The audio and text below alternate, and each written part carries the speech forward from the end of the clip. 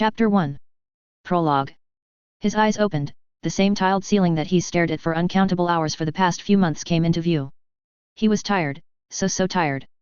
He closed his eyes momentarily, attempting to clear the foggy nature of his mind with only a small measure of success before he tilted his head as he opened his eyes, towards the source of light that was shining through the blinds. Another day, one less day. He tore off the bed covers and pulled himself up, with some difficulty, until he managed to get upright, the growing headache that hammered him suddenly causing him to clench tightly on the duvet. He waited until it passed, until it grew dim and he got to his feet, languidly, and walked past his slippers with his bare foot, uncaring and unwilling to bother even that far as he walked towards the bathroom. He avoided looking at himself in the mirror, an act he did each time, as he brushed his teeth, yet each time he failed to keep it up once he'd dried his face after washing it.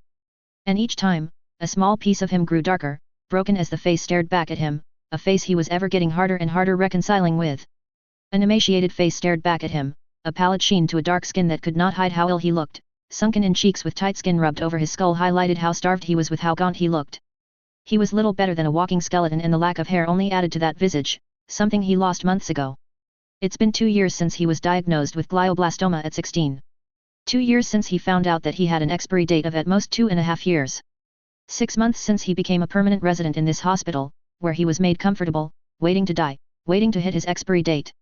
He'd laughed when he sat in that comfortable office chair after he'd been given his prognosis, bowled over with hysterical laughter, the very visage of the comedian at that moment. It had been all a joke then. It still was a joke now, though he wasn't laughing now. He hadn't the energy. It had been par for the course he had thought then. His life had never been easy, his early years had prepared him well for it. He sighed, closed his eyes briefly before he toddled out of the bathroom, his bony heels distinctly clanking on the hard floor. He'd been born to a poor working-class family to two people who should never have been parents. His father a violent, bitter man, his mother neglectful and meek, unwilling to stand up for any of the abuse that had been heaped on them, on him. He walked towards the window and with some effort opened it up. His room overlooked a small park that was at the center of the hospital. It was tasteful, a small bit of nature amidst buildings where most things were sterile and severe. He sat on the edge of the windows and watched as he saw an old woman shuffling, slowly, along the path of the small park towards one of the benches in front of a small pond where birds tended to be at this early hour. There was peace in watching animals in nature, however manufactured it may be. Peace he ironically began to feel at the end of his short life rather than at any during his life before his body's betrayal. His early childhood lacked such peace to say the least. It had been horrid, filled with bitter pain and harsh understandings of his lot in life. Only his books had been able to provide a measure of peace, a measure of joy that came into existence after being taught by an old woman who took pity on him, taught him how to read before he was old enough for primary school. He'd found what he'd looked for in his books that life at that time did not give, an escape that had him become enamored and lost in the stories and the pictures in the stories. Though those were not the memories he clung onto. The children's books that were happy and showed wondrous things, no.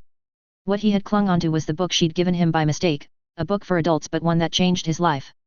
A book he'd read every year since. It was nothing special, a book written by an author none remembered, a book that sold less than a couple of thousand copies in the 30 years it had been published, yet it was his most treasured book. A grim tale of rags to riches, one without a happy ending but one that captivated him nonetheless. He did not understand it at first, he spent more time learning the words in the book than he did reading it, but as he aged, but he understood enough that the man in the book was like him, and that single book sparked a fire within him that raged for the rest of his life, until now, until that fire was doused by the freezing winds of death and weakness. It was at that age, tender age of 5, that he knew that he would do everything he could to be like that man, to escape the misery he'd been born into like that man. Only later when he left primary school did he understand the true message of the book. Power was necessary to have the reins of your own future, to shape your destiny through your own hands, to break free from the constraints that held you. His parents taught him many things, not on purpose of course. His father taught many things about human nature, the ugliness that could be hidden beneath a mask of civility and falsehood. His father was a man of community, well liked and respected. A man who abused his son and wife behind closed doors and none were the wiser. That had been his first lesson of many. His mother taught him that reliance on others was something that only the weak did. Her meekness and lack of care for his well-being when he'd be disciplined, turning away from him when he'd begged for her, confirmed that there was none but yourself that you could rely on. He started primary school, cynical and driven as he set himself on his path to do well at school. Early on, it became clear to all that he was intelligent, and in the end, he skipped years and finished primary at age 9. His years under the careful care of his father helped him immensely when it came to perception and how to make one appear as something else. Perception mattered, and he took that lesson to heart. In the end, he succeeded and managed to obtain a scholarship at an elite boarding school once he aced the entry examination. His time at the boarding hadn't been easy, not at first. He'd been from a poor ethnic background, riding on a scholarship years younger than his classmates. A perfect victim. Or so they thought. It hadn't taken long, only a term and a half until they understood that he wasn't one to aggravate, and by the end of his time at the boarding school, he managed to charm them all and obtained links with wealthy families that would have proven useful, had he not a terminal condition. He sighed and got off the edge and made his way towards his bed. He opened the drawer by his bed and grabbed his degree certificate. He went to Cambridge at age 14 to study mechanical engineering, finishing with a master's in computer programming. He succeeded, in the end, only with his engineering degree, graduating with a 94% grade. It didn't fill him with satisfaction, only bitterness that he was going to be dead before he achieved any of his goals, despite how hard he worked to get there as fast as he could. Everything he's done, the subtle manipulations of his peers in school to cheat them of their money to fuel his efforts to become independent from his parents, the blackmailing he'd done to one of his classmates' parents so he'd get accepted to Cambridge with a scholarship. All of it was for nothing. His hands trembled. He gripped the certificate before he took a deep breath and set it aside before he returned to lie down on his bed, forcing down the resentment he felt. The next few months were terrible as he felt himself slipping until, the day came that he knew that his death was approaching. In his few moments of coherence, he could only think of the unfairness of his life before he closed his wet eyes and accepted that he was going to die today. He let himself go, slipping into unconsciousness, knowing that he'd never wake up again. Break. 23rd of September 1924. He came aware with a jolt. He gasped, desperately sucking in as much air as he could. He felt strange. He had never felt anything like what he was now. He was bombarded by illegible noises and smells, and he involuntarily cried out in pain with the sensory overload. But the sound that had come out from his mouth was neither his voice nor was it an adult's. He opened his eyes to find out what was going on but quickly shut them as the brightness of the room near blinded me. He focused on what he could feel, and he could feel that he was being held aloft by something and that he was covered in some kind of liquid that was quickly becoming cold. Before he could dwell on it, he felt something wash over him and the sticky substance was gone and now felt the full brunt of the cold. He felt himself being lifted and carried by what seemed like massive hands and had been set on a smooth and soft surface, and then he had been wrapped up by what he assumed was a blanket. He carefully opened his eyes and began to quickly adjust his eyes, blinking away, until his eyes had adjusted to the influx of light that entered his eyes. He began to see silhouettes of figures and began to feel overwhelmed by the disturbing presences. He tried to move his body but it felt unresponsive. The most similar thing he could describe it as was paresthesia. The one who approached him seemed to be a feminine figure and he focused on her face. She lifted her hand and it had held some kind of thin stick or rod and it glowed in a purplish color as it was pointed at me. He could feel something wash over him and he felt himself calmed and soothed to the point that he no longer felt agitated or afraid. He focused all his attention on the woman. Her lips were moving and he focused on what she was saying. He's healthy and he has been calmed. He was in a panicked state until I put him under calming and warming charms, the woman said. Calming and warming charms, he thought confusedly. He was lifted and carried somewhere and he refocused his attention to his current situation. The woman who had done something to him to calm him was carrying him as she walked to somewhere until she stopped and shifted him and bent over and handed him over to another pair of hands that held him delicately. He was brought closer and he looked up and saw a woman staring down at him with a soft expression on her face and loving expression on her face. She's beautiful, he thought to himself as he took in her appearance. She looked tired and haggard, but beyond that, he could see that she was a beautiful woman. Her face was heart-shaped, that was accentuated with her curly brown hair and the greenest eyes he had ever seen. Her nose was pointed and her cheeks were reddened, which he assumed from the exertion that she was under. Just as he was lost in her face, she too took him in. And POV. Hello there, my son. I'm happy to finally meet you. She said softly with an accent that he couldn't quite place. She looked at him with a loving expression with an underlying hint of relief that lay below the surface. She wasn't completely calm after her nightmare had played out right in front of her.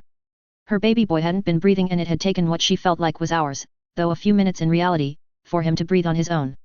This would be her last pregnancy as her body would be unable to carry another child.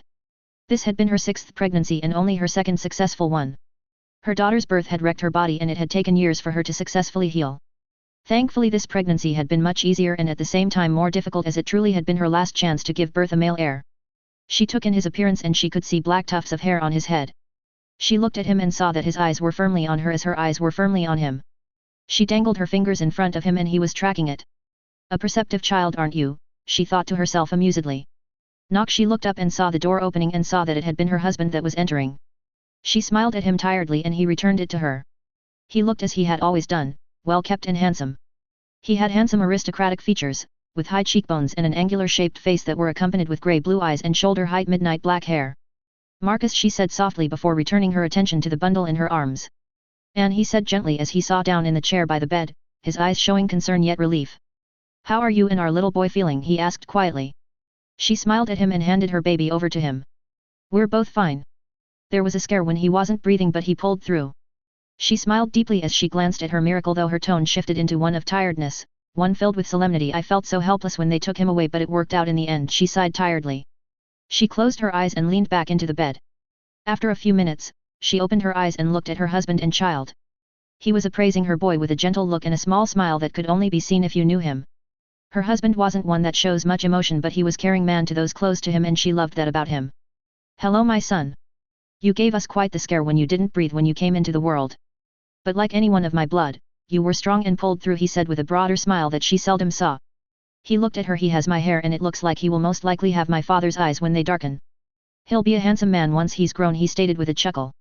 She joined him with a small laugh. "Of course, is my son after all," she said as prim as she could manage, causing him to chuckle.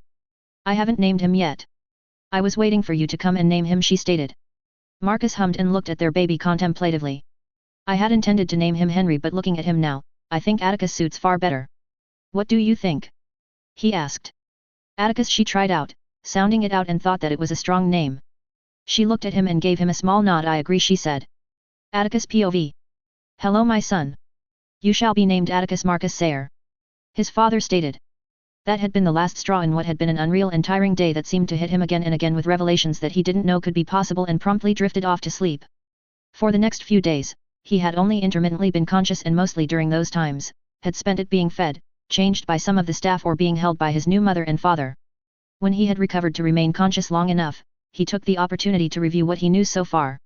He last remembered falling asleep until he found himself in this situation. He had been familiar with the concept of reincarnation, though he had never truly considered it to be possible, never mind the possibility of being reborn in the world he was in and in the manner he had been brought to it. In the last few days, things became a lot clearer, and he had used the time to spend whatever time he was awake grasping as much information as he could, and it only solidified what he had at first suspected when the information yielded confirmations. He had been reincarnated in the wizarding world, yes, that wizarding world. He knew that he wasn't hallucinating, because the possibility of such vividness of his surroundings and the manner the people around him acted certainly made it all impossible that it wasn't real. At least that is what he told himself. Perhaps he was insane and didn't know it.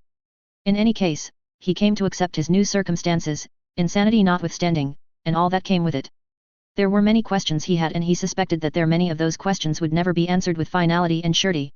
Those questions, however, would not take precedent, as he had far more important things to consider and act upon in his new life. His new parents were named Marcus and Anne Sayre. From what he could understand, he had stopped breathing momentarily when he had been born and needed emergency intervention. From the timescale, he suspected that was the moment he was awakened, when he breathed his first breath in his new body. He hadn't been able to see much magic performed, other than diagnostic scans being performed on him or warming charms, but he could feel more than what he remembered being able to feel in his last life.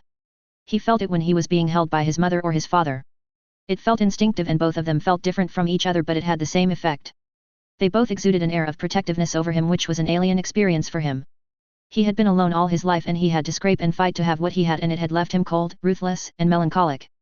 He felt strangely comfortable with the both of them, which might well be partly responsible by his infant biology. He certainly had never felt so lethargic in his life. Rounding away from that train of thought, from his observations from the interactions that his parents had with the staff of St. Mungo's, it was obvious that they were nobility and had garnered high levels of respect and deference from the staff. It boded well for him, in truth, as being born in an influential family would allow him to wield that influence in the way he wanted, though that was only secondary to the most important thing, now, in his life. Magic. He was born, at least he hoped so. It would have been truly cruel to being born without magic, and he could only feel a malicious delightful glee at the opportunity that was available to him now. He'd read the Rowling books when he was a child. It was one of the most accessible series of books in his childhood, and he had been gifted it by one of his classmates' parents for his 7th birthday. He didn't like how much the disdain that the Potter boy received from his relatives resonated with him, but he had pushed past that, along with the contempt he generally felt for the boy for his naivety, and he had wondered at the marvelous world the series were set in. It was fascinating, and it had so much potential, depth, and more importantly, for a child such as him at the time, one who had very little of anything in any capacity in his childhood, there was power in the fingertips of people that drew him in. There were so many paths to power and to grow magically that it sparked his imagination. There were many ways that should lead to immortality, or at the very least an exceedingly extended lifespan, and it should all be within range for those who knew how to seek it or achieve it. Being born in 1924 was not a terrible starting point in truth. In fact, it may well be very advantageous, as it meant that he was born before Riddle, before the war got bad with Grindelwald, before Dumbledore's rise. It would give him the space he needed to grow, and the paths of power and success were open to him, waiting for him to tread it, and where others had faltered, he would not. He grinned wickedly to himself. Break. Life as an infant was an experience that he hoped he'd never have to do again, not that he believed that it was likely. It was exhausting pretending as much as he did, and only the fear of being discovered had him keep it up as much as he could. He knew he was far from successful. It wasn't terrible being cared for as much as he was, but he loathed losing his independence. Atticus had to get over his feelings of indignity very fast when he was being fed from his mother's body. His emotions that Atticus had spent years in carefully repressing had been thrown out of balance. Atticus felt like a child, despite having an adult mind. Even so, very early on, he gained the reputation of a quiet but obedient child that hardly made a fuss, excepting of course whenever he needed something, at which point he brought attention to himself by crying out. He knew that wizarding families were obviously far more used to odd things, things that stood out or did not make sense, and so he had endeavored to ensure that his behavior did not attract unwanted attention upon himself. He acted like a child, which in truth with the manner his hormones and emotions were was not as difficult as it were. Physically he was unable to say any coherent words, which likely would not feasible for a year or two, and embarrassingly he had little control over his body. The person who spent most of the time with was his mother. She was his constant companion and seldom let his caring go to the caretaker, a certain Miss Florence. Miss Florence was a young lady, possibly in her late 20s or 30s, and she had a kind disposition. She was not a beauty, but she was attractive enough.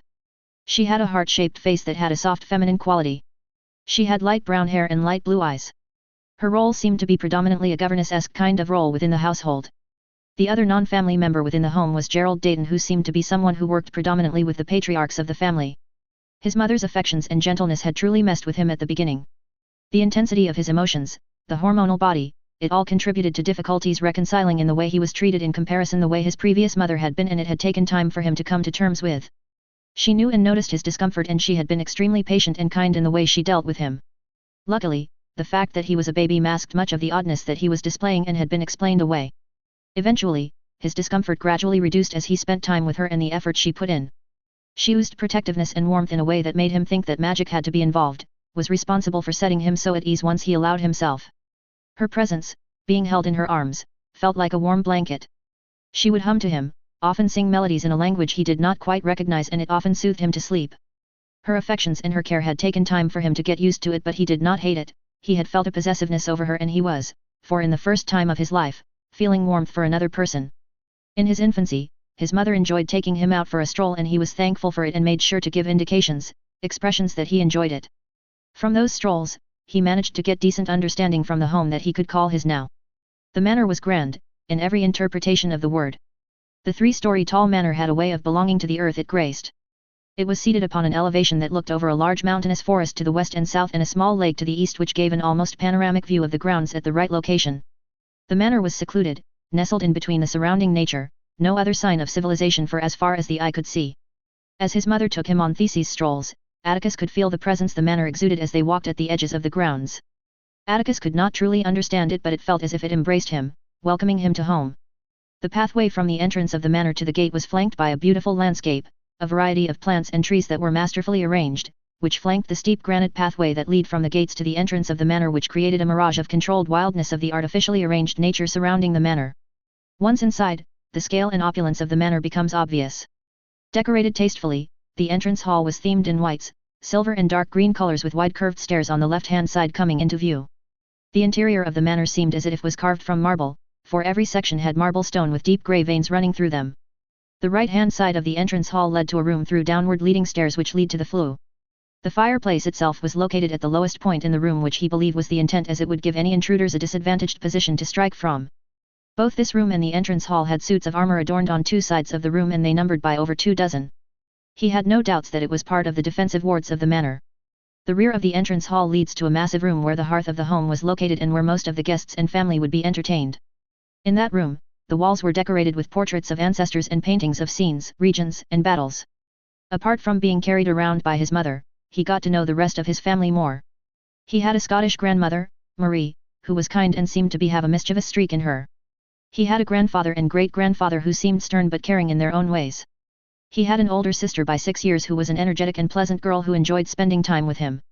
She shared their mother's eyes, the same shade of bright emerald green, but she had their father's midnight wavy black hair. She tended to always have a book on her when she was with him, and after coaxing her in an obvious manner, she began to read out to me. She had a type of books that she always liked to read that were mostly wizarding stories that seemed to be about notable people in wizarding history. He enjoyed those sessions as it gave much relief of the monotony of his current situation until he was a little older. Those early months of his second life represented a paradigm shift in his personality. As he continued to grow, he began to notice subtle but certain personality and behavioral shifts within himself. In his old life, before his diagnosis, he had been cold as a result of his life and had grown calculating and remorseless in his pursuit of his goals, and he carried a great deal of anger. It wasn't an explosive anger, it was a cold anger that was always persistent within me. So far, the cold anger he'd always had was no longer within him. He thought a great deal about this, and he knew that it had begun to manifest within him at an early age when he had understood that there were people who would actively work against you and make your life difficult. It had begun with his parents, continued by certain neighbors and perpetuated by so-called peers during his academic years. His cold anger had fueled him, spite had drug him forward, and vindictiveness had him enjoying setting people in their places, and he had aimed to leave his mark on the world through his intellect and capabilities. It had been largely left simmering by the time of his death, when he knew that he wouldn't achieve any of his long-term goals, and until now, hadn't gone into remission. The main reason for the disappearance of his anger because of the sheer amount of opportunities that he now had in his new life and the choices he now faced in this life.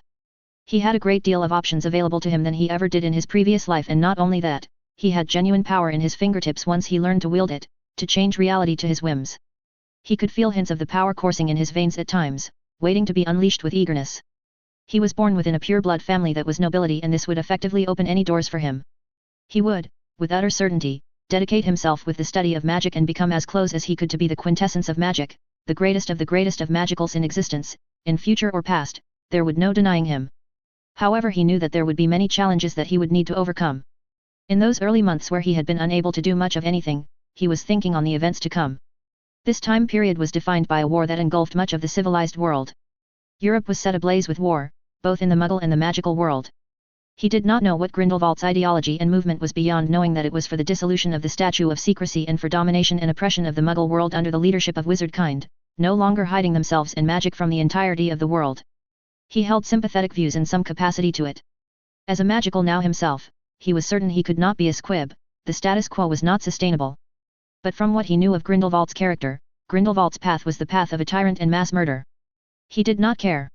He did not care for the average magical, and he definitely cared not for muggles. He had not cared for people in his first life. But he did care for the magical world, the creatures, the plants, and the general idea of a magical society, and not the one he was born into. He also began to care for his family, and therefore he cared about the inanity that the wizarding world had tied itself with, for it affected him and his family. And so, he would have to choose a path. The most difficult path would be fraught with danger and had a high chance of death.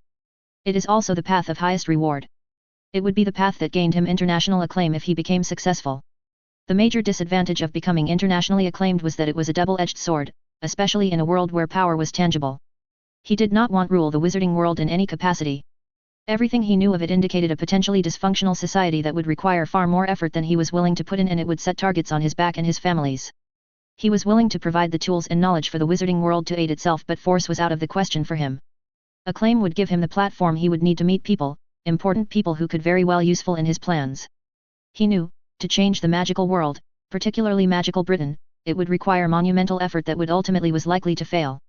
If he were to attempt to do so, he would likely be classified as a Dark Lord. He would be fighting centuries of prejudice. But he could create a sanctuary of a sort, as he felt no loyalty to the Isles. A refuge of people who would meet his criteria and help him build a society that could endure of the inevitable dissolution of the Statue of Secrecy, whether it was in 50 or in 100 years. Participating in this war on the side against Grindelwald would undeniably aid in his quest. He suspected that war between Muggles and Magicals would happen eventually. He just didn't know how devastating it could be. The upper echelons in some Muggle governments must know about Magicals, and to think that they would not plan ahead would be considered folly. Once it became public knowledge that magic exists and there are witches, wizards, and all kinds of magical creatures among them, mass panic will occur. The human response dictates it so. Excessive fear would lead to irrational, irresponsible responses, and politicians and religious figures would only fan the flames. Exaggerated beliefs about the threat they posed would become common once the novelty of magic was worn off, the unnaturalness they represented, rooted in religious dogma and texts, and would become the rallying cry of those who would seek to capitalize on fear. He had seen it before, and history is littered with people who were marginalized or exterminated for one reason or another.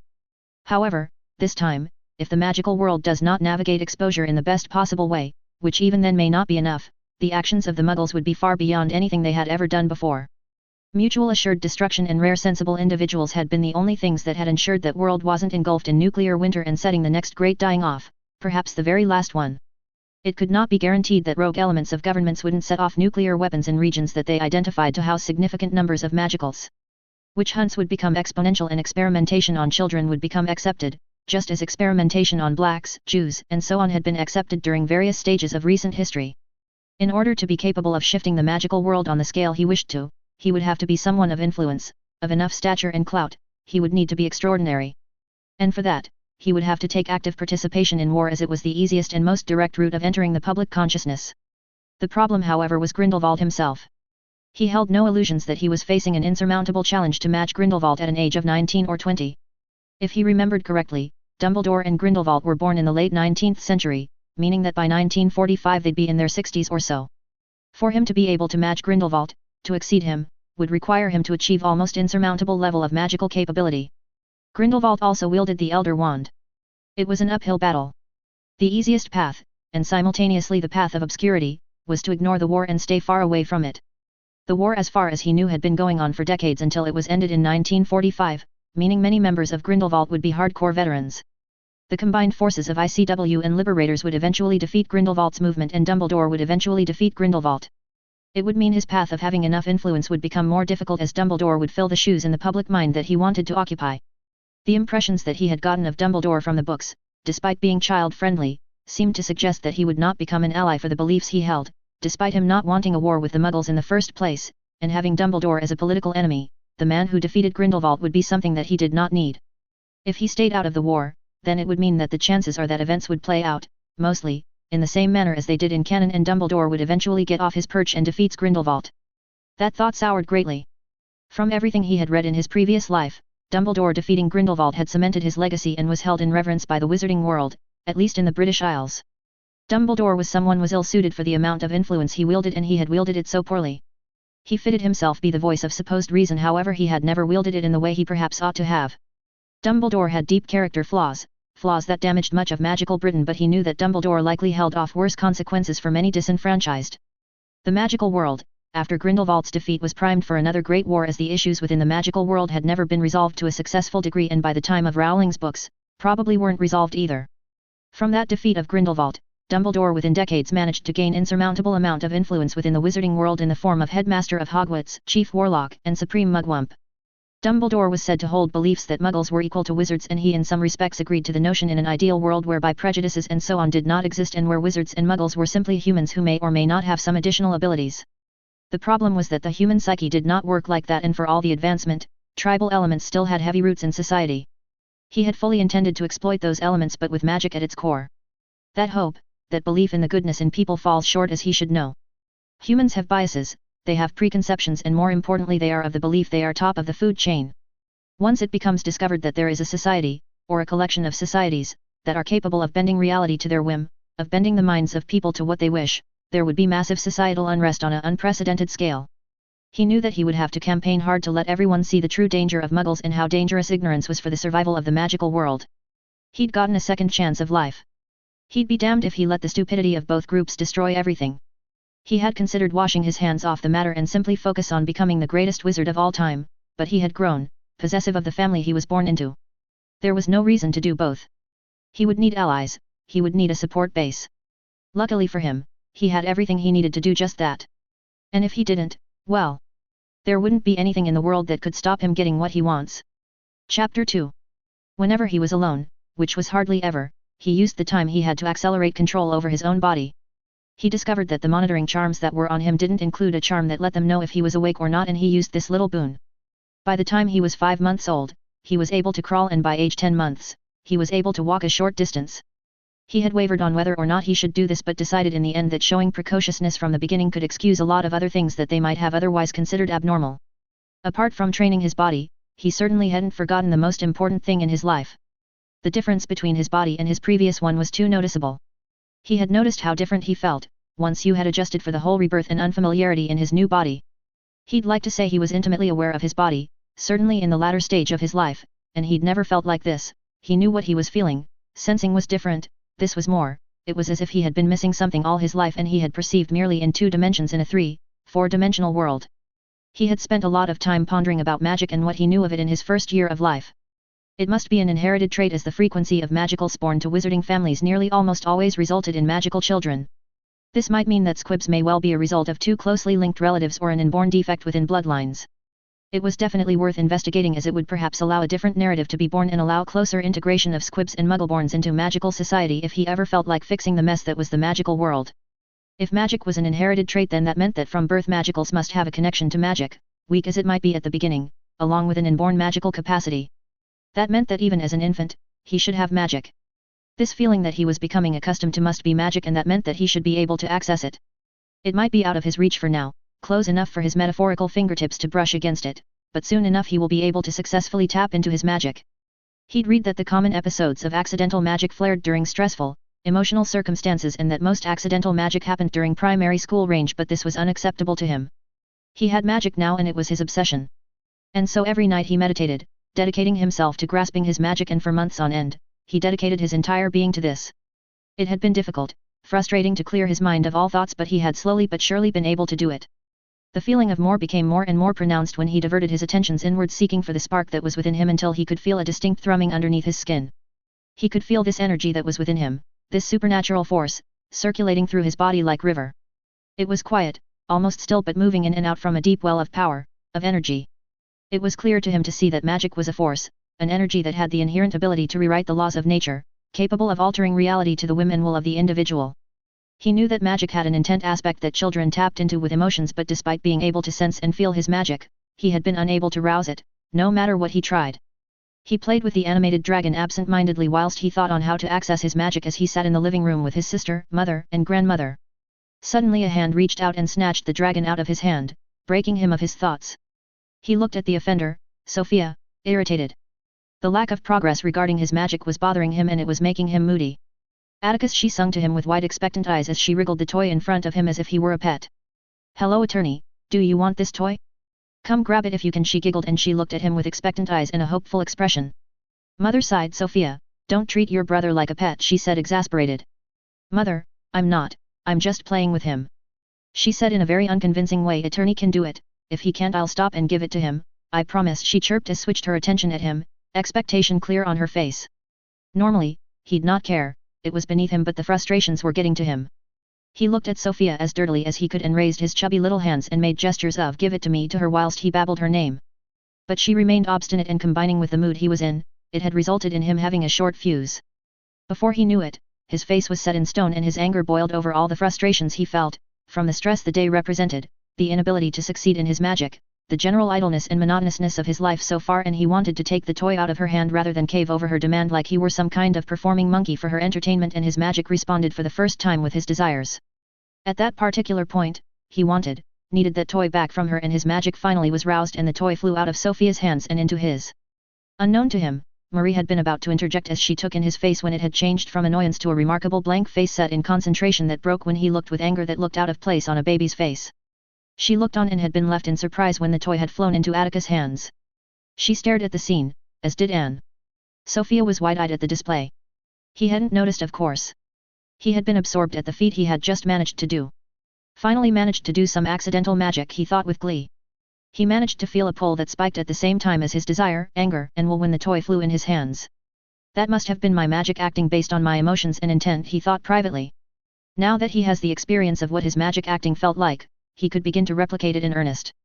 While he was lost in his thoughts, his mother snapped out of her stupefaction and stood up and approached him. Oh Atticus, did you just do that? Anne asked with disbelief clear-laced in her voice. He stopped staring at the toy and looked at Anne with wide eyes and a genuine beaming smile. He dropped his smile slightly as he took in his mother face. Magic mama toy, he babbled with excitement that was genuine as he waved the toy that was in his hand. Mother, is attorney meant to do magic so young? Sophia asked, confused and awed.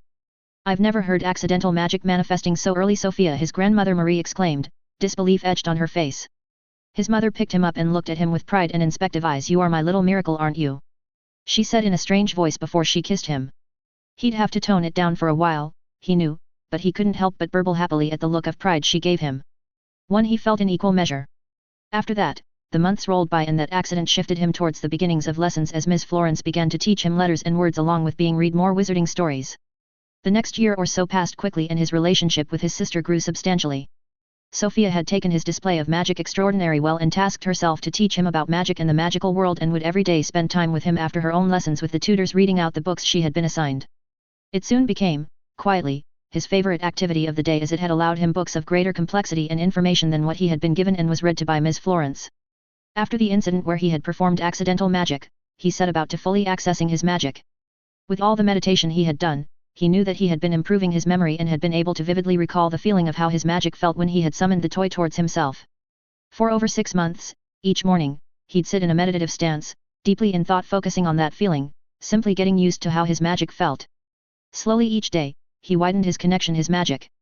It had become nearly addicting, the soothing thrumming of his magic in his body. All the meditation he had done had bore impressive results. Beyond improving his memory, he gained clarity and was able to control his thoughts to a degree that he could focus on a single strand or have his mind absent of all thoughts. With a clear mind during meditation, he believed his sensitivity to magic had increased. He focused on his magic and opened his eyes and looked at the toy that was in front of me. He focused on how it felt when he summoned that toy, that spike in his magic that occurred, and willed his magic to bring the toy to him. The toy flew towards him and hit him in the chest. He couldn't help but smile, as it took him over a month and a half to get to this stage and succeed. However, nothing was to last, not even his family. He had grown appreciatively of his family, even fond of them. He had never experienced parental love, and he had received it in spades in his short time in this new life of his. It had come crashing down one morning when word had been received of what had happened in America. It had been a typical winter's morning in December 1926. He was lounging in a comfortable leather chair in the main living room with a book in his hands, adjacent to where his sister was sitting, who had been reading herself. The house was quieter than normal. Ms. Florence took the last few days off visiting, and their parents and great-grandfather Benedict had been away since this morning well before dawn. Dayton was the one who remained at the home. He had been grim-faced and had not answered any of the questions Sophia had, but it had been clear that something terrible had happened. Soon enough, it was nearing evening when their parents and Benedict had returned. Benedict whispered some words to their father and walked away towards the stairs. He watched Benedict go before bringing his attention towards his parents. He looked at their faces and saw that they were in grief. Sophia left my side and walked up to them in a hurried pace. "Father, Mother, what happened? Why are you sad?" she asked worriedly. "Oh sweetheart," Mother said, and crouched down and hugged Sophia fiercely. Mother proceeded to hold Sophia's hat and dragged her towards the couch, and Father had sat beside him and lifted him on his lap. He looked up at his father, and his father simply looked down at him with a saddened expression, but he could see a glimmer of anger mixed in his eyes. Marcus was not a man who was overly expressive, but today it seemed like it had broken a piece from him. Mother sighed and grabbed everyone's attention. "Anne POV." Anne looked at Sophia sadly. Out of all of them, Sophia had adored her grandmother the most. She had spent most of her time with her when she wasn't studying or with Atticus, and had a lot of fun with her. Marie was a sweet character, but she had retained her Scottish fire all these years, and whenever she was with Sophia, it had come out in force. It wasn't unfamiliar to hear Sophia's giggling and laughter during midday ringing through the manor, and seeing Marie grin unrepentantly at Sam when he would chastise her for whatever she did or said. Sam had a soft spot for Sophia, just like he did with his daughter, and had more often than not acquiesced to her. Anne closed her eyes and sighed deeply. She opened her eyes and grabbed Sophia's hands and looked at her sadly.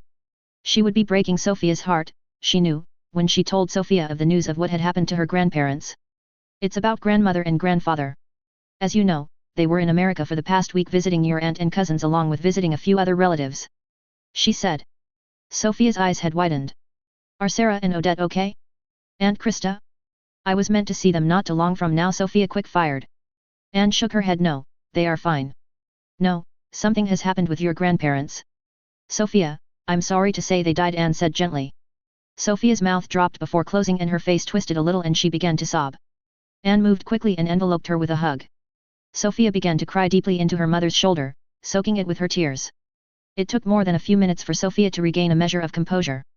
She wiped her face with her sleeve and she looked up at her mother with reddened eyes. "What happened?" she half demanded with a small voice as she looked down at the floor, so unlike the confident bubbly girl she was.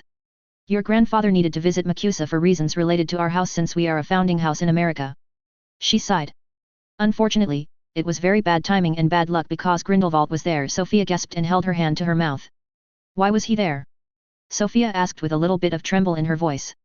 The talk of Grindelwald was something that was ever present in their household. Grindelwald had been busy in the last decade, and it seemed like it was ramping up, as evidenced at what happened in America. Anne and Marcus did not censure their conversations around their children, as they believed the more informed they were, the better, even if they were so young. Of course they would not talk about the more sensitive things, but generally they talked freely around their children. Anne broke away from her stray thoughts. "We do not know. We had not been informed as for the reason he was there, but he had a direct role in what had happened. There was an obscurial, a very powerful one that had gotten loose and had very nearly destroyed the Statue of Secrecy, she said, trailing as she looked away. To think that an obscurial of such power existed, Anne internally shuddered at the thought. Obscurials were rare. Exceedingly so in this era, especially in nations with governments. To have missed out on a child of such potential, ruined by Muggles. She hated Muggles for their violence and hate. Not to the degree like the Blacks do, but she did hate them nonetheless, and this was just simply more proof that they should have nothing to do with them. What's an obscurial? Sophia asked confusedly. Anne snapped her head back to her daughter and replied, an obscurial is a witch or wizard who has repressed his or her magic, resulting in a dark parasitical thing called obscurus developing, Anne said sadly. Sophia was shocked at the thought. Why would they repress their magic? Anne sighed. She did not want to tell her, but she would find out eventually. It would develop if a child is abused physically, mentally, or both. The child begins to repress their magic, either because they resent it or they are under the impression that it's a bad thing, and that's how an obscurial is made. An obscurial is something that is completely out of control, and it is exceedingly dangerous, Anne finished sadly. Sophia looked down. Is that why Grandma and Grandpa died? She asked quietly. Yes, Grindelwald released the obscurial into New York and it had created havoc. It destroyed many buildings during its rampage, and the MACUSA building was amongst the buildings that were damaged. It was a huge breach of the statute, and your grandparents decided to aid the Aurors and Ministry officials in dealing with the obscurial. Unfortunately, Grindelwald wasn't alone. She sighed, and grief, anger, and resignation were apparent on her face. His followers were in the city, waiting on his call, and they had answered. She closed her eyes. A battle erupted in the middle of the city, and it was vicious. Dozens of people are dead, both his fanatics and Aurors. And among them were Sam and Marie. She opened her eyes and tears began to fall down, and she smiled sadly. It seems like your grandfather managed to save the president of MACUSA before being stricken down, and your grandmother enraged took down the one who killed him, but soon she followed in death, she said sadly as she wiped her eyes with a handkerchief that popped into existence. She looked at Sophia and sadly smiled. It seems as if your grandmother couldn't be separated from your grandfather too long, she said solemnly. Sophia began to tear up again and looked up at her mother and moved to hug her. Anne met her halfway and consoled her, rubbing her back. Atticus POV. He listened raptly to the explanation. The talks in the family had gone on for another hour before he was taken to his room. He lied there, unable to sleep. He was unsure whether he loved his grandparents. He was fond of them, but he was unsure if he knew what love was. He cared more about his grandmother than he did his grandfather. She was lovely and genuinely had shown care for him. But they were his. They belonged to him. And Grindelwald had taken them away from him, from the rest of his family. He paused at that train of thought. Did that mean he loved his grandmother? He frowned. He did not know. His fucked up childhood still had an effect on him in his new life. He sighed and became more determined to master magic as quickly as he could. Break. The funeral was held 6 days later. It was a cold, frigid morning, with dark and grey clouds overcast perfectly encapsulating the mood. The site where they would be buried was a site where over generations of Sayres were burned. It was reserved for only the Sayre family, and it held meaning. The turnout for the funeral was much larger than he had thought would come, though he shouldn't have been surprised. Samuel Sayre was the lord of the house, an incredibly influential man, powerful too before his death. The entire family arrived. The cousins, aunt, uncle, and great-uncle were among the crowd. He hadn't been allowed to see the body up close, not that he had expected it. He could however see how it was arranged. Their bodies were situated on a single pyre, preparations being made to burn the bodies. He supposed it made sense. You wouldn't want their bodies to be desecrated or used against you. This had been his first true loss in either lives. He closed his eyes and turned away. He was being held by his mother. Soon enough the service had begun. A number of people stepped up to speak on behalf of them. Some of them he recognized the family names of. A Bones, a Avery, a Black, and a Abbott. His father had been the one to cast the incendio first. Then it had been his great-grandfather, followed by his brother, his cousins, and lastly his mother, for she married into the Sayre family. Thick black smoke dominated the scene, which had been contained as a ward directed the flames high up in the sky. The fire had continued for hours until the ashes were collected and placed inside an urn which would later be interned in the family mausoleum. Break. In the years since the death of his grandparents, a large shadow had been cast on the family. The home had felt less warm without the presence of his grandmother. Sophia had been deeply affected by her absence. In truth, he had been feeling her absence as well. She was far more unorthodox than he had expected a pure-blood matriarch to be. In time, Sophia more and more returned to her former self, but she had lost a part of her innocence. While she was still the energetic girl of times past, there was still an element of sadness within her. She would eventually get over her grief, she was young enough to achieve it. His father on the other hand had taken the loss deeply. He had grown more distant and had taken on the duties of expected of him and kept up with his work at the ministry, which had left him very little time for his family. The only one who had more or less remained the same was their mother, who had helped keep the bond of family. The presence of fewer people in the manor had allowed him the space he needed and wanted to increase his academic progress. He had never been denied access to the family library and he had taken full advantage of it. Once he had hit the age of 4, he'd been given a loaded academic schedule which had suited him just fine. When the family had noticed his intellect and interest in learning, he had been actively encouraged in his academic endeavors and they had been pleased the progress he had been making. He had been glad for it, as he had been limited to certain sections of the library. His schedule had included languages which Miss Florence had taken to teach him. He had been instructed in French, Latin and German. Luckily he had never learnt any of these languages in his previous life, so his progress had been slower than his progress in understanding the basics of magic. One of the things he had been noticing was that his mind had been more capable than he remembered having.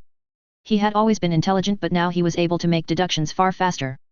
He had inklings that the brain that he now possessed was of a higher scale than he previously had, which only pleased him more.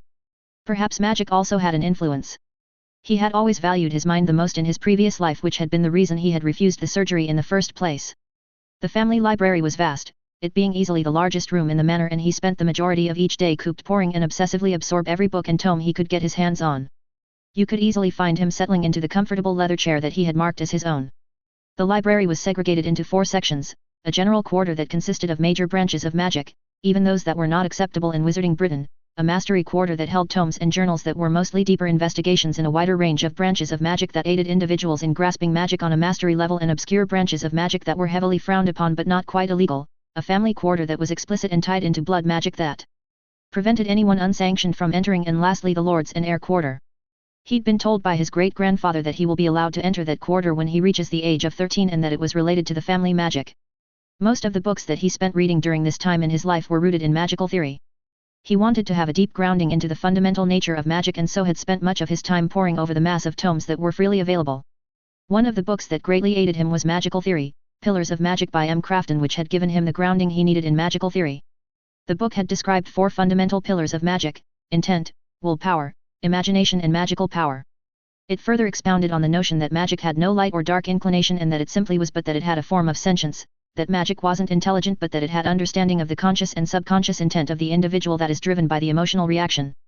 An example to the necessity of magic needing to know the intent of the individual is, for example, the inability of creating binding oaths without the individual intending to do so. The pillars are not separate columns but interwoven, intrinsically linked pillars. The majority of branches of magic require combinations of the 4, but some require more of 1 or 2 of the pillars than the others. An example of this is transfiguration. Transfiguration depended greatly more on willpower and creativity once your intent was clearly defined. The success of your transfiguration henceforth would depend on your magical power, as it is one of the most power-intensive branches of magic. Subjects and objects have a natural state of being. There's a minimal amount of power required to bring objects from a state of natural being, in a state of rest, into the transfigured state, animated or not. Transfiguration masters were able to gauge the required magical power for each transfiguration or conjuration, resulting in little magic being lost. Not only that, the creativity and willpower necessary to transition so quickly from one state to another, with many multiple transfigurations, had me excited, as it was a goal to reach. He suspected that he didn't lack in magical power at all, and that magical power is something that can be increased naturally, though he intended to perform rituals to boost his magic. As he absorbed as much as he could from the book, there was a certain section within the book that had stuck with him. From first year until 5th or 6th year of magical school, children are taught wand movements and incantations. The first steps into magic are purposely led to be simple. Do the wand movements and say the words correctly and you will produce your results. This results in the students using intent, willpower, and magical power but no creativity to get results. It spoke of incantations and wand movements having a purpose of making the child believe that what they are doing is possible, and as they are progressed until the later years of magical schooling with better grounding in magical theory, the better students will begin to understand that wand movements and incantations are crutches until they have the belief and understanding of magic and in their magic. The wand movements were symbols representing the effect of the magic they were casting, drilling in their heads a representative gesture of what they wanted to happen, willed to happen. It made sense, as children would have preconceived notions of what is possible and these beliefs would hamper them. Ultimately, the book went on to explain how it was the educator's responsibility to develop the children's belief system. The thing that aggravated him was why certain Latin or bastardized Latin words held power. Was it because during spell creation those Latin words were given power by the individual and their magic? Or was it something more? He had found some explanations regarding it, about how a connection of the meaning and effect of the words is formed to the magic, similar to the symbolism of the wand movements. But what he didn't understand was the nature of the magic being the same that was being cast by different individuals. A protogo, a stupefy, would have the same characteristics from one individual to another, down to the very color of the magic. What did that mean? He understood that intent of the magic being cast would result in similar effects, but why was it all so similar? Of course there were elements of power to consider, but what made magic so standard in this way? When you consider spell creation, the formulaic way of finding Latin or approximations of Latin words along with wand movements was something that was strange in itself. Were the movements and words binding magic to act in a certain that remains imprinted on the superorganism, the force, magic was? He would have to look into wand movements to see what they were. He had no doubt these were things that he would resolve. He had begun to compile a preliminary list of things to do before he joined the war or left Hogwarts. His pre-Hogwarts list were so far. 1. Get up to 5th year knowledge of transfiguration, charms, ancient runes, arithmancy and dada, and if possible potions as well. 2. Get familiarized with rituals and perhaps if possible undergo a few of them once it has been verified that it would not damage him. 3. Expand wandless capabilities with the aim of being at least capable of casting a shield and stunning spell. 4. Decent proficiency in legilimency and more importantly occlumency. 5. Familiarizing with the political landscape. 6. Gain understanding of blood magic, soul magic, alchemy and other esoteric forms of magic in preparation for later exploration. He knew that he was setting himself a hefty schedule and he no doubt that he would have difficulty achieving those all in the time he had, but he would no less attempt it. His long-term plans were simple. 1. Gain a very long extended life or immortality if possible through ethical means. He did not want to face magical backlash. 2. Build a massive portable home filled with every single species of magical creatures, magical plants, and more. He had the image of Asgard in his mind. 3. Become unparalleled in magic, both in power and in understanding. 4. Find and publish new findings of magic. Become known as a great in magical research and publishing. 5. Build commercial institutions in both Muggle and magical world using the knowledge he had of both worlds and of the future with the aim of propelling both societies in the way he wanted, for the magical to close the gap with the Muggles and for the Muggles to grow dependent on his companies and to monitor them. He had intentions to ensure when the world entered the digital stage, the companies he had were capable of filtering anything related to magic. 6. Find a way to absorb information from scientists of every branch of science and technology. Perhaps do the same with expert wizards and witches. 7. Create an institution of magic and science inviting children from age 6. Figure out how the Hogwarts Book of Students works. 8. Develop space capabilities. See if magic was a universal force, which if it was, it meant everything was possible. 9. If theory of magic is universal, explore feasibility of Venus being terraformed and it becoming the home of the magical world on his conditions. He had a number of ideas of how to achieve an extended life or perhaps even immortality. Becoming the master of death was not included here. There had been neither a verification of it meaning immortality nor even a hint of veracity of actually becoming the master of death. It seems exceedingly unlikely that 3 items were capable of binding death to a mortal, binding a universal aspect to a mortal. He did not dismiss the feasibility of death having a aspect, a form that represented death. After all, here he was reborn in a world that had been previously fiction to him. No, chances are death as an aspect existed and the Hallows United could be an even bigger trap than the stone and the wand. He would not leave them lying around, however. He had fully intended on gathering the stone and the wand, but he would not use either until he understood fully what they meant. No, Master of Death did not feature in his ideas of how to gain immortality or extended life. No, they resolved on rituals. The few things he was able to read up on it had inspired him. Nothing was impossible for magic, once understanding, power, capability, intent and the will existed. And rituals were the perfect vehicle to execute his desires. There were many magical creatures that had extended lives. Basilisks for example had a lifespan of at least 1,000 years. Phoenixes were immortal. He had an understanding what caused aging in humans and mammals. He had a thought of the feasibility of creating rituals that capitalized on sacrificing one or both of these creatures to gain immortality or extended life. He had no doubt that he would spend a lot of time trying to figure out a way to balance the rituals so that he would gain the benefits of extended life or immortality. Another one of his ideas had been regarding Horcruxes. He had no intention of creating any, for it was a violation of the soul and the soul was something that was utterly totally priceless to him. But he wanted to understand the mechanism of creating one. He wanted to understand the process of binding a soul to another object or living thing. The separation of the soul from the body, would it be possible to bind his soul to his body? After all, the killing curse from what he could understand revolved around the removal of the bonds of the soul and the body. It does not destroy the soul, it does not damage the soul of the victim, and it simply removes it. He could perhaps create rituals that do as he intended, create an indestructible bond between body and soul, and mind perhaps, that only he could effect, negating the killing curse. He would of course do this after he had undergone rituals that made his body capable of healing of anything and everything. He wanted to also explore what happened to soul after death in this universe. Whether for example the astral plane was real, if it was real, he could utilize this among his different forms of immortality. Binding the advantages he had put his body through onto his soul. His magic, his enhanced healing, his immortality of the body, all of it engraved on his soul so that if he chose to reincarnate his new body would have the same advantages. He hoped that he would be able to come up with a set of rituals that made his survival all but guaranteed before he left Hogwarts. There were many things that he would have to learn in order to achieve this goal. One of them would be the understanding of the human body. He had some knowledge of the intricacies of the inner workings of the human body but not enough to be truly helpful. He would have to lift the knowledge from doctors when he was capable enough in legilimency.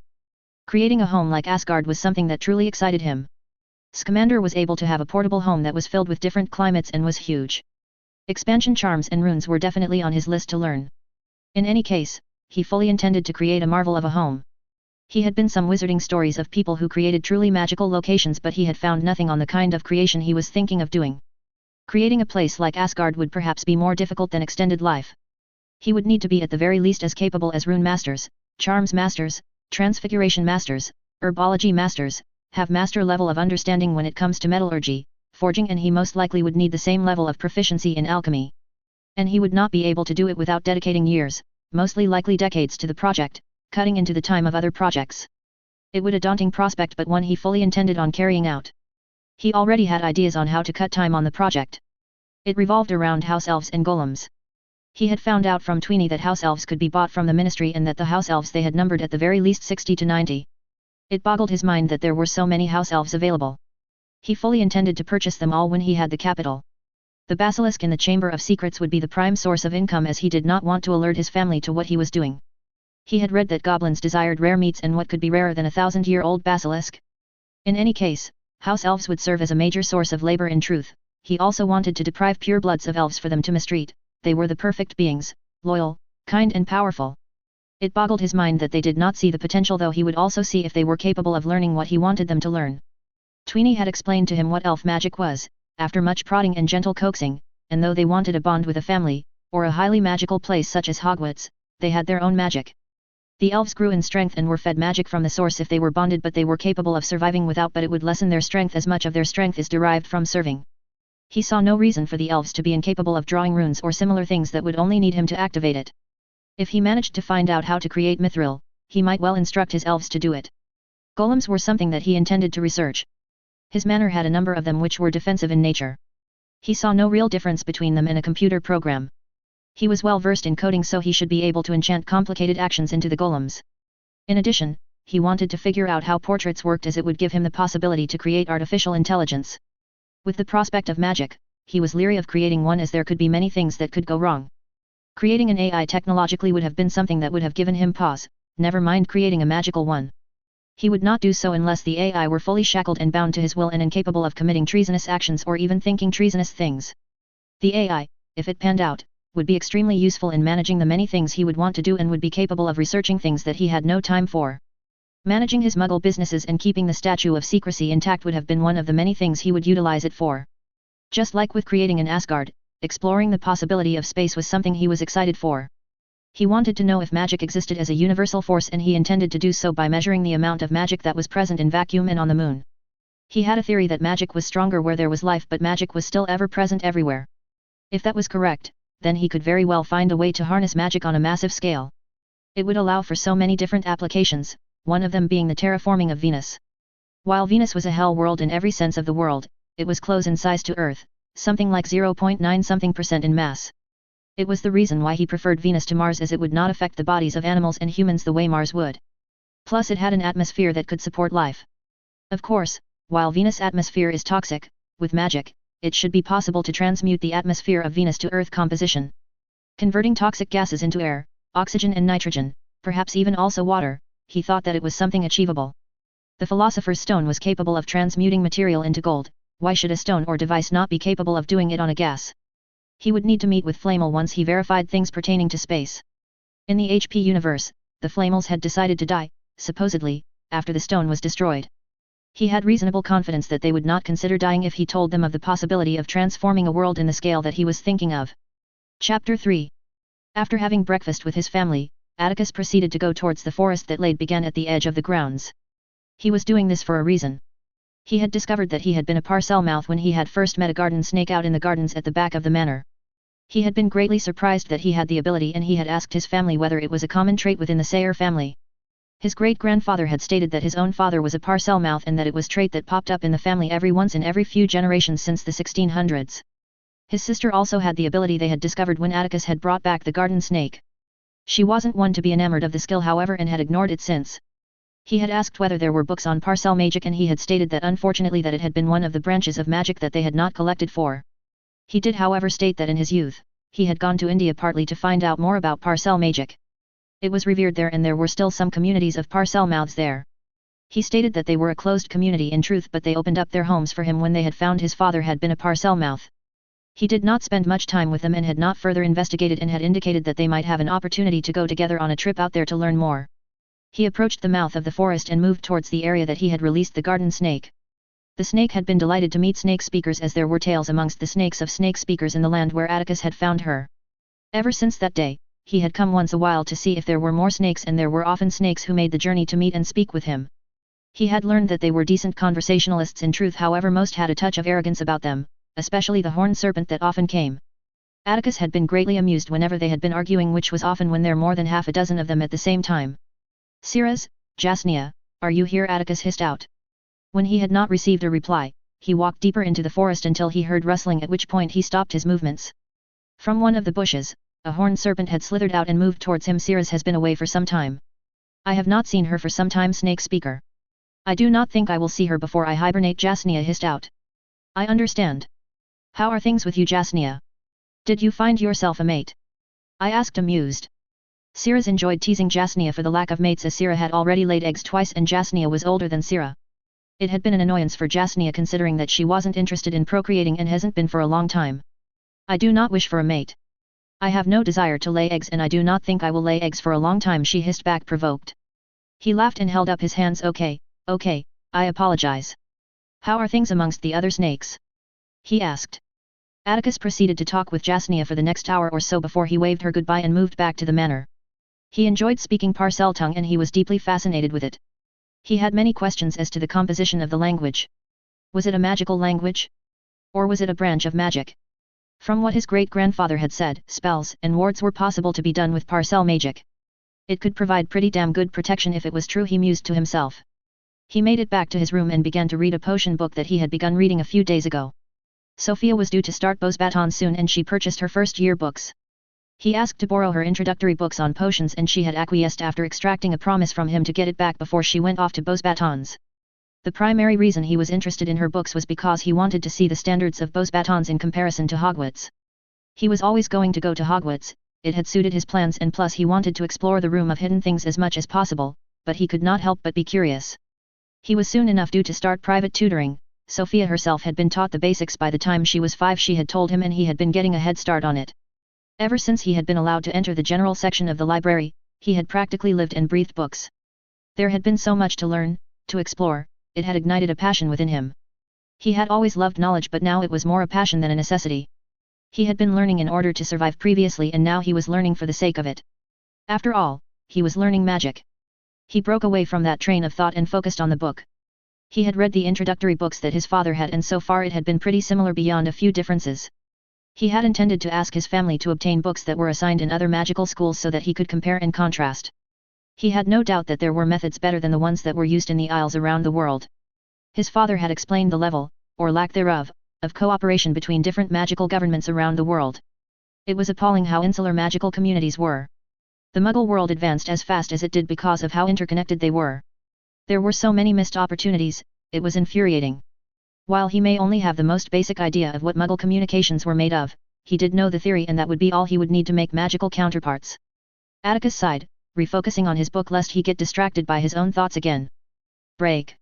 In between his magical studies, he had been receiving sporadic lessons on family history and had been given family history books that had extensive chronicles of the Sayre family. He'd been fascinated in the family for some time and he had enjoyed learning about his family. The Sayre family was an old pure-blood family, an exceptionally old family. It boggled his mind that there was an unbroken line that stretched back to ancient Egypt. The most ancient and most noble house of Sayre and the family were nearly 4,000 years old and had its origins in Egypt. The most ancient classification were given to those houses that were over 1,500 years old and ancient for those that were 1,000 years old. House Sayre is among 12 other families in the British Isles that have the right to bear the most ancient classification. Among the 13, only 8 are still extant, such as the Blacks, the Ollivanders, and the Potters, with the rest having gone extinct or have gone into dormancy. The noble addition to a house depends on the wealth, contributions, and status of the house. As a family, the Sayre family had always been grey and had never ascribed to the notion of dark and light magic, and had the opinion that magic was simply magic, but what makes magic dark or light is the intent of the person performing said magic. This allowed the Sayre family to carefully and expertly walk in between the contrasting political spheres. Since the destruction of the Peveril family in the 13th century, the Sayre family had been the most dominant and protective house of the Grey. This opinion had deeply been tested in the last 300 years or so as the ministry stepped to ban entire branches of magic, with the darker families being marginalized with regards to their magic.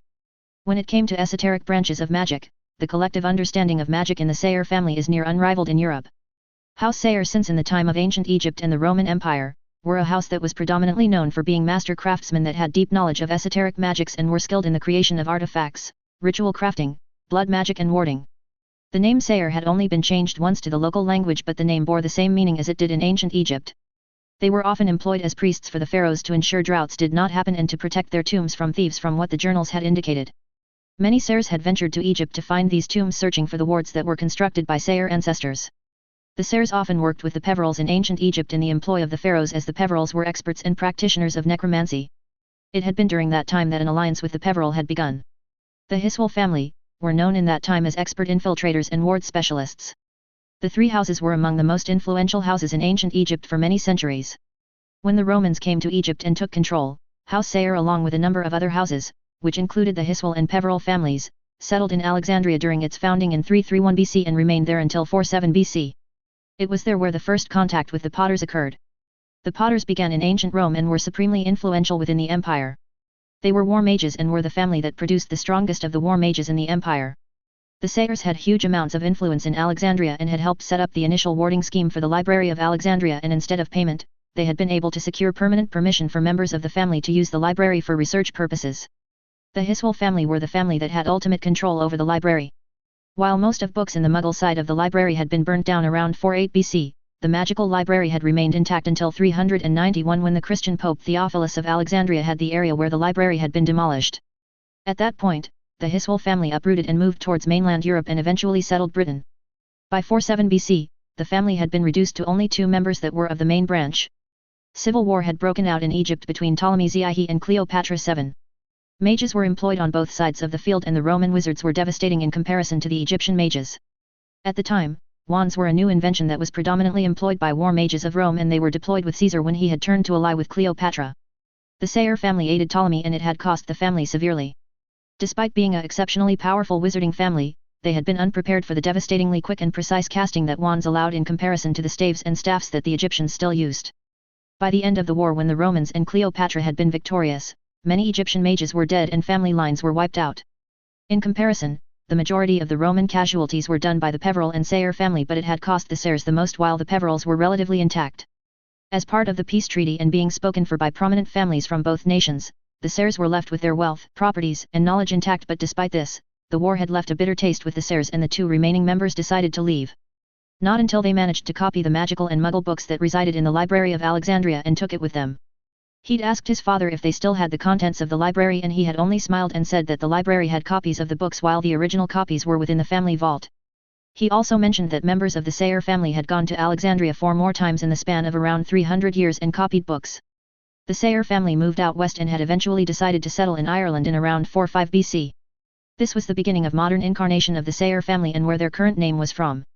The heir of the family had been unmarried when he and his sister had moved to Ireland, but it had not been long before he had met his wife. The woman he had married was Morrigan.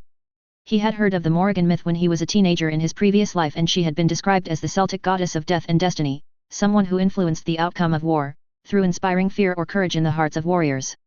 From the stories he was given by his father and great-grandfather in the family history books, it became clear that there was only some basis in truth. She wasn't a goddess, but she was not entirely human, and it's said that she had elven blood, the last remnant of an age long past, though that was simply speculation that was notably stated by one of the ancestors. From what his father had said, it was long believed in the family that she is immortal or the very least ageless, and she had the magical strength of dozens wizards. From that union, the magical capabilities of the Sayre line were increased by a massive fraction, and to this day that merging continues to show in the line through the way of powerful wizards and witches. Affinities to certain branches of magic begun to show up more often than not in the Sayre line, which had resulted from this union, such as greater capabilities in the mind arts, to esoteric magics and an attuning with nature.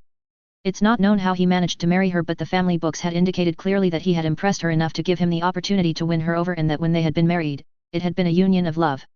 From that union, 3 children were born, all of them exceptionally powerful and had extended lifespan. From Morrigan, he and their children had learnt magics that was unknown to the rest of the world. There weren't any descriptions in the books on what was taught to them, and when he had asked his father, he stated that some of the knowledge was recorded in the grimoire, but he was uncertain how much was lost. One thing he did mention, however, was that the extended lifespan that they received still run true even today. He stated that the average lifespan of a Sayre was 200 or so years in comparison to 150 years of average witches and wizards. He also stated that the 3 children had a lifespan of over 500 years. He explored various history books and found a lot of surprising things. There were numerous individuals who had lived more than 2 centuries. It seemed that many headmasters of Hogwarts frequently hit the age of 150 to 250 without much problem. The books don't say much more of what happened with Morrigan when Seth Sayre, her husband, had died, but father had said that generations of Sayres were told that when Seth had died, the sky had wept blood red for 7 days, and that Morrigan was no longer seen in Ireland for centuries afterwards. Many members of the Sayre family have journeyed to Ireland in the hopes of meeting their ancestor, but until now, nothing has been verified that a meeting had occurred by those adventurers. By the 1st century AD, Roman Muggle settlers began to filter through to the British Isles, and with them came notable wizarding families such Potter, Ollivander, Grimm, and Peveril. There had been conflicts with the local magicals in the early years. The magicals in Britain at that time were predominantly druids who used staves, a magical focus, and focused more on ritualistic, runic, and nature magic, which differed substantially from the magics that the Roman-influenced magicals used. Already by that point, wands had been created by the Roman wizards, and it had been a game changer as it allowed for faster casting and allowed the use of more delicate magics that could be created, whereas staves and staffs were focused far more on wide area effect casting, such as transforming the environment and elemental summoning. Wands were what allowed the Roman Empire to conquer much of Western Europe and allowed the rise of war mages to occur. Conflicts with the locals had been frequent until accords had been reached which allowed a closer union of native and settler magicals and lead to the 2 different magical cultures, each gaining something. The Sayre family resided in Ireland until the 9th century, at which point they moved into the area the current Sayre Manor is, while the Potters settled in what would be known as the West Country of England, the Ollivanders settled in the area that would be known as Greater London, and the Peverils settled in the Midlands. Over the centuries after they settled in the British Isles, the Sayre family enjoyed huge success and influence that it had lacked when they were in Rome, and were once again one of the most powerful houses. It had been their most productive period when it came to producing excellent wizards and witches. They were known for producing great works as artificers, enchanters, and ward creation. Many of the wards that Hogwarts employed were based on or were actually of Sayre creation. One of the more famous artifacts created is the Mirror of Ariste, which was an artifact made by Alfred Sayre in the 16th century. All these works and productive period resulted in huge wealth creation as Sayre products were highly sought after. This had allowed the Sayre family to invest in businesses and build a large portfolio that spanned entire sectors. The Sayres had their hands in agriculture, in mining, architecture, warding, and so on. With all the acclaim as master crafters, came the unsavory aspects of business, the rivals that turned into deadly enemies. Though the Sayres were predominantly master crafters by trade, they were still warriors that hailed from ancient Egypt. Combat magics was and is in the blood of the Sayres, and they were known then and now as ruthless and typically powerful producers of mages that had a near unrivaled knowledge of esoteric magics, with the only ones that matched and possibly exceeded that knowledge were the Peverils in Europe. As a result of the growing rate of enemies of the house, came the increase of alliances. House Sayre by this point was already long since allied to number of families. The Sayre-Peveril alliance at this stage was thousands of years old. Alliances with houses Carson, Mirac, and Garrick were made, who were all combat-oriented families. In the period between the late 7th century and the 13th century, the British Isles had faced a multitude of invasion from Vikings, which included magicals. The most famous houses that were Viking were Hufflepuff and Longbottom. They arrived in the early waves and waged war for years against the British magicals. Unlike the Muggle British, who had been largely unsuccessful against the Vikings, the British magicals had defeated the Viking magicals. However, instead of destroying them, they had been given permission to settle in the Isles and were integrated. By the 7th century, cooperation between houses and regional powers came together and formed the Wizards' Council. It was the first cooperative undertaking in the British Isles by the most powerful families at the time.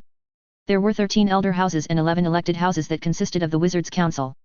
The 13 elder houses were Sayre, Peveril, Potter, Black, Eveningshade, Hiswell, Greengrass, Ollivander, Bones, Blackthorn, Pruitt, Winterton and Knott. Of those 13, only 8 remain extant, with the others either gone extinct or have gone into dormancy. For centuries these families had ruled the British Isles and enjoyed tremendous political power. These families had set the rules, and many of them were skewed in favor of those noble families. That had begun to change very slowly when Hogwarts had been founded. The four founders had begun in the late 10th century to cooperate and bring forth a magical school for the children of the Isles. The killings of magicals in Britain had been ramping in the past few centuries, and it seemed like it would only get worse, and from there spawned the dream of Hogwarts. The impact that Hogwarts had in the Isles was massive. Within a century, the killing of magicals had dropped by more than 70%. Most of the deaths that had happened were either those that were first-generation magicals, or those who were caught unaware that they were being hunted, and often they would catch large parts of families. By the time Hogwarts was a century old, the number of children that died had tapered off significantly, as all magicals were invited to attend Hogwarts. The talented individuals that came from lesser families had now the opportunity to learn far more magic than they would otherwise, increasing the opportunities available to those families. As the centuries dragged on, Hogwarts provided the opportunity for the uplift of families, and it had resulted in far more competent families and the increase of strong houses. The impact of Hogwarts had been profound in the Isles and had inspired Durmstrang and Beauxbatons to be founded, and later on Ilvermorny and Salem in the Americas. Hogwarts had been promoted not only for the education of children but also because as a safe place for children to learn. Hogwarts is situated on an intersection of 3 major ley lines and 2 minor ones.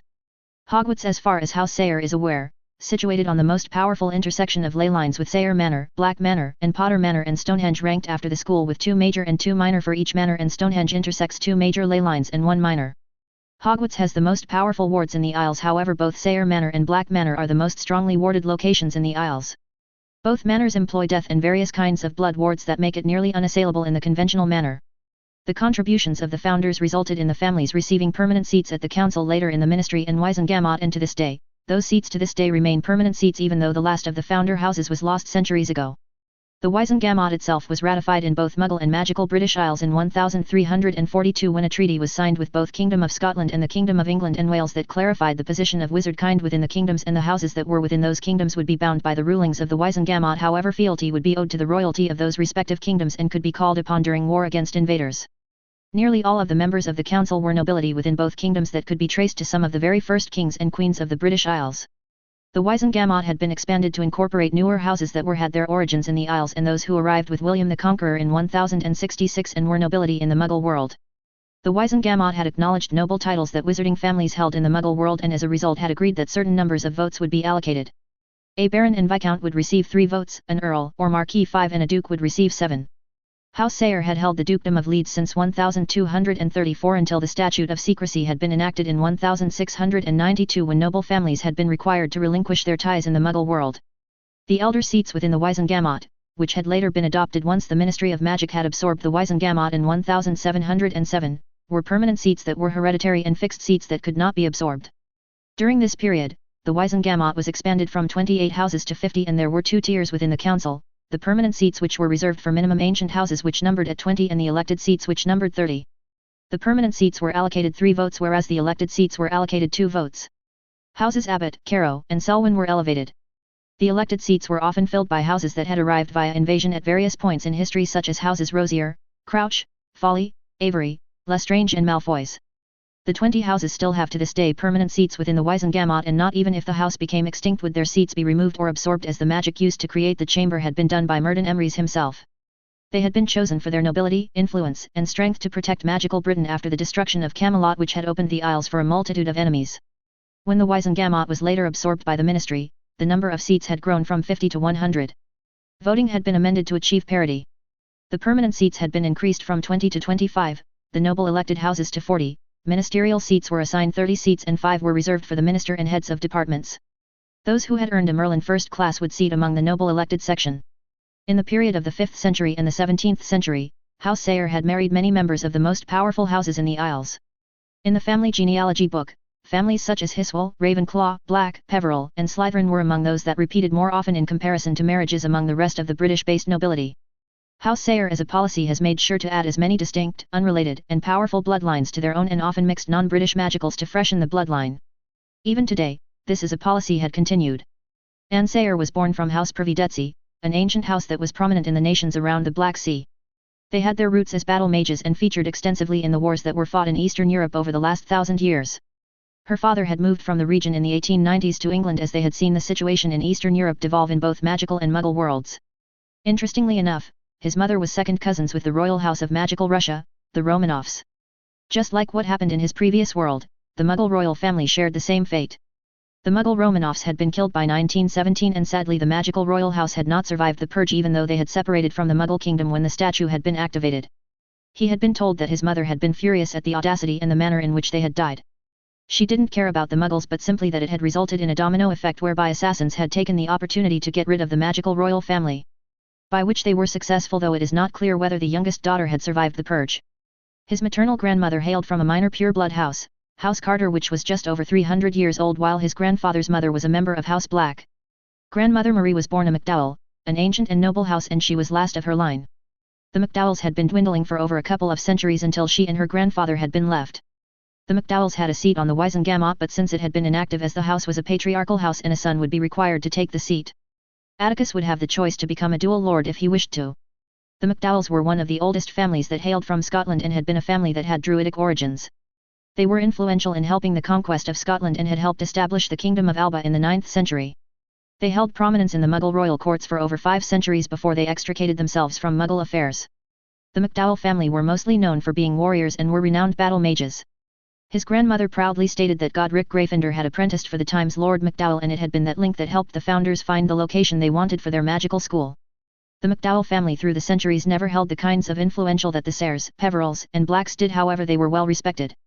A marriage that is known currently only by a handful of people, McDowells had managed to secure a marriage to Antioch's only grandchild when the family had been on the verge of destruction. Ignotus had hidden his grandniece with his family when it became apparent that Antioch would get himself killed for the Elder Wand. When the male line ended with Ignotus in 1292, the lines of the 3 brothers however lived on through the female lines. Antioch lives on, now, through the Sayres, Cadmus line now lives on through the Gaunts and Ignotus line through the Potters.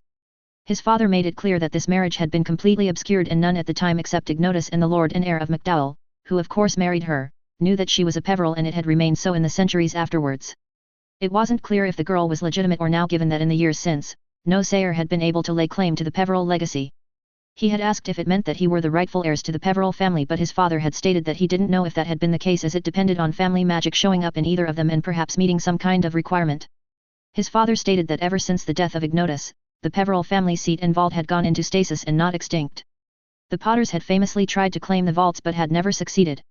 The McDowells had never tried to claim the vaults as they did not want the attention on their family. The tale of 3 brothers, grandmother had said, was a death sentence on the family that they never knew had come to be. Even today, he knew that the 3 Hallows occupied the minds of powerful wizards and 2 specific ones came to mind. Grindelwald has used the house crest of the Peverils as his symbol and will become synonymous with his cause. When he found out that he possibly shared a connection with the Peverils, he had been unsure what to think of it. For one, he had been excited as it could mean that he could unite the Hallows as he was an heir but it also made him and his family a target should the link ever be discovered. He also did not want to earn the ire of death if she/him/it had a personification. He did not believe that any mortal could be the master of death. Perhaps champion, perhaps companion. But not master. He knew that Dumbledore in the books had interests in the artifacts given that he'd hung onto the invisibility cloak for years, had the Elder Wand for decades and had succumbed to the curse that was imbued in the stone, unable to resist the compulsion curse. The biggest threat other than Dumbledore was of course Grindelwald. Chances are that if he ever found out about the link he could come after the family, even if he had the wand that potentially belonged to the Sayre line, purely if only to find out what the family knows of the Hallows. By the beginning of the 17th century, the Sayre family was at the risk of extinction. For over a quarter of a century in the latter stages of the 16th century, House Sayre had been involved in a devastating feud with 11 houses, 3 of whom were based in the Isles and the rest were on the continent. House Sayre had been challenged in one of the areas in which they conducted their business and it had escalated to a full-blown war between families. During that period, House Sayre was extremely wealthy and had the ability to call on dozens of wizards and had formalized alliances with many houses in the Isles. Over the centuries, they had managed to expand their trade and businesses all over Europe and had expanded with the British Empire when they arrived in Asia. The Sayre family had their hands in mining, agriculture, potions, textiles, and metalworking and in many other industries both in the Muggle and magical worlds. This growing influence of the family resulted in the creation of numerous enemies which devolved into full-blown war. It resulted in the extinction of the 3 families in the Isles and the allies that had aided them, of which there were 5 and the extinction of the 8 houses that were on the continent. Of the allied houses of House Sayre, only 5 had survived which had included the original 4 families though they were much diminished but the war had the largest impact on the Sayres. It had reduced the number of Sayres to exactly 1, a William Sayre who was from a cadet branch of the family. He had been the son of the Lord's third-born son. He had been kept away from the war since his birth but when his parents had joined the war, his maternal grandmother had taken care of him and took him away to Ireland when it became clear he was orphaned at 14. He had not attended Hogwarts as it was deemed too high risk and had been taught first by his parents and then his grandmother. By the time the feud had ended, he had been 19 and had been alone since he was 17 when his grandmother had died. The war had a significant impact on William and he had not left Ireland and had died without returning to England. Luckily for him, the relationship with the goblins with the Sayre family had been excellent and they had known of the contingency plan and had locked down the Sayre assets until someone of his line could claim it. He met Reincarnation when he was 21 and had married her soon afterwards, and not long after, Isolde Sayre had been born in 1603. 7 years later, Henry Sayre had been born. Tragedy continued for the Sayre family because Reincarnation had an insane younger sister. The two sisters were born from the lord of the main branch, however when he had passed while they're still in their teens, the lordship went to their uncle and it had resulted in them departing to Ireland. The Gaunts were famous even then for their madness and fanatic blood purism, which fortunately had passed over Reincarnation but had returned twofold in Gormlaith. She had set the home of the Sayres on fire and it had killed the elder Sayres. Gormlaith had then taken in the 9-year-old Isolde and the 2-year-old Henry. By all accounts, the years under Gormlaith had been terrible for the pair of orphans as she had regularly cast dark magic on the pair. Isolde had done her best to protect her little brother and was able to take most of the attention away from him. Isolde had been denied going to Hogwarts, which she had hoped to go to, and it sparked something in her that would later result in the creation of Ilvermorny. She had planned to escape Gormlaith and take her brother with her, but an opportunity had arisen that proved to be the best choice. She managed to convince Gormlaith to let Henry attend Hogwarts. When the time neared her escape, she coached and instructed Henry to go to Gringotts when the time comes and have them help him get to the Sayre Manor, as her father had once said that it was a near impenetrable fortress. The time came and the siblings had split, not seeing each other for over 2 decades. Henry managed to claim the Sayre vaults and the goblins helped him with what he needed, and the portraits at Sayre Manor educated the boy before it had been time to go to Hogwarts. He managed to get in touch with the surviving allies of House Sayre and had reaffirmed the old oaths and bonds. At Hogwarts, with a stroke of luck that may have been helped along, Henry managed to befriend the heir Black. From that friendship, influence came, and with that, Henry slowly but surely re-established the Sayres in the minds of the nobility who had believed that House Sayre had gone extinct. After Hogwarts, marriage to Lucretia resulted in an alliance of aid with House Black was spawned that was still in existence today.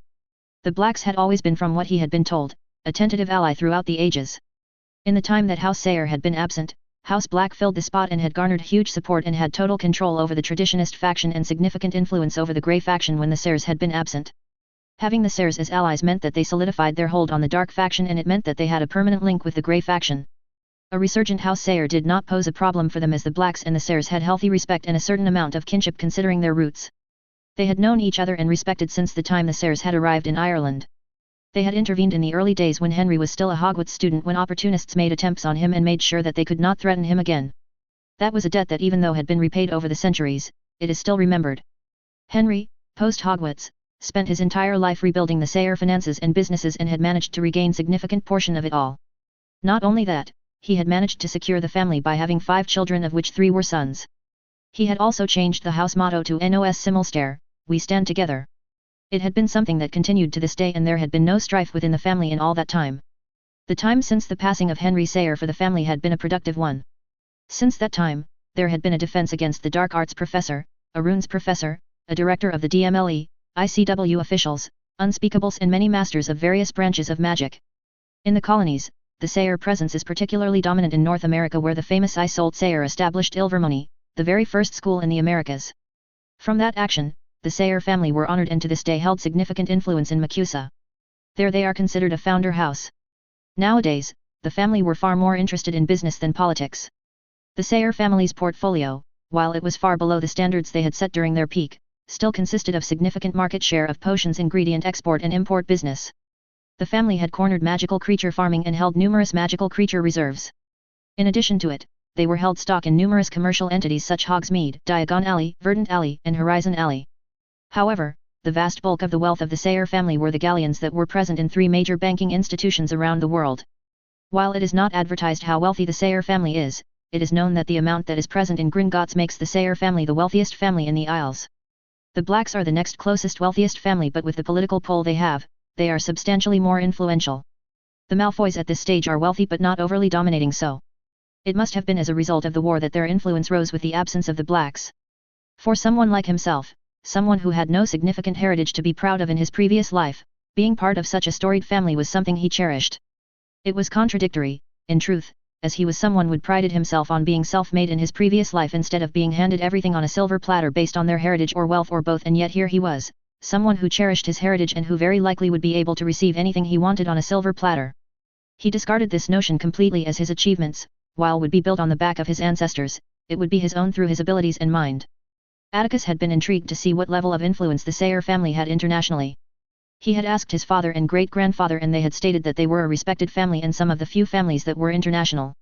He hadn't been shocked when his father had explained that the old families of Britain were isolationist in nature and rarely dealt outside of the Isles. It made the Sayres the exception rather than the rule. It also meant that while the Sayres had limited influence, in comparison to the Blacks, the Sayres were far more influential on the international stage. He stood up from seat and yawned. It had been a tiring day. He yawned again and stretched and made his way to the kitchen. Perhaps I can get Tweenie to make me that fish dish that he does so well, he mused to himself. Break. 30th of November 1929 age 5. Like every morning, Atticus woke up at early to begin his morning exercises. He got out of his bed and slid the window blinds aside and opened the window. He stretched in front of his mirror and looked at himself. Atticus was fairly tall for his age. He still had very little musculature, but from what he could surmise, he'd end up with a tall wiry body that would be lean. His father, and from what he remembered of his grandfather, both had a lean but with a clear muscular definition. Even at this young age, he could clearly see that he favored his grandfather in his looks, but he had his mother's nose and shape of the eyes. His eyes early on had been of a dark shade of blue with lighter flecks of blue which had darkened into an amethyst color with flecks of emerald green mixed in it. The eyes contrasted beautifully with his face which had aristocratic features, the pale skin and midnight black hair that he had. More than once, whenever the Sayre family hosted other families or guests, comments about his eyes had been made. He began his morning exercises which involved a light schedule of physical exercise until he was older. In his previous life, he had been an active man, daily gym sessions and ran every other day. Thankfully in this current life, his diet from the beginning had been healthy that he had only picked up consistently once he had started university. After he finished his exercises, he went for a shower and returned to begin his magical exercises. His mind drifted as he thought on his progress. By the time he was 3, he could summon, banish, and levitate items. He had difficulties with control and had spent a significant amount of time familiarizing the amount of magic that was used in each action. He had learned that the first pull on his magic he felt was the equivalent of a dam bursting, whereas the control he established felt like a steady flow of water, gauged to an amount. He'd already developed a decent amount of sensitivity to his magic when he had been meditating trying to find his magic. As he continuously practiced, his control over his magic continued to grow to the point that his level of control resulted in him amalgamating the 3 into telekinesis. He went to the closet and brought out the box that contained the items that he would be using. Opening the box, he brought out weights that he had absconded with a few months ago. His father had been extremely interested in fitness in his late teens and had brought him entire sets of equipment to use. One of the books that he had found in the library was a magical theory book which had indicated that the magical strength of an individual will grow with the use of magic. In other words, magic was like a muscle, and the more you use it, the larger it grows and the more magic-intensive spells you could perform along with an increase in stamina. He arranged the weights around the room and sat down in his designated spot for meditation. In order to grow his level of control, he invented a game to help him. Each night and morning he'd sit down in a meditative posture on the floor of his bedroom with various toys and chess pieces scattered around him. He closed his eyes and began to control his breathing, tuning everything out except for his breathing and the comfortable thrum of his magic. Each year that passed, he could see the river widening, the flow growing in strength. He took control of his magic and began to project it outwards. He entered his meditation and began to project his magic outwards, willing his magic to spread around him. He noticed early on that he could get impressions, a limited understanding of the state of the room, simply by his magic as it washed over it. It was how he could tell where his toys were. It hadn't been difficult to figure out how to project his magic. The first time, however, he expelled far too much magic and he fell asleep due to exhaustion and woke up with Tweenie fretting over him. It only took a few weeks to control his output and he could feel his surroundings within a few meters radius. As time went on, his radius increased and so did his sensitivity to his surroundings. He lifted his right hand and began to levitate 3 different weights located at 3 different regions of the room and pulled them in front of him, keeping them floating. His form of levitation was different in comparison to the levitation charm that was taught at Hogwarts. He could feel the weight and feel the movement of the weight. It required his concentration to ensure that it did not fall, and he had noticed that the difficulty of lifting the weights reduced over time and practice. Familiarizing himself with the feeling of his magic floating the weights in front of him, he put his hand down while keeping his concentration on the task ahead of me. For some time, he had determined that just like how spell casting can be done without wand movements, it should be more than possible to perform wandless magic without using hand gestures. The mental association that people have with wand movements with spells is the same kind of association that gestures has with wandless magic. It took him months to be able to keep levitating an object without gestures. He began to move them in intricate patterns, first orbiting around each other then in differing patterns as he kept his full concentration on the act. It required less concentration and effort as time went by, and he mused to himself that it was likely a combination of his magic growing and the mental training he was putting himself under. He was so absorbed in his task that he didn't hear the door opening. "Atticus, you spent far too much, Merlin." "Atticus, how?" Mother spluttered out as she saw the weights floating around him, wide-eyed in disbelief in what she was seeing. His concentration broke as he snapped out of it, startled at the interruption, and the weights fell down to the floor. He soon schooled his face and looked at his mother with a practiced sheepish look with a smile and said, "Hello, mother." His mother stared at him mouth agape for some time, filling Atticus with amusement though he had shown it on his face as he continued to look at her with an innocent expression. She soon snapped out it, shaking her head that had a wry smile plastered on it, and came forth and took him into a hug. "My boy, you make me feel so proud." She beamed at him. He couldn't help but give a genuine small smile at what she said. Other than magic, though he would never admit it, he valued his family. He had slowly thought on the idea of family as time went by, and they hadn't shown any hint of duplicity or falsehood. He couldn't help treasure the genuine happiness and pride that the woman felt for him that he could feel coming from her. He noticed that he could pick up vague emotions from most people like his sister, mother, and Miss Florence. During dinner that evening, his mother relayed what she saw him do, and his father and Benedict looked at him with incredulous looks while his sister looked at him with a look of awe and a little bit of envy. "Atticus, can you show us what you can do?" his mother asked with a hint of anticipation in her question. He nodded and raised his left hand and began to levitate all the cutleries a half a meter from the dinner table and began to rotate all of them continuously for about 20 seconds and brought them down from where he took them. He smirked and looked up at his father and saw approval shining in his eyes. His great-grandfather Benedict scrutinized him before he spoke. "How long have you been trying to do magic on purpose, Atticus?" he asked intently as he stared at him. He shifted in his seat as he felt a little wary with the sudden shift in atmosphere. He fidgeted with his hands as he looked down. "Great-grandfather, I remember when I took the toy from Sophia, I think that I wanted to do it every time. I remembered how it felt when I did accidentally, and I tried and tried until I could do it," he stated apprehensively, and he looked at his great-grandfather who gave him a look that clearly stated that he should continue. "Perhaps I overdid it," he grimaced internally. "No, I'm already limiting myself in front of them, and I'm keeping much of what I can do to myself," he thought to himself. He buried his apprehension and said himself, "I then thought now that I could bring stuff to me and push them away, I should be able to more, and I played with my magic until I felt tired every day when I was sent to bed." He finished sheepishly before he fixed himself with a playful smirk and triumph in his eyes. After a while his mother chuckled. "Benedict, don't chastise the boy, I think it's wonderful to have a talented boy in the family," she beamed at me. His grandfather sighed and glared slightly. "I'm not chastising him, I'm merely curious at his abilities. It is known that children in our family are magically and intellectually gifted, but it's unheard of for a child to be as talented as he is at his age. Though it isn't surprising considering what my son said when he saw him," he finished with a pained look in his face. There was an awkwardness within the room. Benedict had reacted badly to the death of his son, and he had slightly detached from the rest of the family. However, Atticus decided to shift the conversation along. "Grandfather, what do you mean?" He tilted his head as he waited on what he meant. Benedict at this point leaned back in his chair as he took the attention of everyone in the room. "Yes, I'm also curious. I did not know father would expect Atticus' talent in magic." Marcus curiously looked to his grandfather. "It was when you and Anne came back from the hospital with Atticus. As you know, your father in his long years had explored many branches of magic and in time had begun to develop mage sight." Benedict paused for a moment. Benedict continued, "It is not a natural talent he had been born with, but he had the opportunity to learn it from an individual that he met during a business deal he conducted in China. It is a taxing ability, and he had learned it when he already in his 80s, so he can only use it intermittently." Benedict paused as he drank from his glass of wine. "It also causes discomfort. It slightly overwhelms nearly all the other senses. There are some who develop it naturally, but generally speaking, it is a talent that harnessed," Benedict said as he took to glancing around the table.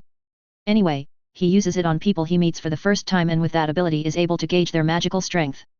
He finished and took the opportunity to sip on his wine before continuing. He decided to use it on Atticus to see his magical strength, and what he had found greatly surprised him. As lord of our house, he had met up with many of the prominent families and their children, and he used his mage sight to scout the upcoming members. What he found with Atticus greatly exceeded his expectations. Atticus at the age of less than a week already had an exceptionally strong magical core. When he did it again after he had heard of Atticus' bout of accidental magic, he found his magical strength to have increased from what he could recall. He stated, stunning the rest of the table. Atticus sat still with eyes wide open as he processed what his grandfather had just said. He hadn't expected to be so gifted and thought that he would need to grow his power to be able to match the powerhouses that Dumbledore and Grindelwald were, but to hear that he already had a large magical core at such a young age left him with sheer excitement. As he looked over to Sophia, he could see her fidgeting in her chair and seemed to have a question on her lips, but she was preempted as Benedict looked at her and smiled. "Sophia, you yourself are also talented magically.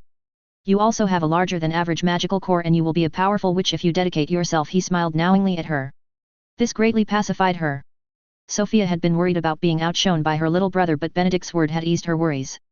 She knew had magic since she had been doing accidental magic since she was 5.5, but it was nice to hear she wasn't weak magically.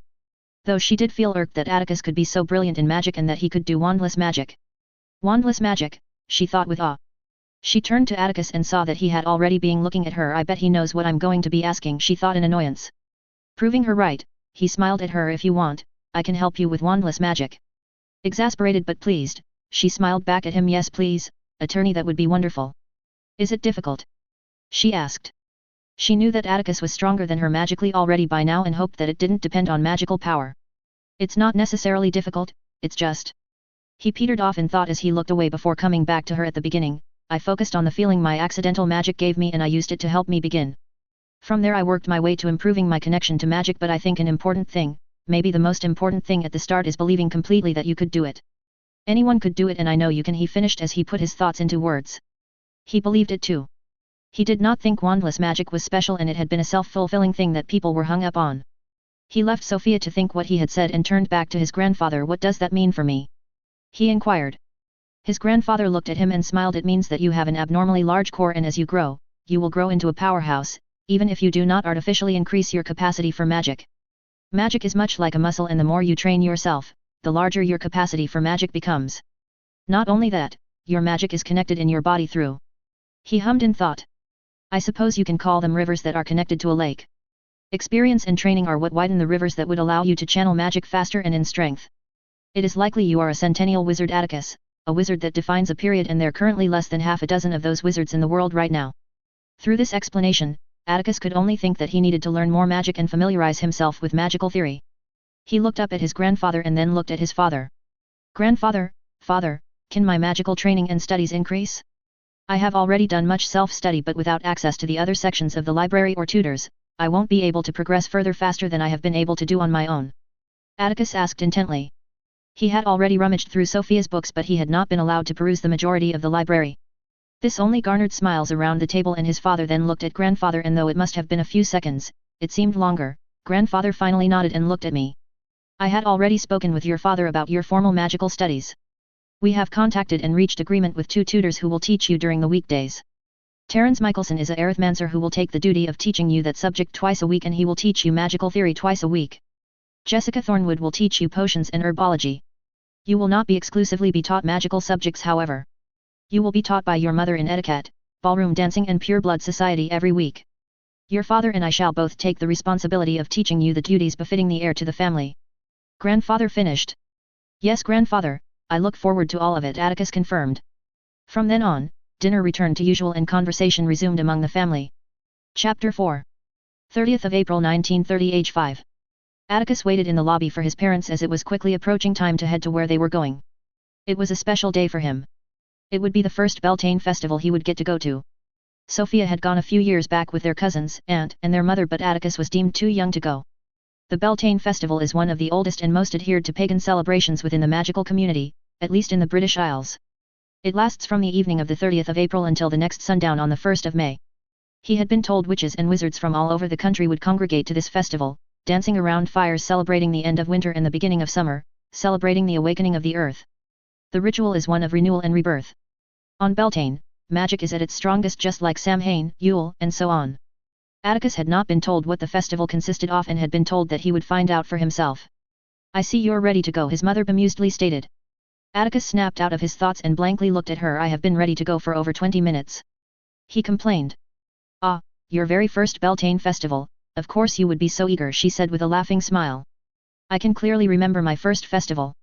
She said wistfully with a sigh. It was magical, she said with a mischievous look in her eye. Atticus only sighed at her antics. Where is father? Hoping to move the situation along. He'll meet us there. Hold on to my hand, I'll apparate us there, she said as she stuck out her arm. There were numerous celebrations around the country where people would meet. The celebrations they were attending were held in the countryside somewhere in northern Wales. Atticus and his mother arrived at the designated arrival point and could already see a large congregation of people in the distance. They had arrived on a hill that overlooked the forest, and in the middle of the forest there was a clearing large enough to suit thousands of people. There were thousands upon thousands of lanterns, illuminating the sight, seemingly hung in the sky, as captivating as fireflies. It gave off an eerie welcoming presence. They walked towards the site. As they approached the site, Atticus was for the first time clearly able to see what the people were dressed in. Atticus had been taken to one of the clothing shops in Diagon Alley and he was fitted for brightly colored robes. The one was wearing was forest green and sky blue. He hadn't complained about the colorful clothing as he was simply far too intrigued in the entire affair. They were all wearing similar bright clothing. Crowns of flowers adorned the heads of witches, even some wizards. There were hundreds of people, speaking, laughing, dancing. Musicians filled the air with music with carefree abandon, putting people in rapture as they danced to the beats of the songs. There were stalls, selling food and drink. Atticus closed his eyes and extended his magic outward slightly, hoping to feel what he thought he might be able to feel. He had been right, magic was strong here. He could feel it, it was currently soothing, embracing, warm, waiting for something. His mother had spotted their father, who was talking to a couple who were about middle-aged. "Marcus!" his mother exclaimed as she dragged him along towards him. His father had turned and smiled once he realized who it was. He moved towards her and gave her a kiss on the cheek. And he smiled softly. He then turned to Atticus and put his hand on his shoulder. "Hello son, your very first Beltane festival. What do you think so far?" he asked. Atticus smiled. "It's wonderful," he said whilst he looked around taking in the sights. He hadn't been lying either. The magic he was feeling currently was different from what he had felt from the manor, but it was not too dissimilar. It was very tangible. Marcus simply smiled. "Why don't you go dance? It will be an experience that will stay with you. It is said that dancing between the fires will bring you good fortune. Find a witch to dance with," he said. Atticus had been reluctant until he had been convinced by his mother. He made his way to where a number of people had been dancing and he had seen a number of children who were roughly his age. He made his way towards them. He saw a couple of girls twirling, weaving through the air, in tune with the music, lost to the rhythm of the music. He did not know how long he stood there, watching the girls and the others around them, but he had been taken out of his thoughts as his hand had been grabbed and pulled towards someone. He jerked his head and saw a girl, around his age with black hair and grey eyes that had been responsible. She wore a band of bright violet flowers on her head with her hair braided with pale white flowers scattered in it. "Hello," Atticus said bemusedly. "What is your name?" he said as she continued to grab him and dragged him towards the center of the place he had been watching. She looked back and smiled. "Calypso," she said softly and returned her gaze to where they were headed to. They hadn't spoken again after that brief interaction. They joined the others who were dancing around the fires. Atticus did not know the pattern of the dances they were doing, but it had not mattered. Calypso knew and she took charge, leading him into kicks, into spins, and into twirls.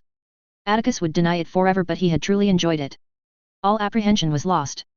He felt giddy, he felt like he was dancing to an unheard beat, beyond the music that was being played, songs that were sung of which the barest whispers were heard but enough to sunk you into enchantment. Atticus let himself go and he extended his magic outward, and what he felt was wonderful. It was as if he was high and drunk at the same time, without the heaviness that came with it. The magic that had been warm was now nurturing, a balm to his soul. He did not know how long he was in this state, but he was exhilarated. He had long since lost Calypso and had danced with a number of girls. After a while, he had come down and he took a seat at the edge of the dancing area. He felt a hand on his head and he turned his face towards that direction, and it was his mother who had come to look for him. "Have you enjoyed yourself?" she asked teasingly. Atticus could only laugh. "Yes mother, I have never felt like that before," he exclaimed, and he began laughing. She laughed along with him. "Yes, that is the magic of Beltane. Magic is strong today. Wild magic is high on this day, and with the presence of hundreds of magicals with strong positive emotions, it only contributes to the strength of the magic and it affects us all deeply." Atticus pondered that. He supposed it made sense.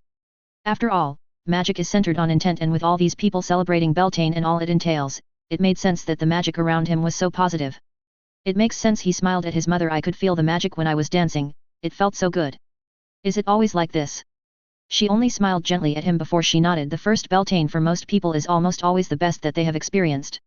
She looked up at some of the lanterns that were floating above them before she took on a wistful look and turned towards Atticus and looked him in the eyes with a soft smile. "But, the first Beltane with someone special can be truly wondrous. I remember when I went with your father. We went together and we had danced until dawn," she said as she looked past Atticus, clearly remembering the occasion. Atticus smiled. He was happy for her and he dropped down, lying on his back, content to watch the lanterns float above him in the sky. She remained seated next to him as she simply watched people dance the night away. It was strange. Life for Atticus has been so far and above better than at any time in his previous life. Nights like this, moments like this with his mother had evoked things in Atticus he had thought had long since withered away. He closed his eyes and let those thoughts drift away, choosing instead to focus on the music, the laughter, and feel of the magic instead. It was strange. It was contentment. Break. 4th of September 1930 age 5. For a little while now Atticus had been picking up emotions from those around him. He had been picking up emotions when he had been going to Diagon Alley and Verdant Alley with his mother, but during the Beltane festival, he had been picking stray emotions from hundreds of meters. Luckily, much of it had coincided with the positive feel of the magic of the festival, and so it had not caused him any damage or discomfort. But there had been some stray whispers that he could not make could definitely heard. When he had returned and pondered over it, he had realized that he had been picking up stray thoughts along with the emotions. Atticus was in two minds of this. He was inordinately pleased that he had legilimency capability, but he knew that he could not truly practice it at the manor, and so he had made plans. His father had taken on a lot of the duties regarding the family business and Wiesengamot duties. His great-grandfather was still Lord Sayre, but he was stepping back more and more. This had left him very little time in the home during the day. He often left around 10 a.m. and returned in the evenings. His mother aided in the family business, but she also had her socialite activities which kept her busy in the afternoons and evenings. His great-grandfather had a similar schedule to his father. Miss Florence was the only one that he had to work around with, and he could do it easily. It was well known that Atticus spent much of his time holed up in his room and didn't like to be interrupted. In this case it would work well for him. Tweenie was the house elf that he was assigned with, and he had a lot of leeway with him. Because Tweenie was bonded to House Sayre, he would be unable to spill his secrets unless it was demanded by the lord of the house. All he needed to do was to ensure that Tweenie was capable of lying in case he was asked about his activities. He scheduled his expeditions on the 3 days a week he knew he had free reign for 3 or more consecutive hours. And so 8 days after the Beltane festival finished Atticus' excursions into Muggle London. Tweenie was his taxi. He was able to pop the pair of them without a problem. Atticus had asked Tweenie find him a location where he could sit at a height without being easily seen, but had enough people for him to practice on. He had found a decent place on a roof that was 2 stories high in Oxford Circus near a high-end restaurant, was a high-traffic hot spot. He had difficulties at first sensing emotions from this vantage point, but soon, after half a dozen trips, he managed to not only sense emotions but began to see images popping into his head when he concentrated and caught eye contact with some of them. From that point onwards, he began to experiment with his legilimency and drove forward with his intent to hear more, see more, and his magic had responded, too well. He became overwhelmed and he had to quickly push his magic to block everything out. It had taken him over a month to gain conscious control over his ability, but he had still been unable to get control over whom he was legilimicing. It was either everyone or no one. Considering how young he was, he did not think it was wise to mingle on the ground with the Muggles. So he decided a different tactic, and Tweenie finding a number of homes that were secluded enough but had decent number of people. He had found a couple of places that had fitted his description, and he'd chosen a detached 2-storied house that held 3 families. He had sat on the roof, only a few meters of stone separating him and the Muggles, and he used his ability to pinpoint reading their minds. As time went by, he had been able to gain decent level of control over his ability. Once he had established how he could control his range and who he targeted, he returned to the original spot and practiced. He had suffered from headaches for months on end, but as time went by, he became more refined in the way he used his ability. He knew that he must have been a natural legilimencer because from what he remembered, the ability was used by eye contact initially, and the more talented ones were capable without eye contact. It made his goals much easier now that he knew that he was talented in legilimency. He intended to take as much knowledge as he could from whatever source to further his goals. He was gleeful at the prospect. He wasn't totally selfish, however. He intended to find a way to store a mass of memories, not unlike Pensiev's, but in form that instantly and safely downloaded the information into minds. Break. 10th of November 1930 age 6. A year has passed since that dinner, and as time went by, the one thing that the family had abundantly understood about Atticus is that he was obsessed with magic. Thankfully they had been supportive and provided him with what he needed within the boundaries set. His great-grandfather Benedict had been the most pleased and interested in his forays in magic, and had often spent time with Atticus in the evenings discussing magical theory. He was now fluent in Latin and French and was okay with German. He had added Russian to his list after his mother made the effort on teaching him. He wasn't fluent, but he had been able to understand most of the conversations. French had become substantially more useful early on as Sophia had decided to attend Beauxbatons instead of Hogwarts.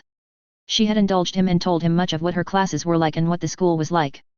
Beauxbatons was located near the Pyrenees Mountains, and Sophia couldn't stop talking about how beautiful the castle and the scenery were. He couldn't feel envious that he'd likely never set foot in the school as he was going to go to Hogwarts, but he couldn't begrudge her. Sophia had agreed to leave her first year books that she would no longer need to him so he could supplement his learning with it. She continued to do it with the subsequent books. When his formal magical education began with the tutors, his pace had slowed down. He had still managed to impress his tutors, but it had merely been a sign of a prodigious talent rather than anything suspicious. His tutors had noticed that he was finding it all too easy and increased the rate at which he had been learning, and had increased their workload for him. Atticus was sitting with his family having breakfast. The discussion of this morning had been Grindelwald and his movement. A few years back, he had been caught but he had escaped and events had been spiraling. It dominated the wizarding world. His family were no less focused on the problem. They staunchly opposed Grindelwald's ideology and fiercely believed in the statue of secrecy and believed that we should not have any interactions with the Muggles.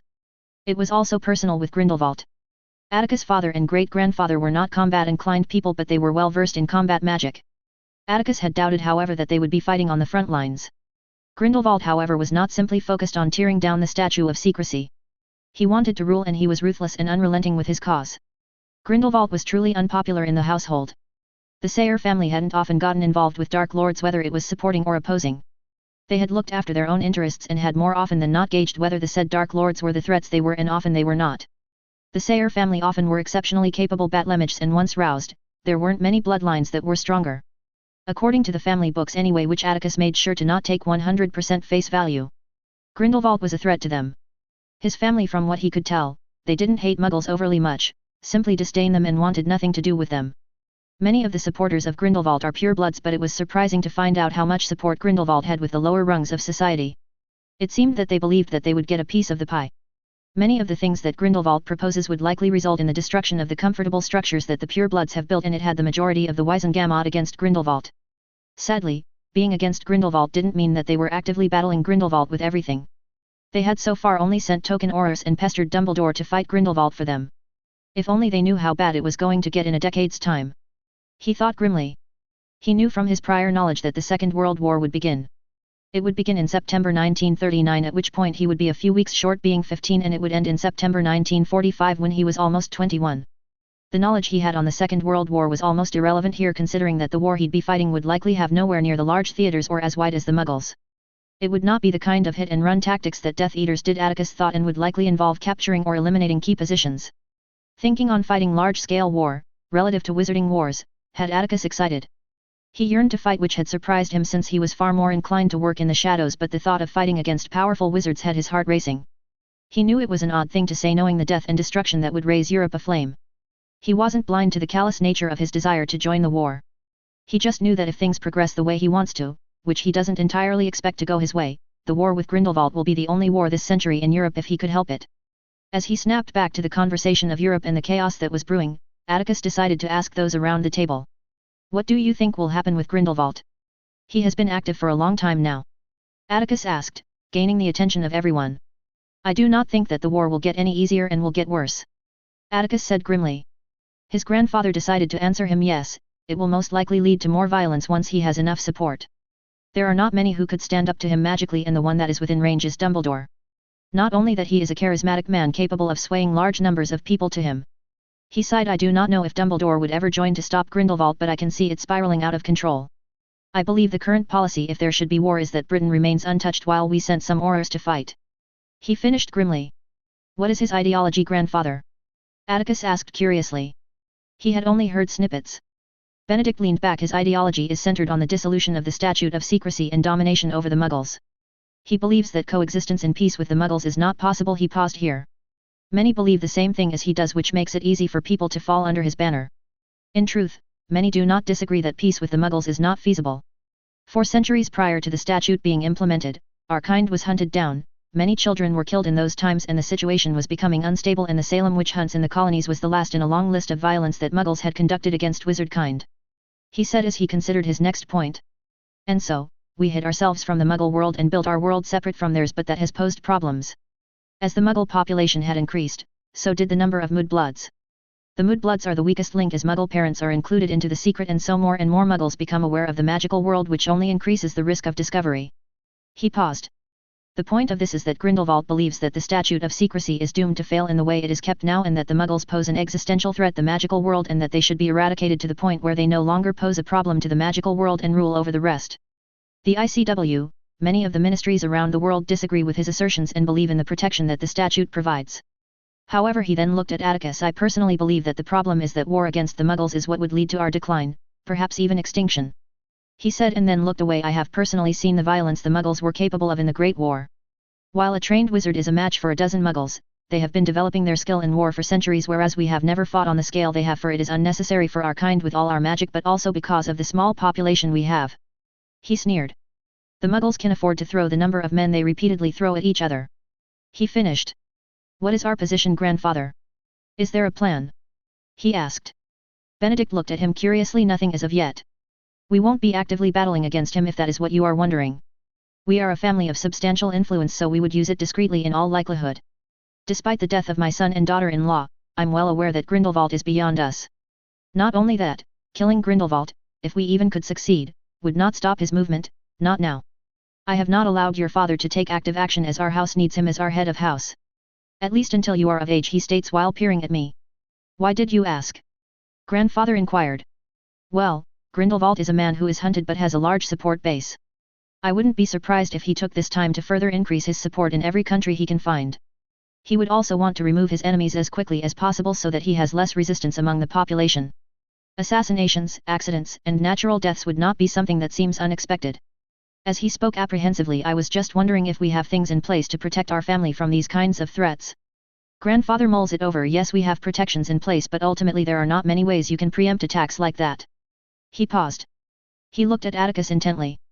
Benedict then continued. We are safe in our manor because of the wards in place, and even when we are beyond it, we ensure that we have adequate protections around us. You don't need to worry, he states with a dismissive tone.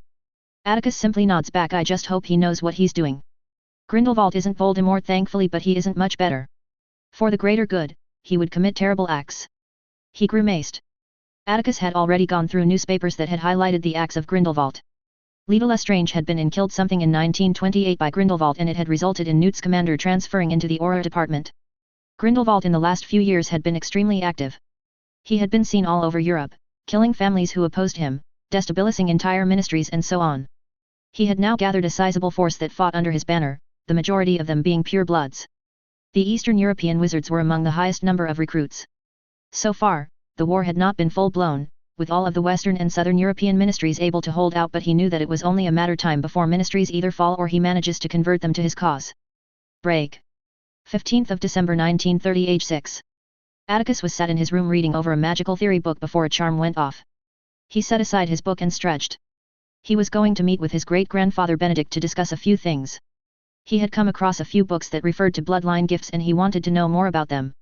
His mother had directed him to his great-grandfather, who told him to come visit his office later in the evening, which it was now. He made his way through the hallway towards the end of the hall, where Benedict's office was. He had not spent too much with his great-grandfather, but lately he had been more engaging with the family, especially Sophia, considering that she was soon set to start at Beaux Batons. She chose the school over Hogwarts primarily because she enjoyed the stories that grandmother had told her in her youth. In her own way, she was honoring Marie. Atticus arrived at the door of Benedict's office and knocked. A muffled come in was heard, so he entered the room and sat down in the chair opposite Benedict. As they sat together in his office, while his great-grandfather sat back in his chair with a contemplative look on his face as he looked over the documents that were in front of him, he took stock of his office. It was a decent-sized room, with antique oak desk dominating the room with neatly stacked documents with expensive-looking quills adorning the rest of the desk. On the left side of the room were stacks of thick books that looked like they may be Weisengamot related, and on the right side were small set of books that seemed to be the books from the library. His grandfather noticed his interest, though he did not comment on it. He coughed and he snapped to attention, waiting for him to speak. He addressed Atticus in a bemused tone. Interested in politics already? Atticus shook his head and let out a small smile. No sir, I was just curious at the thickness of the books. Call me Benedict or grandfather. Calling me great-grandfather or sir is just unnecessary. He smiled a little and redirected his gaze towards the books. A load of nonsense that bureaucrats have conjured up, but it's necessary to know so that they can't take advantage of you, which they most likely will if they are presented the opportunity. He finished and returned his gaze to Atticus with amusement in his eyes. Remind me to schedule a few sessions to familiarize yourself with the books. Atticus grimaced slightly before resetting his face and tilting his head. I'm too young, I think. Maybe after Hogwarts, he said, hoping to deflect the unwanted lessons. Benedict laughed. Perhaps you are correct, perhaps after Hogwarts might be better. He mused. Benedict refocused. You have been asking about bloodline gifts, but first answer me this. Have you noticed that magic comes easier for you, since you're able to feel your magic and have been practicing with it? Benedict asked intently. Atticus took this in and began to think back on his forays in magic. He had been able to grasp notions of magic nearly immediately. He had been an intelligent person in his previous life and things came easy to him, but it had required a lot of work to grasp it like he currently could with a simple glance of a page. It previously took several readings and time to soak the information in, comprehension took time to take hold. But now, all of this came at a faster pace and application of it was quick. Atticus nodded slightly. Yes, I have noticed that magic has been becoming easier now that I understand it better and since I have been practicing it a lot. Atticus tilted his head. Is there a reason for it, grandfather? Benedict nodded slowly. It is partly because of our bloodline, he stated. Benedict leaned back as he became more comfortable in his seat. He looked at the crackling fire while he began. The Sayre bloodline is by far the oldest remaining bloodline in the United Kingdom and it is one of the oldest magical lines in the world. He paused before shifting his gaze towards Atticus. There are less than a dozen of houses that are over 3,000 years old and there are only 4 other families that can compete with us for being the oldest unbroken bloodlines and they are all in the East, either in India or China. It is because of this prestigious bloodline that you owe much of your capabilities in magic in. He smiled briefly before continuing. Our family, throughout the millennia has improved the strength of the bloodline through tireless work, marrying magically powerful witches, integrating desirable traits and magical affinities and through rituals that have cascaded down the bloodline. Benedict paused for a moment. Your strength in magic and your intellect is a product of this. It is one of the Sayre family's predominant traits, and is a trait that, which also runs true more often than traits such as Parseltongue or Metamorphmagus, is the instinctual understanding of all branches of magic. The Potters for example are known for natural capabilities in the air while the Blacks have traits that attune them in their capabilities in the darker side of magic, which incidentally also marks them far more prone to mental instability but are more creative and the Bones who have traits that give them instinctual capabilities in warding magic. Most families have traits that run through their lines and those traits aid in enabling their capabilities in certain branches of magic. Traits are not affinities. Benedict stressed. They are harder to remove from the bloodline whereas affinities are far less certain and more varied but more often than not, they follow along the path of the family traits which are deeply rooted in the family magic and it is a definitive aspect of those families. For our family, our instinctive understanding of magic and intellect has allowed us to develop affinities for the harder, more arcane, obscure branches of magic. Benedict paused. For thousands of years, since the time of ancient Egypt, our family has had affinities to arithmancy, runes, ritualistic magic, wards and blood magic. It is not the only affinities that run in the family. Battle magic, defensive magic and transfiguration are also known to run in the family but the affinities I mentioned previously are the affinities that have been within the family for thousands of years. Our family comes from a line of priests who performed rituals to keep ancient Egypt drought-free. From there, our expertise grew as did our understanding of magic. Rituals are required to be precise and are based on intent. All this requires fundamental understanding of numerous disciplines of magic. Benedict took this moment to gaze at him. Are you following the conversation? Benedict asks. Atticus nods. Yes, grandfather, I'm following what you say and what you mean, he replies dutifully. Benedict smiles and sets his eyes on the crackling fire. He lets a moment or two pass before he continues. Magic is sentient. It cannot think nor does it have intelligence but it knows intent. It is why much of your studies now and at Hogwarts will reinforce that aspect of magic. Benedict glances at him for a second before returning his eyes to the fire. The reason I mention this is related to how families exhibit traits. I am not certain how Metamorphmagus has come about but I do not believe it is distinctly something that has suddenly popped into existence. For us, it was the result of a ritual long lost to the family that brought the trait into the family. Benedict paused. We only know of the ritual because it was specifically kept alive via Lord to Ayr until an ancestor wrote it down in the Roman era in the family grimoire. Few know of our trait and the family ensures that there are no records that even allude to it. It is a secret that we have killed to keep and something that we keep track of the ones that search for it. It is an ability that would inspire fear and hate. He shifted his gaze from the fire and turned to face Atticus and looked at him with absolute conviction with the truthfulness in his words. It must never be shared and the ones that you do share it with, must be under oath. Not even your wife is allowed to know without clauses in marriage contracts or magical oaths preventing the secret being spilt. Atticus looked apprehensive. Why am I being told now then? Atticus asked in genuine confusion. Aren't I too young? Atticus didn't quite understand why having a better understanding of magic was such a dangerous ability. Also, he began slowly. Why is better understanding of magic so dangerous? He tilted his head curiously. Benedict leaned back in his chair and smiled softly to Atticus. Because you are mature enough to understand. You may only be 6 years old but you have a mind far older than your years. At that comment Atticus fought to keep his face from showing his unease. You have no idea how true that is, he thought with more than a little bit of amusement. Plus, it is not as if you will be leaving the manor for any length of time anytime soon. He paused. You will also be starting a clumency, which is to protect your mind, soon with one of my most trusted allies who already knows of the secret and is bound by oath. Benedict smiled wryly. So there is no real concern of it leaking through you. Benedict turned serious within an instant. But you will be required to give your utmost in training your mind. Not only protect this secret but the many secrets our family holds. Benedict finished. Atticus could only nod and Benedict continued when he received the affirmation. Better understanding of magic does not do the ability justice. It's comparing transfiguring a needle to transfiguring 100 feet rocks into bronze animated trolls, Benedict said with sharpness in his tone. His eyes widened. What was he missing? He frowned and considered it but it seemed that Benedict was going to answer. Anyone could have a good understanding of magic. After all, Grindelwald and Dumbledore are some of the best examples of those who have excelled in understanding magic. But not even they are capable of wielding magic like our ancestors. There is a very good reason why we have endured to this day. The trait that we hold is called hyperpercipience. It is the ability to decipher and solve problems at a supernatural rate.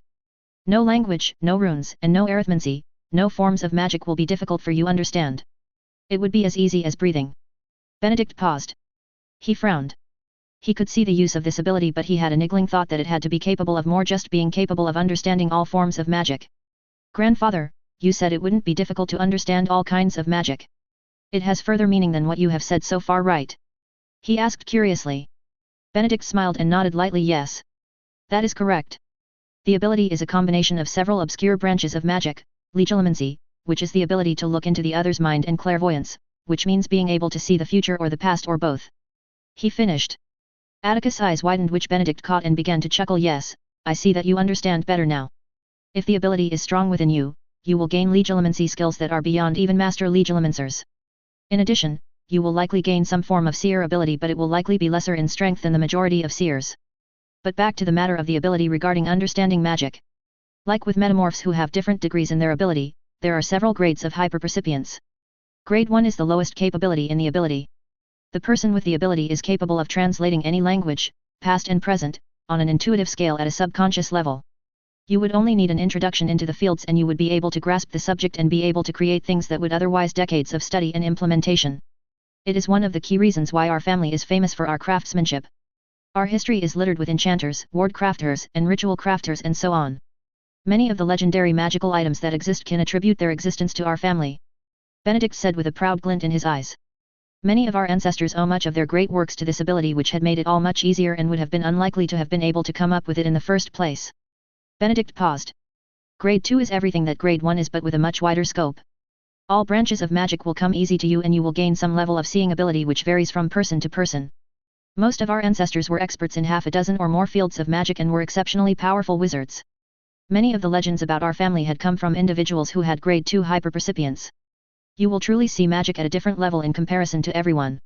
Legends state that the most capable were able to use ambient magic to their whim with simply their intent. The surroundings, the environment around them, were theirs to command. Benedict said as he looked at Atticus with a querying look. What exactly is ambient magic? Atticus asked. He had read some of the books that touched on it, but so far he hadn't found the right ones that explained it in detail. Ambient magic is the magic within the environment. He stated briefly, pausing. It is this ambient magic that refills our magical core faster. What contributes to ambient magic is the ley lines. The earth is crisscrossed with ley lines of magic. They carry rivers of magic. It is why places such as Hogwarts are so magical. It is centered on 5 different ley lines, and the place is so infused with ambient magic and the magic of the children that it has taken on a sort of sentience. It is also why the majority of schools around the world are centered on multiple ley lines. Benedict smiled slightly. It is also why noble houses base their homes on converging ley lines. Our own manor is centered on multiple ley lines. Only Hogwarts and maybe 1 or 2 other houses are centered on stronger ley lines than our own. Benedict finished. Rounding back on the topic of mage percipience, Grade 2 allows you to shape ambient magic to your will, effectively allows you channel ambient magic with your own magical core. If you wield expertly, it would allow you to be incredibly difficult to beat. Benedict paused and looked at Atticus. Grade 2 would put you on the levels of titans such as Grindelwald and Dumbledore despite being magically weaker. His eyes widened at that statement and his composed face fell in shock. To be capable of matching them both with this ability? Atticus returned his gaze to his grandfather. Do you have this capability? He asked with curiosity. Benedict grimaced. No, unfortunately neither I, nor my son or your father had this ability. I do not believe Sophia has it either. It has been more than 100 years since the last person displayed this affinity. It used to pop into our family more often, before William Sayre, but since then, it has often skipped multiple generations. Grade 1 is most often the grade that is shown. Grade 2 is even rarer than Grade 1. Grade 3 is the capability to do everything Grade 2 can do and an supernatural grasp of magic. He continued, taking a more serious expression. Grade 3 is by far the rarest. He shook his head. I believe in 4,000 or so years, only 2 individuals had this grade. Grade 3 is the near total command of magic. Wards would mean nothing to you, as you would be capable of dismantling them with a mere thought or wave of your wand. You would be able to nullify the magic cast by your opponent without a gesture. The possibilities are limitless. Atticus had listened with rapt attention. To think that a simple meeting with his grandfather had resulted in all this, he had only but one question on his mind. He looked steadily at his grandfather. Do I have this trait, grandfather? He asked with hope. Benedict grimaced. Yes you do, but you will not know what grade it is until you are 14, Benedict stated. Atticus was confused. The reason for this delay in determining the grade that you have is because of your magical maturity. When our ancestors tied this ability to our bloodline, they did it while keeping in mind the strain it would have on the magical core. Benedict finished. Atticus' eyes widened and he instantly thought the worst, but Benedict got ahead of that thought and shook his head. It will not damage you. But it will have a strain on your magic if it activates prior to your magical maturity. Have you read any books on magical maturity? Benedict asks. Atticus shook his head. He hadn't gotten there yet. Magical maturity happens in 5 different stages. The first happens at age 7. This maturity primes the child's magical core, while the second maturity happens at age 11 where the magical core is stabilized. The third happens at age 14 where the growth rate increases at a faster rate, and the fourth happens when growth has reached its peak in growth rate, which is at age 17, while the fourth is where the growth rate almost completely stops, which happens to happen around age 21. Benedict paused as he peered at him. The manifestation of the trait occurs at 14 because it has the least chance of causing damage to the individual. There are records where the ability had manifested prior to age 11 and later than 17 and it had caused serious damage to the individual. Luckily, it had been as a result of forced manifestation, which was why it had caused damage in the first place. Magic requires balance, and the ritual that our ancestors had enacted was the requirement of reaching year 3rd maturing. Benedict stated. Benedict starts again and looks at Atticus with curiosity. That is not to say that you will not display early signs of the ability. You have already shown that you have a greater understanding of magic than you ought to at your age, and it shows in your magic. I am not as capable as my son was at determining the strength of magical cores, but you already have a magical core of a Hogwarts student.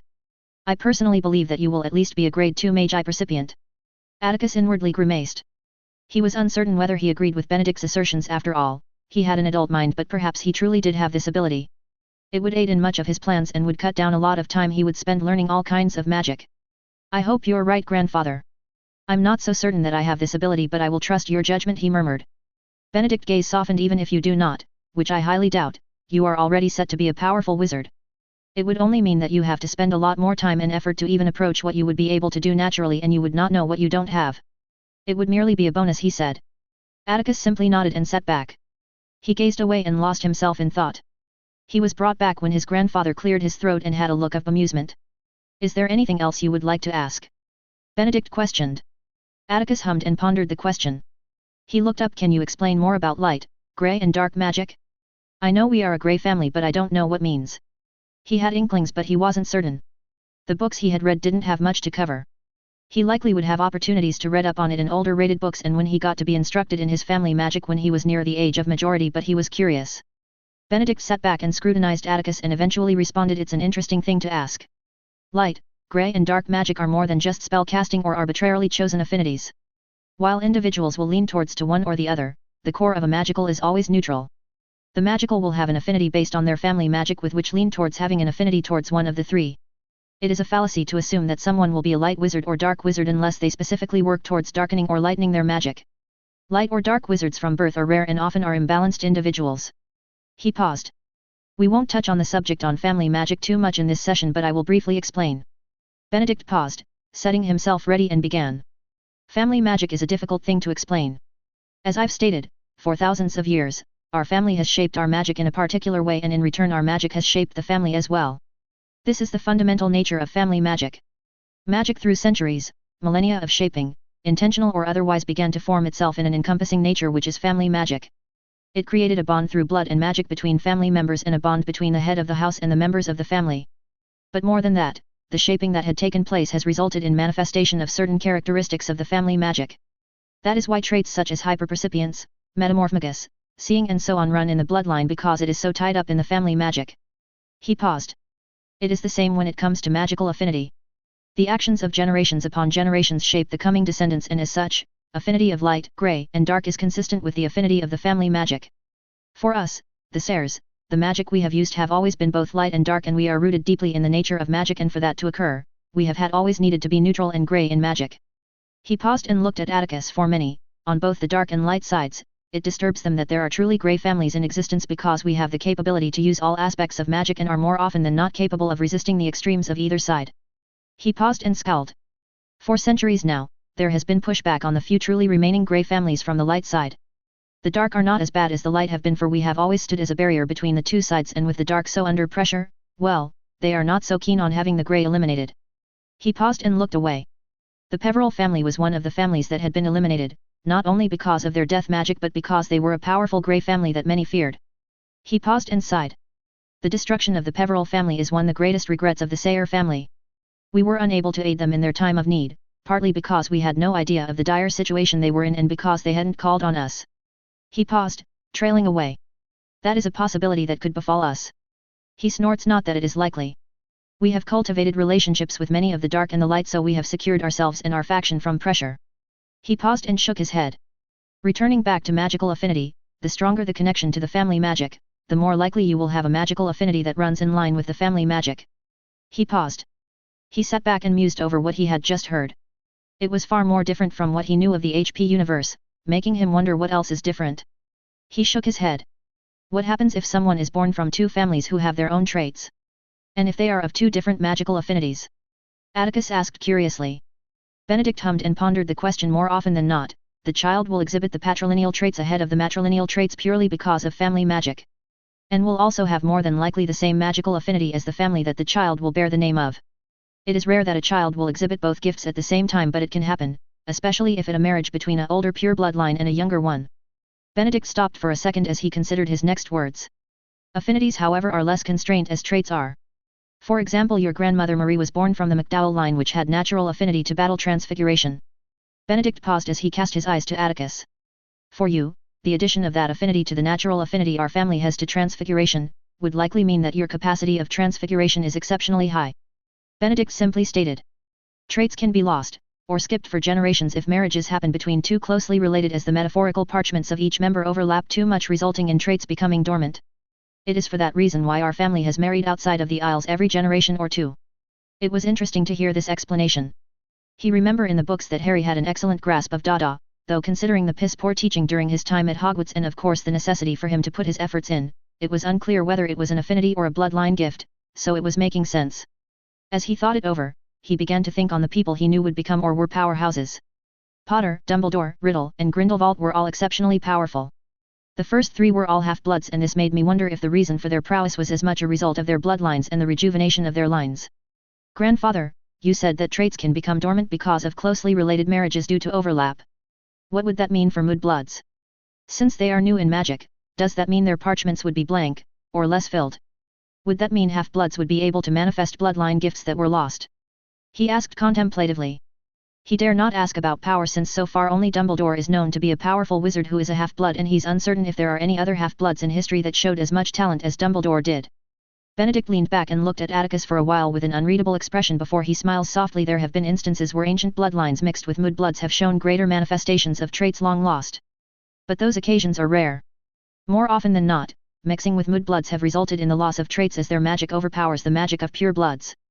Benedict continued. Pure bloods and moodbloods are different magically speaking. Moodbloods have wilder magic, unrefined magic that they have been bestowed. Their magic has not been shaped for centuries to favor certain branches of magic or to prioritize the manifestation of certain traits. The wilder magic effect on the child can bring havoc on the child's affinities and traits.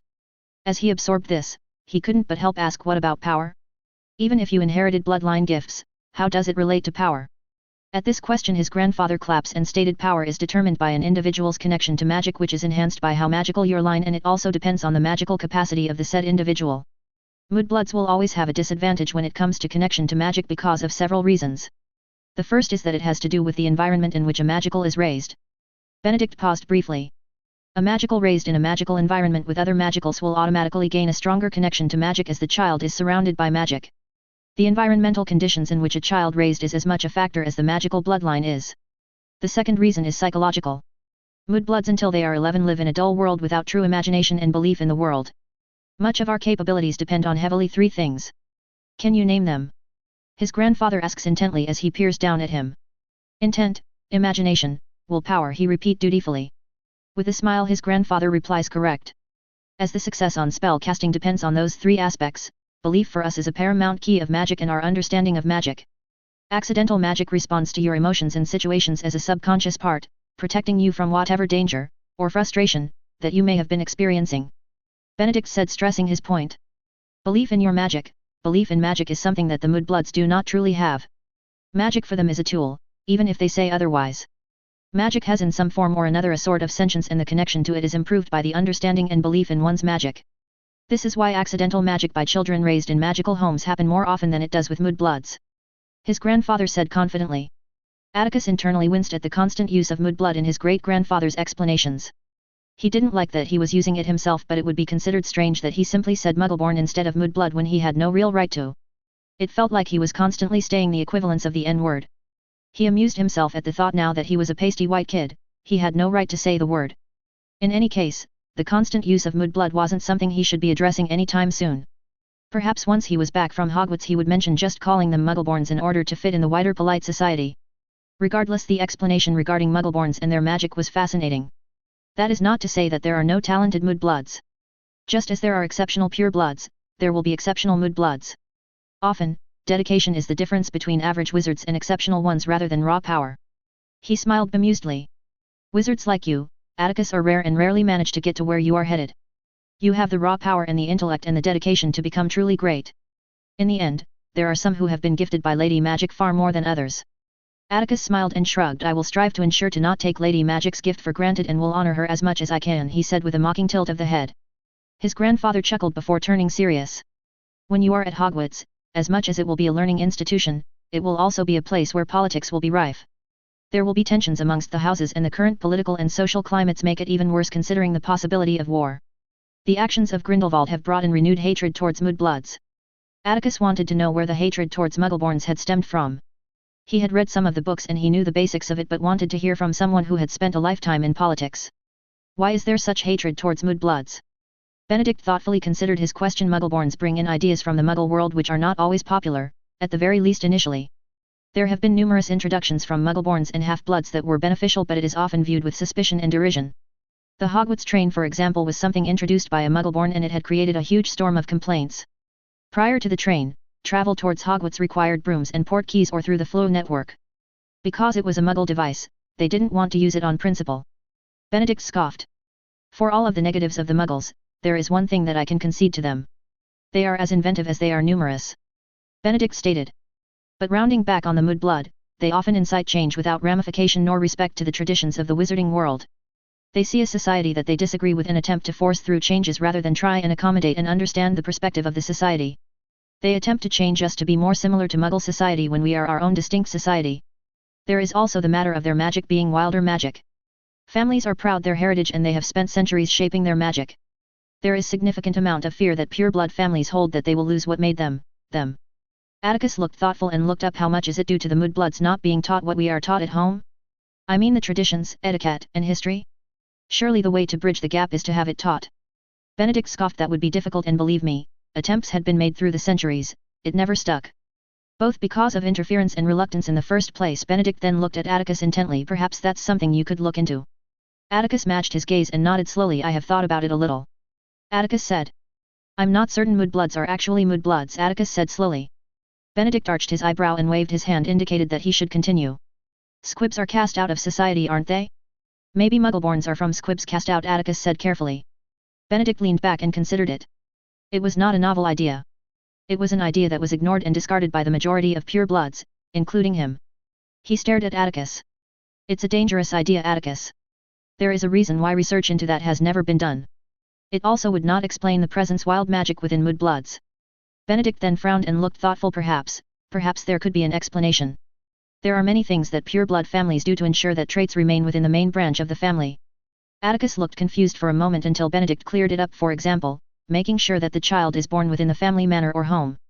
The pregnant woman focusing in particular branches of magic, casting certain spells. Things like that. But the most important thing is the name. Names in magic have power and importance. Benedict paused briefly. It is why the middle name of heirs is always the first name of a patriarch associated with the family magic. If you were, for example, given the last name of your mother, you would likely have developed different affinities and perhaps even not gained the Sayre family trait. He paused for a moment and looked at Atticus with a frown. Researching into this will likely cause you a lot of problems if you go in this route. Atticus grimaced. I know. Atticus then looked with a glint in his eye. If I could research where magic came from in mudbloods, and if it proved that they were descendants of squibs, it would mean that wizards and witches are of a different kind of human and that muggles are cousins as opposed to siblings, he finished. I believe that idea will allow for greater cohesion within the magical community and it would help stop a lot of tension with the wizarding world. Atticus said. He then shrugged nonchalantly. I will need proof however, and that will take time. He finished. Benedict nodded. Yes, you would need proof, and it would need to be airtight and above reproach. Many people will not be happy, powerful people. Before you publish anything, if you find evidence, you will bring it to me and your parents so they can assess it. It is an explosive piece that can destabilize the nation and many other nations. Here Benedict sighed and looked at Atticus. I will not deny you the right to research it, it is your right as a Sayre to do so, but I want you to be mindful of the impact you will have if you find proof. Not only on society but also on the family. He finished. Atticus nodded solemnly. The conversation then dwindled down to a lighter-hearted note. When Atticus returned to his room, he considered Benedict's last warning. Atticus had no doubt he could protect himself, but he would not be able to protect people closest to him all the time, and the fuckers would not hesitate to go for the balls and kill family members as retribution for an imagined slight his research might represent. He lied down on his bed. He would do the research regardless, as it would confirm or not whether his gut feeling was correct or not. But he would weigh publishing it carefully. Perhaps he could publish under an alias, a pen name. He put his hands behind his head. That would keep his and his family out of the crosshairs. He blinked. Perhaps he could go further. He had every intention of fighting in the war, but perhaps he could fight under an alias. That was a thought worth pursuing, he mused. He could deny Dumbledore the influence that he would gain from defeating Grindelwald while at the same time keep his family safe. His alias would get the plaudits and become famous, and he would be able to do many more things freely than he would under Atticus Sayre. He could confine Atticus Sayre as an academic and businessman, whereas the alias, Mycroft? No. Too stiff, cries Ander. Cries Ander Moriarty? No, too obvious, cries Ander Mertens. Unusual enough name. He'd have to find a way to legitimize the alias. Perhaps he could find some kind of link between the alias and an extinct pureblood family from somewhere that would make things easier. He grimaced. He'd have to get the goblins on board. Money would do it, and he'd ensure that they could never talk about the link between the alias and Atticus. He already had thoughts on how to disguise himself. Grindelwald had transfigured himself, and while it was undone by a finite, he thought he should be able to come up with something regarding runes. It would help also shut down the search for him once he obtained the Elder Wand from Grindelwald, as he intended to make a show of destroying it. He had many things to think of to protect his identity. The more Atticus thought about it, the more he liked it.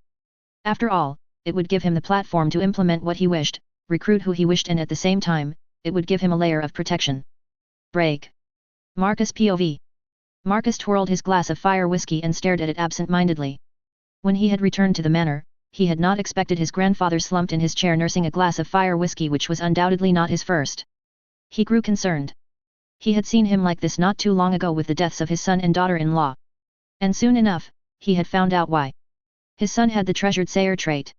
The ability had seemed lost to the annals of time, as there had been no one in over 150 years who had the ability. The ability was revered in the Sayre family. It was considered a great omen for one to be born, and now there was one.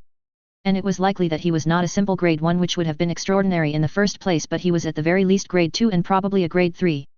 The legends passed down the family regarding grade 3 were always considered a myth, glorification of powerful, historical ancestors. Legends that regaled of ancestors destroying an entire mountains with raw magic, splitting the sea for hundreds of miles with a wave of the wand, stopping volcanoes from exploding, and so on. They were stated to be heralds of Lady Magic. That they came about when there was great peril to befall the family, and they would come about to save the family line. Marcus had doubted that, because what befell the Sayres in the early 1600s certainly qualified a crisis to him. No, Marcus thought, it seemed more likely that it could be Lady Magic's answer to a threat that his son would be at the forefront of, if he was a grade 3. It was similar regarding magical titans. Merlin faced Morgana, Escrides faced the Peverell brothers, and so on. Benedict had already thought of the possibility of Atticus being one of the titans for this age, just as Grindelwald and Dumbledore were. But this, magic favors balance, and he wondered what dangers were to come. He sighed. From what he understood from his grandfather, Atticus had not only hyperpercipience, he was likely most powerful type as well. Benedict had explained that much that they knew of Atticus' gift is more mired in mythology than true knowledge. There is evidence of his type to be sure, but it had been only considered truly as something feasible. From what Benedict had said, the things that Atticus could be capable of would leave even Merlin in awe. That thought had left him in fear for his family. Powerful wizards such as Atticus were held in equal reverence and fear, and it has the possibility to bear ill tidings for the family. He put the glass to his lip and he tilted his head back. He savored the taste on his tongue before simply swallowing. He looked forward and saw his grandson slightly morose. Benedict sighed. So what is the plan? He asked curiously. Marcus looked up and met his gaze. The only thing we can do is ensure that none can know. It puts our family into people's crosshairs and we cannot afford it. And Atticus is far too exploitable at his current age. Marcus looked grim-faced as he said so. Marcus mirrored his own thoughts. It is something we cannot afford.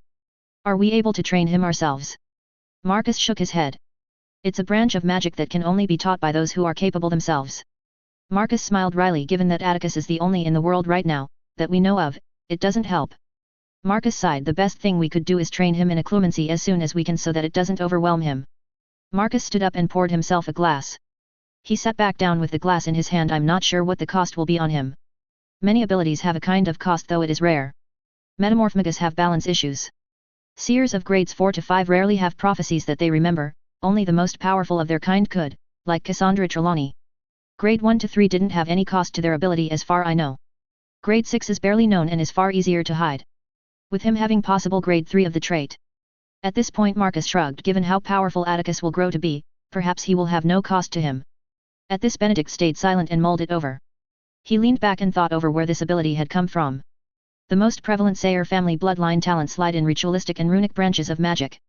Once in a while, Parselmouth would pop up given the number of times the Sayres had married daughters of House Slytherin or subsequent families who had the trait.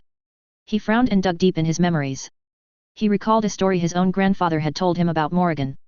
He looked up. What do you know of Morrigan? He asked Marcus. Marcus met his gaze confused. I know the version that our family recites to the younger generations. I also know the Muggle version. Why? He asked curiously.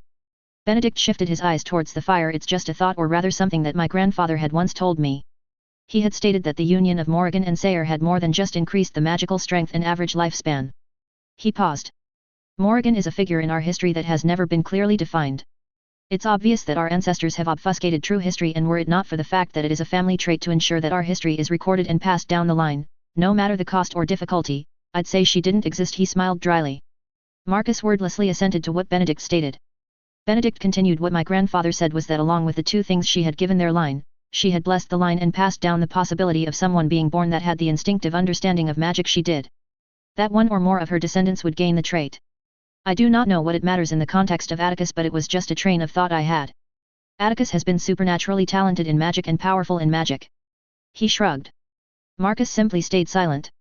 He then sighed. I think I will encourage Atticus to continue his studies at the pace he's been going and leave him to his devices when it comes to how much he wishes to learn.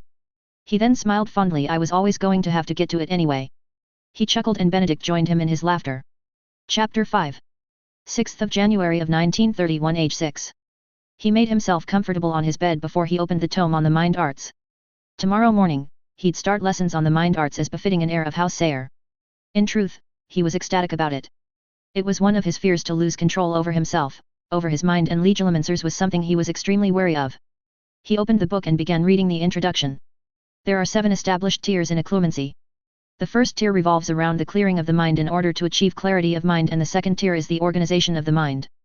These two tiers, while critical for any aspiring occlumencer, make it easier for a legilimancer to gain entry and extract information from the mind. The third tier is what establishes the first line of defense and involves in developing the ability to detect the intrusion of the mind. Detection does not equate having the ability to repel the attack. The ability to detect legilimancy attacks does not necessarily have to be developed through repeated legilimancy attacks and can be established through an individual's own awareness and understanding of their mind. Developing the ability to detect intrusion through the second approach allows for the individual to develop a passive skill in which there is less strain on the mind and requires little toll on the mind. The fourth and fifth tier are extensions of the third tier, where the fourth tier is regarding constructing souled defenses, the fifth tier is constructing more abstract defenses but more potent and effective. The sixth tier revolves around building the mind with all the previous tiers combining in an efficient and effective manner. This layering and combinatory structuring of the mind is considered the highest, where few will master. The seventh tier is augmentation of the mind. The total mastery of the mind resulting in the individual being capable of an high increase of control of emotions, the ability to increase reflexes, to increase the processing power of the mind, and much more. The possibilities for a seventh tier practitioner would be endless in application. However, it is by far a dangerous endeavor, as the damage one could do to their own mind would be irreparable. Legilimancy is also separated in 7 tiers. The first tier is a predominant subconscious skill that manifests in most magical switches, the reading of body language, facial expressions, and in general application of perceptive analysis. Once you are a practitioner of legilimancy, it enhances this inherent skill. The second tier is sensing of emotions. Emotions are by far and large much harder to control in comparison to thoughts and memories, since they are biologically hard-coded in us, as we are emotive and social creatures that had depended on the expressions of these emotions in society, whether it had been tribal or community, for survival and cooperation. A second-tier occlumencer should be able to limit the leaking of emotions, and a second-tier legilimencer would have difficulty in picking up on these emotions. A third tier revolves around active intrusion on the mind. It involves latching onto the mind, and at the beginning it involves wand, eye contact, and incantation. A truly skilled legilimencer is capable of intruding into the mind without any of the three. The most effective way to gain entry in another's mind is following the emotional signals into the mind that you are intruding on and using it as the gateway. The fourth and fifth tier mirrors its equivalency in occlumency, where the fourth tier revolves in developing legilimency attacks that are capable of breaking the solid defenses of the mind. It can involve brute force, or it can be through finding holes in the defenses which can be exploited. The fifth tier involves developing passive legilimency that is able to exploit weaknesses in other minds without being able to be detected. The sixth tier involves a deep understanding of the mind and the subsequent application of that knowledge to exploit it in other minds. It involves the manipulations of emotions and thoughts to induce the desired effects. A skilled sixth-tier legilimencer would be capable of inducing fear or joy by the manipulations of the mind. Where a calming potion may be used to calm people, sixth-tier legilimency can be used to do calm people. The seventh tier of legilimency builds on the sixth tier. There are no known seventh-tier legilimencers, but the principle of the tier is the ability to transfer knowledge to another, the ability to alter memories to what the legilimencer desires, the ability to remove memories, the ability to practically change the mind of the individual to the legilimencer's desire, and much more, and it can be considered to be a pinnacle of mind magic. He paused momentarily. He'd already for years been clearing his mind, so it'd been easy to finish his first tier in occlumency. He took special attention to organizing his mind, as he wanted to know his mind as much as he could, as it would naturally lead to being capable to detect intrusions in his mind. While he always could recall very well in his previous life, it had never been an eidetic memory. This was different in his new life. He could accurately recall every aspect of his new life, including smells, tastes, words on random pages in a book, everything. He had nascent skill in legilimency. He'd estimate somewhere around tier 2 and tier 3. It was promising, to be as good as he was whilst he was so young. Legilimency was a nightmare ability. To be able to alter memories, alter personalities. He shuddered. The most difficult aspect that he was concerned with was the fact that he might end up being discovered as a reincarnate, and he hoped his skills were enough to protect himself. As far as he knew, his tutor wouldn't dig into his mind, but he'd been assuaged by the fact that his tutor would be swearing an oath not to reveal what he saw. It didn't soothe him as much as it should. One person knowing was already one too many. He continued reading until he set the tome aside, and soon enough it was morning. The first 2 days with Dumbard had been mostly evaluating where he stood with regards to the mind arts. Today would be the official start of his tutoring, and he sat waiting in one of the spare offices on the first floor. His train of thought was broken when Dumbard walked into the room and sat opposite him. He had a smile on his face. Dumbard was an elderly man, certainly looked older than his grandfather. He couldn't help but feel some small amount of nervousness. It would be very likely that he would have no secrets from this man, and he was worried about it. He knew that he was protected under an oath, but this had still felt painful to him. He would, for the first time since he could remember, be totally open to another person, and he felt vulnerable and he hated it. Dumbard must have noticed it, because he opened his body in a gesture that indicated peace, comfort, and ease. "Tell me, Atticus, what you believe the mind arts are?" he asked in a gentle voice. "The mind arts revolve around magic that is related to the mind. Magic that affects the mind and understanding of the mind," Atticus stated. It was a grossly simplification, but it would do for now. "Yes, give me examples of magic that affects the mind," he coerced gently. Atticus thought it over and looked at Dumbard. "Legilimency, obliviation, cheering charms, confundus, charms that affect the state of mind of the individual." He half asked, half stated. Dumbard smiled widely and nodded slightly. "Correct, those are the obvious and most thought of magic that affect the mind. A novice legilimencer would be capable of detecting emotions, and a master legilimencer would be capable of affecting emotions and have the opponent feel the emotions that they would want them to feel. There are different fields of legilimency within the tiers, and it is very rare that there are master legilimencers in all the fields. Some may branch out to controlling emotions by influencing their minds, other may branch to influencing people's dreams, and there are others who can implant suggestive elements within the subconscious of people." Atticus processed all of that while he was listening. He had read such things in his books, and it had affected him deeply. Dumbard halted for a moment and continued, "You already know of occlumency and already have some basis of it, which is exceedingly impressive for one your age. Tell me, why you wish to learn occlumency?" "Yes, I have been practicing occlumency for a little while. I think I was practicing well before I even knew what I was doing. The reason I wish to learn is because I need to really keep my memories and my mind private," he stated. Dumbard stayed silent for a little while, but then nodded slightly. "Yes, it can sometimes happen, though this is the first instance in which I have seen happen in someone so young. Wanting to protect yourself is natural," he said with an acknowledging tone to it. Atticus bowed his head slightly. Dumbard continued, "I will predominantly teach you how to protect your mind. I will teach the art of occlumency. To become proficient in occlumency requires dedication and years of practice, and if you are self-taught, it can take decades to reach the level that I am on. I will be able to help you along the journey of protecting your mind. This piqued Atticus' curiosity. What level occlumency and legilimency are you on? He inquired. Dumbard smiled in what seemed like a condescending manner, and it had sent chills through his back. I am beyond master level occlumency and legilimency. You have read that there are 7 tiers of the mind arts. I am on tier 6 on both, however I am capable of some elements of tier 7. He stated simply.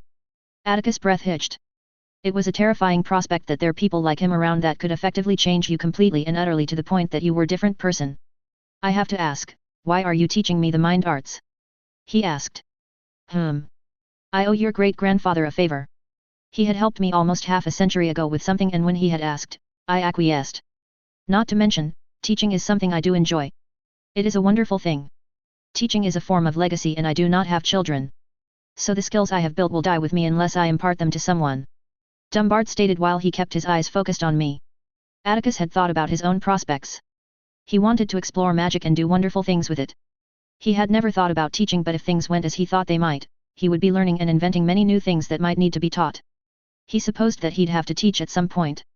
He looked back at Dumbard. Would that also include legilimency? He asked. He leaned back. That will depend on you. The things I know and am capable of are extremely dangerous. It is not something I can bestow on anyone. As much as I will be teaching you occlumency, it will also be evaluating whether you can be responsible with this. I will not be able to teach you after occlumency if I agree, as I have a prior engagement I will need to attend to. It will likely be a few years after I have left that I will be able to make time. Atticus agreed that it was more than fair that he had to earn and be considered decent enough not to be a monster with it. He shuddered at the thought of violating something to the extent that was possible. It would be far more humane and decent to simply kill them than to do what was possible. From that point onwards, his lessons began 4 times a week for the next 14 months. He had been subjected to legilimency probes of various degrees during this period, as he would become accustomed to the feeling of a probe, and as time went his sensitivity had increased more and more to the point where he was capable of feeling subtle passive legilimency probes. Dumbard had helped create his shields. Atticus had torn down his flimsy shield and began to build them with Dumbard's instructions. It had taken him 2 months to successfully build strong shields capable of noticing even the most subtle mental attack. He had built 5 layers that covered his mind that was focused on detection. He had developed the skill of detecting intrusion on a passive level, which had impressed Dumbard. He'd been given a number of books to aid him with his shields and occlumency training, and they had immense value in that they allowed him to cut down the time it took for his improvement. The following lessons focused on building active defenses that prohibit and block legilimencers in the first place. Building a strong enough shield to defend against legilimency had taken He'd over 4 months. He had focused on the principle of atomic structure.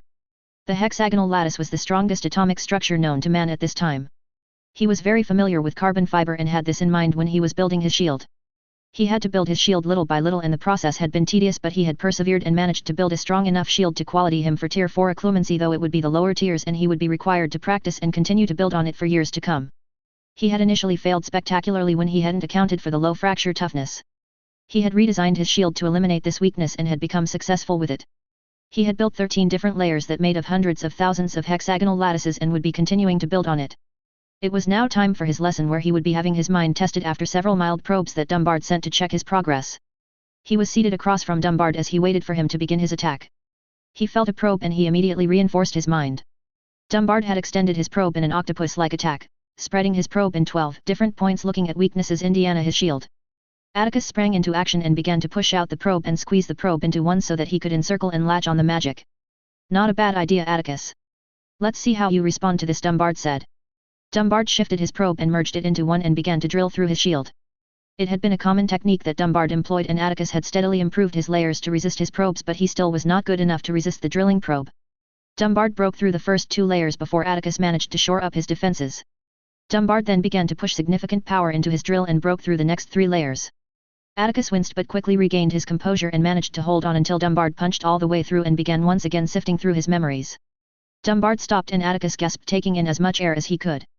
He breathed out and Atticus slumped in his chair. How did I do, sir? He asked. You did very well. I told you before that the first time that I legilimenced you that it had been at a skilled legilimencer level. I have been ramping up my attacks as the sessions have been going, and you have been improving at an impressive rate. This attack was rated at an intermediate level legilimencer, who is several factors better than a skilled legilimencer. Dumbard smiled. Atticus couldn't help but smile back. Your defenses are gaining strength in coherence, cohesion, and in thickness. When you shored up, it had taken me some effort to break through. If you continue on this path, it won't be long before I will be required to put in considerable effort to break through, and once I have left and you continue to improve, I have no doubt it will become difficult for me to get through to your mind. Dumbard stated encouragingly. That had lifted Atticus' spirits. Above all, he wanted to keep his mind intact.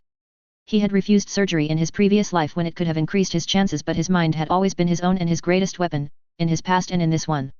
I have not said anything in these past sessions when I have had access to your memories, but I have seen in your memories you meditating with things around you. You have managed to shift me past those memories each time I came close, which I let you, but I am curious, what is the relevance of those memories? He asked curiously. Atticus pondered this on whether he should be truthful. In all honesty, he did not think it meant much to hide his wandless magic from Dumbard. His family were aware on some level that Atticus was capable of it, so sharing it with Dumbard is not problematic. He decided to give a practical example. He lifted his hand and levitated one of the occlumency books that on the desk in front of Dumbard. Dumbard's eyes had widened larger than he had seen before, however slight it might have been, and he leaned back in his chair. In those memories I was practicing my wandless magic. When I was younger, I remembered that I summoned a toy from my sister when she had been teasing me and I had taken offense to it, I think. Atticus laughed. I remembered the feeling when it had happened, and I spent a lot of time and dedicated myself in being able to do it on command. Atticus smirked. Dumbard sat there for a moment while he contemplated what he was seeing. A child who had been beyond his expectations had simply kept on exceeding it, even if it had nothing to do with the mind arts. Dumbard chuckled and shook his head. I am surprised, though in hindsight I should have been expecting that your talents extended beyond the mind arts. How long did it take you to succeed? Atticus now looked as sheepish as you would see from a child his age. It took me years to get anywhere near what I was trying to do. Atticus now looked reflective. It became easier when I managed to get some amount of control, and from there I simply improved and became better wielding my magic, he stated. Dumbard nodded. It will be the same with the mind arts. You will need to continuously improve and never accept perfection, for perfection is an impossible. There will always be more efficient ways, more effective methods that you can use, and even I have not achieved what is possible with the mind arts, and I am continuously learning. Dumbard smiled a little. Even at my old age. Atticus smiled back. We will continue this for the next few weeks and then we will move on to developing dynamic defenses. Dumbard stated. What do you mean dynamic defenses? I have heard of active defenses, that is complementary to solid defenses, but not heard of dynamic defenses, Atticus asked curiously. Well, dynamic defenses require a developed mindscape. You have already sorted your memories, but within a mindscape, it allows for memories to be hidden, stored in locations in which your mindscape takes place. Dynamic defenses work in tandem with your static defenses, but instead of repelling legilimency attacks, they draw the probe in and trap the individual in your mindscape. Depending on your skill, you can significant damage the opponent who has entered your mindscape. In some instances you may well be capable of following the probe out to the mind of the opponent and attack the opponent with your own probe. This skill is particularly hard and few ever manage to gain proficiency in it. Dumbard stated. Atticus couldn't help but feel some excitement at this. Excellent, I think I know what kind of mindscape I want. Atticus smiled before looking contemplative. Do you think you will teach me legilimency? Atticus asked with hope and clearly displayed in his eyes. Dumbard smiled. I have decided I will teach you the basics of legilimency. Atticus smiled and thanked Dumbard for choosing to accept teaching him. Atticus and Dumbard continued this exercise for the next 3 weeks, and as time went, Atticus continued to leap in occlumency. The foundations of dynamic defense and mindscape had taken a couple of sessions to sink into Atticus. They had taken a break from lessons for a week, allowing Atticus to research the best kind of mindscape that suited him. He decided that he'd choose something that would be unfamiliar with magicals, but something he was exceedingly familiar with. He had decided build his mindscape based on the Matrix and Inception. He had taken Sayre Manor as his mindscape. He had been instructed by Dumbard to imagine his home in his mind while Dumbard was present. To imagine the gust of wind that blew frequently and rustled the landscaped gardens, to recall the effects of the wind on the surroundings. Details were left to Atticus to generate, but Dumbard had taken the time to help him fully realize his mindscape. Atticus had asked whether he could have his mindscape be adjustable, for example the idea of shifting rooms, shifting locations of the manor within an area. Dumbard had said that nothing was impossible, but that he needed to focus on the basics before he ran with the idea. Dumbard had instructed Atticus to spend time now to build his mindscape with as much detail as he could. Atticus had spent for the last 3 months on this. He spent it walking through Sayre Manor, taking in every single detail. The small dent that was present on the wall adjacent to the balcony on the second floor wall in the wing where it seemed no one had visited for years. The slight discoloration of the marble stone that was clear to see in the hallway of the ground floor.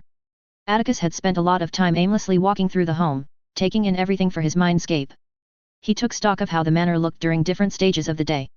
The scenery of the surrounding lands of the manor, nothing was missed during this time for Atticus. Before long, it had been time to build the interior of the manor. The exterior of the manor represented the stability and connection to the memories that would be housed in the manor. The interior would be housing his memories. That had taken Atticus 2 months completing the interior. After that point, it had been time to sort his memories and have them deposited within the home. His memories had manifested themselves as spheres of light rather than books. They had the relevant printed on the surface. Dumbard had stated that it was a subconscious act on how one can view their memories. Dumbard had stated that there is no correct way on how your memories manifest themselves in your mindscape. The spheres of light had a dull white sheen to them. Atticus had asked what this meant and he stated that he needed to view every single sphere of light so that it would gain the properties of that particular memory. Atticus had taken almost 2.5 months to get through those memories. As he went through them, he had managed to increase the rate he was going at very quickly. The spheres manifested themselves in many different colors. The happier memories had taken a green sheen to them whereas the more negative had a black tone to them. He had stored the spheres similar to the way prophecies were stored. After that, efficiency was discussed. The predominant use of efficiency is the recall of information as fast as possible. Within a developed mind with occlumency this can have significant use.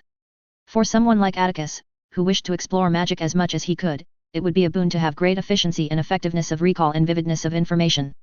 With the mindscape Atticus had been developing, he would need to improve the system he had set up. While it would add significant defenses to his mind, it would also result in poor recall. Dumbard's voice broke him out of his thoughts as he reminisced in their final session. You have now the tools and the basics set. It will be on you for now to continue to develop your mindscape and improve your skills in occlumency. Our sessions on occlumency are now at an end and I will see you not too long in the distance when I teach you legilimency. Dumbard smiled. Atticus nodded. I will continue to improve and I will improve my mindscape. Do you have any suggestions that I might find useful in the meantime? Atticus asked curiously. Dumbard smiled. I have covered what I should have covered with you. The only thing I will reiterate is that you should continue to improve the foundations rather than build something that looks impressive but would break at the first significant challenge. You have a wonderful imagination, it is beneficial in the mind arts but do not lose yourself to ideas that are half-formed, he gently informed.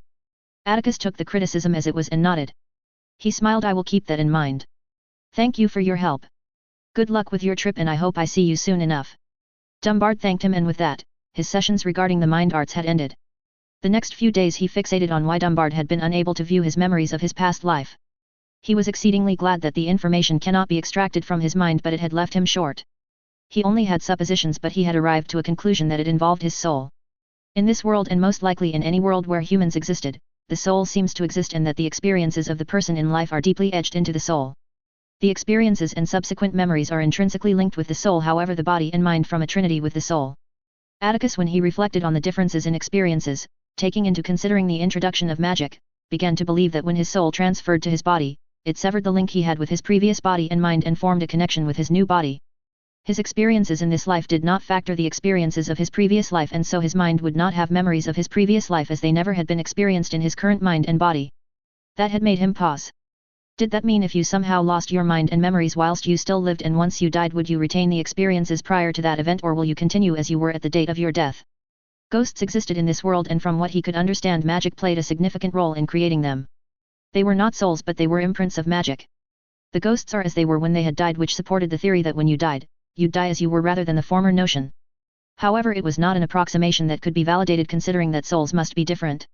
It was something he would not truly get an answer for, he reckoned. He sighed and closed the last book he had yet to finish on the mind arts. He had been in a reflective mood.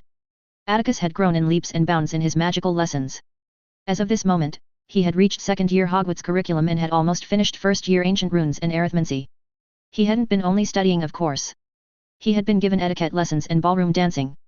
He had practiced correct posture of sitting, standing, walking and had been shown the accepted table manners. Along with all that, he had been given elocution lessons and appropriate methods of speaking in accordance to different situations. He had thought he'd hate these kinds of lessons but he knew that it was necessary and had become indifferent to them. How one presents oneself has a weight of power. The one subject he did dislike with great prejudice was calligraphy. He had terrible handwriting skills and it looks like it passed over into this life. He had gotten a lot of grief for it and he had spent a lot of time improving on it. He did however enjoy his ballroom dancing as he found that he was pretty good at it. He always had a pretty good sense of rhythm and it showed in his dancing. It had also shown in his musical lessons. He never learned an instrument in his previous life but he had always wished to do so and now he had the opportunity. He excelled in his piano lessons and he had later on requested Ms. Florence to teach him the harp where he was steadily improving. He had inklings that he could infuse magic with his instrument but he had nowhere enough skill to be able to do it. Nor did he have the control necessary. But it was on his list.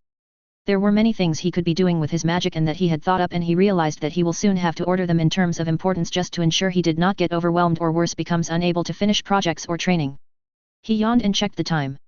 It was nearing 11 p.m. He decided to call it day and turn to bed. Break. 17th of May 1932, age 7.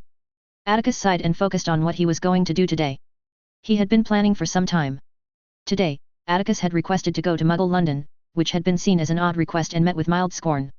He had explained that in many of the historical books he had read much of the field of arithmancy was built with the Muggle Greek mathematicians and philosophers, and he wanted to know what the Muggles had been capable of doing since then. They hadn't liked that notion until he had asked if it weren't better that they knew what the Muggles were doing than being blind. After that train of thought they were still reluctant to allow him to go, but he had been adamant and eventually they allowed him to go with a couple of members of staff. He had been careful to not seem like a Muggle lover because for all the care the family had for him, they did not want to seem like Muggle lovers to the rest of society, as it was a death knell for any family. The stigma would follow them for decades, if not centuries.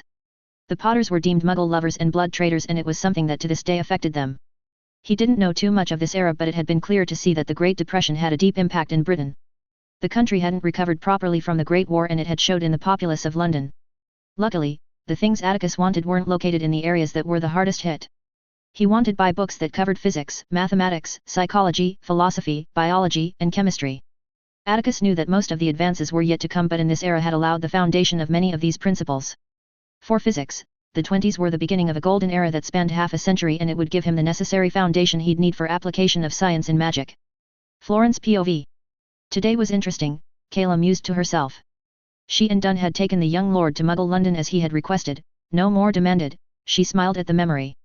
Being his governess has been an experience, an enjoyable one, but one that had her more often than not perplexed. From the moment she had seen him when he was an infant, it was clear that he was observant.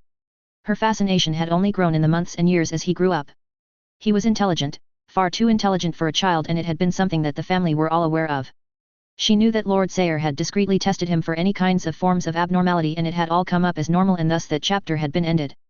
From an early age, his interests had been known to everyone. Magic in all forms were his obsession, and everything else he had been taught served as a mere side thing in comparison.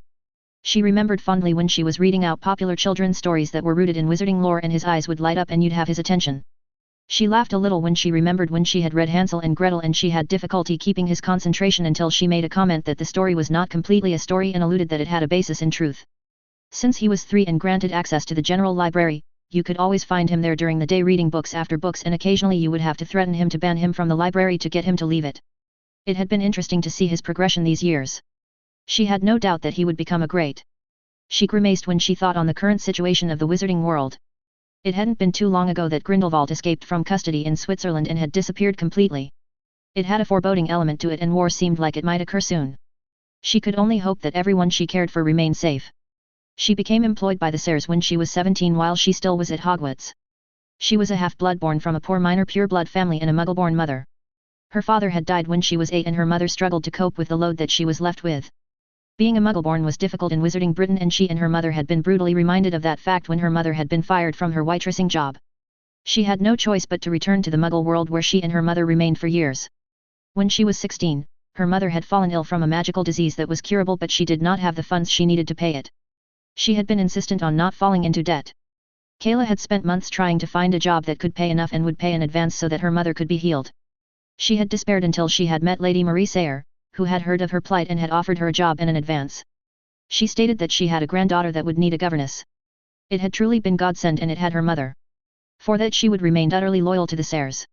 She was taken out of her reverie when she heard footsteps and looked at the door and saw Lord Samuel Sayre enter. She stood up from her seat and curtsied. "Hello, Lord Sayre," she said. "Hello, Miss Florence. How was the trip?" he asked curiously. She smiled. It was informative. "It had been a while since I had been in Muggle London," she grimaced. "The Muggles are struggling more than I can remember, though the area where we shop seemed to be fine," she said, trailing off. She refocused. "After we visited the first bookstore, we ended up getting locations of bookstores all around London that would have what Atticus sought after. We ended up visiting 6 different bookstores." She laughed and smiled fondly at his antics. Lord Sayre chuckled. "Yes, that sounds like Atticus. The boy is driven when he wants what he wants. I suppose it's a good thing it's books he's after rather than brooms and Quidditch like the majority of the heirs his age." She smiled. "I have no doubt he probably knows more about the brooms than he lets on. I'd half expect him to be an excellent flyer the first time he gets on top of a broom." He laughed. "Yes, no doubt. So what books did he pick up?" She stopped to remember and tilted her head. The majority of the books that he picked up were science books. Physics, mathematics, chemistry, and the like. I had asked why he focused so much on those subjects and he simply stated that it would help him understand nature and the laws that the Muggles have come up with to define, represent, and understand it all. He stated that it would help him with magic as magic changes things to what we want but much of what we change doesn't remain permanent. He said that if he had a better understanding of science, he would improve his abilities in magic. In all honesty, he seemed to already have an idea and the usefulness of it, which was a little strange to me, she stated, waiting for a response. The Sayres weren't blood purists like the Blacks, Malfoys, or Lestranges, but they did have a derisive attitude towards Muggles. He looked thoughtful as he processed it. Thank you for the information. He stated and left the staff room that was in the left wing of the manor. She sighed and proceeded to continue finishing up her weekly work. Break. 26th of June 1932. The last couple of days had been a productive one. He had combed through the first section of some of the introductory Muggle books he had bought and it had helped him reaffirm his abilities in the sciences and mathematics.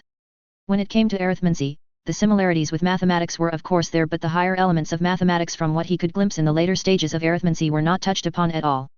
There were many discoveries to be made, though he was not that interested in truth. The main thing that he wanted from arithmancy was the ability to create sound spells, create new rituals or modify rituals to suit his needs. He had found a number of arithmancy books in the library at the beginning of his studies and that had given him the necessary information he needed for rituals. 1, 3, and 7 were important numbers in rituals, 13 was more relevant in dark rituals. He had absconded with a number of books on ritual magic a few years back from the family library section and it had led to him getting caught by one of the portraits in the halls. They had not informed his parents with what he doing but had directed him to a portrait that had been an expert on ritual magic. Flashback begins. Atticus sat at his desk in his room with a portrait right in front of him. It had been an empty frame, but the portraits in the manor all had the capabilities to travel along the portraits. It had been a feature that was one of his ancestors had modified and had managed to do it for all the portraits Sayre Manor held. Luckily, the portraits required a switch to be engaged for them to travel to certain frames. The one in Atticus' room had remained off until he had been instructed to activate it. He looked at person that was captured in the portrait and took it in. The portrait had a background of a cabin overlooking a mountainous region that was partially covered with mists but that had peaks piercing through it. Atticus did not know where exactly a place like that would be, nor did he know why there was a cabin on a desolate mountain, but he did not question. The man himself had similarities to himself. He had sharp aristocratic face with a sharp nose that was proportional to his face and deep blue eyes that were only a few shades from amethyst. He was not as elderly as the majority of the portraits that adorned Sayre Manor. He looked to be in his 40s, though in reality he had no doubt that he most likely was a century or so old. He was named Atticus Sayre. So I've been told by the old bat Jess that you were being careless and looking into rituals on your own, he asked intently. Atticus stared at him. Yes, I have been looking into rituals. I didn't know it would cause such a fuss among your lot, he shot back defensively. Atticus scowled. I won't brook any disrespect, boy. We may be mere shades of our past selves, but we are still worthy of respect. I expect you to give it. A boy your age, no matter how smart you are or mature, should not be independently looking into matters that are as risky as rituals without oversight. Do you not have common sense? He said angrily. Atticus scowled back and bit back. If you thought that was disrespect, then you don't know what it is. I was only looking into it. I had read about rituals in my arithmancy books and I wanted to find out more about it. I wasn't going to do anything. Yet he thought privately. Atticus stared back and harumphed before setting in chair in the portrait. If you think you're not obvious, you're fooling yourself, boy. I can see you're a stubborn child from a mile away. You were going to do something stupid. Maybe not now, but you would. Listen up, boy, to what I have to say and maybe you'll survive to start your first year at Hogwarts. Rituals are an old form of magic which are supremely dangerous. Rituals are a form of magic that is some of the most imprecise kinds of magic there is. The one most similar to rituals are potions and alchemy. All three require reagents and require processes to be followed. Trial and error are bread and butter for those branches of magic. However, unlike potions and alchemy, trial and error for rituals is several orders more dangerous than the other two. Potions and alchemy errors can be contained. It can be tested on humans or animals and their outcomes judged and studied. Mistakes and observations that are made can be used to adjust the formulas and unintended consequences can be mitigated. Equipments used in both fields often employ safety techniques that can prevent destructiveness. Rituals, however, do not have that external factor of safety. The magic is contained within the wizard or witch. Any mistakes that are made have a cause upon the individual. Rituals have for millennia been studied and have had methodologies worked out that have been tested and verified as viable way to create new rituals. Ingredients have been tested and catalogued for their effects within rituals, and it is something that any self-proclaimed expert in rituals should have access to. Rituals require precision and clear intent of what the ritual is meant to accomplish. Many rituals are sacrificial, often in the form of magical plants or parts of magical creatures or both. Magic in some form is sentient and it exacts a price. The importance of balance cannot be understated. The kinds of rituals that most people use are enhancement rituals, which you are after, and the sacrificial element of the ritual is the price that is paid for the enhancement. In rituals that sacrificial element pays the price and as a result the penalty for undergoing those rituals won't have a penalty on one's mind, body, or soul. The intent of the caster matters tremendously. Even if there is a sacrificial element for the ritual, intent matters tremendously. Magic may not be intelligent but it is sentient and it does not like certain things. Malicious intent will result in dire consequences for the caster, bear that in mind. From what I understand, this manor has been furnished a couple of times since it's been built so I am not aware where this catalogue is. The Sayre family has always been excellent ritual crafters and generations have built on their knowledge. There should be a ritual room and next to it traditionally held a large room adjacent to the ritual room which consists of ingredients, magical creature, or plant or otherwise. Along with those ingredients there should be a copy of rituals that the Sayre family has catalogued or crafted themselves. Find that copy and bring it back and I'll educate you on the matters of rituals. You're lucky that old bat managed to contact me. You most likely would have killed yourself in pursuit of power. He condescendingly said. Atticus struggled to hold back from shooting back at him but he managed. In truth he was glad he managed to meet this prick as it would help him on what he wanted. From there, Atticus continued to ask questions after questions. Flashback ends. That had started a 2-year journey into rituals whenever he had time. Atticus' dislike of Orlac had decreased but he wasn't fond of the man. He had an acerbic personality that could easily grate on you if you weren't tough-skinned but he had been immensely helpful in his understanding of rituals. Families who follow the old ways, which a significant percentage of the Wiesengamot did follow, had their children under rituals at arithmetically powerful ages. Ages 7, 11, 14, and 17 were the significant ages in which children underwent rituals. Age 7 was something that not many families due to the inherent risk to the child.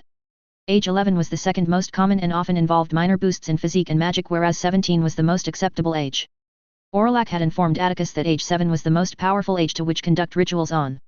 He had stated that in his time it was something that the Sayre family had often done. He said that it had ceased to happen when Henry Sayre had returned the Sayre manor as he had not grown up around his heritage. Atticus had found the ritual book and it had been a huge tome. It was honestly incredible that the family had access to so many rituals. Not only that, they had a number of ritual set that an individual can undertake. A significant amount of the more powerful rituals were compiled by an ancestor who in the 1500s had gone to Egypt and had found a number of scrolls that were in the hands of private collectors and had discovered that many of the scrolls were Sayre family scrolls and had been encrypted and required keys. He had spent over a year trying to find the keys to decrypt the scrolls and had found it when he had revisited the earliest journals that the Sayres had. The notes in his section had stated that their ancestors had been canny enough to ensure that their work was protected and had taken steps to ensure that the keys were passed down the line. The scrolls held over 4 dozen rituals collectively and many of them were incompatible arithmetically. This had spawned the man's fascination and expertise in rituals as he had spent decades on and off searching for rituals across the world. He had managed to collect over 120 rituals.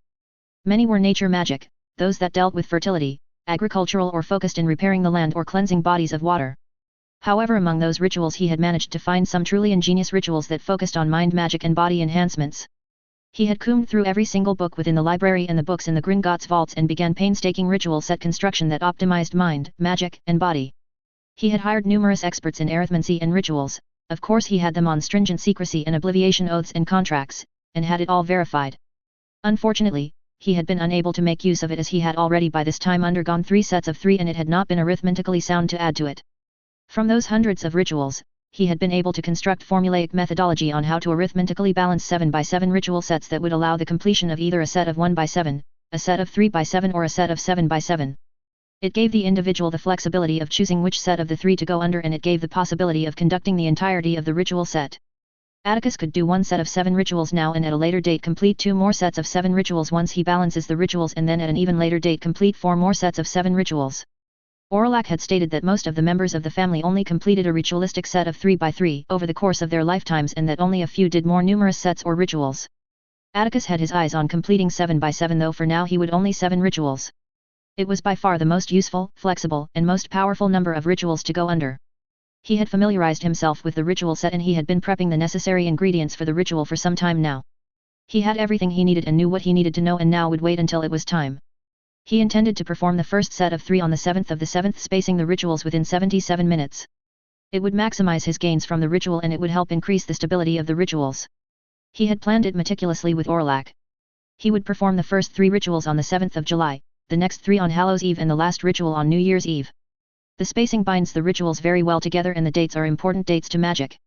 Atticus would perform the next lot of rituals at either 11 or 14 and he was leaning towards 14 and the last 7 rituals at either 17 or 21. He had been broken from his thoughts as Tweenie popped into the room. Master Attorney, you are requested to come to Potions Lab, Thornwood is here for your studies, Tweenie said respectfully. Thank you Tweenie, I will be down soon. Atticus sighed, picking up his notebooks and proceeded to make his way towards to the office. He had gotten to know his tutors well in these years. Thornwood was a strict man and though Atticus could understand the strictness, had he been an ordinary child, he would have been easily turned off potions. As it was, he was able to get through it. In truth, he enjoyed potions. It was a transformative branch of magic. Potions are a combinatory subject in which ingredients that prepped in certain ways will have different effects on the overall quality or viability of the potion. In many ways potions resemble a house of cards as it requires precision, patience, and structurally sound building. He had not been all that interested in herbology even though he understood the necessity of it for potions. The only other reason he tried as much as he did in that subject was in case he wanted to build a home away from civilization. He would need good understanding of herbology to be successful with magical plants. He entered the room. Hello sir. He greeted his tutor and proceeded to sit down in front of his cauldron. Chapter 6. 7th of July 1932. It was now time for his ritual to be conducted. His excitement had been growing as time went by. The first 3 focused on magical enhancement. The first ritual would boost the magical core. It required a sacrifice of 5 or 10 body parts of magical creatures. The increase of ingredients did not double the strength of the enhancement, though there was an increase of the benefits gained from the ritual. Luckily for Atticus, the Sayres had a large catalogue of creature ingredient. They had even had thunderbird feathers and blood. The ingredients he'd chosen was a thunderbird feather, phoenix feather, demiguise hair, unicorn hair, thestral hair, Hungarian horntail heartstring, basilisk venom, Riem's blood, dragon blood, and a Nundu heart. The ritual required a runic circle with the 10 ingredients equally spaced and placed on the designated locations. The second ritual focused on increasing and strengthening his control over his magic. This ritual required nothing more than his blood and runes. The third ritual focused on increasing the flow of magic through his body and increasing the flexibility of his core to handle large amounts of magic. Like the second ritual, it required nothing but his blood as an ingredient and had required runes. He had spent most of the last few weeks shoring up with Orlac going through the required runic circles and runes for all 3 sets. He spent the last couple of days preparing the ritual room with his great-grandfather. Luckily for him, the room was capable of segregating and he had drawn up the necessary runic circles and runes ahead of time. He checked the time and saw that it was 6:53 am. He'd start the ritual on 7:07 am. Not too long before he underwent the first ritual. He would be undergoing all 3 rituals within 77 minutes. He had planned using arithmetically powerful numbers to have the highest amount of effect and allow for the most stable outcome. Tweenie was on standby in case he needed any help. He had sworn him to secrecy, which was a lot easier as Tweenie was the elf that was dedicated to me. He wasn't bonded to him specifically, as all the elves were bonded to House Sayre, but swearing Tweenie to secrecy was within Atticus' remit. He had managed to keep his activities secret from his family, which had been difficult at times. Luckily the manor was huge and all the family had been social people. Atticus had been mostly left to his own devices whenever he had time for himself after his lessons. Sophia had returned from Beau's Batons and had spent most of his spare time with her. He checked the time again and it was 7:04. He entered the circle naked and began the ritual. He carved the required runes on his body and finished with the binding rune on his stomach. He cut his palms and placed them on the runes that on either of him. He began chanting the ritual words and the room began to glow with the magic that was building up. It continued to build into a crescendo, and as it did, the pain that he was suffering was immense. He had never felt this amount of pain, but he gritted his teeth and continued with the ritual. Finally, after 11 minutes, the ritual died down and he slumped on the floor. "Pop, Master Attorney, are you okay?" Tweenie panicked. Atticus gasped as he gulped down as much air as he could. After a minute, he recovered. "Tweenie, please bring me a blood replenishment potion, a pepper up potion and myrtlap essence potion." After a moment Tweenie returned with the potions. He gulped all down and grimaced at the taste. He checked the time and he noticed he had only a little more time before he needed to start the second ritual. He moved over to the second runic circle, sat down, cut his palms and began the process. He cleaned himself up and downed some more potions. He rounded up and completed the third ritual. Everything went perfect and it could feel a substantial increase in his magic, and he feel the flow being far more pronounced than it was before the rituals. He got up and he felt a little weak as he put on his clothes. "Tweenie." "Pop." "Yes, Master Attorney?" he asked eagerly. "Can you please take me up to my room?" "Thank you." Atticus sighed. Atticus stumbled after he was popped and he sat on his bed.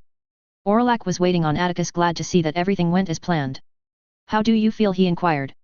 Atticus pulled himself up and stretched a little. Feel tired? He laughed a little. I feel great in all honesty. I can feel the changes in my magic. It seems like a total success. Atticus beamed at Orlac, who simply smiled at him. Good. The next set will not happen until Hallows Eve. Use that time to become more familiar with your magic. We all know that you train your wandless magic extensively. Atticus laughed. I planned to. He began to walk but stumbled a little. But I think I'm going to sleep for a couple of days, he half joked. Orlac simply laughed. Yes, that might be the best course to take for you. He walked over and fell onto his bed. He sluggishly climbed underneath his sheets and promptly fell asleep. Break. 21st of September 1933, age 9. It was another usual morning for Atticus as he woke up. He proceeded to begin his morning physical exercises. Atticus had increased his intensity of his workouts as the years went by. He had grown substantially in those years, but he still only ate. He began to fill out a little more and he was taller than the children around his age. He had been introduced to the children of the allied houses of the Grey faction 6 months ago, and Atticus had forgotten what children were like. They were far less annoying than the children he had grown up with in his previous life, but they still were children compared to him. Of course he had not let that annoyance show and had been an amicable, engaging child with them. Of the allied houses, only 2 were even near his age and would be attending Hogwarts. Simon Mirek and John Garrick were both 5 years old and thankfully were tolerable. Simon had a devious streak in him that Atticus could see flourishing while they were at Hogwarts. They were both from ancient and noble houses and had been allies of House Sayre for many centuries. He'd asked his father after one of the meetings among the families whether we held them under a tight leash, and he stated that the original 4 allies had an open agreement that they could leave the alliance if they so wish, and it would be a break of tie on the best of terms. Of course he stated that there was a grace period of 20 years in which the alliance that broke apart would aid House Sayre if called upon. Time was progressing fast and he began to be more proactive. It was the reason why he had set Tweenie to find Riddle so that he could assess what he was like. From all accounts, the conditions at the orphanage were less than ideal, and it was a religiously run orphanage too. Abrahamic religions and magic did not mix well, and he suspected that Riddle had suffered significantly in his time at the orphanage. If that flashback in the movies with regards to how Dumbledore had introduced the boy was true, it would be no surprise if it seriously soured Riddle against Dumbledore from the very beginning with the burning of Riddle's stuff. Riddle may have stolen all of it, but Atticus knew that if he'd been in Riddle's situation, he'd never want to feel that powerless again, not if everyone was like Dumbledore. Returning to the orphanage during the Blitz must have seriously cemented him in his at-all-cost approach to avoiding death. Something was once more understandable. He was pursuing immortality himself after all, even if it was not necessarily to avoid death completely. He obviously did not discount the threat that Riddle was. He was purported to be a genius, a prodigy of magic. According to the books, Riddle had used his magic to harm his fellow orphans, and Atticus did not know if it was violence to protect himself or violence because he grown to enjoy inflicting it. Adding to that, Riddle was meant to be charming, capable of bringing swathes people to him. He wasn't sure if he would be able to stop him from doing that. In truth, he did not want to if Riddle was simply a dark-leaning wizard. However, if he was truly evil or leaning towards it and could not be swayed, it would change everything. He would be given a chance. Riddle could be a significant boon to the magical isles if he is sane and reasonable. Splitting your soul seemed like something that would destroy everything that you were, and he would give a fair attempt to ensure that Riddle avoided that path. In truth, he was considering ignoring Riddle unless it directly impacted him. He had his own plans, and tangling with Riddle would get in the way. There were many things that Atticus wanted to do, and he would have very little time before he joined the war against Grindelwald. Atticus completed his last set of push-ups and got up and went for a shower. His body had grown incredibly strong since he had done the body rituals. Luckily, his father had spare weights that Atticus had absconded with, and he had been using them quite a lot. It's been over a year since Atticus had started his first 3 rituals. He completed the next 3, which was body enhancement rituals, on Hallows Eve, and he completed his last set on New Year's Eve, which had been minor mind enhancements. The Rising Phoenix ritual was significantly different in comparison to the rituals he had done previously.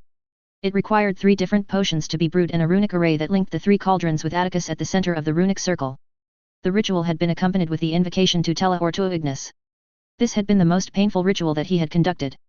He felt searing agony as if his bones were being roasted above an open fire which had spread from his bones to his muscles and then his skin. He had severe difficulty keeping himself from passing out. He had crumpled on the floor after the completion of the ritual, and it had taken everything from him to keep his composure to ensure the rest of the set would be completed on schedule.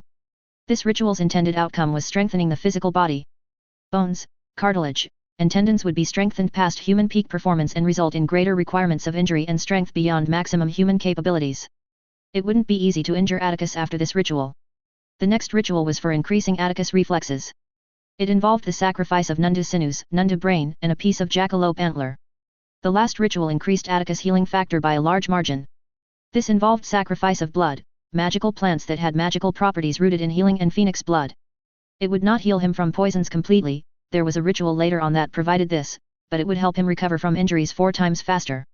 The last ritual Atticus had done on New Year's Eve was minor mind enhancement rituals, which consisted of only blood and runes to complete. The ritual would increase memory retention, memory recall and expand memory capacity.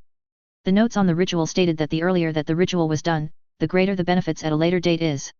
It noted that degradation of the mind was not an affliction many wizards and witches faced in old age, but it stated that the ritual would effectively reduce the chance to near zero and it would augment occlumency considerably. Prior to completing these rituals, Atticus had extensively trained with his magical capabilities that resulted from the rituals he had done in July the previous year. Atticus dried himself off and began to get dressed in his usual clothing. Given the status of the family, his clothes were predominantly made of acromantula silks. Atticus sat in his usual meditative pose and closed his eyes. With his training in occlumency, Atticus had found it much easier to slip into the trance. He had made progress in transfiguration and conjuration in the last year and he utterly believed that it was more than possible to do it wandlessly.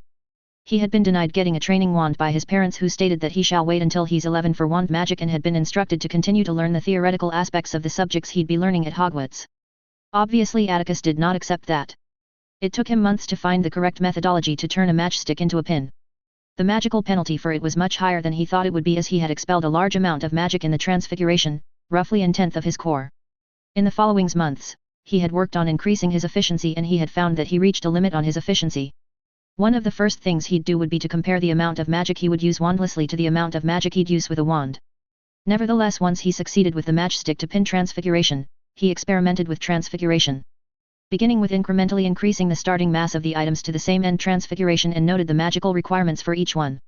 He had increased the complexity of the transfiguration, creating ornate, realistic and detailed transfigurations and many more. He'd been limited to small items as he did not have the magical strength to conduct anything larger, but he had found that realistic transfigurations within a size limit did not require more magical power, it only required creativity and willpower, and thus had been able to improve his ability in transfiguration. As Atticus shut his eyes while he was in his meditative stance, he felt the familiar thrumming of his magic. Over the years, he had felt the changes in his magic. It had become more potent, his magical core had grown substantially and the channels in his body had grown in width, even more so once he had completed the magic enhancement rituals. His sensitivity to magic had also improved, as did the range. Atticus moved his hand in front of him, his palm facing the ceiling, and he began to imagine water floating above his hand.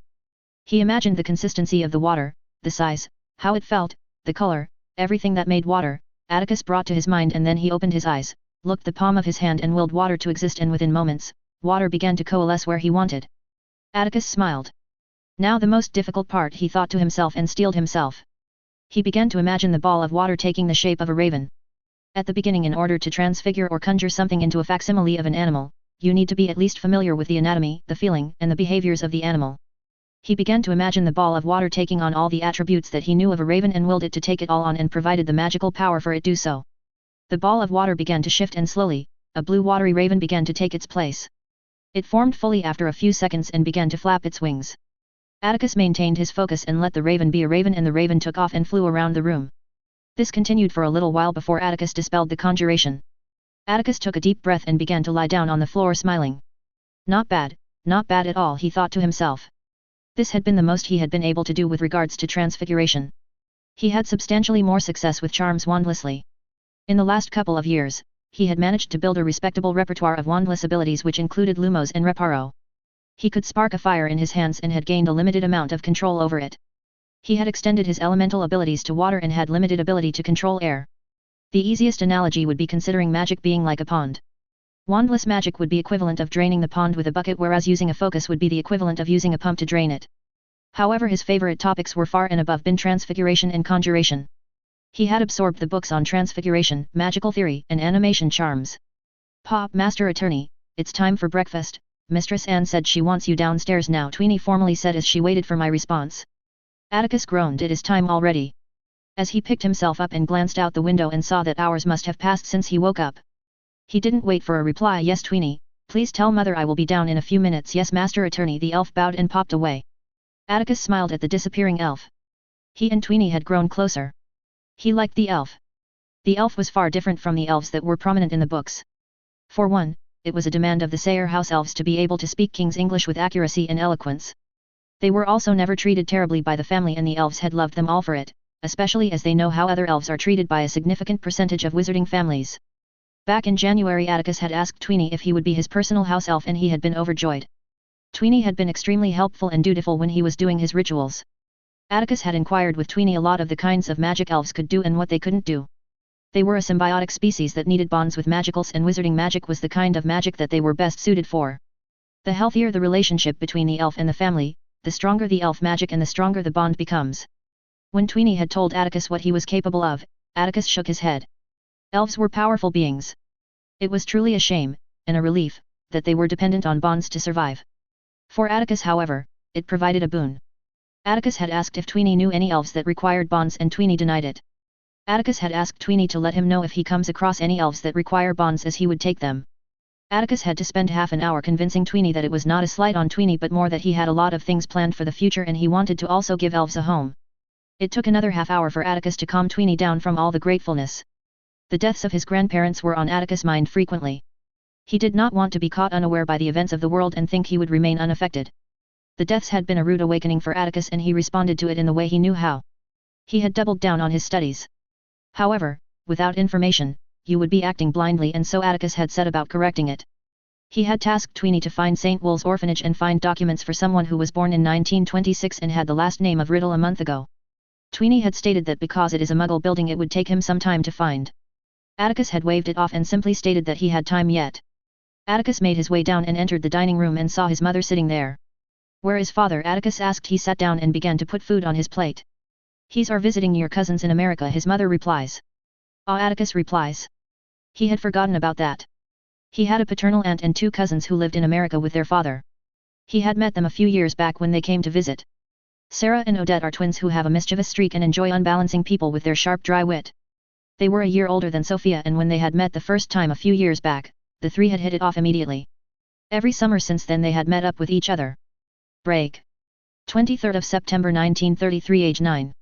There was a knock on the door and Atticus proceeded to tell them to come in, and he set aside the book he was reading. The door opened and it was his mother. "Morning, Atticus, we are meeting downstairs, are you ready to come down?" she asked. "Yes, mother, I'll come right away." Atticus got up and followed his mother out the door. It was his 8th birthday today. Birthday celebrations were a quiet affair within the Sayre family and he honestly liked it. Sophia unfortunately hadn't been able to attend ever since she started from Beau's Batons, but she never failed to get him something. As Atticus entered the living room, he could see his great-grandfather already waiting. He sat down and was curious about the whole thing. "Atticus, your celebrations will happen later this evening with some of the kids of the families we are friendly with," Benedict stated. Atticus was surprised, though in truth not unexpected. Atticus was nearing the age of Hogwarts and it would be unusual to have at least some relationships with the children his age. "But that is not why we have gathered here today. We have all noticed your dedication, or rather obsession," Benedict Riley said to the amusement of everyone around, "and so we decided to help you along. We have always encouraged your exploration into magic and you have taken every opportunity available to you. We have been aware you were an unusual child from the beginning with your intellect and sharpness, even as an infant, and we are very pleased that you have been able to apply it to your studies. I have heard that you have been excelling from your tutors, and prodigy is something that is often stated." Benedict paused. "As a result, we have all agreed that I shall be taking you on a world trip and take you to the magical communities around the world," Benedict finished. He looked at his mother bewildered. "When was this decided?" he asked. "It was decided 3 years ago that Benedict would take you under his wing. Miss Florence and Drayton shall be coming with you." Atticus absorbed that and he felt excitement at the opportunity. "Really, that's fantastic," Atticus said, letting of a small smile. "When will we be leaving? And for how long?" Atticus quickly asked. Benedict chuckled. "It will likely be for a year or a year and a half. It won't be strictly leisure, I will be visiting some of the businesses we have an interest in during our trip, but for the most, we will be visiting magical communities and it will be a learning experience. Not only that, I have spoken with Dumbard and he will meet us somewhere in Asia where he will begin your training in legilimency. It won't be near as long as your training in occlumency was, but even so, it will aid you greatly for the short time you will be learning from him. We will be leaving in 2 weeks' time." Benedict finished. Atticus let off a wide smirk that he couldn't help showing. He hadn't been to many different places yet. He had visited Diagon Alley and Horizont Alley once with his parents and sister, and once in the summer to a beachfront summer house in France. The day had finished pretty well after he had spent time with the families that had come for his birthday. He had gotten to meet the Bones heir, who was 4 years older than him, and his sister, who was a couple of years younger than me. They were warm people, standoffish, but that to be expected considering this was the first meeting. The Black family made an appearance as well. Arcturus Black was the current heir to the family and his was in his mid to late 20s or so. He had 2 children, both were close to my age, Cygnus and Orion. Orion was 2 years younger than him and Cygnus was 4 years younger. Arcturus Black came with his younger sisters who were closer to my age than they were to him. Doria Black was 10 and would be a year ahead of him at Hogwarts, whereas Cassiopeia Black was 2 years older. Thankfully Walburga Black hadn't arrived. Atticus had asked the Blacks if there any more of this generation Blacks, and they mentioned Walburga, who was 2 years younger than him, and Lucretia, who would be attending Hogwarts in his year group. Walburga was in the same generation as Riddle. Atticus grimaced internally when she had been mentioned in her age. It surprised Atticus to know that the Blacks of this age were numerous. Lucretia was Arcturus' cousin and was the sister of 2 other boys, Marius and Pollux. The Blacks had been hit just as badly as the majority of light-sided families in Riddle's blood war. Before long, the event had been coming to a close and families had vacated the premises. Atticus had met a number of decent people, but he disliked the Avery children immensely. Atticus' grandfather and the Avery patriarch were close friends, and it definitely seemed like it would not carry into Atticus' generation.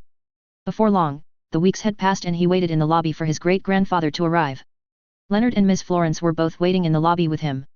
His grandfather came out of the flue and began approaching Atticus. "Hello Atticus, are you ready to leave?" his great-grandfather had asked. "Yes great-grandfather, I've said my goodbyes to the rest of the family.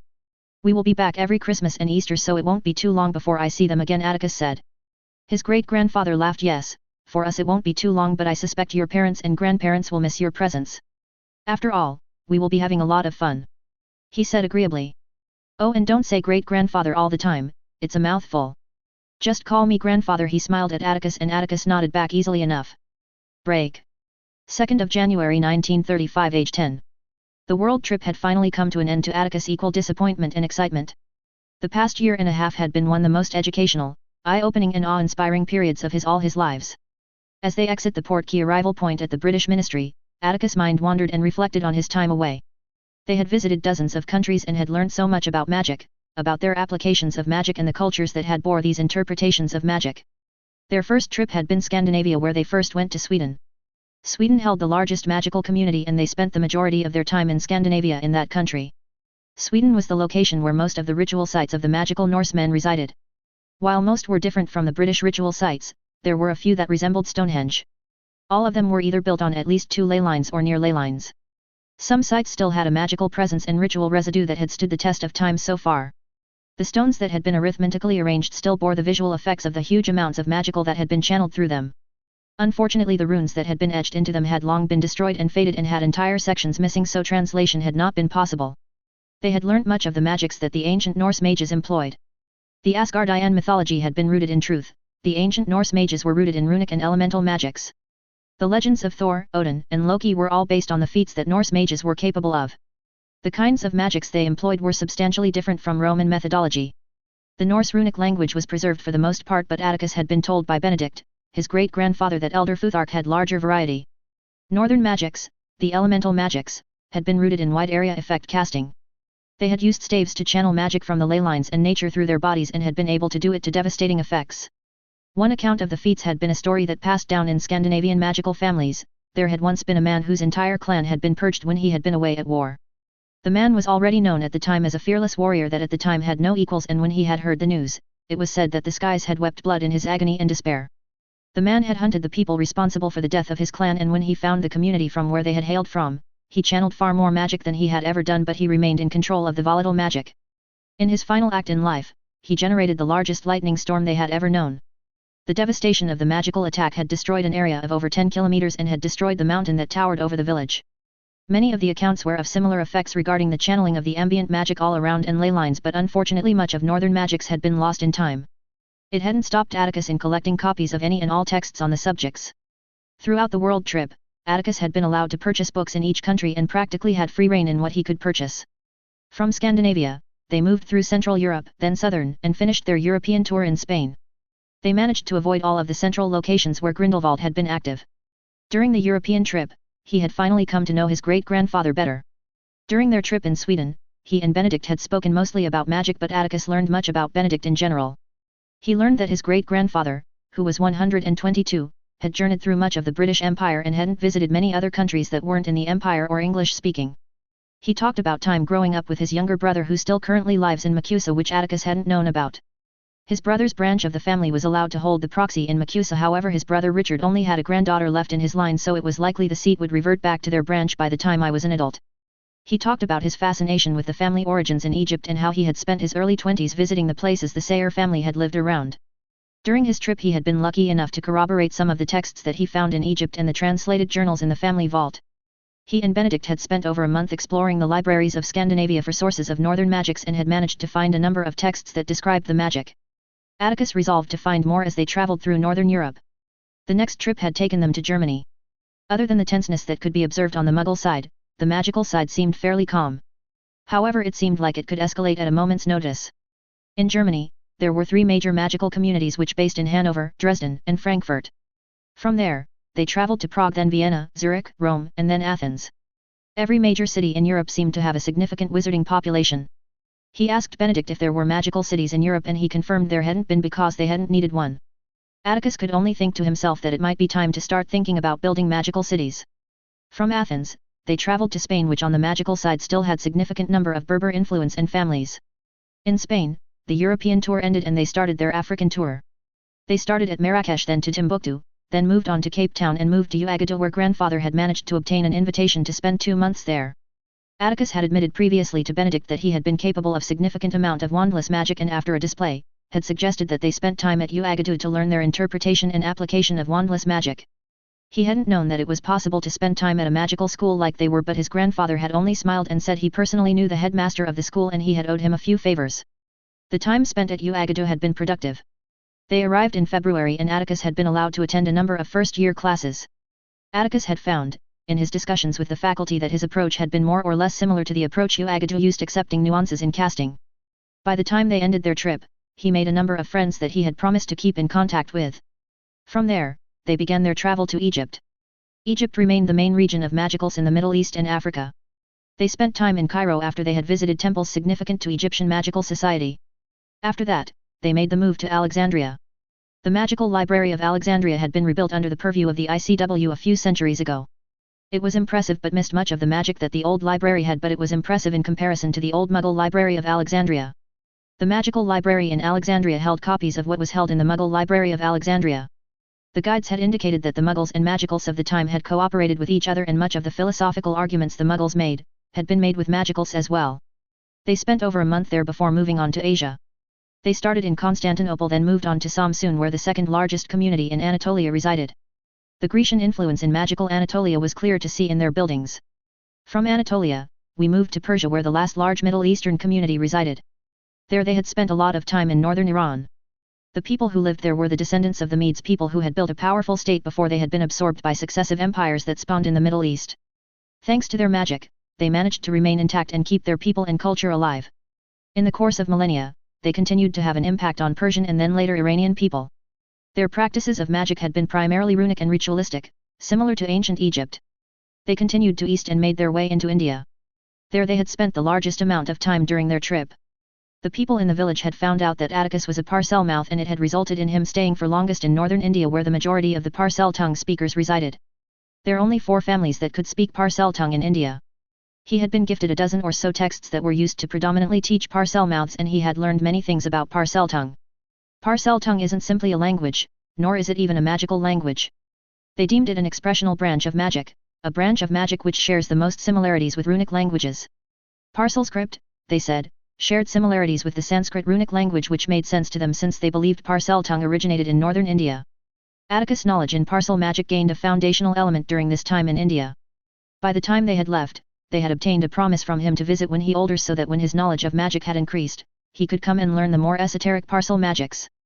Before they left India, they visited 2 more magical centers, both were locations that Benedict had spent significant time in. From there, they'd spent time in Thailand, Vietnam, Malaysia, and Indonesia before heading to mainland China. The majority of the magical population were located in the northwestern region of China. The Magicals had a large historical presence in ancient China. Like in so many cultures and regions, they were the healers, advisors, and philosophers of the nations. And just like in so many cultures and nations, by the time the statute had been enforced, the relationship between the Muggles and Magicals had deteriorated and they had retreated to less populated regions. The ancient Chinese Magicals had their focuses on runes and in elemental magic. Where the Norse and the Grecians, to smaller degree, had focused on large area effect casting of elemental magics, the Chinese were experts in small area casting but with greater control and fluidity. The guide that took to some of the heritage sites stated that the ancient Chinese were experts in combining the elements in their martial arts. For a few months he had gotten training from one of the practitioners in ancient Chinese combat, and it had been his most difficult, most grueling training he had endured. By the end of it, however, he had a decent grasp of the stances, techniques, and magics. By the time they had left, Atticus had extracted a promise from one of the students training there to come visit him in the British Isles so they can train themselves in both European and Chinese battle magic. He had met up with Dumbard in Australia. The majority of Dumbard's family resided in Australia when they had migrated in the early 1800s. Atticus had spent 3 months there learning the intricacies of legilimency. Atticus had already been capable of reading emotions, but it had not been voluntary nor with any kinds of accuracy. Dumbard had greatly aided in this and had expanded Atticus' capabilities. He had been by the end capable of casting legilimency without a wand. He was in no way proficient in legilimency, but it had come easier to him than occlumency. He had practiced wandless legilimency as much as he could in the remaining of the trip. Dumbard had stated that proficient legilimencers were capable of legilimency without requiring eye contact. That was something that greatly interested Atticus. Their last stretch of the Asian trip was Japan. Japan was even more stylistically behind the times and seemed unaffected by the progress of the Muggles. Their magical centers, however, were pleasant and easy on the eyes and were far more welcome than he expected. Their ancestral application of magic wasn't so different from the Chinese, though their runic language was markedly different. The last stop in the world trip was Makusa. The country had the most number of magicals outside of most countries in Europe, India, and China, and the country where his grandparents had died. During the trip, they started out west and had progressively moved towards the east coast. The country was beautiful and had many protected regions for magical creatures. The Americans were innovators in charms, specifically spatial charms and warding, and continued to make strides in those two branches. It did not surprise him, considering it had been an insane close call that the statue had not been broken in 1926 because of that obscurial. The subsequent fallout had been huge, and the Magical Congress had doubled down on enforcing stringent no-mage laws. The Americans were the most integrated of all the societies they had been to. The Americans worked like Muggles, looked like Muggles, and had restrictive laws on the use of wands. Makusa itself held many interests in the magical world, which was interesting as it was their primary source of income. Blood status was far less important in these regions, and Atticus could see himself moving here. Basing his Muggle business in the US would well be a path for him, and with his lineage, they may allow him more discretion. By the time they reached Boston, they met up with Benedict's brother, his granddaughter Atticus met for the first time, and Atticus' paternal aunt and her children whom he had met before. It had been a pleasant affair, and they had discussions about magical creatures, Hogwarts versus Ilvermorny, Grindelwald, and the Sayre family. It was definitely noticeable how respectable and influential the Sayre family were in America, as they had received many gifts and were welcomed as if they were royalty. Atticus determined he quite liked that. It had now been January 2 of 1935, and it was time to head home. Chapter 7. 2nd of January 1935, age 10. Atticus and Benedict were greeted warmly when they had returned, and during dinner Atticus had regaled story after story of their experiences when they were away. They had not returned to England in this time except once for a week in the summer of 1934, and his mother had missed him greatly. He had missed her as well. Tweenie had found St. Wool's orphanage during the time Atticus and Benedict were away and brought Atticus copies of the documents pertaining Riddle. He sat in front of his desk and began to read through it. Fem Riddle was written on the front of the dossier. Atticus had stilled. Fem Riddle. That was different. Atticus began to take out the documents and started reading. Emily Mary Riddle. Born 31st of December 1926 at St. Wool's Orphanage. Mother, Mary P. Gaunt. Status, deceased in childbirth at St. Wool's. Father, unknown. Atticus' eyes widened and he slumped back into his chair in shock. This was not what he was expecting. Atticus straightened up and his mind was in overdrive, considering the implications. He was in an alternate universe where Riddle was born female. What else would be different? The knowledge he had could mean nothing. Atticus' mind whirled. Would it change Riddle's nature? Perhaps, perhaps not. Atticus grimaced. He had a nasty thought about what happens to girls in environments such as Riddle's. What had followed then were simply reports on health and education and occasional remarks, but nothing more. The reports highlighted intellectual prowess, as expected. But there was nothing on her behavior which was strange. Was it something to do with the era? He shook his head. Atticus leaned back, his head hanging off the back of the chair as he stared at the ceiling. What to do? Annoyingly, this had changed nothing, and yet it changed everything. Gender was not something that was hugely discriminated against in the wizarding world. After all, how could you do so when it was not physique but magical power, intellect, and drive that determined capabilities? She'd still be the heir of Slytherin. She'd still be a prodigy. She'd still be ruthless at the very least. Atticus sighed. Tweenie Pop. Yes, Master Atticus. Tweenie asked. If I were to ask you to spy on someone, could you do it while invisible and without anyone noticing, whether they were magical or muggle? You may use whatever method you wish, but I would want to know everything that goes on with that person, Atticus asked intently. Tweenie took a moment to consider and looked up to Atticus. I believe I can. But do you want me to watch them all day and night? Tweenie asked wide-eyed. Atticus shook his head. No, I would want you spy on them on and off during the day, perhaps even evening, mixing it with whatever you do daily. Atticus said. Tweenie nodded. This I can do, Master Atticus. Who will I be spying on? Tweenie asked eagerly. Atticus tapped on the dossier and Tweenie caught the action and began to understand. Remember when I asked you get me information on Riddle? Well, I hadn't expected what I had found and so I am in a situation where I don't know how to act. I need more information on Emily Riddle so it will be her you spy on. Do not interact with her and do not interfere and make sure you leave no chance of discovery. She is dangerous and perceptive. Atticus warned severely. He did not want to clue her in just in case. Tweenie straightened up. Yes, Master, I will do everything you asked and as instructed. Atticus nodded slightly good and began to turn, but Atticus hesitated a moment and looked at Tweenie. If something is happening with her that seems wrong, let me know immediately. Tweenie acknowledged and Atticus dismissed Tweenie and turned away. This was the first proper divergence he was aware of. He was aware that things would be different, but such a blatant change made him wary and he was beginning to reconsider some of his plans. He shook his head. If she turned out to be the same as the male version he would not hesitate to act. Creating Horcruxes was an act that Atticus found repulsive and no matter the gender, he would seek out to destroy them. A mortal enemy can be dealt with a multitude of methods. An insane seemingly incapable of dying Dark Lord? Yet, no thank you. Best to nip it in the bud. For the next few months, Tweenie had been giving him updates on Ms. Riddle. It was grim. She didn't show any obvious signs of a sadistic streak but she had a violent core to her. Her time at the orphanage wasn't easy. She recently was attacked by a gang of kids and she had retaliated often with a vengeance. One of them had found her playing with snakes and subsequently had called it punishment for killing one of the children's pet rabbit. It had sent her into a rage and retribution had been swift. Since then, they had been keeping their distance but she continued to use her magic, not that she knew of it but she was aware she had something, on them. Atticus had a feeling that this was a defining moment for her. She was approaching a crossroad and when Dumbledore would come and react like Atticus thought he would, it could well set her on a path that the Riddle he knew took.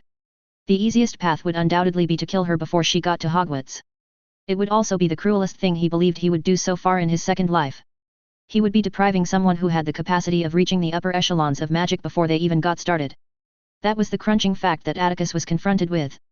There was a high chance of course that she would have a detrimental impact on the magical world but it was only chance at the moment. Was he spitting on his second chance at life by depriving someone, who was similar enough to him in his first life, the same kind of chance? Atticus sighed and closed his eyes. Having foresight is perhaps more of a curse than he imagined. He would never allow himself to feel guilty for not acting when he could have but his actions now have a greater impact than ever.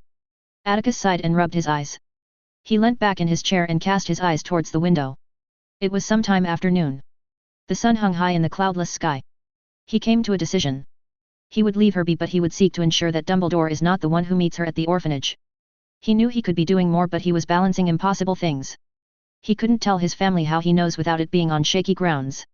He also knew that she was vulnerable at this stage in so many ways and that the orphanage was a shield in more ways than one. He smiled wryly to himself and closed his eyes. He felt like fucking Dumbledore at that moment. He shook his head and banished that thought away. No, he wasn't setting her up to fail. It was unfair to compare himself with the old codger. He'd leave her be and let things fall where they may. Break. The next couple of years Atticus had spent sifting through the books he had gotten on his travels. With so many different languages to translate, he hadn't gotten very far in his magical studies and had instead focused on his first 3 years of magical education.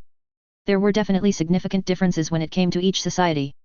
The European and American magical institutions more or less had the same kinds of methodology but the Asiatic and African approach was distinctly different. He'd managed in this time to compile a decent number of potions that were better than what would be taught in the European schools. Transfiguration more or less remained the same excepting for of course the way Uagadou approached the subject. He'd spent the majority of the time he had allocated to the books on translating the books on runes. Atticus was immensely interested in runes. It was his second favorite subject behind transfiguration. He managed to find a number of books on blood magic but not on soul magic.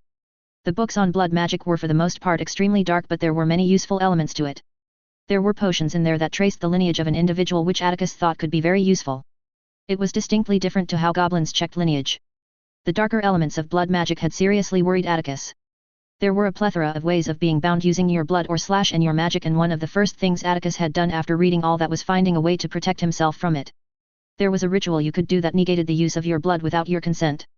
While many of the darker use of blood magic require willingly shedding your blood, there was still power in unwillingly shed blood, even if it was but a mere fraction of willingly shed blood. He'd already started setting up his second set of 7 rituals with the help of Orlac, and this ritual was the second in the set. The theme of the second set is freedom of mind, body, and magic, whereas the first was enhancement of the body, mind, and magic. The first ritual would be cleansing of the body of foreign magic, the second would be sanctity of the blood, the third would be a ritual that removed the trace, the fourth would give him greater immunity to mind magics, the fifth would result in him becoming immune to most venom, which involved phoenix tears and basilisk venom incorporated in his bloodstream. Orlac had confirmed that the feasibility of it and had directed him to the necessary passages to help him create his first ritual. The sixth would involve increased immune system designed at either eliminating poison or mitigating the effects of poison until he could be healed, and the last ritual involved in protecting his magic from being bound unwillingly and without his consent. It would not protect him from magical items such as the Goblet of Fire, as that was an artifact of immense power, but it would protect him from being bound to another individual without consent, without exceptional effort. The third set would be something to do with adoption of magical abilities of creatures.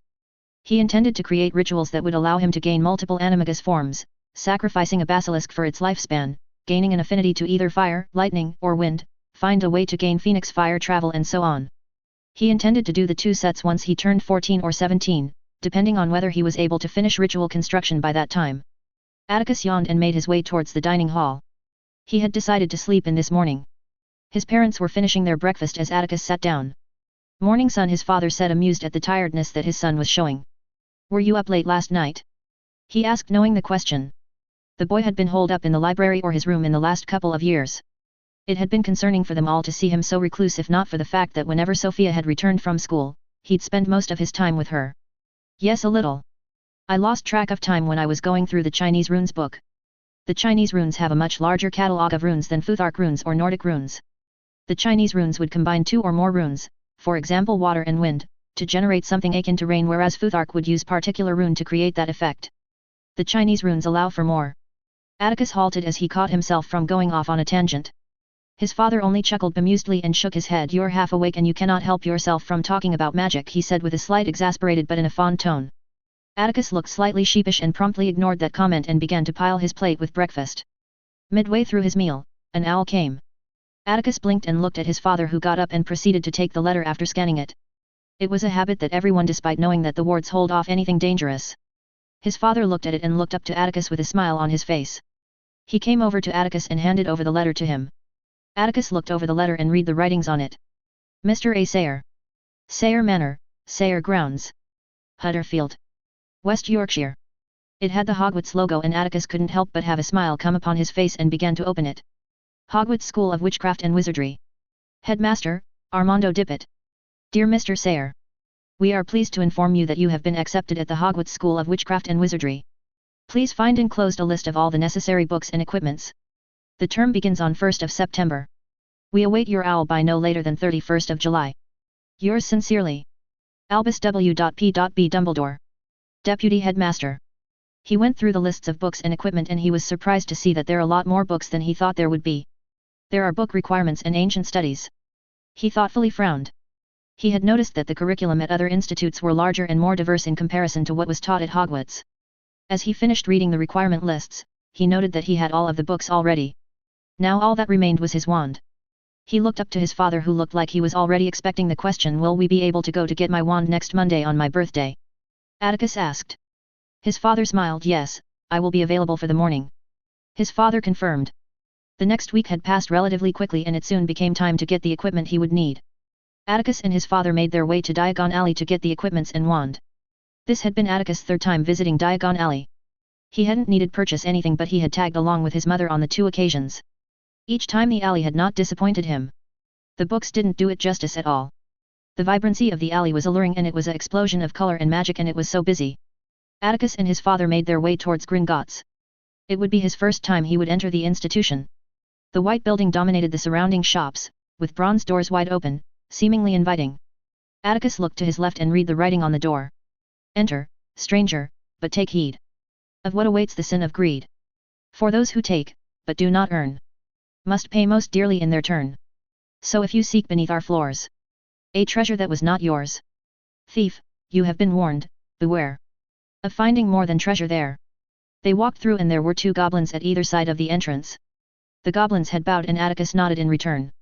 The hall was an impressive vision, a vast marble hall, unbroken, unblemished. The decor for all to see was in tremendous splendor, all the while there are hundreds of goblins working away without a care or a distraction capable of taking away their attention. Atticus and his father made their way towards the counter. Morning, we are here to receive the key to Scion Sayre's trust vault and to enter family vault, his father had said as he slid over a golden key across to the goblin. The goblin eyed the key carefully. This seems to be in order, I will have someone take you down to the vaults, he stated as he finished up bringing up Atticus' key. The ride down to the vaults was uncomfortable and he immensely disliked it. From the look on your face, traveling this way doesn't agree with you. Marcus said bemused. Atticus looked at his father annoyed and glared at him. I hadn't expected the speed at which it traveled. Nor how bumpy it was, he murmured. His father simply chuckled as they made their way towards the family vault. His father placed his right hand which held the air ring on the family and the doors to the vault opened. He had not expected the sheer amount of gold that was present in the vault and had halted mid-stride, eyes wide open. His father looked back over his shoulder with mirth in his eyes, impressed. He looked at his father as if he were dull and in a disbelieving tone. How would I not be impressed? I hadn't expected anything like this, he said. His father had chuckled. This is but a fraction of our wealth. Our family remembers the enmity that has existed with the goblins and wizards. We never understood why wizarding families put the majority of their wealth within Gringotts. We have significant accounts with the dwarves of Switzerland and a number of smaller worldwide wizarding banks. The family vault within Gringotts holds more our priceless artifacts than they hold our money. Not that we have cause to be concerned. Our relationship with the goblin is certainly more respectful than their relationships with other old families. It helps that we haven't raised our wands, or swords for that matter, against Gringotts during any of their rebellions. He stated. They talked a little more about the goblins, but soon enough they arrived where his father wanted to go. They stopped before a large cabinet that was made of old oak with tiny runes inscribed on it.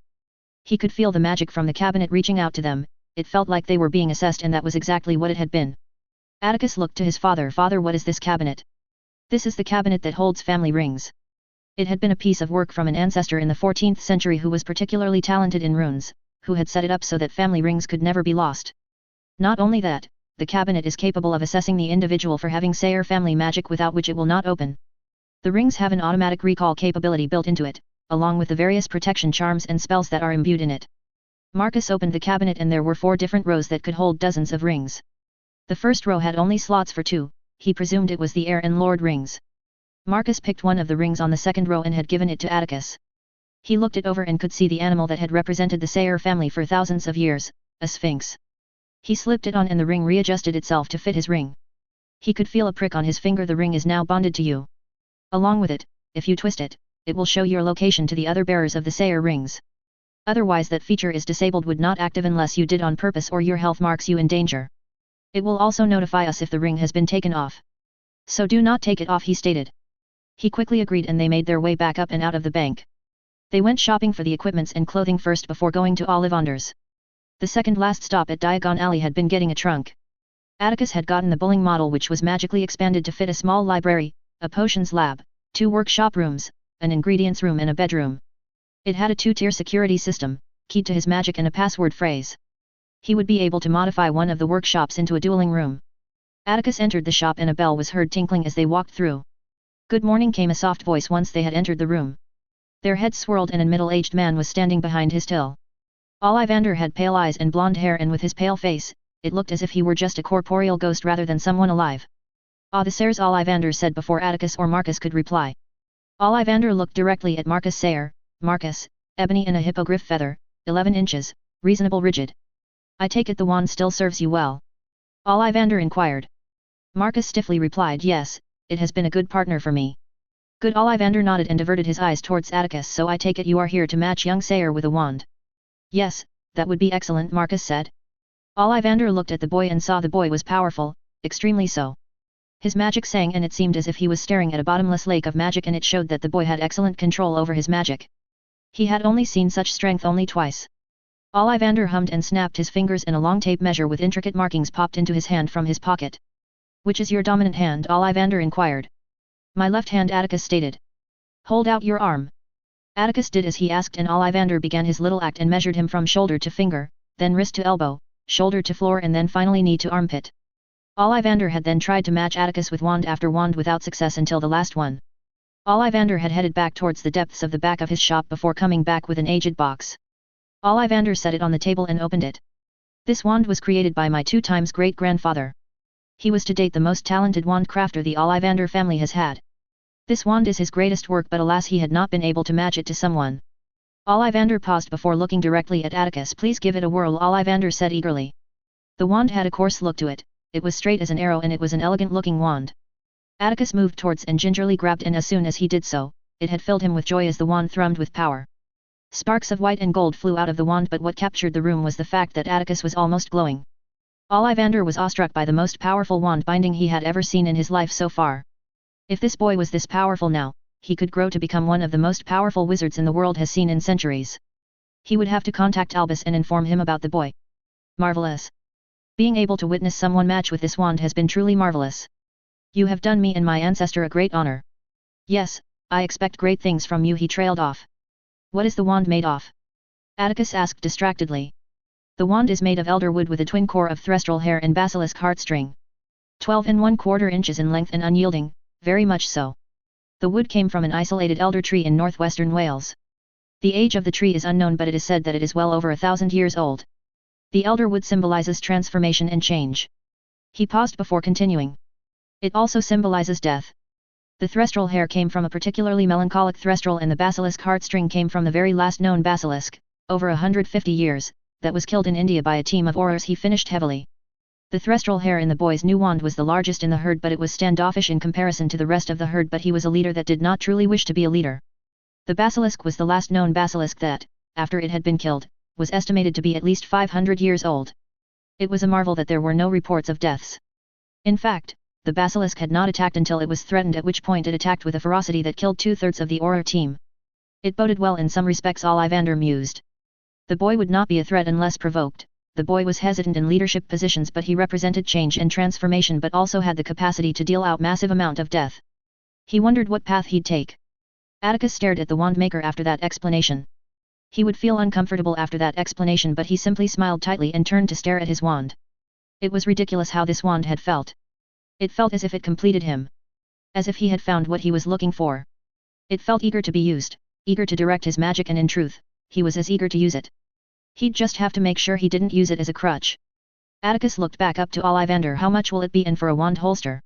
7 galleons for the wand and 3 for a dragonhide wand holster, Ollivander replied. His father paid and they walked out of the shop.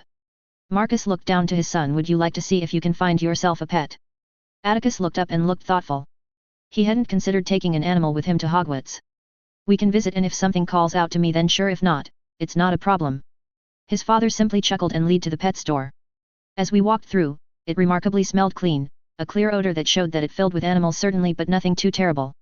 The shop was pretty large and had sections for each class of animals. On the left-hand side were the owls, ravens, and other birds. Centrally, the mammals were located, with the vast majority being krupp pups or kneazles. On the right were the reptiles. His father indicated Atticus to have a look around and find his pet while he went to talk with the owner, with whom he was in the same year in at Hogwarts. He started at the birds section and made his way through the store. Wait till I'm out of this cell. I will bite you, and if you are lucky I won't eat you, a sudden voice angrily stated, halting his progress. Ha, as if you had the brains or the will to even come in my tank. You're just all talk, you old worm, the second voice mockingly stated. After that, it was a mixture of angrily expressed words and name-calling, and had his full attention until one of the other snakes noticed that he was nearby. Everyone quiet. Shut it, short tongue. There is a human looking at us. What is this fool child looking at? I wonder if he'll come close enough for me to bite, one said excitedly. Someone bite little worm please. The fool would get us all killed, and the arguments all started again. I couldn't help but laugh at all the drama. I didn't know snakes were drama queens, he stated. As soon as he started speaking, every single snake ceased their ramblings and arguments. They all geared their heads towards him almost simultaneously, and he had to say it was a little creepy how synchronized they were. Human speaks the tongue. How? Is that possible? Is he a snack ealing in a human skin? They all started sending questions all over each other until it became indiscernible, until one of them, one of the larger snakes, spoke and got their attentions. Silence. And everything petered down. From that it was clear who was in charge of these highly opinionated and argumentative snakes. He or she then geared towards me. Welcome, speaker. I have not met a speaker in person, but I have been told by my elders that there are humans who can speak. Hello, what is your name? Are you female or male? What species are you? My family are known to have speakers in our ancestry, and once a while a speaker is born. Do you know much of speakers? He asked. Calm, snackling. My name is Isla and I am female. I am a mix of horned serpent and a cobra. I only know a little of speakers. My great-great-great-grandmother was a horned serpent that encountered a female speaker. She was able to warn her of the danger she was in. The story was familiar. As he remembered it, Isolde Sayre, born in the early 1600s, the multiple times grandmother, was the person that encountered a horned serpent. Isolde and Henry Sayre were orphaned when the private home of William Sayre and Reinach Sayre Nagant was burned down, with the pair of them killed in the fire. The children were raised by their maternal aunt Gormlaith, who was by all accounts an insane and cruel witch filled with hatred for muggles. Henry was his direct ancestor and was only 2 years old and the heir to the family. From what he knew, the time that the children spent with their aunt was a difficult and dangerous time. Gormlaith frequently cast dark magic at the pair and they suffered for years, though Isolde mitigated the cruelty for Henry as much as she could. They were witnesses to curses that she spread to the muggle neighbors, and as a result they would avoid the cottage, leaving a sheltered, isolated, and miserable childhood for the pair of them. Isolde was denied to go to Hogwarts, though Henry managed to go after she managed to trick her aunt. The denial of being allowed to go to school was her motivation for the eventual creation of Ilvermorny. At the age of 17, Isolde managed to escape and masqueraded as a male before leaving for the New World while Henry was at Hogwarts. Henry would not see Isolde for nearly a decade and became free from Gormlaith as she chased Isolde when she heard of the school she had created. The legend of the horned serpent was that it gave its horns as a wand core and delivered a prophecy that the horns would save her family. He wasn't sure what the rest of the story went, as he hadn't read the journals of Nelson, and it was only Mother who told me some of it in passing. He'd find out at some point. Yes, I know some of that story. The woman was my many times grandmother, as one of her daughters married my ancestor. I'm pleased to meet one of the children that helped save my kin. I'm here today to pick a companion. Would you like to come with me? My name is Atticus, by the way, he asked. Yes, I'll come with you, youngling, she said with a excited lilt. As he looked back at the front of the store, he saw his father and the owner staring at me, though with differing expressions. His father was unhappy that Atticus had shown his skill in the store. He looked at the owner and decided it would not do and pulled out his wand and obliterated the memory of his son speaking parcel tongue. Atticus looked at his father curiously. He would have talked, and it was attention that we do not need. Be more careful to whom you show that skill, Atticus, his father warned him. Atticus nodded and he sobered up. He changed the subject. Father, I've picked her, her name is Isla. She is related to the horned serpent who gave the horns to Isolde Sayre. He says with a slight disbelieving tone to him. My father chuckled. Of course, it must be fate then, son. The owner came to his wits and looked confused. Michael, we'll take her and a month's worth of prey for the snake. How much for the snake? Marcus finished in a cold voice with a grim face. Yes, that will be 75 galleons, he stated, still slightly out of it. As his father paid up and we prepared to leave, he stopped and felt drawn an area he hadn't been yet. Father, please wait, I feel a pull to that area, he stated. His father assented and his curiosity was piqued. As we walked over, the store owner met with us. Here is where we keep the eggs of the animals until they hatch. Most of them are just standard bird eggs though, he said. What about that one, as he pointed to a bluish grey-white egg that was the originator of his pull. I have no idea. A smuggler was caught by the Aurors and his stuff was confiscated. Don't tell anyone, but one of the Aurors was an old and managed to get this egg. He didn't know what it was and neither did any of the others. He managed to take it and brought to me, seeing as he knew a bit about magical creatures, for identification and also to, sell to me, he said sheepishly. He blinked at that. Wow. He just admitted to being an accomplice to evidence tampering, fraud and corruption. Well, seems like the magical world all right. He looked at his father curiously and he saw an unreadable expression. He worked for the ministry, so he was wondering if this was out of bounds for him. How much would you sell it to us? His father asked, not without a little bit of frost to his tone. 60 galleons, he stated nervously. 35 galleons and no more, his father said firmly. Deal. And the store owner started packing the egg in a firm box. As they walked back to the leaky cauldron to head home, he couldn't help but ask, Father, is that kind of thing frequent? My father sighs. Yes, corruption like that is not all that infrequent. The vast majority are law-abiding, however there are always the shadier elements. Nothing much would have come from accosting him or reporting him to the Aurors. Break. It wasn't a particularly special day when the egg he had gotten began to crack. It had been months since he had received and nothing had been happening except for it feeling warm and not in fact being dead. The magical bond that he felt had been growing stronger, however slight it was. He could barely even sense it, even with his fairly capable ability to sense magic, but it was there and it was growing. He had been situated at the terrace, seated in the outdoors as he was reading one of the assigned books for his first year. He had been taking his egg with him, as much as he could after he had read up on fostering a bond with a familiar that was juvenile. Atticus set his book to the side and began to watch as the egg began to crack. Tweenie. Pop. Yes, master. Please call Sophia down. The egg is hatching, he stated while keeping his eyes on the egg. Sophia had extracted a promise from him to be there if the egg was cracking while they were both at home, and luckily it was happening during the break between terms as she was in her 6th year at Beauxbatons. After a little while, Sophia came walking in a fast pace and dashed herself into the spare seat, at which Atticus gave her an annoyed look which she just simply stuck out her tongue. So little brother, your animal is finally decided to make an appearance, she teased as she shared the same intense look Atticus was giving off as they both stared at the beak that was now breaking through the shell. Atticus simply noncommittally responded. After a little while, enough progress had been made by the bird that it became more apparent. The chick was as pink as it could be, but determination could be made. Atticus had read a number of books on magical creatures, after all, who wouldn't be interested in animals that were only in storybooks in his previous world? Tufts could be seen and the little chick had 2 of them. Atticus, do you know what this bird is? She inquired. Atticus shook his head. No, not yet, hopefully we'll find out once the chick is out of the egg, and Atticus proceeded to help the chick out of the egg, and Atticus spotted another set of little wings, and Atticus' eyes widened. Tweeny pop. Yes, master. The little elf answered. Please bring me the fantastic beasts and where to find them. Book? He sharply asked. Tweeny brought the book and Atticus scrolled through the book until he found what he was looking for. His eyes widened as he recognized the wings of the bird. He double-checked and looked for other birds, just to be certain. Atticus. She clapped in front of his face, which annoyed him, and gave her a pointed look, to which she simply arched her eyebrow. Well? What bird is it? She asked impatiently. He simply shoved the book and pointed at the page and smugly sat back. Sophia's eyebrows disappeared from sight as she gaped at the page. She began to look to and fro between the bird and the book and started laughing out of control. Atticus simply nodded. Yes, somehow I managed to get bonded to a thunderbird, he tonelessly said. It took more than a few minutes for Sophia to calm down, and she looked at Atticus with disbelieving eyes. Your luck is ridiculous, she said before frowning. She bore a bewildered look on her face when she turned to Atticus. Is it lucky to be bonded to a bird that will grow over 5 meters long and with a wingspan of at least double that? He simply shrugged. I think I'm lucky to have a familiar bond that is developing in the first place. Not many wizards or witches get bonded to a familiar. Let alone as young as I am, he stated as he picked up the chick. Hello little bird. You took your time hatching, he softly spoke to it, at which it chirped at him, which Atticus had smiled at. Well little brother, you're going to need to find out how to feed it. She cackled as she was still amused by the situation. Atticus shot her a glare. I know. The book thankfully states what the diet of the bird is, and it isn't any different from eagles, so red meat will be the way to go. He stated and continued to preciously hold onto his chick. Sophia began to read through the book and had read out what he could expect. The bird will remain a chick for 7 months and then begins to mature into a young bird, where it will remain for 3 years. The size will depend on the sex, but during this stage, the bird won't be any larger than a phoenix. The 3 years after that is where it will grow slowly but surely until it hits adulthood, at which point the bird will reach 3 to 5 meters.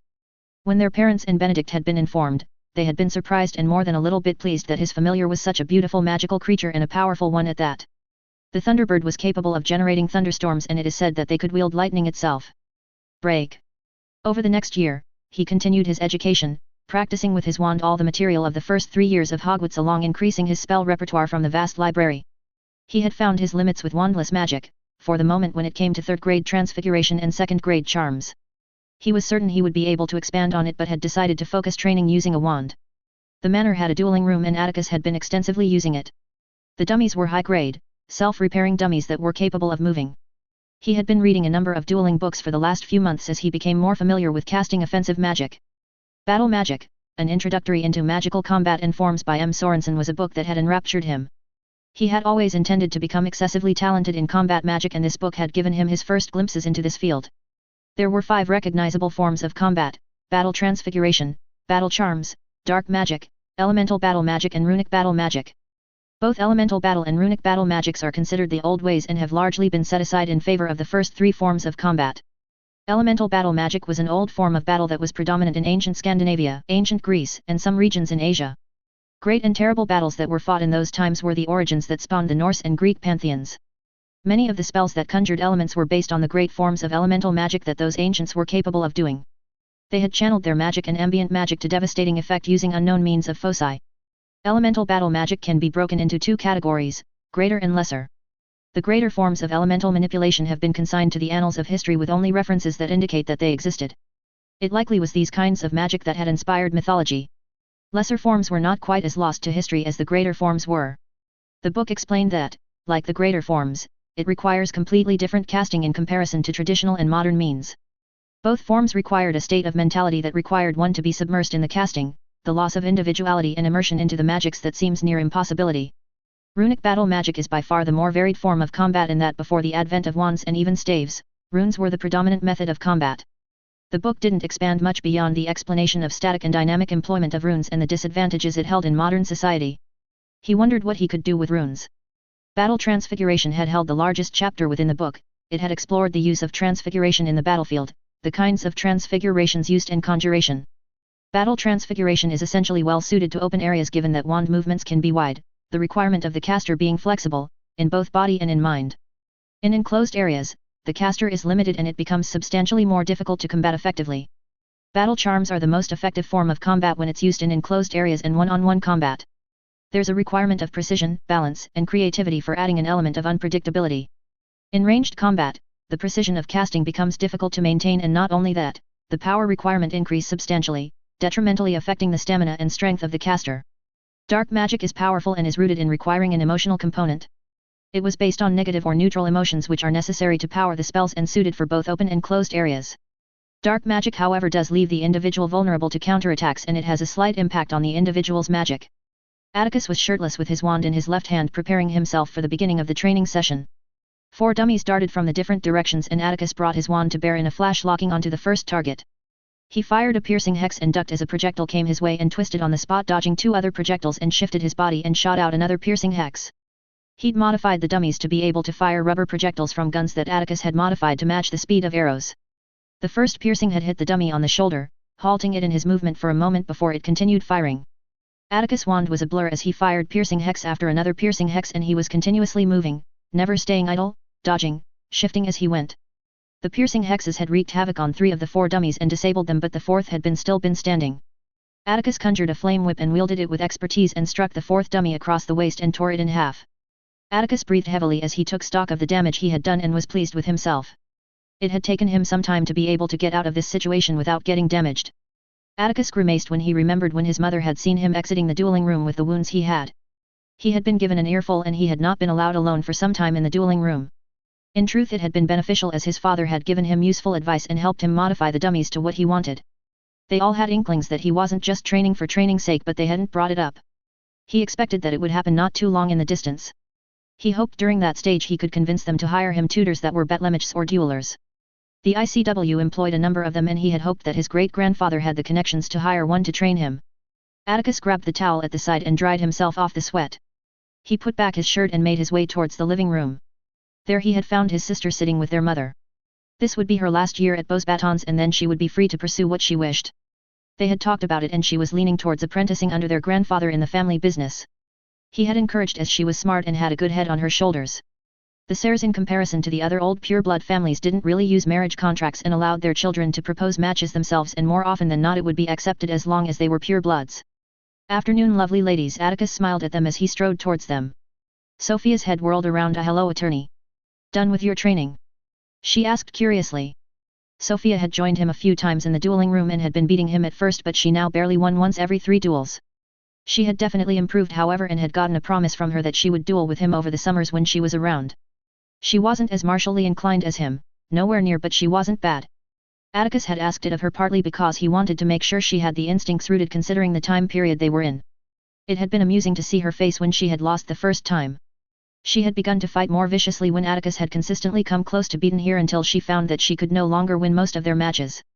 In truth, Atticus did have huge advantages over her. She hadn't done any rituals as far as he knew, and it showed. His reflexes were incredible. It was still within the bounds of human capabilities, but it was nearing the peak. He wasn't sure if his parents or great-grandfather had done any rituals, and it wasn't like he could ask. Well, he could, but it would be a painful conversation that would have consequences that he was disinclined to bear. "Yes, I'm done for today," he said while walking over, sitting across from his mother and sister. "I do not know why you push yourself so, Atticus. Boys your age would prefer to play Quidditch rather than what you do." His mother shook her head a little.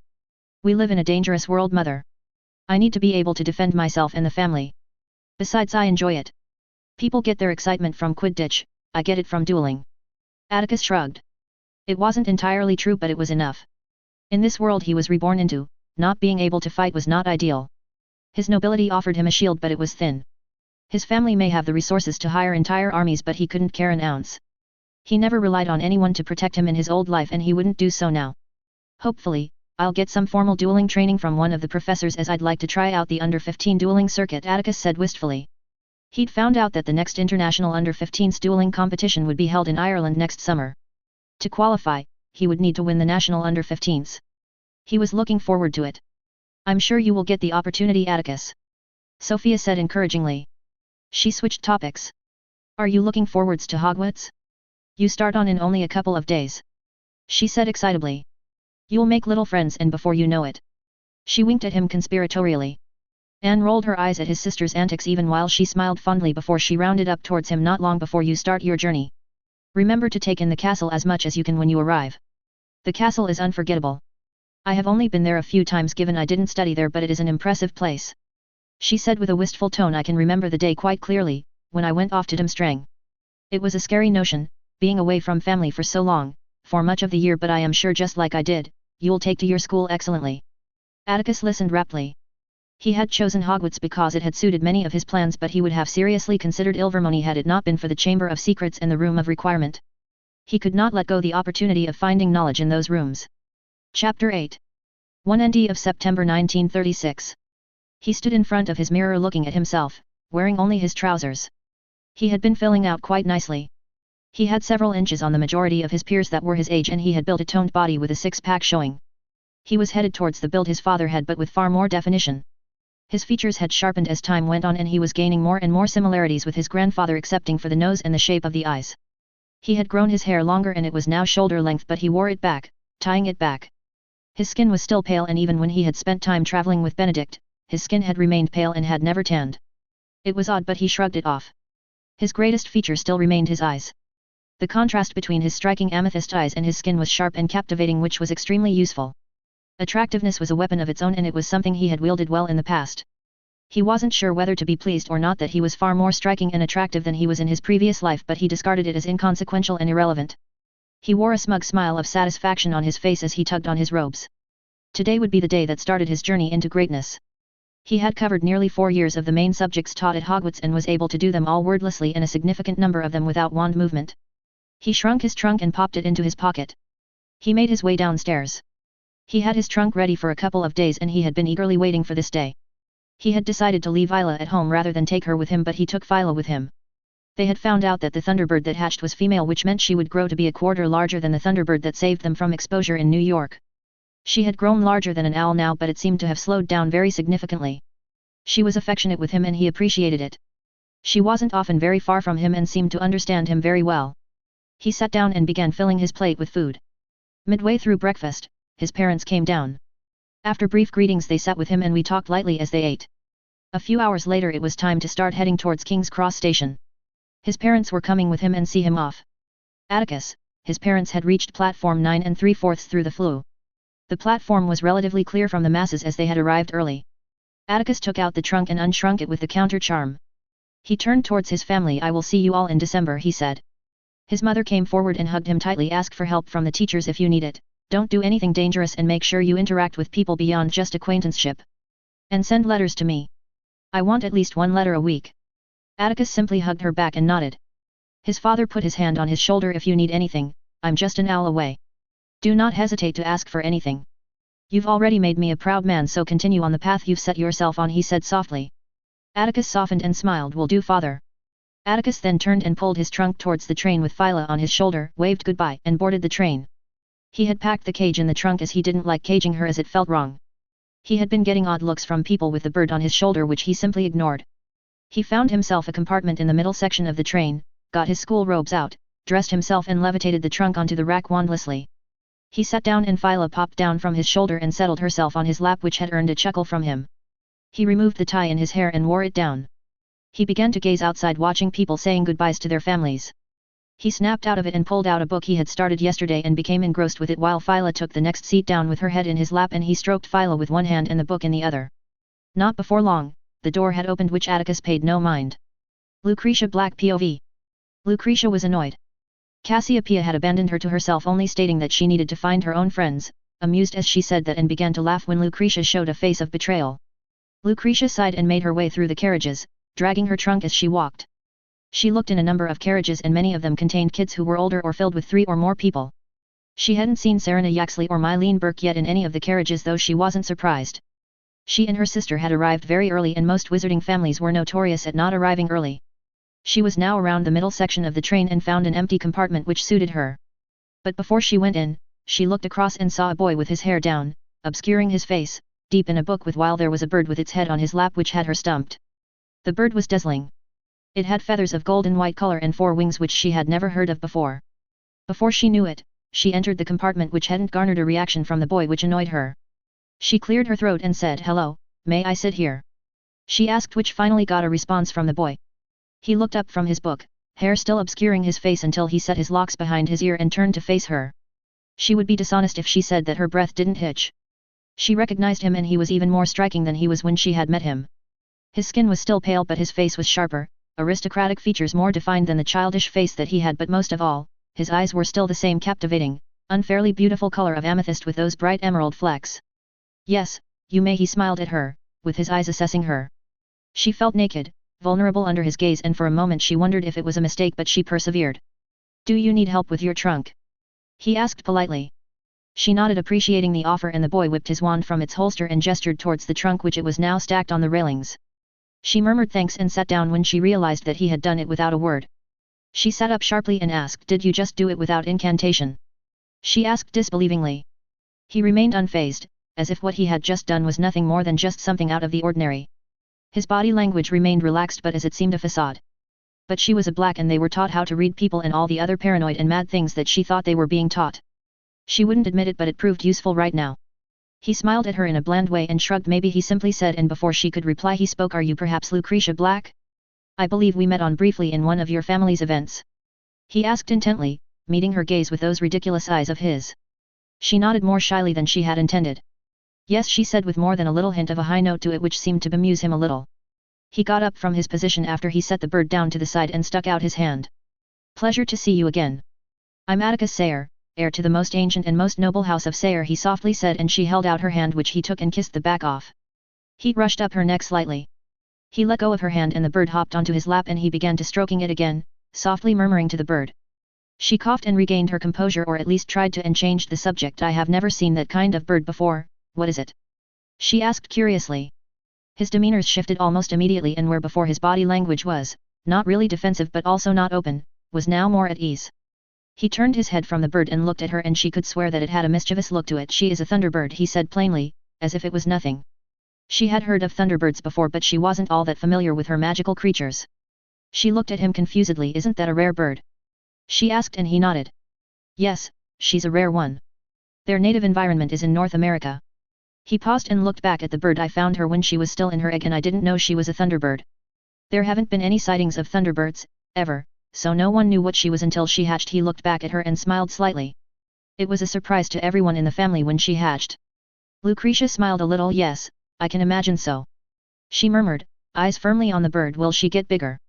The boy then chuckled lightly. "Yes, she will get much larger. I think she will get to something like 5 meters long with a wingspan between twice and thrice as long," he said, fully enjoying the shocked face she was adorning. She was more wary now. "Is she allowed at Hogwarts?"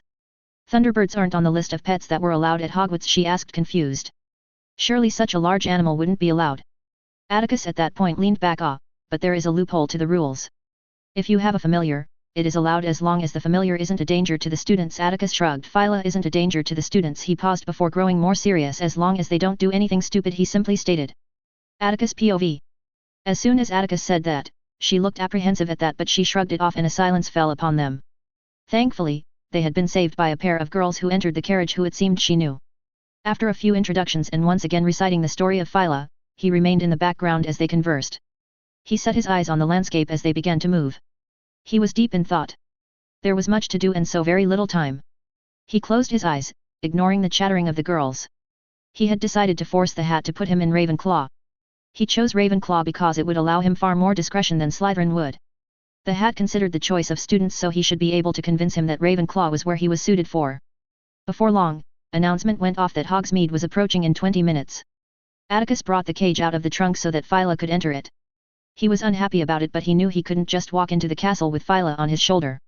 After the train had arrived at Hogsmeade station, Atticus was among the rest of the first years following a burly man that was the groundskeeper. Atticus found himself with a random bunch of children in the boat who he hadn't recognized, who were too excited to pay him any attention. In truth, he was in an anticipating mood himself. Before too long, they passed the low stone bridge and the site of the castle came into view and it was magnificent. The books often spoke of the site of the castle and the reactions that people had to Hogwarts and it didn't do it justice. The castle was breathtaking. The castle was imposing. The tall sharp towers, the smooth, faultless stones that made the walls, the countless torches and candles that illuminated the castle that could be seen even from their boats. Soon enough, it was time to leave the boat and they walked towards the entry of the castle. The door swung open with a groan and they were greeted by the deputy headmaster, Albus Dumbledore. He wore modest grey robes with a traditional wizard's hat. He had striking ginger hair but it was greying and vivid blue eyes that captured attention with eyes. Atticus' magical sensing was still not great but he could feel the tightly coiled magic of Dumbledore and it was shocking. The man was powerful. Not even his great-grandfather had even half the presence that Dumbledore had and he had no doubt that Dumbledore was keenly suppressing the majority of his magic. The first years, Professor, the burly man said. Thank you, Og. I'll take them from here and he directed his gaze towards the crowd of first years. Welcome. Dumbledore spoke with exuberance. Welcome to Hogwarts. I am Professor Dumbledore, Deputy Headmaster of this fine institution and your defense against the dark arts professor. Soon enough, I'll be walking you through these doors and through the hallowed halls of Hogwarts, he visible pointed out. After a few minutes, he guided them through the door and into an enormous entrance hall. There was a huge stairway that dominated the view. Large torches illuminated the hall, fully exposing the majesty and size of the hall. The man's swift footsteps echoed through the hall, like a metronome, calming the nerves that were high among the first years as they followed him closely. Before they entered the great hall, Dumbledore took the opportunity to speak with them. He clapped and began to explain, I'm sure you all are hungry which you will soon enough sate with splendidly cooked food. He paused for a second but before that, the sorting ceremony will be conducted whereby you will be sorted into houses. There are 4 different houses, Slytherin of which the head of house is Horace Slughorn who is also the potions professor, Ravenclaw is headed by Matthias Folly who is the charms professor, Gryffindor is headed by myself and I'm your Dada professor and lastly but not least Hufflepuff which is headed by Daphne Goshawk who is the ancient runes professor. Soon enough, they entered the great hall and it certainly lived up to its name. Nearly 100 children who all grouped together, whispering to each other suddenly clamped up as they were stared at by the hundreds of students seated at the 4 long tables at the center of the great hall. The tables were full of golden plates and goblets. Atticus looked and saw the famous ceiling. Atticus had read up on the ceiling but he had not found anything substantive on it regarding how it worked. The ceiling was enchanted to look like the night sky outside. He had many ideas on how to apply the idea on a wider scale. After all, if the ceiling could be enchanted like this, why not do it on a grander scale? For example, astronomy class could have use of this enchantment if it was done on a grander scale. He was brought out of his thoughts as Dumbledore moved up the steps and stood next to the stool with the old ratty hat sitting on the wooden stool. Soon enough, the hat sung. It was basically a message of unity and perseverance in the face of adversity. Soon enough, Dumbledore began to call out names and the sorting process began. Atticus looked around him at his fellow first years. He counted 126 first years which had surprised him. If he extrapolated, it would mean roughly 800,1000 of students. He wondered how many children were home-taught or attended smaller schools in the Isles. He had been greatly surprised when he had discovered that Hogwarts had not been the only school in the Isles, simply the best and reserved for those who had a minimum threshold of magic or those who were from wizarding families and could afford to attend Hogwarts. Muggleborns could only attend Hogwarts as it was only Hogwarts that could afford absorbing the costs of educating them as most of them were exceptionally poor in comparison to most wizarding families if you considered exchange rates. The other magicals attended either one of 4 smaller schools that were in each region, Wales, England, Ireland, and Scotland. Atticus snapped out of as the sorting was approaching him. Finally, Dumbledore called out, Sayre, Atticus. Atticus with long strides and avoided eye contact with Dumbledore until the last moment, inclined his head towards the stool and Atticus took his seat. The hat was placed on his head. Atticus could feel probing in his mind but it felt substantially different from any kind of legilimency probe he had ever felt. It never even attacked his shields. Oh, a clumency at your age already? Impressive but it will not prevent me from being able to sort you, young mage, the hat chuckled before it grew suddenly quiet. You are more than just an 11-year-old, aren't you? The hat wondered, voice trailing as it spoke. Atticus stiffened before he immediately relaxed. Anything you read in my mind is protected, is it not? You aren't allowed to speak of what you find in people's mind during the sorting, correct? Atticus asked as he grew wary.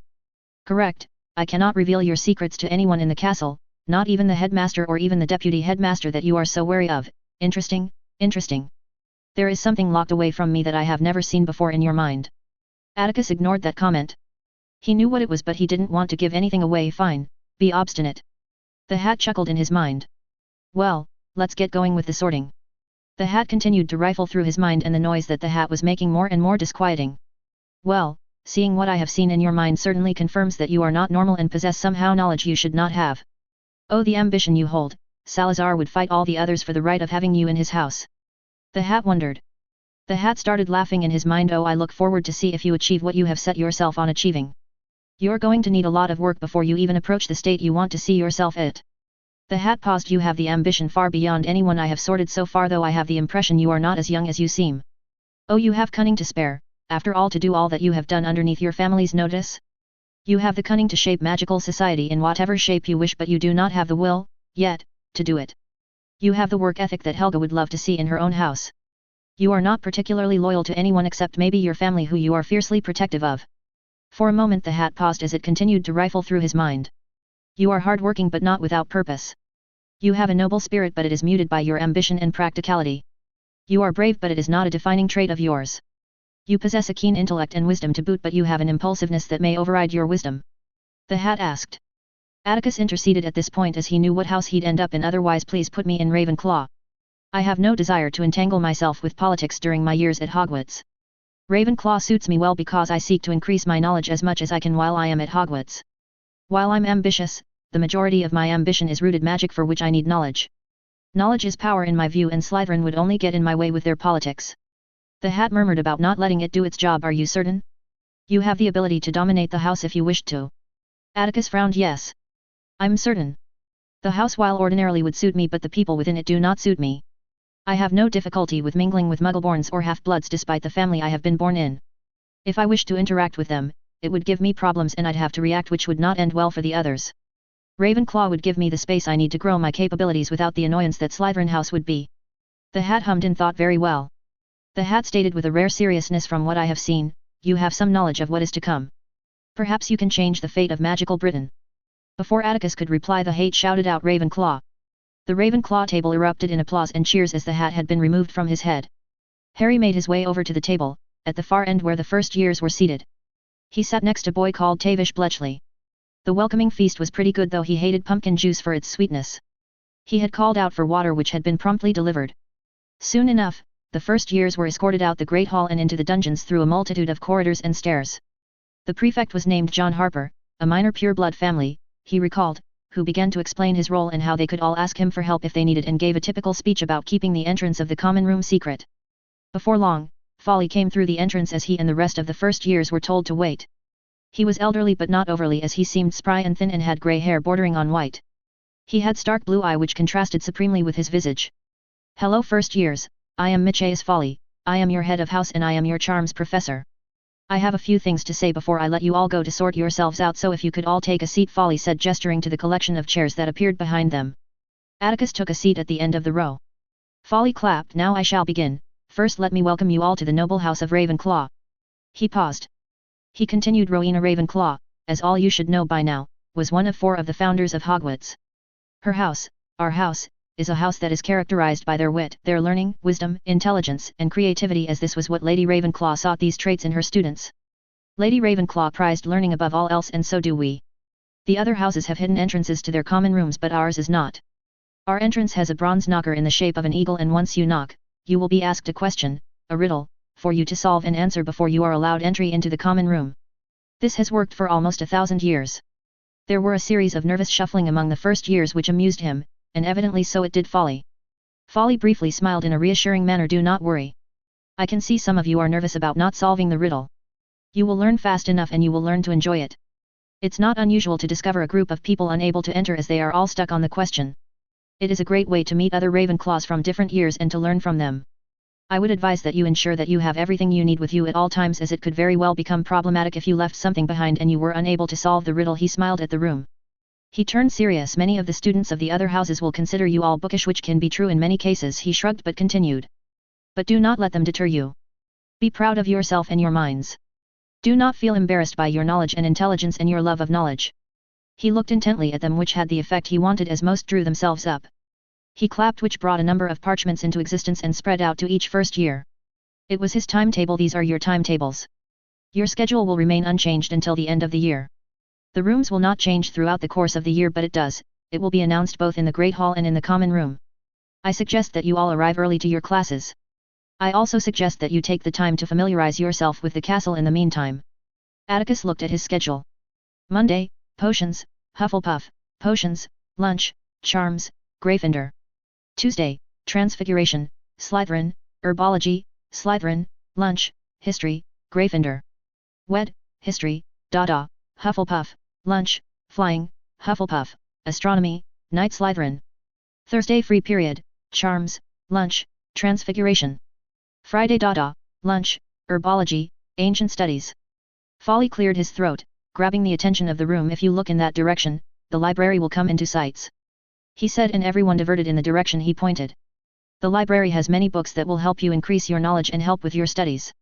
Supplementary texts and books to aid you in your studies are amongst the books. Please note, however, if you were to borrow a book, you will be noted down for the particular book you have borrowed.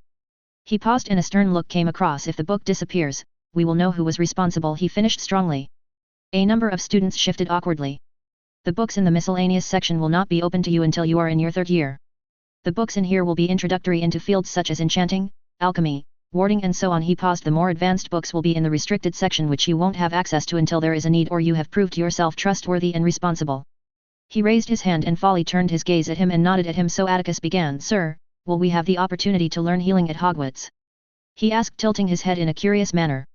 Folly, if he was surprised, did not show it. Yes, there will be opportunity to learn healing for those who wish to go on that route, but that will be only available by those who have achieved their owls in charms, transfiguration, potions, arithmancy and herbology and proceed to take the same subjects in newts. Even then, the school healer, Madame Pomfrey, will only pick a maximum of 2 each year. At this, Folly smiled wryly.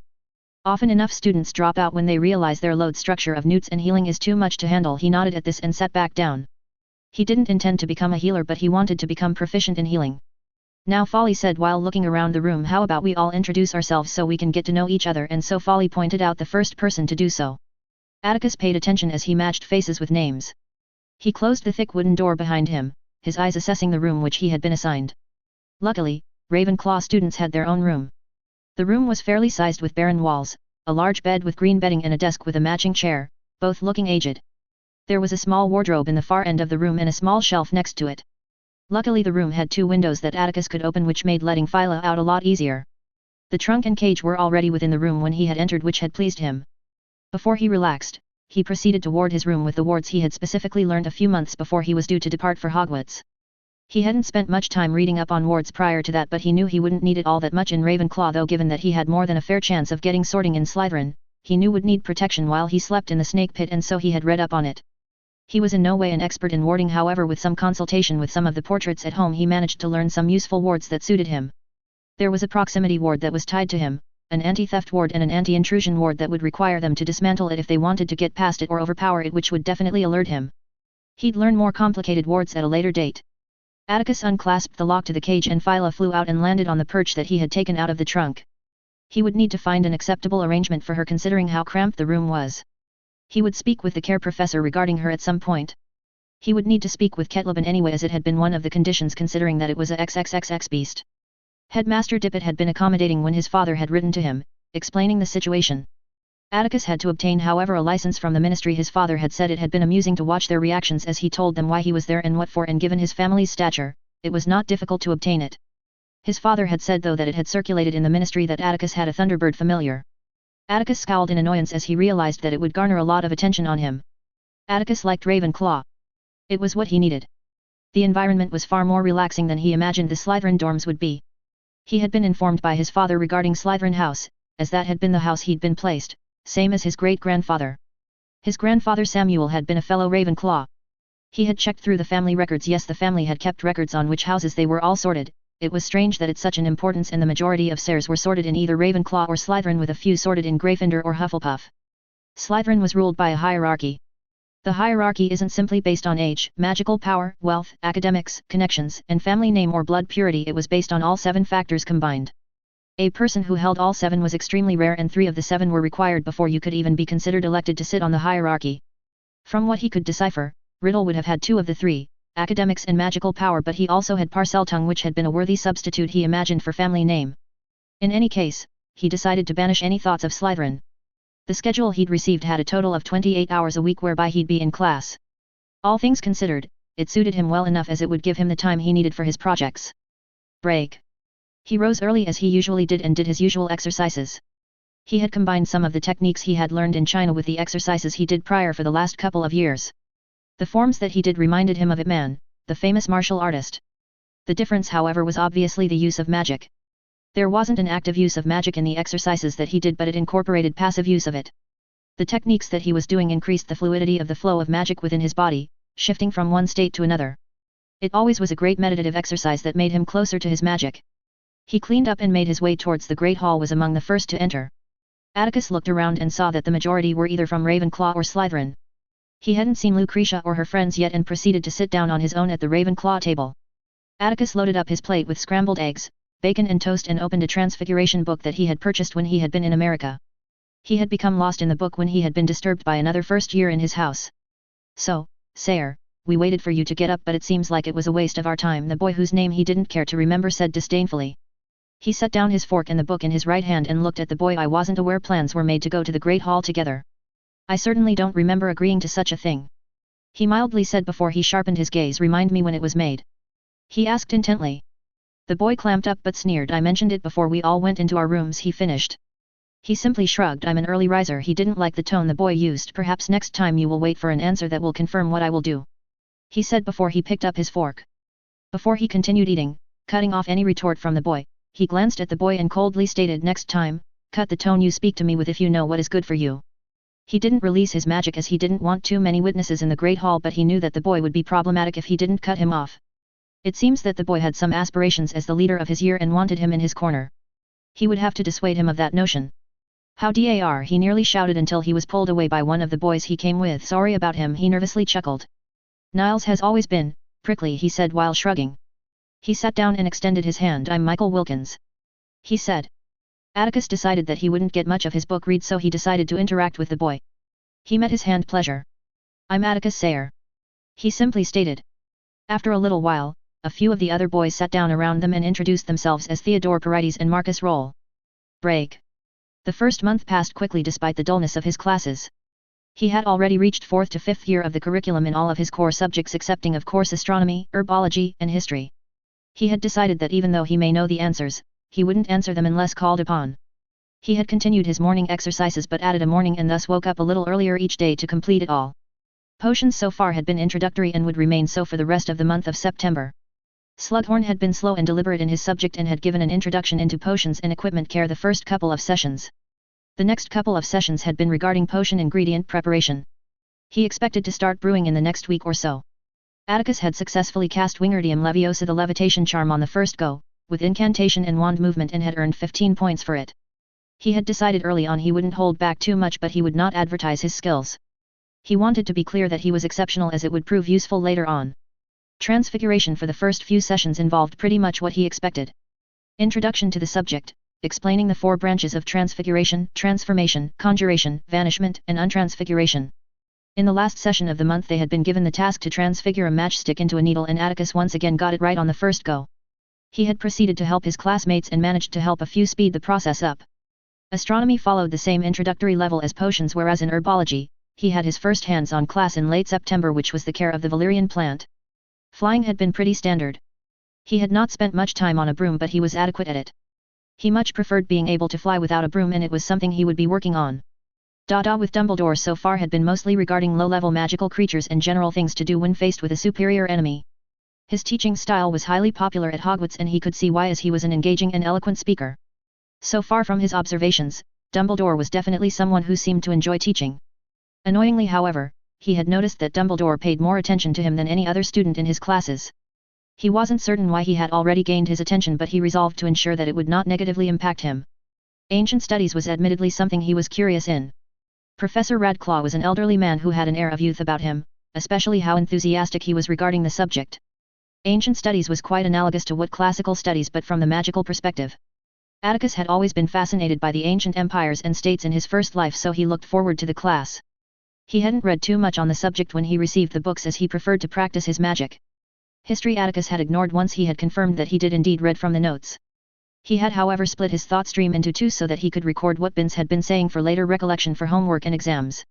He spent much of those lessons working on finalizing the projects that he would be working on for the rest of the year. The first project he had outlined was the replication of the Marauder map. He had an idea that the map was tied to the wards and used the Homino Revelio charm, but he was uncertain of the rest of the charms. But he would have time to figure out. The second project he had was pilfering the room of requirement of any and all useful things. There were hundreds of years of random things in there, and he knew without a doubt there were likely a number of rare books that would prove useful. He had gone to Nocturne Alley when he had been allowed to go to Diagon Alley on his own and purchased the vanishing cabinet that was in Borgin and Burke's.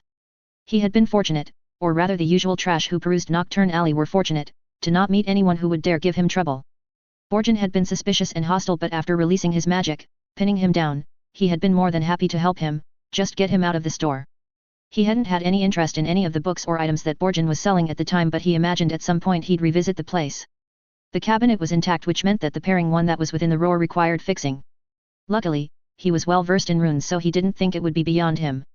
He'd asked his father regarding magical travel, in order to not seem suspicious regarding the vanishing cabinets, and had eventually found out that vanishing cabinets were illegal in ICW countries. The vanishing cabinets were exceedingly difficult to ward against and were capable of bypassing wards. He fully intended to figure out the runic sequences that made the travel possible during his time at Hogwarts, for the advantages were endless. What was the range? Was it instantaneous? He knew that the flow network was an element of control of travel, but if he were able to market a method of crossing borders that was safe, fast, but also had controls in place, or a system in place, he could make a fortune. He had found the vanishing cabinet in the first floor, as it had been sequestered away in one of the rooms on the first floor. Atticus had been appalled at this lack of security, even if it was damaged. He had taken it and placed it within his trunk and had been working on repairing it for the last couple of weeks, and he was getting close on fixing it. The runic sequences that made the cabinet possible were complicated and definitely had elements within its structure that were unnecessary.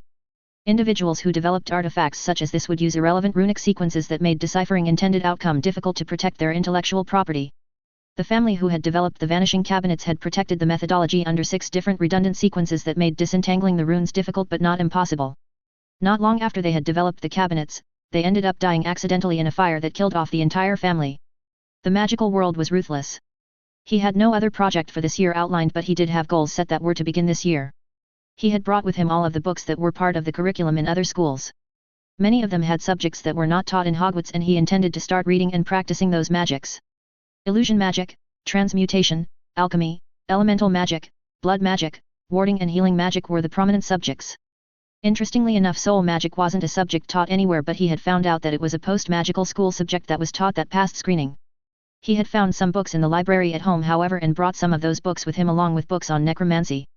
It seemed it was a required course for curse breakers that worked with Gringotts, which Atticus wondered why Dumbledore never brought Bill Weasley up to speed. Atticus frowned at himself. He knew why. But it wasn't an answer he liked. In any case, most of the subjects he brought up were elective subjects with the exception of alchemy in most schools around the world. He wasn't going to neglect continuing his core subjects and of course ancient runes and arithmancy, but he was going to go at a pace that was more sensible and intended to complete a year every year from now on and supplement his learning with the other subjects. In addition to all that, he intended to plan and execute his extracurricular activities. He intended to kill the basilisk before he left for the summer break. He had determined that the gaze of the basilisk was rooted in soul magic. He would inscribe a set of blackened glasses that he brought with him with runes with the intended purpose of allowing him to see via echolocation. It was a precaution, as his primary method still was to kill it with the cry of a rooster at dawn. He had researched if it did indeed kill a basilisk, as it seemed one of those traps, and so far every book he had read that had any clue regarding basilisks made it seem like it wasn't false. He had a feeling that Slytherin was a bastard though, and it seemed possible that he had immunized his basilisk from a rooster crow. That would mean that he could be trapped with a 1,000-year-old basilisk that he tried to kill, and he had no doubt the basilisk would understand his actions. So no basilisk killing until he completed his glasses, which would circumvent the instant death by gaze. It was unlikely, after all the Riddle diary had killed the roosters during the whole chamber debacle. During the Yule break, he intended to steal the resurrection stone from the Gaunts. He had checked up on them and it was only Morphin who was still alive. He had Tweeny scope out the shack, and it really was a damn shack. It was shameful and clearly indicative of the mental decline of the Gaunts, and had found other than a few snakes, the place had no defenses and he could just walk in and take the stone. He would brew a sleeping potion and have Tweeny deliver it and dose him while he waited. He would then take the stone and replace it with a replica. He had a pretty good image of how it looked, and he already had Tweeny find him some black stone that he could shape to match. Obviously he could not use his wand, so it would be a mission with only wandless magic. Luckily, his repertoire of wandless magic was pretty damn good and he was capable of wandless transfiguration, even if it was more limited comparatively. He did all his magic with a wand and without it, but he was getting to a point where he was unable of completing 5th-year transfigurations or charms. Funnily enough, curses and jinxes were things that he had no real problem with. It was something to investigate. On another note, Phyla had been allowed to roam the grounds around the castle. Ketlaban had been excited to meet a Thunderbird, which had been a common reaction. When he had introduced himself and mentioned he had a Thunderbird familiar, the Ravenclaws had been immensely interested in her. He had introduced her but clearly stated to them all that she was rated at XXXX and that he would not stop her from protecting herself. He also made it clear he and his family would respond quite harshly should she be mistreated in any way. They had all understood clearly and accepted it all too well.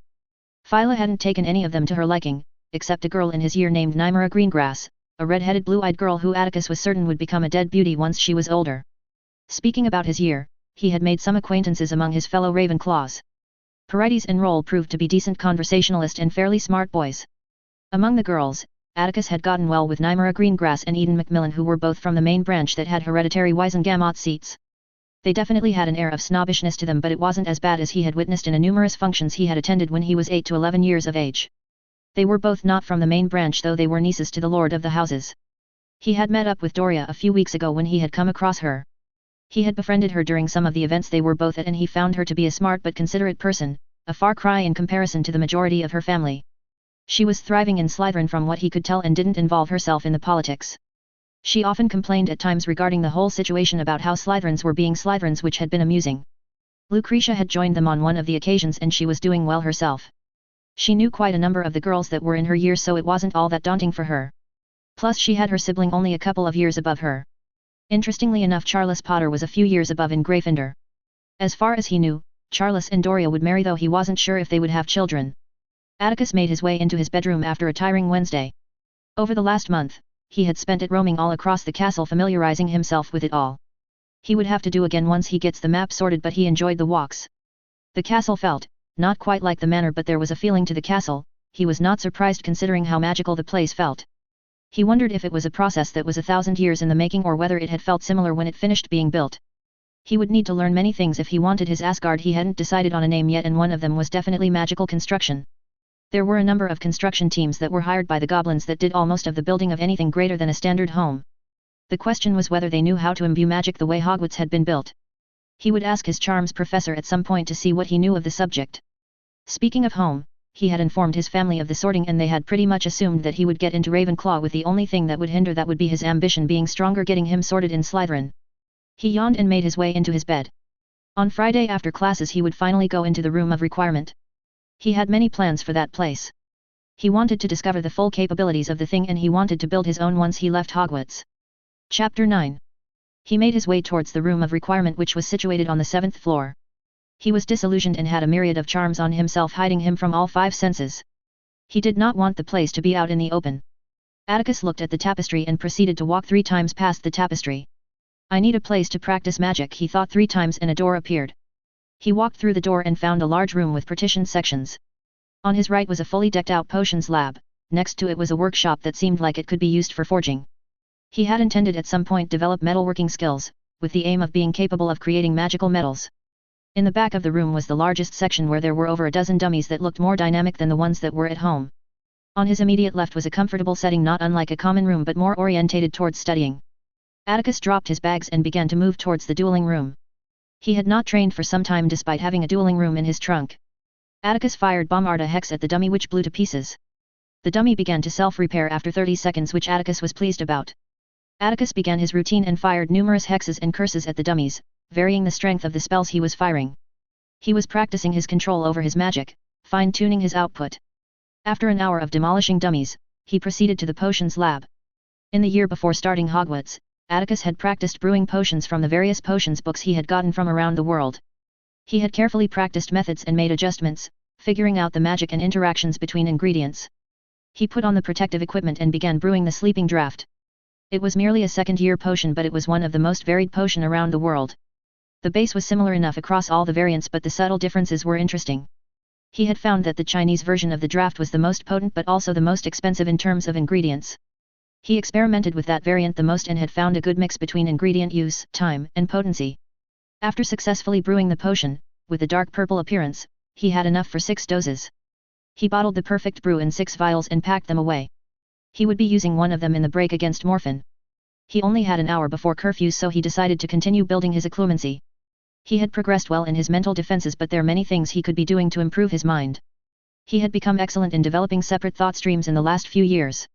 His maximum was 3, but the most effective and the one that put his mind in the least amount of strain was 2. Every day in class he would utilize 2 different thought streams. The one that wasn't focused in class would be focused on theory. He had a number of theories regarding transfiguration, such as permanent transfiguration and transmutation, that he would spend time investigating.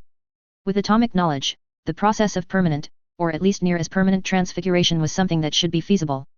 After all, the length of time that a part is transfigured is dependent on power. If you were capable of transfiguring at a molecular level, what would happen to the transfiguration? He wouldn't have time to try it out today, but he intended to work on it the next time he was in the roar. Break. The months leading up to Yule had progressed fast. Once Atticus showed his competence in his classes and quickly became known as a prodigy to the students and the teachers. The rumor mill in Hogwarts seems to be working just fine, even in this era. The students had begun approaching him and introducing themselves. He helped them with the things they had problems with, and he quickly became known as helpful. Within a day of showing himself to be helpful, it had circulated all around the school that he was extremely intelligent, skilled, and importantly helpful. There were some who were jealous and insufferable in their own inadequacies, but Atticus had navigated it well, considering he was used to such treatment, though this time it had been immensely more amusing. The positive image he had allowed him some leeway, and he had asked his head of house for a room dedicated as a workshop and a private room in which he could work in. He had been granted it, and he had found himself a decently large room a floor down from his common room. The effort that Atticus was putting in was noticed by his professors, especially the quality of homework he was submitting. In terms of practical work, he was often given additional work, and Atticus had continuously shown his capabilities and surpassing their expectations. Dumbledore seemed like he would be a problem, as he didn't hide his interest in him all that well, and though he didn't acknowledge his talent all that much. He was displeased that Dumbledore was vested in him, but in some way he was not disappointed, as it helped paint a picture of the man. His head of house, Slughorn, and Brown were delighted in his capabilities. Slughorn had been inordinately pleased to find that he was modifying his potions to the degree he was, and had a number of conversations with him regarding different recipes across the world. He hadn't shown him the notebook of potions. He wasn't sure if he would ever show Slughorn, as he didn't want his hard work stolen from him, as Slughorn, for all his positive demeanor, was a sharp individual and one who was a slippery individual. He had made headway with permanent transfiguration and had found that if you intimately know the atomic bonds of the material you were transfiguring, along with the material you were transfiguring to, your transfiguration would last much longer with the magic you put in. Atticus had looked for weeks in transfiguration books for any hints that this was a discovery known to the world. After months of ingratiating himself with Professor Brown, he intended to have a conversation with her regarding his capabilities in transfiguration before it was time to head home. He had mentioned to her his successes and results each week, and so had built up a good relationship with her. Atticus arrived at Professor Brown's office and knocked. "Come in," he heard Professor Brown shout out. He entered the room and saw the professor behind her desk with a number of thick tomes littered across the surface of the desk. It had fit the professor. She was a researcher first and foremost, and was someone who frequently contributed to the Transfiguration Weekly magazine. She looked up from the parchment she was writing on and gave him a small smile as she greeted him. "Good afternoon, Mr. Sayre. Please have a seat," she said as she gestured to one of the chairs in front of the desk. Atticus nodded and thanked her and sat down. "Thank you for agreeing to meet with me, Professor." "Oh, don't worry about it," she waved away as she gave him a warm smile. "I'm always happy to meet one of my students, and you're one of my best students, so it's a pleasure." Atticus gave her a genuine smile and inclined his head slightly. "Thank you, Professor, it means much to hear such praise from you." She simply smiled at him, and Atticus continued, "I came here today to discuss." Atticus scratched the back of his head as he paused. "Well, ever since I could remember, I've always been interested in transfiguration, even among all other forms of magic, and so I've spent years studying the branch of magic at home." He paused. "I haven't particularly advertised it, but I've studied ahead in most of my subjects, especially transfiguration, and I've gotten to the point of starting 5th-year curriculum."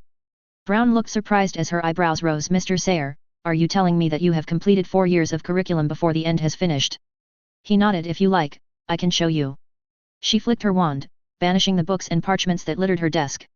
"We'll start from the match to needle exercise, working our way up, going through all the other exercises in order." He nodded and decided to do all the exercises silently, showing true mastery of the exercises. As he continued from exercise to exercise, Professor Brown's eyebrows steadily climbed in disbelief at his capabilities. Going through 4 years of curriculum had taken just over an hour, as Atticus went through the practical, explaining the theories, showcasing that he indeed understood everything.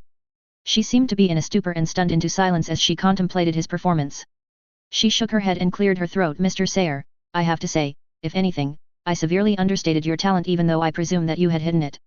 She asked inquiringly, intending to find out his reasoning.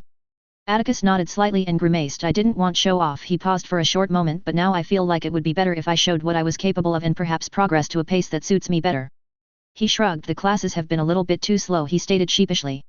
This had gotten a reaction from her, a disbelieving one with a mixture of amusement, but she got herself under control quickly enough. Yes, I imagine it would be boring and non-stimulating to go through material you already knew intimately, she said, trailing off in thought.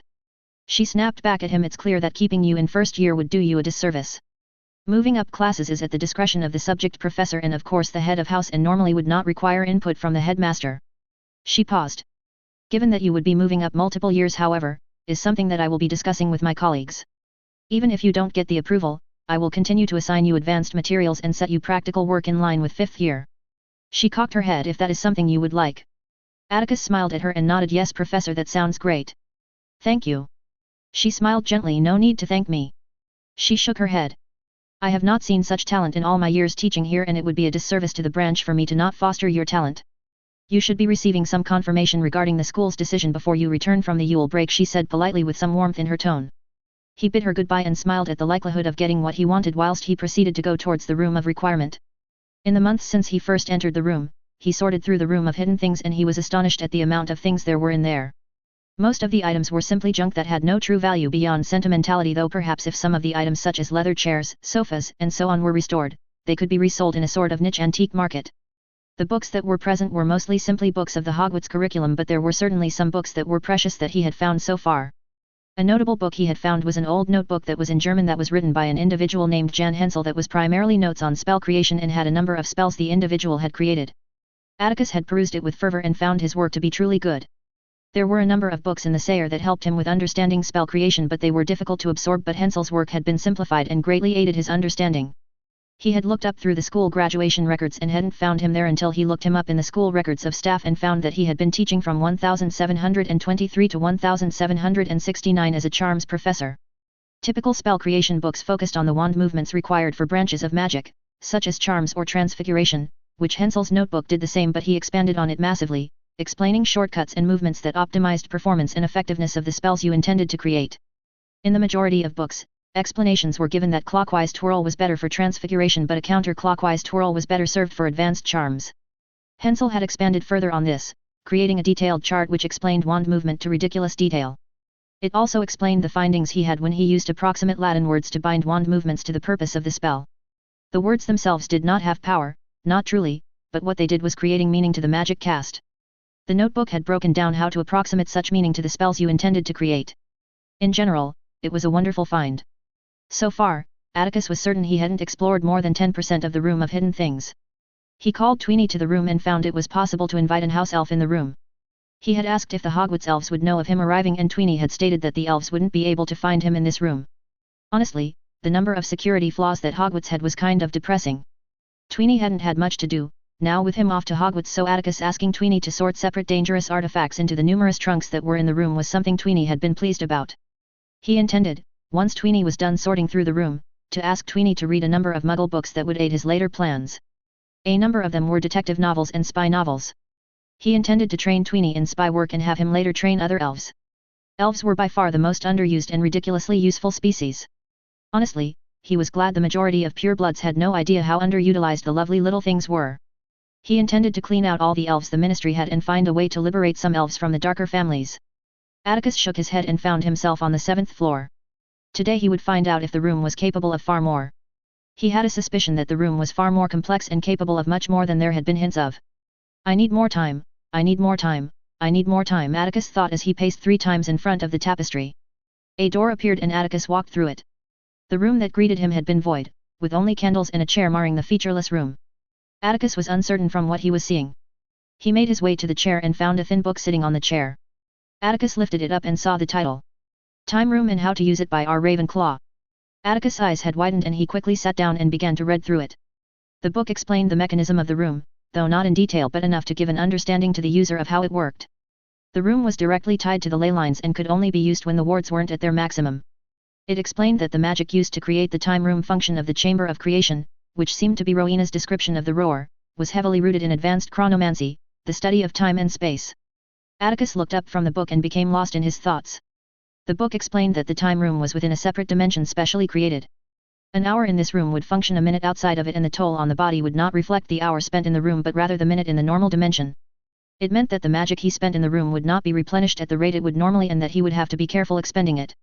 Atticus did not discard the sheer frightening reality that Rowena was capable creating this. Creating a separate dimension that lied adjacent to the normal universe whereby time ran differently was truly shattering. He laughed and didn't cease for more than a few minutes. Salazar Slytherin, the greatest of the four? Atticus shook his head. Rowena Ravenclaw had Salazar beat beyond any doubt with this, and even if he finds out that Salazar had groundbreaking magical findings, he would still contend that Rowena was by far the greater magical. He knew that magic was capable of many great things, but creating your own dimension? He marveled at the notion. He was beginning to truly understand that magic was just ridiculous and capable of anything. He would find a way to create his own dimension at some point, and he most certainly will do all he could to create his own chamber of creation before he left Hogwarts. He now had a place whereby he could truly dedicate himself to magical arts which abated his concerns of tight deadlines. He would not be surprised if his eyes twinkled the same damn way Dumbledore's did at this precise moment. He would go to Diagon Alley during the break and purchase another trunk that he would leave in this room, filled with all the books he would need and with a number of rooms that would help him maximize his use of the room. Break. Albus Dumbledore POV. The end of the first term of teaching had come and Albus was seated in his seat to the right of Dippet as the rest of the staff arrived. This was done every year since before Nigellus Black's reign. It was to get the measure of how well the students were doing and to see if there were any problems that required resolving. It was his 3rd year as deputy headmaster and 15th year as defense against the dark arts professor. He would soon change his subject and become the transfiguration professor once Miranda Brown retires from the position in 3 years' time. After everyone had been seated, Dippet cleared his throat and began, "Thank you all for joining me." He greeted everyone as he sat at the head of the table. "Are there any pressing concerns that requires any attention from us?" he asked. He had taken the role of noting down any problems in Dippet's stead for the last few years. He dipped his quill in the ink pot near him and began in preparation. "The feud between Michael Edwards and Florent Bellingham has already kicked off," Daphne Goshawk said, exasperated. The feud between the boys was already approaching an infamous level. It had been an ongoing thing ever since their 1st year and they were in their 4th year now. It seemed that detentions and points had not deterred the boys from causing problems. "I have warned them that any further actions taken by either of them will result in both their parents becoming informed of their behavior and that it may well proceed in further disciplinary actions that may well lead to suspension." Dippet sighed. "I agree. You have my approval to deal with it as you see fit," he inclined. Albus did not believe suspension should be an option to take, just for misbehaving boys. He did not voice it however as he knew that it would not received well. "Now, is there anything else?" But no one saw any further. "Excellent," Dippet stated. "How are the 1st years settling in? Are there any concerns worth bringing up?" he inquired. He spoke up. "My 1st years are settling in well. There was a little concern with one of the Muggleborns, a Michael McClesfield, who had difficulty meshing with the magical raised students, but now misunderstandings have been cleared," he cheerfully stated. It was something that happened every now and then, less so nowadays with the way the Muggle world seemed to progress. Dippet inclined his head in acknowledgement and looked at the rest of the staff. Slughorn and Goshawk had nothing in particular to raise regarding their 1st years. Though, he mused to himself, it is not as if Slughorn would bring up anything in particular unless it's a case that requires his or Dippet's attention, which in all his years at Hogwarts had resulted in less than 2 occasions and both yielded unsatisfactory results which had aggravated them all. He sighed inaudibly and taken out of his musings when Matthias spoke up. "Not a concern as such," Matthias said, "but I feel it's important to highlight Mr. Sayre's educational needs." Dumbledore slightly straightened out. He had heard about the boy's capabilities in transfiguration from Miranda. He had been stunned when she told him that he was capable of 4th-year spells and knew the curriculum up until then as well. It had not been the first time he had heard about the young Sayre heir. The boy had informed Dippet and himself regarding his familiar and it had been a great surprise. There had never been a Thunderbird familiar on record before him. He wasn't keen on allowing a XXXX magical creature to reside in Hogwarts, but he had no real reason to disallow it unless it proved dangerous. The second occurrence had been when Garrick had informed him regarding the boy's wand and power and he had grown concerned. The wand would and the course brought a sense of foreboding. Garrick had stated that the boy had vast capability of bringing about change, but he also had the capacity to bring countless deaths should he fall on the wrong side of the coin. The Sayre family were once more than an idle curiosity in his youth. The Sayres were a family that he and Gellert had investigated in their search for the Hallows. They were the only family left that hailed from the same place and time as the Peverills. The Hiswells were only a relatively recent extinction, as they had died out mysteriously about 70 years ago, well before either of them had been born. The Sayres were a family steeped in a rich history of craftsmanship and magic, and they had thoroughly checked to see if they could have created the Hallows, but there was never a link between the family and the Hallows. Despite that, it was still a family they investigated regardless to the Hallows. They had thousands of years of alliance with the Peverills and stood next to them above the rest of the Magicals in the Isles. There were myths regarding the family that only the Peverills and perhaps a select others could rival. Tales of extraordinary capabilities, of actions and retributions. He had met the Elder Sayres a number of times over the years and he sensed their magic. Their magic had felt strong, well above the average mage, but he could not sense beyond that, as it was difficult to scale strength unless it was overwhelming or underwhelming. He had sensed the boy's magic when he was sorted and it had shocked him. The boy's magic was stronger than the strongest 5th year. It had been astonishing and it made him severely weary. The boy had excellent control for one his age. He had observed him from a distance, and while he had a number of fellow Ravenclaws he was friendly with, he wasn't necessarily close to anyone. He seemed distant from most people, but he had not seen anything that is too concerning, behavior-wise. Young Atticus Sayre reminded him of himself and Gellert, and it was disconcerting to see another such boy like them already among them. He sighed. The boy is far and above the rest of his year group, at the very least in transfiguration. Matthias frowned. Most likely in charms as well, as he had completed the practical work in one try. Miranda had said that the boy alluded that he was capable of more, but he hadn't wanted to stand out too much. He then smiled wryly until it became evident that his time at Hogwarts would be largely wasted if he remained on the course he was currently on. At this point, Albus couldn't help but interject, "He is simply a first-year Matthias, no matter how smart the boy is." It wouldn't do to favor him before Dippet could say anything. Matthias rolled his eyes. "Don't forget, Albus, I have been teaching at this school for longer than you have been alive, and Miranda has been teaching since you yourself attended this school," Matthias said with some heat. "I am more than aware of the capabilities of students, and Mr. Sayre is smart enough to skip years of the curriculum in each of his class if what the assessments of his teachers are true. It is not unusual for students to skip years if they are proficient." Matthias then sighed and rubbed his eyes. The more astounding fact that Miranda relayed was that he was capable of doing every single exercise, to perfection, back to back, without feeling any kind of exhaustion.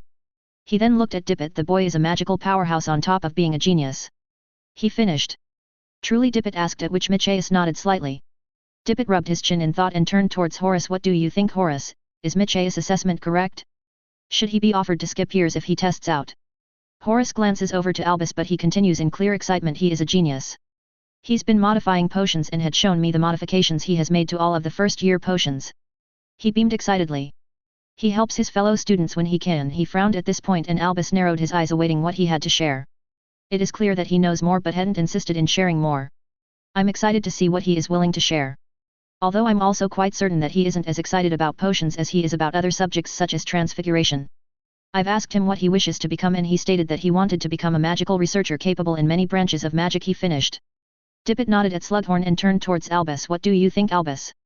he inquired. Albus sighed inaudibly. He was concerned about the prowess of the boy, and it seemed that his fellows were enamored with the boy.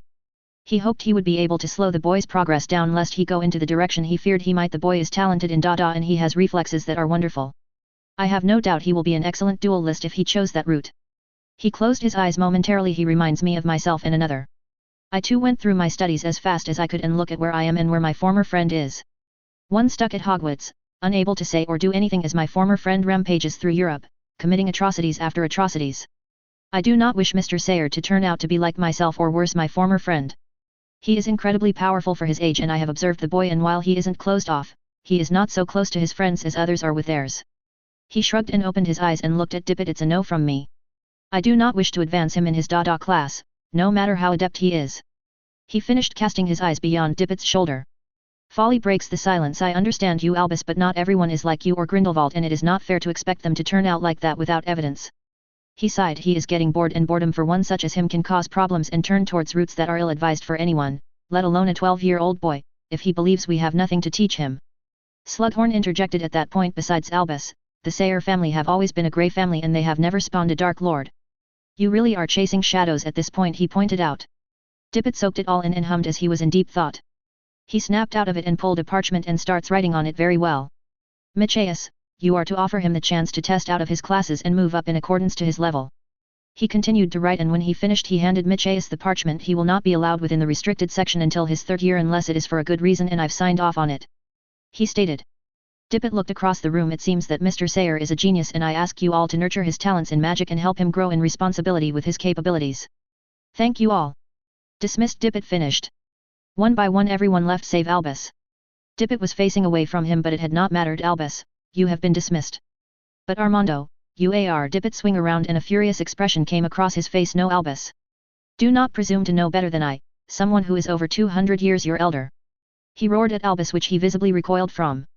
Dippet visibly calmed down and shut his eyes briefly before opening them and focused intently at Albus. "I understand your reticence regarding talented children, but that is the purpose of this school," he said more gently than he thought he would be subjected to. Beyond teaching magic, this is a school to raise the next generation of magicals to the best of our abilities. This means we bear responsibility in ensuring that we meet the educational needs of our charges and psychological needs. Your paranoia, while not necessarily malicious, can be detrimental, and I hope you reflect on what I'm saying, Albus, he said softly. Albus sighed. Yes, Armando, he sighed and made his way out of the door. He shook his head and was lost deep in thought. He did not like the way Armando had spoken to him, and it galled him. He knew Armando was incredibly well versed in magic, but he knew he had valid concerns about the boy. He would keep an eye on the boy, but he would step back a little bit and continue to observe him. He never liked that students could move up in classes if they showed they were capable of it. He knew he was being hypocritical given that he himself was allowed to move up in transfiguration, potions, and charms, but given how he turned out, he did not believe children had the wisdom to curb the arrogance, intelligence and capability that came with it. He sighed. It would be something he would look to change once he ascended to headmaster. Knowledge was a dangerous tool, and the magical world had suffered intensely over the centuries by powerful magicals who caused mayhem and murder. Ever since the ministry began to exert its influence and power, the number of dark wizards capable of grand destruction had dwindled as they limited knowledge. He agreed in principle with their methodologies, though he was an exception to this. He knew the fallacies of power at a great cost, and the vast majority would be unable to self-reflect and contain themselves. He would ensure that another Gellert wouldn't plague them for as long as he lived. Break. Atticus stepped off the Hogwarts Express with Phyla on his shoulder and his trunk in his pocket. By now the students were used to the boy who had a Thunderbird as a familiar, he amusedly mused to himself. He had spent the journey on the train with Paredes, Roll, Greengrass, and Macmillan. He'd say if he had any friends, they would most likely be counted in that category. Atticus broke out of his thoughts and looked around on the platform, looking for his family. He walked forward, and before long, he found them in the gaps of strangers as they stood waiting on him. He saw Sophia waving enthusiastically and couldn't help but give a small smile in response. He paced a little bit quicker and moved towards to her. Sophia rushed forward and enveloped him in a warm hug. I missed you too, dear sister, Atticus said teasingly, which had earned him a smack on the back of the head after they had parted. She sported a large smile and pulled him towards the rest of the family who were waiting. Benedict hadn't come, but both his parents were there. Hello son, his father said warmly. You look well. Looks like Hogwarts agrees with you. He said. Atticus laughed. Yes, the castle is brilliant. Atticus sighed wistfully.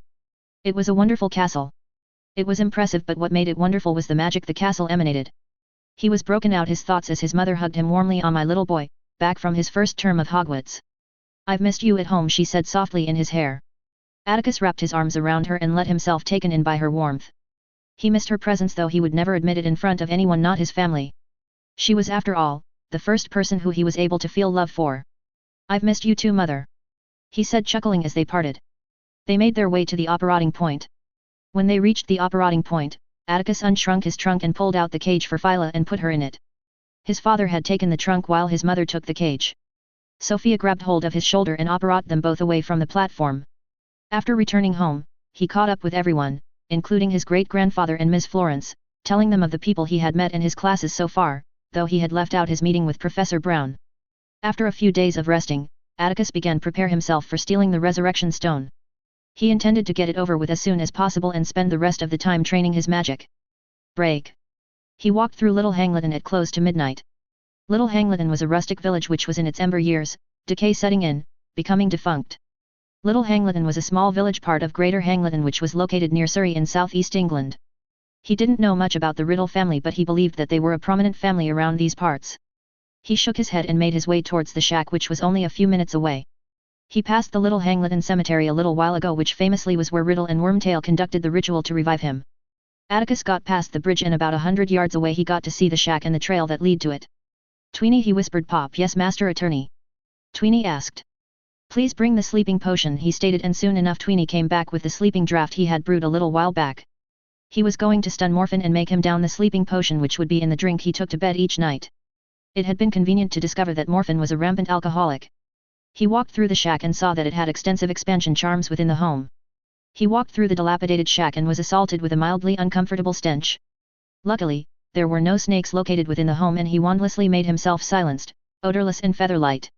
He walked through the hall and came across the door that presumably led towards the living room, where he could hear inaudible mumblings. His heart was pounding and he felt briefly that he was taking risks doing this so young, but he ruthlessly shut it down and peeked through the door. Morphin was seated in an old chair that was well past its use by century, with a drink on the table next to him facing away from the door. He turned his gaze towards the door and could see that it would creak, but luckily he knew a number of silencing spells. One of them was for inanimate objects, and he cast it on the door and pushed the door open. He snuck carefully and he hit Morphin with a stunning spell which knocked Morphin out. Atticus let out a brief sigh out of relief and made his way around to face Morphin. He looked at Morphin and grimaced. The man was ugly and had severe issues. His skin was yellow and his nose was crooked. His mouth was wide open and Atticus could smell a mixture of the stench of alcohol and rancidity of something. He dropped the potion in the glass and lifted it up to meet Morphin's lips and poured it down his throat. Morphin choked a little, coughing, but he proceeded with it. Soon enough the glass was empty and seemed like the effects of the potion was fully in effect. Atticus grabbed Morphin's hands and found the ring on his right hand, on his ring finger. The ring was golden with the all too familiar black stone embedded in it. It was a tasteful ring. He hoped that the ring wasn't cursed and he cast some basic detection spells that he could do wandlessly and it came up clean. He grabbed the hand and carefully slid the ring off the finger and the ring rested in his hand. He was mesmerized by the ring and sat down on the desk and inspected the ring. The stone was as black as the night with the all too familiar sign of the Deathly Hallows. He suspended the ring mid-air and began to see if he could pull of the stone from the ring and found that it was definitely magically embedded in. He cast Finite at the ring and began pulling the stone from the ring, but he had found no such luck. He sighed and cast a number of cancelling spells on the ring until the last one found success, and he once again tried pulling the stone from the ring and found success. The stone was finally off the ring and it rested on his hand. Atticus had been able to feel the magic emanating from the stone and it was far different from what he usually sensed. It felt like, he didn't quite know what it felt like, but it felt nothing like what he was used to. He inspected the stone, taking every single detail, from the weight of the stone to the look of the stone. In any case, he brought out a small casing he had made for it and put it in the case. He intended to make a chain to fit the casing and wear it on him once he determines that it had no ill effect. In his other pocket, he took out a black stone that was as black as the stone itself, but he would have to shape it to match the look of the real resurrection stone. He went to task and had it completed within a few minutes and proceeded to fit the stone onto the ring. It had fit and he proceeded to put some long-lasting sticking charms to ensure the stone didn't fall off the ring. After a few minutes, the task was complete and Atticus slid the ring back onto Morphin's finger. Atticus made his way through the house and out of it, getting to the stone bridge, and Atticus audibly sighed in relief. "Tweenie." "Pop, yes master," he asked enthusiastically. "Please take me to my room," he said tiredly. Tweenie complied and soon enough they were home. Mission complete. Break. The remaining time over the Yule break had been spent with either his family or him practicing his wandless magic. He had found a number of watches in his forays in the roar and he had taken a couple of them apart and had them memorized in sequence. His exercises during this period involved of carefully taking them apart without gestures and putting them back together. It was a tiresome exercise that stretched his focus, but it had been rewarding. He had stretched his magic, washing the watches over with his magic, familiarizing himself with how it all felt with his magic and then taking it all apart.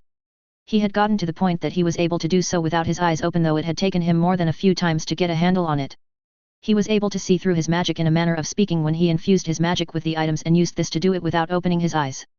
He made his way towards the dining room as it was lunchtime and was greeted by his family who were all present.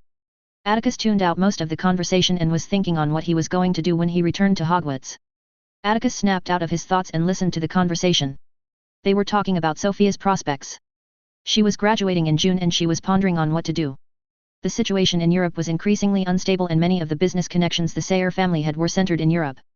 Luckily there were extensive interests that the Sayre family held in the States, and so if Sophia were to apprentice for the family business, she'd predominantly work in the States, overseeing the division of the business there. The division in the States predominantly centered on the production of household products such as everlasting candles and furniture.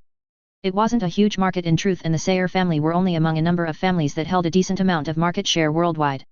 He intended to produce artificial lighting through runes when he has a little bit of time, which would hopefully supplant the candle business. He was going to ensure that the runic scheme would be protected and also that it had a maximum amount of hours, ensuring that it is a consistent source of income. After a little while everyone broke off and went their separate ways until they reconvened again at dinner. Midway through the meal, an owl arrived intended for him. Atticus grabbed the letter which had grabbed everyone's attention but set it down and would read it after the meal. After he finished his meal, the curiosity levels at the table was piqued and everyone was waiting what it might be about, and Atticus began to open and read it. Atticus smiled widely, which prompted his mother. "Atticus, what is the letter for?" she asked. Atticus looked at her and simply gave her the letter. She took it and began reading it, eyebrows rising all the time. She looked at Atticus with pride beaming through. "Oh Atticus, this is wonderful!" she exclaimed. His father took the letter and read it and passed it on towards the rest of the family. "Atticus, while I'm proud of your achievements and I have no doubts that you will do excellently in test out of your year, do you not think that you are pacing yourself a little too much?" he asked concerned. He shook his head. "Father, the lessons I'm currently in are truly dreadful for me," he sighed and looked at his father. "I'm so far ahead that I'm wasting my time in class. I'm truly thankful that they are willing to allow me to test out, which will help me tremendously in achieving what I want to achieve, he said passionately. Benedict cocked his head. And what is it that you wish to achieve? He asked curiously. Atticus simply smiled at him with amusement glinting out of his eyes. To become the very best magical to ever exist, of course. He said with dramatics which Sophia rolled her eyes at, but she was sporting a smile nonetheless. You're growing too arrogant, little brother. She said with a little bit of exasperation in her voice. I'm glad, however, that you are allowed to test out. You've always loved magic, far more than anyone I've ever met, so I'm not surprised you're so far ahead, she said. Atticus smiled at her and shrugged. We have magic and our lives are all rooted in magic. How could I not be enthralled by it all? He said with a smirk. From there, the conversation revolved on how far along he was in his subjects, and Atticus admitted that he was more than a couple of years ahead in all of his classes, though he wasn't all that far in astronomy, ancient studies, and history, as he never truly put in effort in comparison to the other subjects. Before too long, it had been time to return to Hogwarts, and Atticus boarded the Hogwarts Express and went searching for his Ravenclaw friends. Atticus found Eden and Nymera seated together and entered the compartment. Hello Atticus, Eden greeted warmly. Good break. Atticus returned the greeting and stated yes, it was pretty good. It was nice to see the family again. From there, they all talked about their holidays, and before too long, Parides and Roll joined them in the compartment, who themselves had talked about their breaks. They arrived at Hogwarts soon enough and routine had once again started.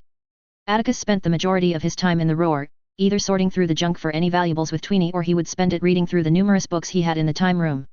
He timed the amount of time he'd be spending in the room, and he was spending the roughly 96 hours each day in the time room. He found that while he did not feel drained physically, he was drained mentally, which he had investigated as he threw the book. The book stated that while the physical body did not age or require nourishment, mentally the room would tire individuals out if the individual exceeded 150 hours each day. So Atticus limited himself to 120 hours maximum, but most often did not reach that amount of time.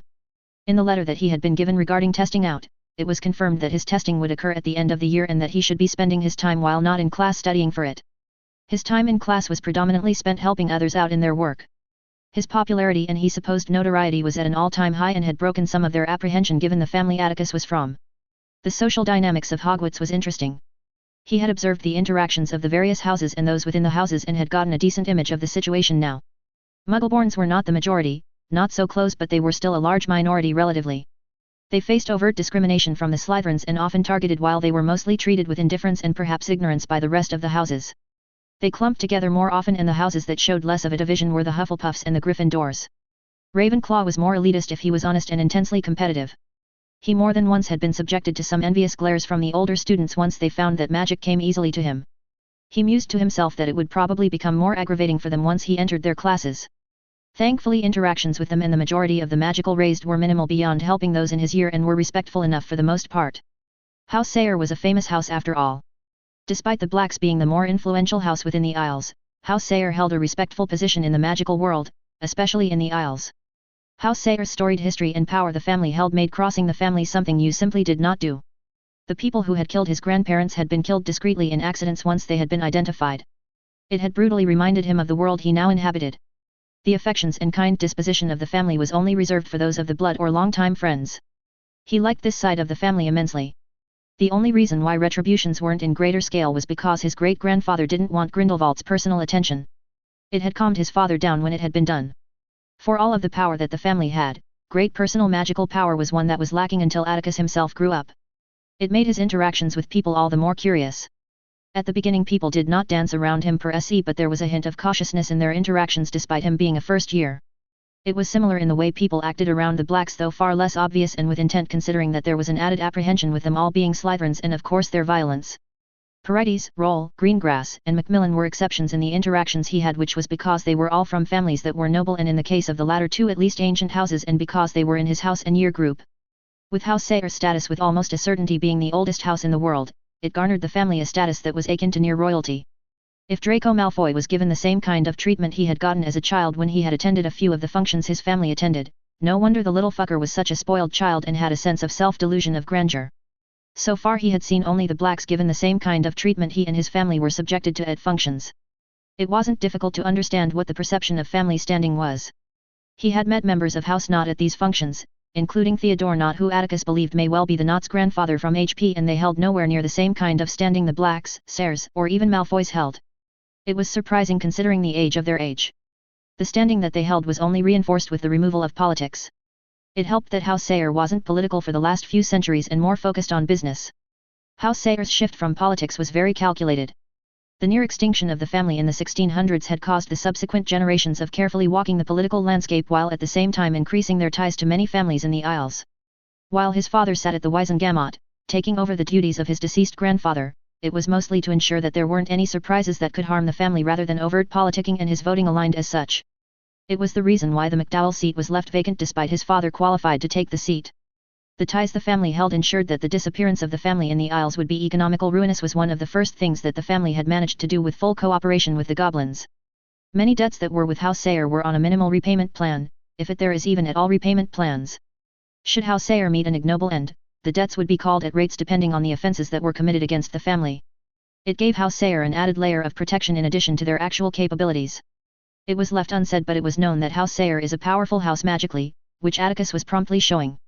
With the way they were treated, Atticus did not find it hard to believe how Emily Riddle would be treated once she came out and proclaimed that she's the heir of Slytherin.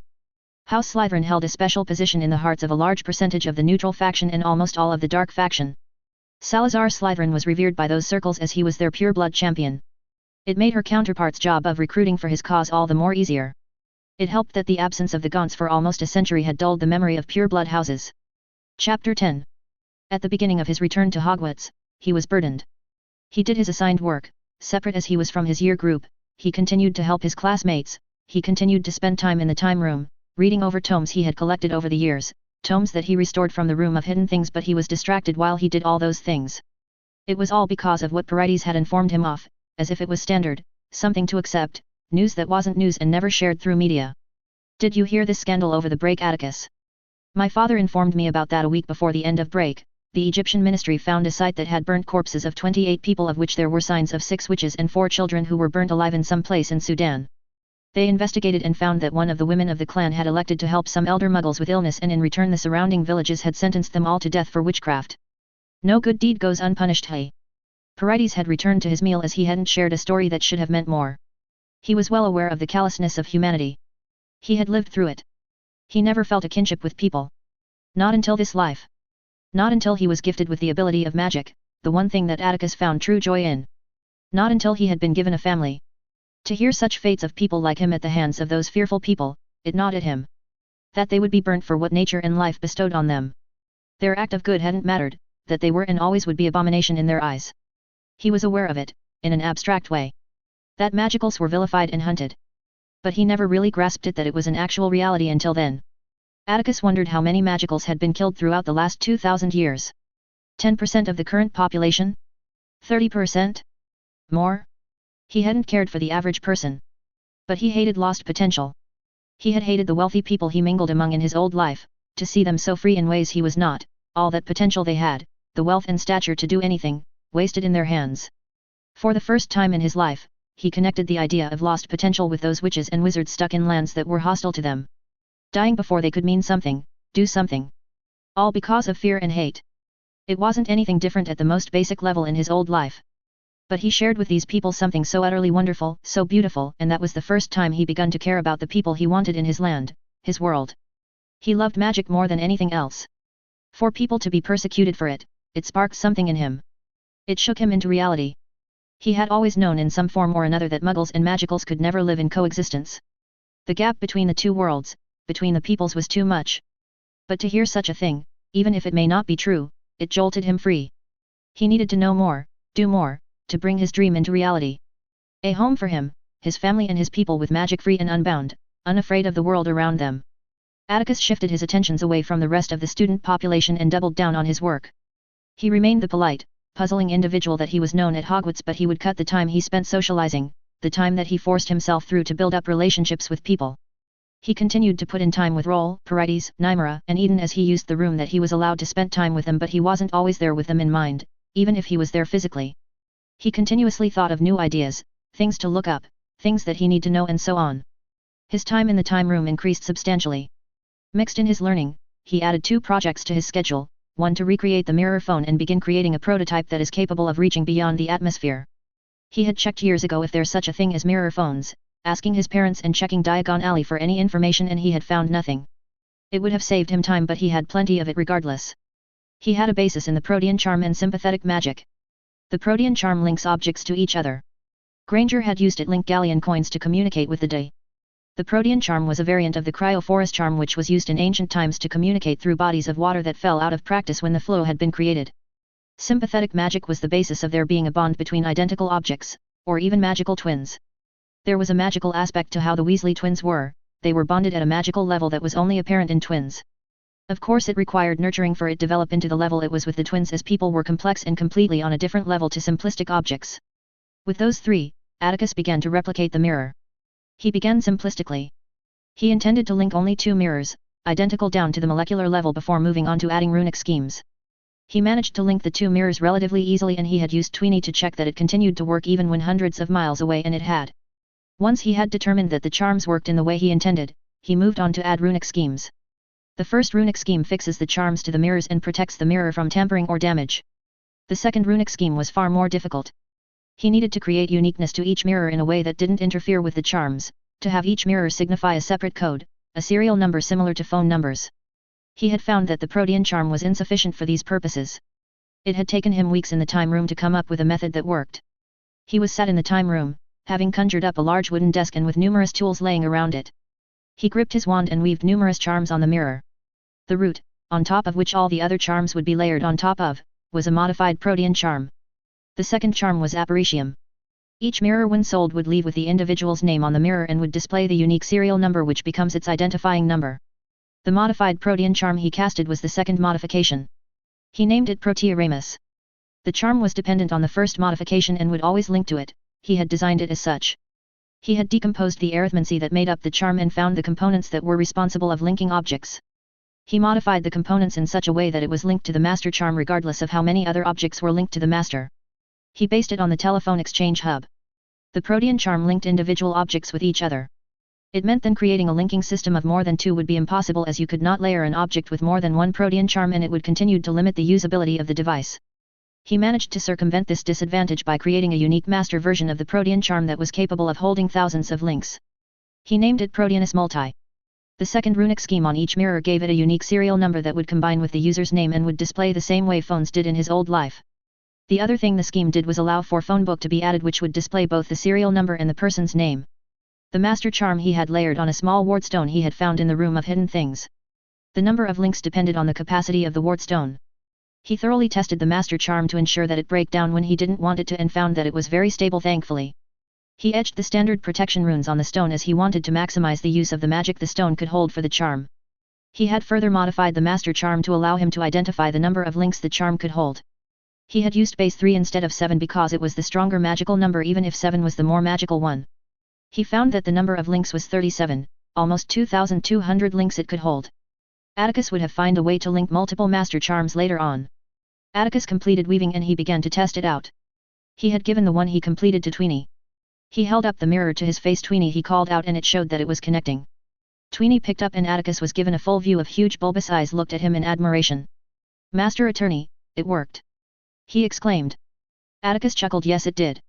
Thank you for help, Tweenie, Atticus said fondly. Master thanks Tweenie for no reason. I'm happy to help such a great master. He professed. He chuckled and after a goodbye he disconnected.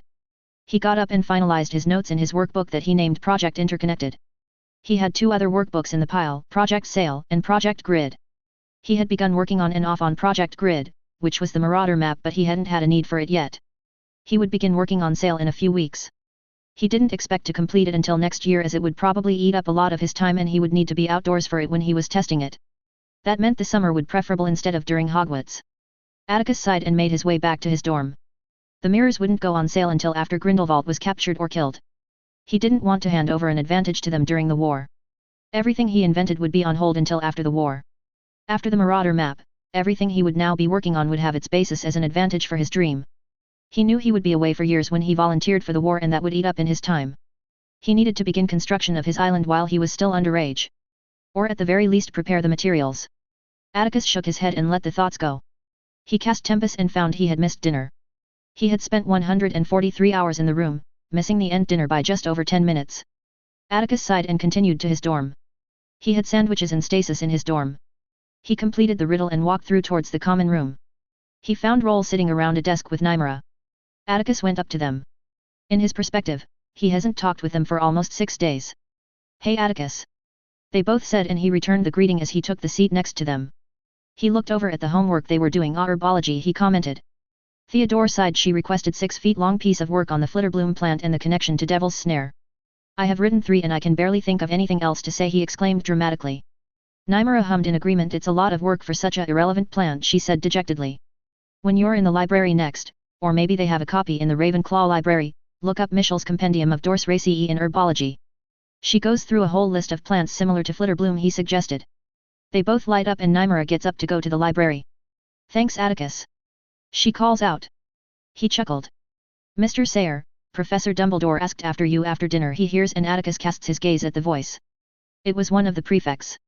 Atticus raised his eyebrow. Did he say why? The prefect looked annoyed. No, he didn't. He is expecting you to come visit him before curfew, he stated and walked off. What did you do? Theodore asks teasingly, at which Atticus looks at him offended. Why would you think that? It would more likely be that he would seek me out to compliment me on my work if nothing else. He says cockily, though he was worried in truth. When he had returned, he had felt as if he was under an unseen field of scrutiny. He hadn't been able to shake the feeling. Atticus had learned to trust his gut feelings long ago, before he was reborn, and he wasn't going to ignore it. He had taken to observe his fellow students, in the Great Hall, in class, and wherever else they were around him, but he hadn't been able to pinpoint what he felt was wrong. Not until he had cast his eyes towards the staff table on one unremarkable evening in the Great Hall during dinner. He had understood then. Dumbledore was watching him. He was incredibly discreet, and had it not been for his distrust of the man and his senses, he wouldn't have been able to pick it up. He never cast his eyes directly in his direction that evening, no. It was always indirect.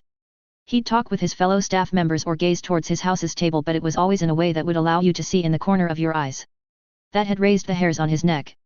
Dumbledore paying him such attention had unsettled him deeply. He had chosen to remain careful as he continued to work on his own projects and studies. Evidently, it seems as if he may well be more direct. If that was the case, he would have asked you to remain behind just after class, he shrugged. He sighed and got up. Well, I'll go see what he wants, he said as he waved him off. He knocked on the door and he was bid to come in. Dumbledore's office was far more personalized than the other professors' offices he had gone to. Ah, Mr. Sayre. Dumbledore greeted from behind his desk. He waved his wand, bringing a chair opposite him. He wore the same standard grey robes he always wore. He had wondered about his choice of robes. It had none of the flamboyancy that he would be known for in the future. Was it a carefully orchestrated weapon of his that he constructed after his defeat of Grindelwald? Maybe after he was elevated to headmaster, he mused quietly to himself. Dumbledore seated himself and Atticus did the same. You must be wondering why you are here, he said, smoothing his robes. I wanted to say that I'm impressed with your work so far, he commented. Atticus had been given homework in accordance to his skill level. He was set the same work fourth years were in charms, transfiguration, dada and potions. While he attended first-year classes, he only did so to help in class. It had been a waste of time in truth, but all things considered it wasn't too bad. Atticus inclined his head. Thank you for the compliment, Atticus said in a slight deferential tone. It wouldn't do to antagonize the man. It is not the only reason why I have asked you come here, he said, intertwining his hands and setting them on the desk. I'm concerned that you have overloaded your schedule, he said, with clear, understandable concern in his tone. You have appeared more ragged than usual though, and there is absent-mindedness about you during lessons and even out of it. I know that these lessons are well below your skill level as based on your work. Skipping to 5th year wouldn't be problematic for you, but there is a clear difference in your behavior since then. I'm concerned for your well-being, he said. Atticus pursed his lips slightly. So he was watching him, he mused quietly. He wondered, however, why he seemed to care. In truth, he was a little skeptical he cared, but he would give him a half-truth. If he was lucky, he would be able to discern more about what Dumbledore is like. Atticus looked up and met his gaze. I was informed of something that distressed me. Atticus said softly and looked away. My friend a few weeks ago, just at the start of the new term, informed me of some witch burnings that happened in Sudan. Atticus returned his gaze at Professor Dumbledore. I was merely stricken that our kind can never rest easy in the world, for it is shared with people who would never accept us, he said while looking at Dumbledore's eyes. Dumbledore's eyes widened before it closed them, and he let out an audible sigh and reopened them and looked at Atticus with his brilliant blue eyes that hid usually so much, but he saw a flash of pain in those eyes of his. Albus' mind flashed back to what happened with his sister at the hands of those Muggle children. He felt a wave of grief and pain wash over him. My boy, the world is filled with much harshness, but it does not do to lose hope. He said with deep sadness, life is rarely kind, more so to those who understand it. What happened to those people is a tragedy, but that is all that it is. A tragedy. He paused, returning to firmness. The Muggles are not the enemy. We can coexist in peace with them, separate in our world. What happened to those people is a tragedy and should not be forgotten, but what happened to them is not what happens often. Hatred against Muggles is the beginning towards a dark path. He finished firmly. I do not hate Muggles. To hate something is to feel strongly about that particular thing. Atticus responded strongly, meeting Professor Dumbledore's eyes. I agree with you that hatred against Muggles leads to a dark path. But I disagree with you that we can coexist in peace with them. The statute of secrecy is for our protection. It was created because we cannot live in peace with them. Atticus stressed out. I think what happens to those people is what happens all over the world, but we will never know completely how many of us are lost. Atticus closed his eyes. People fear what they do not understand, Professor, and with our kind, they will never understand what it means to have magic beyond it being an ability, a power that is threatening to them. He opened his eyes and saw blue eyes peering down at him. Parents of Muggleborns accept their child's magic. It falls to reason that Muggles are capable of accepting magicals.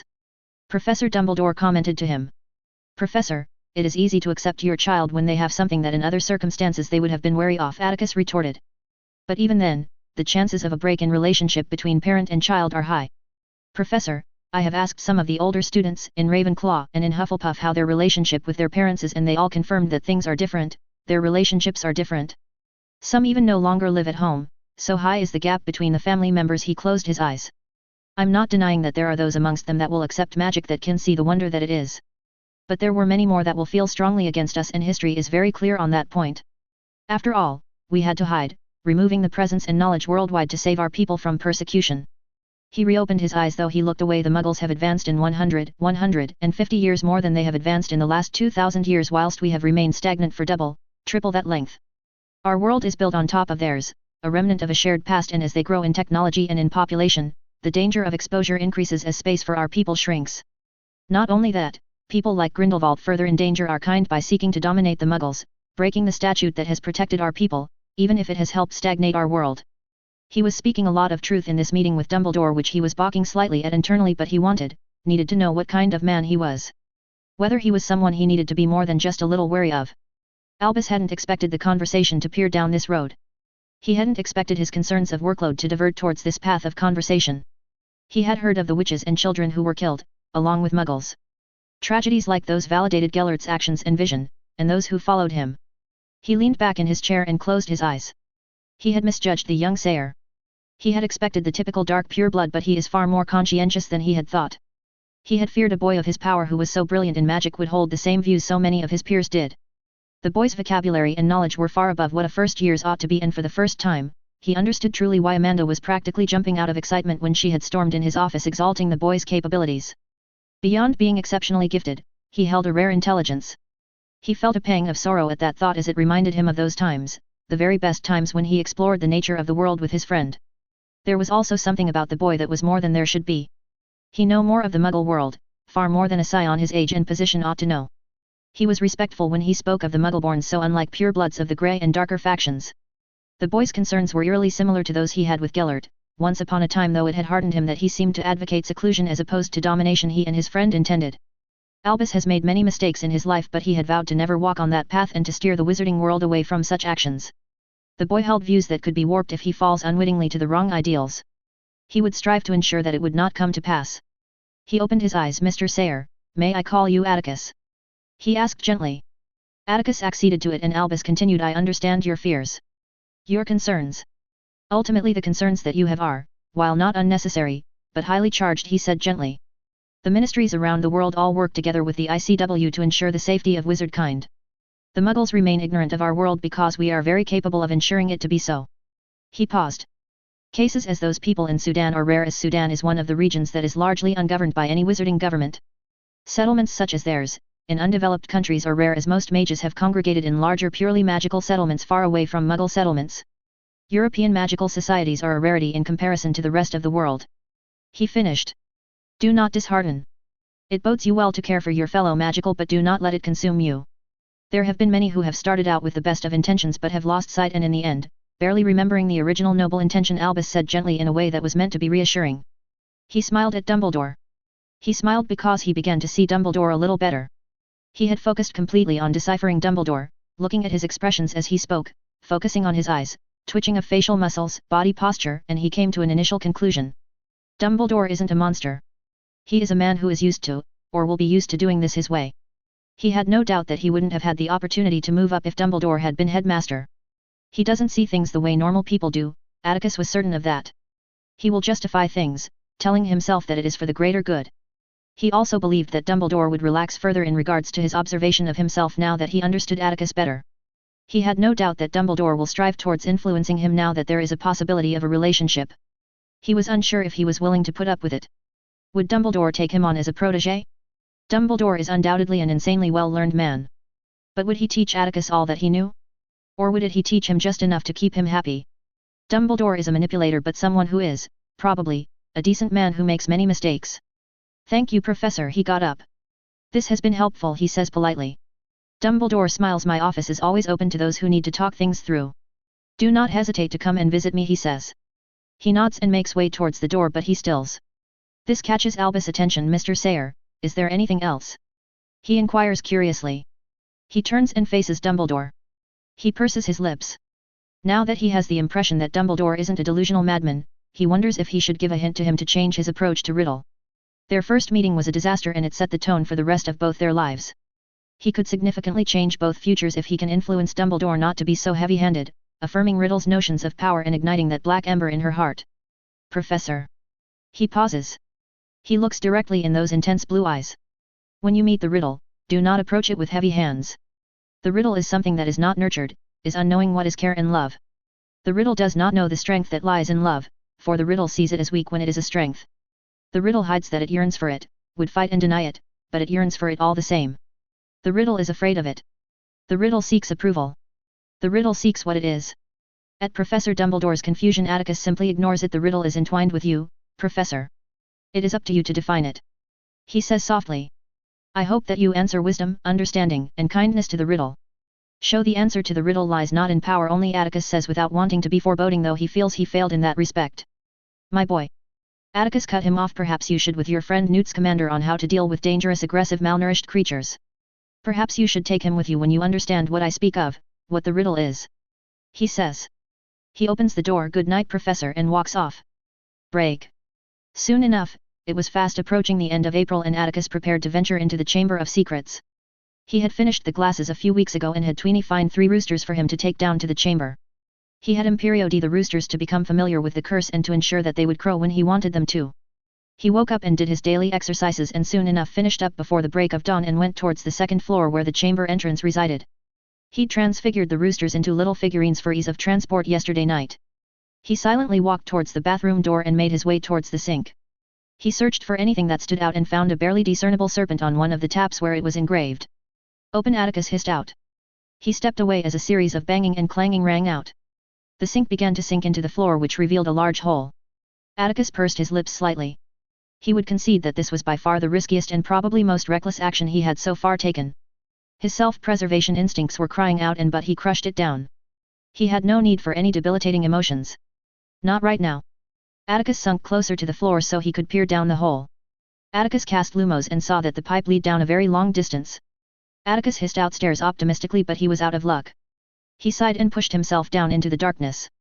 He occluded completely to limit the adrenaline that threatened to course through his veins, pumping his heart faster than he wanted.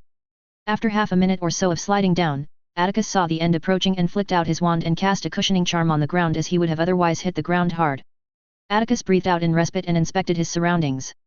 There was a huge snakeskin lying in front of him along with countless bones, both large and small. He would collect the shed skin along with the corpse. Atticus pulled himself up and cast a cleaning charm on himself. Even with his mind occluded at maximum, he was feeling trepidation but also some excitement even if they were excessively dimmed. He was certain that his hands would be trembling, though he did not know if it was from excitement or fear. Likely a combination of both. Atticus shook his head. He was certain that his hands would be trembling. He moved closer to the snakeskin and caressed the skin. It was smooth but though. Atticus cast a dark cutting curse on the skin and it barely made a groove. Atticus smirked to himself. It would suffice, he thought to himself. He brought himself back to reality, back to the task at hand. The snakeskin was huge and looked old. He wasn't able to date it, but considering the state of the bones, it likely has been decades if not centuries. Atticus walked through the passageway and found himself facing a door with intertwined snakes acting like locks. He once again hissed out open and the door began to move, rotating away as the door unlocked and Atticus had his wand prepared. He walked through the door and found himself facing a length cavern with statues of snakes lining the walls, and it led towards a larger, circular room with what appeared to be some kind of waterway bordering it all.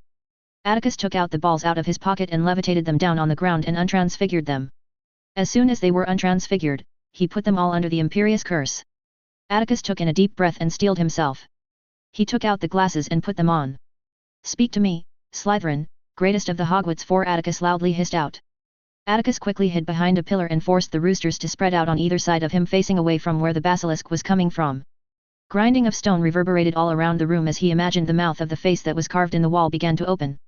"Who dares wake me?" the snake hissed out. Atticus was shocked. The snake was far more coherent than he expected. "I dare, noble serpent, queen of the snakes," Atticus replied. He had practice hearing and speaking parcel tongue, and the language was flexible enough that feminine or masculine undertones could be discerned. "A speaker," she hissed out excitedly. "I have not met another speaker in over many years. You speak yet I cannot see you. I can smell you, you are in this room but you hide," she stated, and after a little pause she asked with a weariness and anger he didn't truly expect. "Are you descendant of my master or are you false?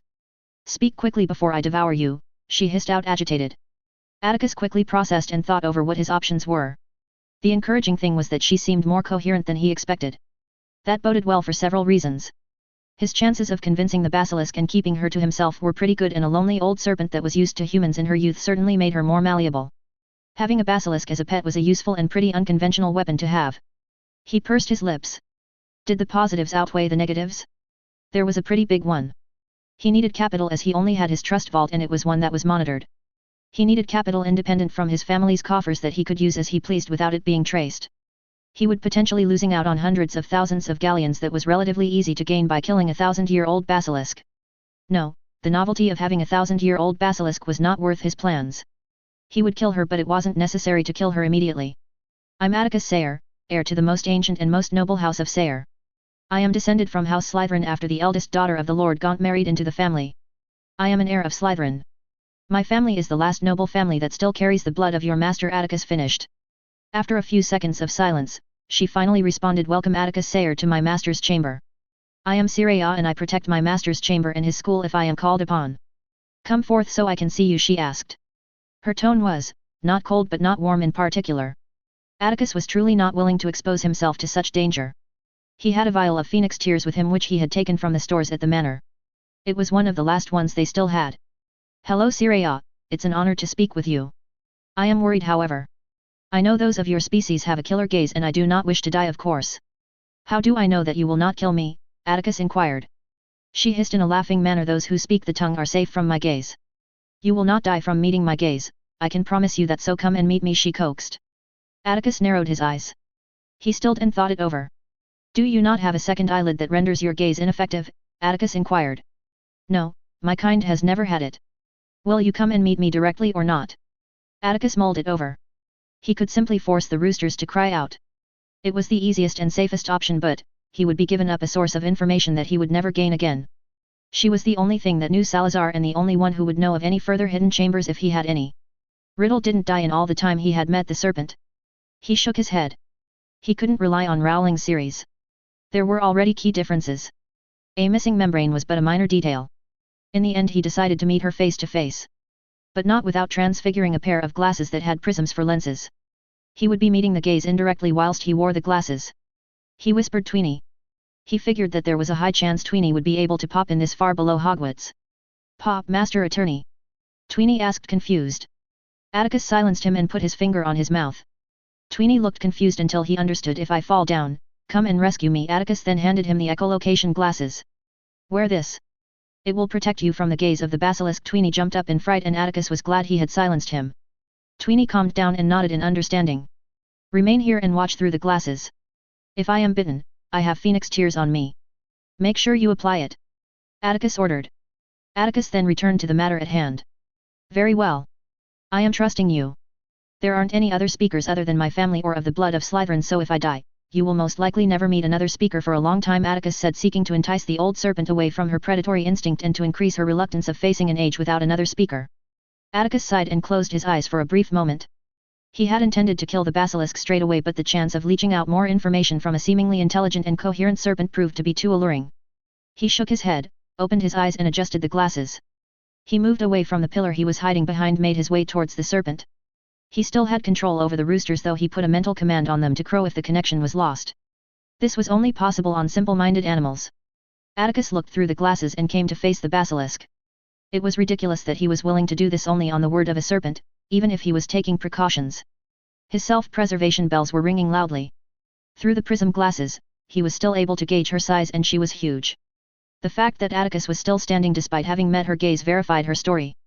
Atticus moved his hands towards his glasses and took them off and pocketed them. He let out a shuddering breath as he stared at those large yellow eyes that were assessing him. So it seems like it is true, the gaze doesn't kill speakers or petrify, Atticus internally thought to himself, continued to walk forward, and he could not help but shiver at the sight of her.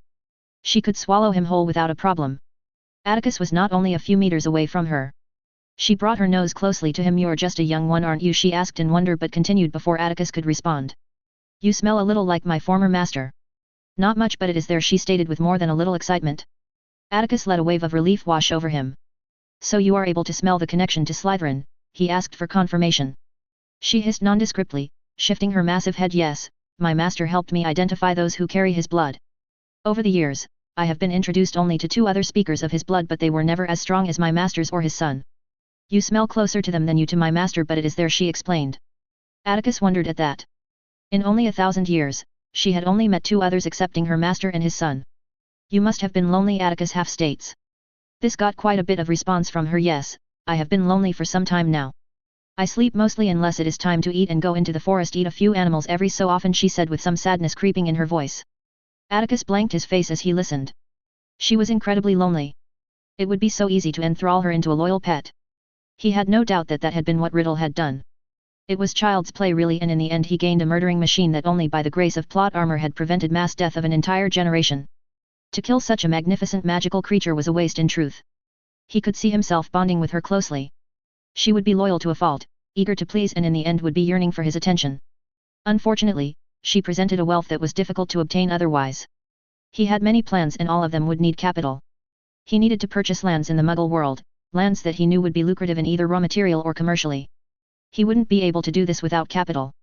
He wouldn't gain control over his family's wealth for a long time, and he would be questioned if he dipped into it as much as he expected to. Not only that, he fully expected disapproval from his family if they were aware what he intended to do. His own trust vault was so much more than the average magical, but the hundreds of thousands of galleons that were in it were monitored and would remain monitored until he was of age, at which point it would transition into a personal vault. It was far too long, as he intended to initiate quite a few things in the near future. No, he needed capital that was separate from the Sayre family name. He resolved himself completely. He had time remaining this year, so he wouldn't need to kill her immediately. He would spend as much time with her as he could, both to make her final months as pleasant as possible. He supposed he owed her that much at least, and also to extract as much information from her as he could. The other reason, of course, was to deny Riddle a weapon. He couldn't allow Riddle to obtain such a potent weapon in the form of a basilisk. Not only that, her Slytherin blood probably was stronger than his. He couldn't allow her to subsume control over Sayre from him. Atticus moved forward and placed his hand on her nose and began rubbing it, which had elicited a trembling hiss which could be adequately described as the snake version of a purr.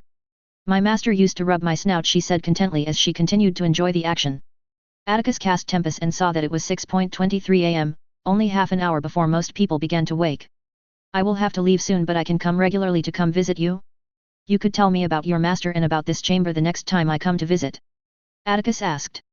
"You are leaving so soon," she said sadly. Atticus rubbed her nose again, attempting to calm her. "Yes, but I will be back tonight, so we will have more time together," he soothed her. She purred happily at that, and Atticus spent the remaining time with her, touching her. Her scales were hard but smooth. Each of the scales were larger than his hands. Atticus, after bidding Sayre goodbye, he transfigured the roosters and made his way back up the pipe. He cleaned himself off, and Atticus made his way back towards the Ravenclaw common room and dropped the disillusionment charm and walked through the door where a number of students were already sitting around. Atticus found Parides seated on of the couches and made his way towards him. "Hello, Theo," Atticus greeted him, which had Parides snap up. "Hello, Atticus. I knocked on your door but I got no response." "Where were you?" he inquired. "I was just walking around the castle. As you know, I'm an early riser." Atticus shrugged. "Why were you asking?" Parides shrugged. "Just asking." He had already from the start avoided the portraits during his excursions, but he was far more careful these days. He thought he'd give Mad Eye Moody a run for his money. Atticus shook his head and changed the subject. "I take it we're waiting on Marcus?" he asked, at which Parides nodded. The day went as it usually did, and before long it had been time to visit Sayre again. He talked with her well into the night regarding her former master. While she didn't know too much about how Salazar left Hogwarts, she did state that her principal role was protecting the school against Muggles, and denied that Salazar wanted to kill all Muggleborns, though he did hate their Muggleness. She said that he used to rant to her about the idiocy of Gryffindor and about the security risk Muggleborns posed as they often returned to their families and their villages during the summers, which made them easy targets or easily influenced in traitorous actions that would endanger the school and the Hogsmeade population. Atticus visited her for the next few days each evening, and on one of them she showed him where the Slytherin's workroom was. It was located within the mouth of the stone statue where Sayre came out from on the right-hand side. After Atticus uttered the passphrase Sayre informed him of, a door materialized. It seemed that the door was under a heavy notice me not charm. Atticus traced his fingers on the door until he got to the door handle, which ended up drawing blood from him. Almost immediately, the door swung open slowly and Atticus extended his magic as he attempted to feel for any traps, but he found nothing and walked through the door. It was dark, but he was able to discern a few things. He came across a wide hallway with a door at the end and a door on the left-hand side of the hallway. The room began to illuminate as he walked through the hallway and reached the door at the end of the hallway and held down the handle and pushed the door open. Atticus was met with a room that was spacious. There was a wide bed at one side of the room, a small fireplace and a desk with a leather chair at the other end of the room. Atticus cast his eye at the entrance that was the far side of the room and walked towards it. He was met with a staircase that winded down and Atticus proceeded to go down. What greeted him once he reached the bottom was a decently stacked library on one side and a potions lab with ingredients that were clearly under stasis. Atticus made his way towards the ingredients section and found an entire shelf of ingredients had been destroyed as the stasis charms they were under had clearly failed. He looked at the other shelves and found some surprising ingredients such as erumpent horn shavings, ashwinder and alchemy eggs amongst other things, and some that he did not recognize. Atticus made his way back out of the lab and went towards the library.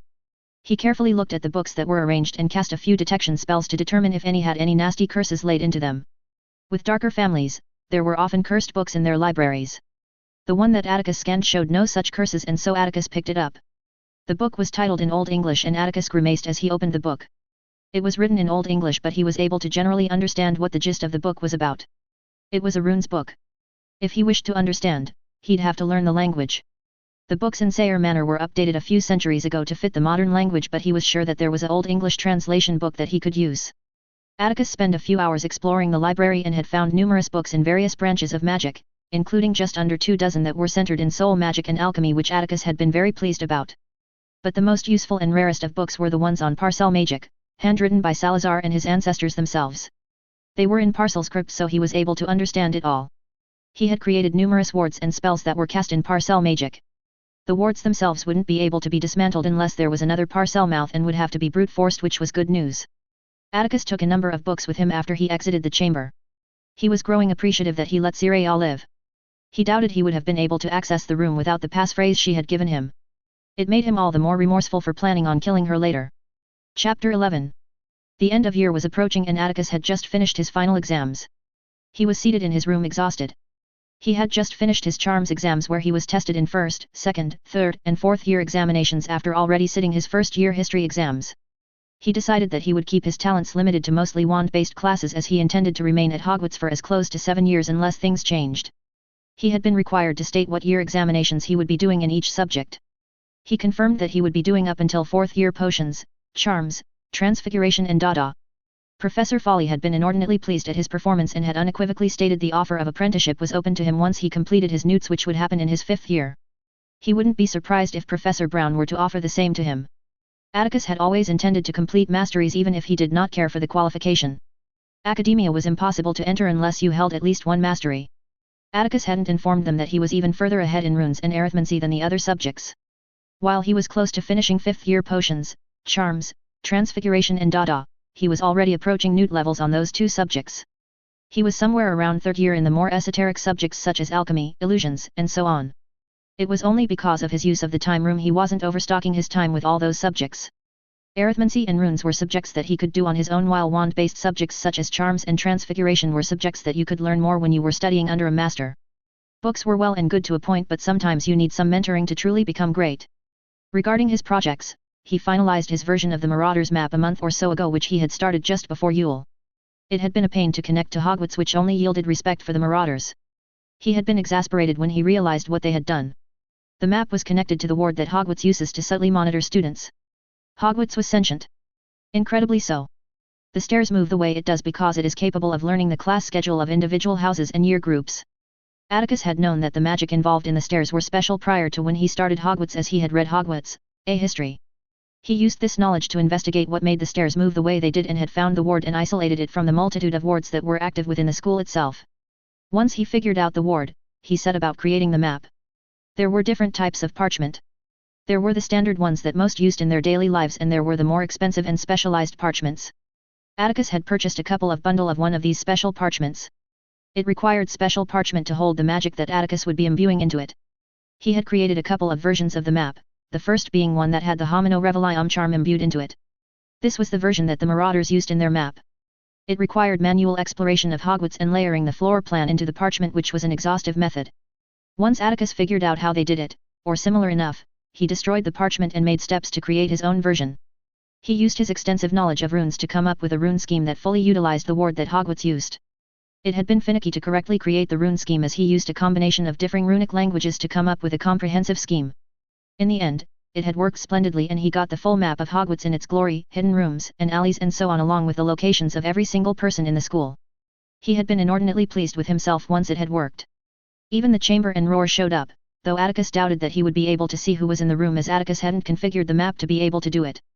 In truth, he doubted he would be able to do it until he knew how to make a roar himself, which he was beginning to doubt he would be capable of unless he found Ravenclaw's notes on it. He doubted he was that lucky, unfortunately. In any case, Atticus put a couple of protection magic on the parchment. It was keyed directly to his blood magic and had a passphrase, Asimov, which secured it. The map itself wasn't the only thing that he created. He added a record function that would keep a day's worth of data on it. He also added 2 tracking mechanisms that would inform him. The first was simple and would track individuals that he requested of the map. The second would notify him if there are any individuals who entered or hovered at locations that he marked as special. This at the moment consisted of the chamber, roar entrance, and the entrances that lead outside of Hogwarts. He customized the map as well. It did not merely keep track of humans. That had been more difficult than all the rest. At each sorting, the individual once sorted gets changed in their house colors. Atticus had found that there was a connection to that process with the ward. The map had different coloring schemes. Slytherins were green, Ravenclaws were blue, Gryffindors were red and Hufflepuffs were yellow. Professors were silver and outsiders were black.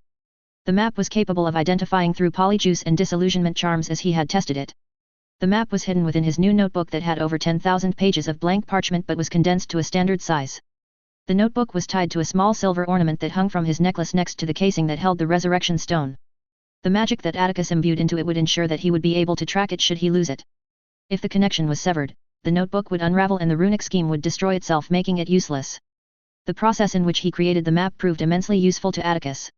He intended to create a large-scale version of it when he created his home. The investigation of Hogwarts had given him a number of ideas of how to go about it. The first thing that he realized was that having an identifier ward like Hogwarts was brilliant but also lax, and it could result in it being abused. Atticus held no ill will towards anyone in particular, but if a map such as his fell into the wrong hands, it could make targeting individuals a far easier prospect. If someone managed to create a similar thing at his home, he'd be pissed. That brought up the main idea that sprang forth. Goblin wrought silver was a magical metal that allows you imbue a large multitude of magic in it.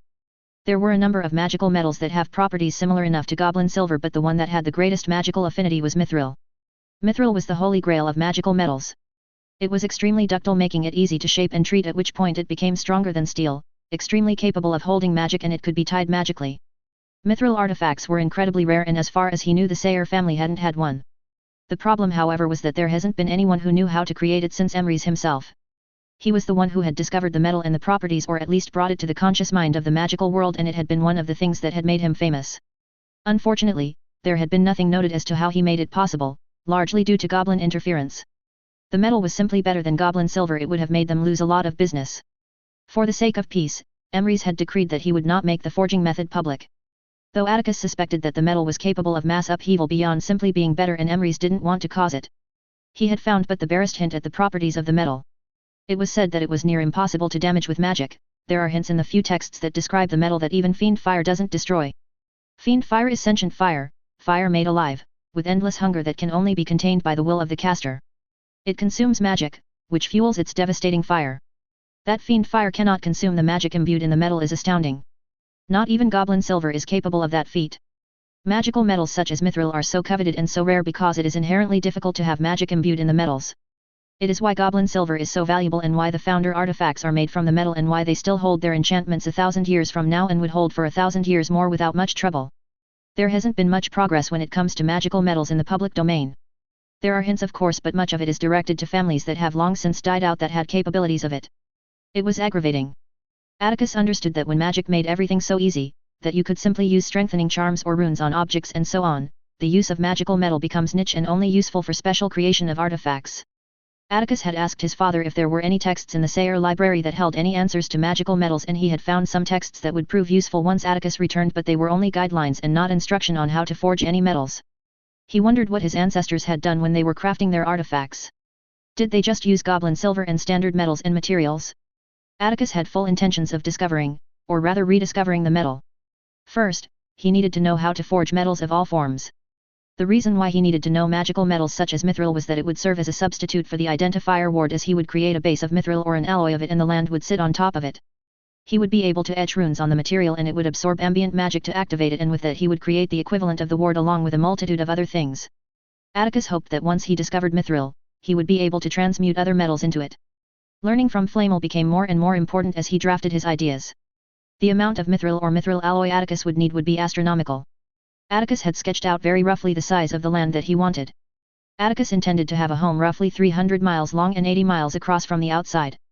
That had an area of 61,440 square kilometers, slightly smaller than the island of Sri Lanka. He would need to figure how thick the base needs to be in order to support the superstructure, create an alloy out of mithril, preferably with mainly nickel and titanium to give the properties Atticus wanted. Atticus knew that it would most likely be at least several meters thick. He intended the structure to be capable of surviving even a multi-megaton nuclear bomb. Atticus had an image of an oval-shaped self-contained structure that was enveloped on all sides. Atticus' reasoning was simple. In doing so, he would be able to expand the home by a number of factors if he wished to, though at the moment he was thinking of a simple 2 or 3. Not only that, he would be creating a self-contained ecosystem that no longer needed to be bound planetside and could survive in space if he needed to. The amount of mass of Earth he would need made him wince internally. Luckily, he knew there were dozens of rituals that dealt with turning poor soil into arable soils. The ecosystem Atticus intended would incorporate numerous environments, likely mini versions of each continent and perhaps subcontinent. What would happen afterwards was something he wasn't sure of yet. He wasn't sure if he wanted to make it into a classic space vessel, but he was thinking about it. Figuring out why magic made electricity short out the way it did would be relatively easy enough, and he would be able to create runic schemes that made magic work with electronics. He had an idea that there were similarities to nuclear electromagnetic pulses with regards to the effects of magic. Atticus shook his head and dismissed the thoughts that he was having. He was a long way of dealing with the problems he thought of. He would have known the magic required for all of it in the first place. He yawned and checked the time. It was after dinner, which he had missed. There was only a couple of weeks left of school and he had a number of things to do. Break. Atticus was in hallway leading into the chamber with a couple of roosters following him that he had under the Imperious curse. He walked into the chamber. "Speak to me, Slytherin, greatest of the Hogwarts 4," Atticus hissed out, and he hid behind the pillar. He didn't want to see her face while he committed this betrayal. The stones ground out and the door began to open. Atticus commanded the roosters to crow and a blood-curdling shriek reverberated around the chamber. Pain and agony could so easily be understood from her shrieks, and all Atticus could do was put his hands on his ears to protect himself from the sound and close his eyes in resignation, feeling more than a little loathing. She was audibly trashing until it became sporadic in sync with the volume of her shrieks until he heard no more. He came out from behind the pillar he was hiding from and saw her head just outside the mouth of the stone statue. She was limp, unmoving, lifeless. Atticus stood still. "Ha! Seems like you're no better than me after all," a sneering voice that Atticus hadn't heard for over 16 years. Atticus twisted around, wand in hand pointing at the figure. Atticus stumbled as it confirmed his fears. "No. It's not possible." "How?" he said in anger and in fear. "It's not possible."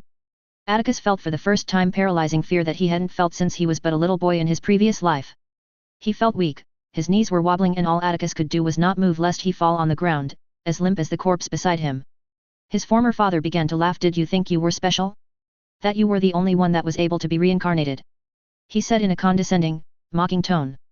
"But that's not important," he said, dismissing it with a wave of his hand. "What is important is what you are doing with your second life. Killing an innocent, even if it is an abomination of nature." He began clapping. "She wasn't an abomination of nature," Atticus said quietly, reflexively, surprising himself. His former father began moving towards Atticus, and before he knew what he was doing, he took instinctive steps back, which he stumbled over and he fell over onto his backside. He continued to point his wand towards him, but it was far from threatening. His hands were shaking and the tip of the wand was oscillating wildly. His former father began to laugh as he reveled in Atticus' fear. "It's good to know you still know your place, my son," he said with his teeth bared in a large smile. "You're just like your father," he said with a mocking expression, his hand on his chest with a malicious smile on his face. Atticus flinched at his words and before he knew it, he welled up in anger as he got up. I'm nothing like you, Atticus roared, found his courage in his rage as he fired a cutting curse at the man which he simply sidestepped. Are you not? Do you not have a respectable, he said, drawing the word out, reputation while plotting and scheming your way through life, using people uncaringly? Just like you did in your previous one. He said, tilting his head, clearly pleased with the fact that he was able to get at Atticus. You've already started killing indifferently, deluding yourself that you are doing it for a good reason. He said, continuing to poke at the wounds he was inflicting, something he was exceedingly capable of. Before Atticus could respond, granted it was different to how I was, I didn't care for much or delude myself that I did, but people knew me to be a good man, he snorted while smiling an ugly smile. You and your mother knew better, of course.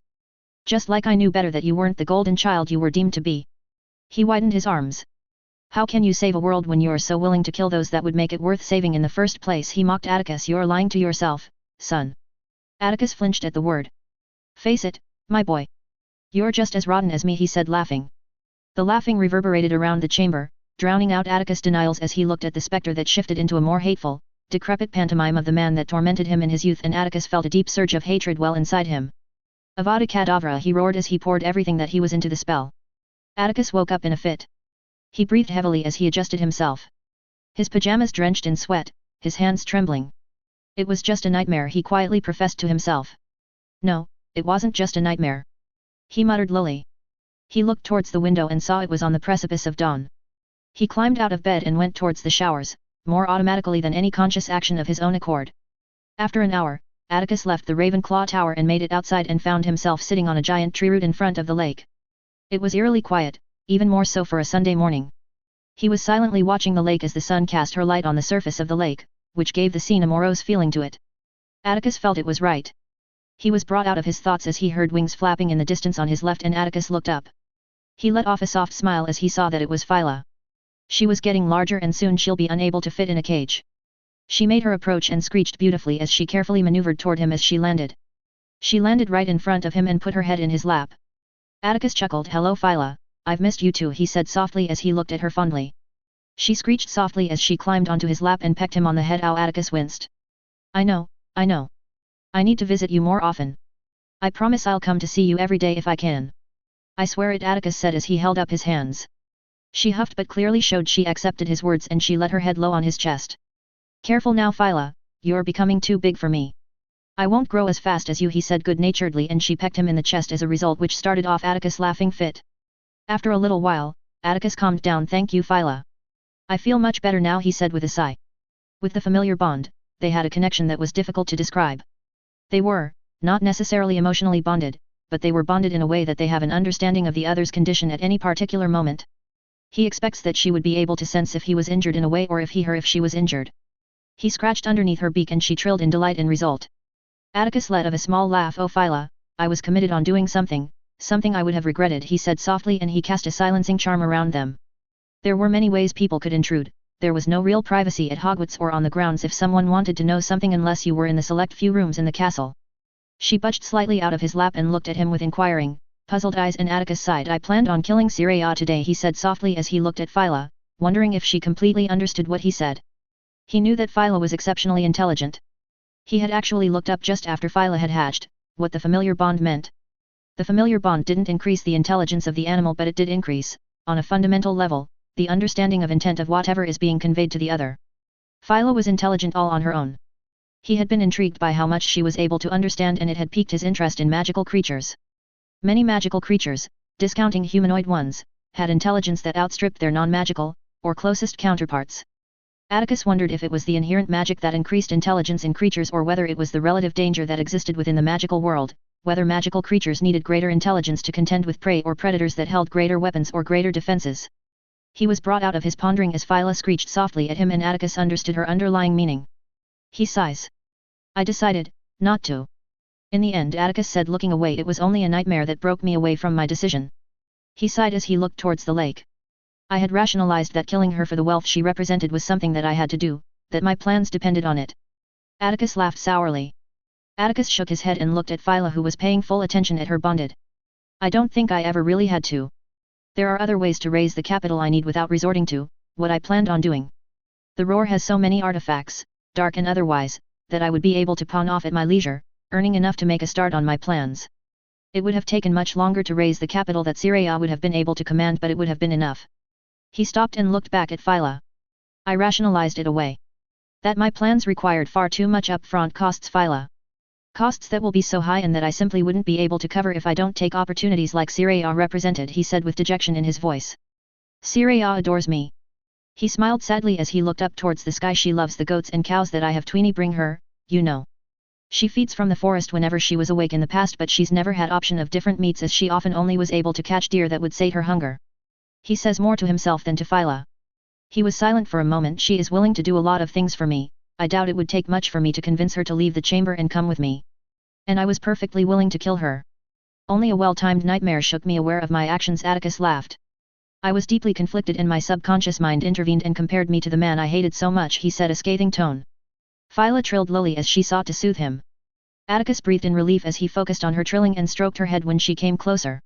He didn't dare look at her for fear of seeing perhaps disappointment in Phyla's eyes. She had such expressive eyes for a bird. I'm worried, Phyla. I've done a lot of bad things in my last life, but what I was going to do to Sayre was a multitude of factors worse. He closed his eyes. He continued, even after all the time I spent with her, I was unable to consider anything other than that my long-term goals. Even as I bonded with her, she was simply irrelevant in comparison. He breathed out loudly and reopened his eyes and looked at Phyla in the eyes. He was glad to note that she wasn't angry or disappointed with him, but rather sad. He didn't know if she was sad because how Atticus was feeling remorseful or whether she was sad how close he was. He felt anger bubbling in him. Why did it take until the very day I was going to kill her for me to wise up, he said as he flung his arms up and Phyla squawked and she flapped her wings and set herself right in front of him. Atticus looked at her slightly abashed as he saw her accusing eyes. Sorry, Phyla, she huffed but lifted her wing in a way that indicated that he should continue. Atticus would have laughed if he were in the mood. He got up and paced slightly. It had to be that awful specter of my former father who snapped me out of my stubborn decision. It had to be the comparison that finally did the trick, that allowed me to realize the horrifying realization that I was headed in directions that was eerily similar to him. That I was becoming much like those I hated. Atticus continued, I know that chances are that I will be doing unsavory things in pursuit of my dreams. Atticus laughed a dry laugh with bitter undertones. I mean, we live in a world that can be so monstrous. People who have power over others will more often than not yield those who have no compunction to truly do terrible things. I've seen people like that in Nocturne Alley. He stopped and sat back down and looked at Phyla in slight despair. I was so close to being much like those kinds of people. It truly bothered him how close he was to doing it. There was something rotten about killing something that has trust in you. He had no misgivings of killing or hurting people who deserved it. He had gotten his revenge on his former father and he had found cold satisfaction in it. He didn't enjoy the act, far from it, but the fact that he got his vengeance where there had been an absence of justice was what he enjoyed. That he didn't get away with what he had done to him. When had he shifted away from that mentality? He knew that he was ruthless in his pursuits, but was he that blind to himself that he didn't realize that his actions could be so needlessly harsh and cruel? He began to self-reflect. In his previous life, he had done things to people who simply had the misfortune of having what he needed or what he believed he needed. They didn't deserve what he did to them, not completely. At the time, he didn't have the options he had now. He was far more able to come up with alternatives that didn't need to have victims. He sighed and closed his eyes. He was still stuck with remnants of his previous life, shackling him. He was immensely grateful to that nightmare, despite how horrifying it was, as it made him realize that he didn't need to be that person anymore. Killing Sayre would have caused him guilt in a way he'd never experienced. He looked at Phyla, who remained silent but attentive. He continued, I have to be careful, Phyla, he quietly said to Phyla. I have been given a wake-up call with that nightmare that I can be too focused on my end goal that I have missed the importance of how to get to the end. I'm aware that I have some sociopathic tendencies, he smiled sardonically. The road to hell is paved with good intentions. Hell is full of good meanings, but heaven is full of good works, Atticus quotes to himself. He looks at Phyla with a little mirth, hoping to add a little levity to the situation. I will need your help, girl, to make sure I don't do anything like this again. Phyla pins Atticus with a look and trills softly. Atticus understands and nods his head and lets a little smile bloom on his face. I know, I will need at least someone that I can trust with my secrets and plans. To make sure I don't spiral out of control, especially now that it's so much easier.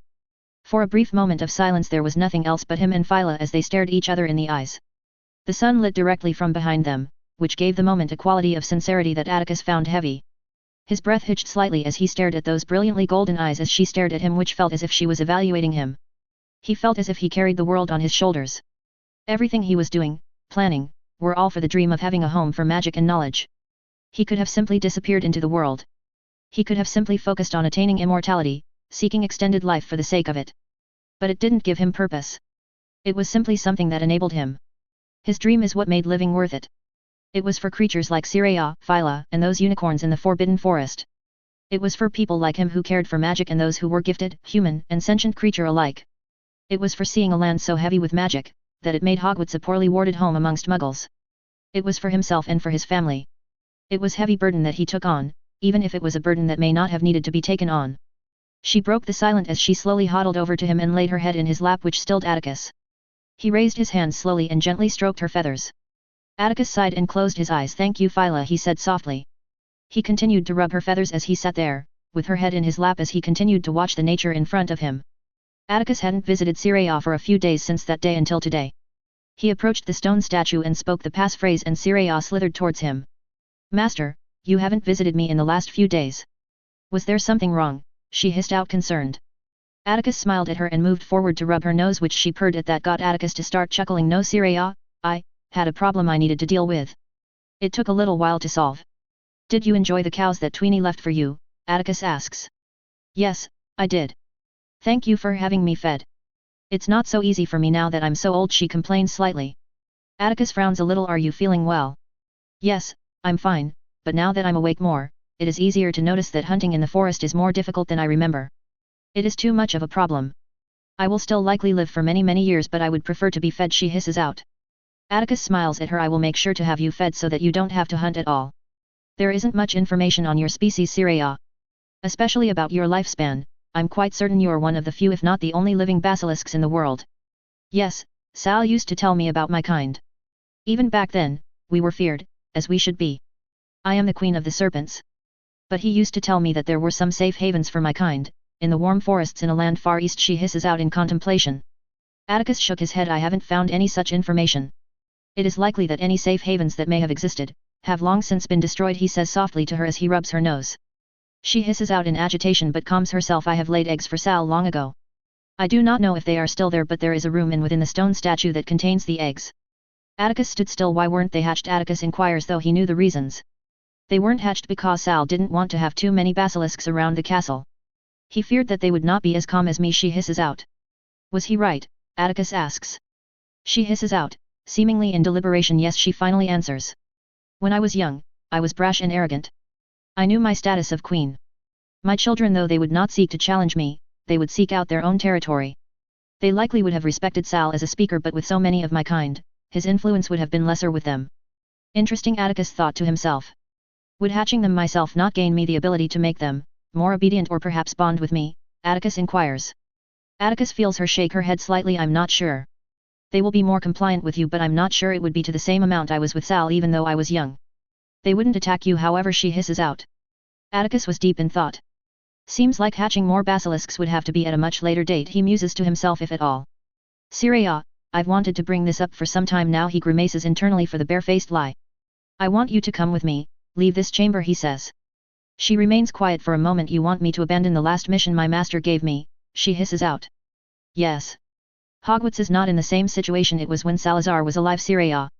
There is a whole institution dedicated protecting magicals from muggles. The school has many defenders and you would never be needed," he says gently, hoping to convince. "My family has 2 speakers and likely the next few generations will come from my family.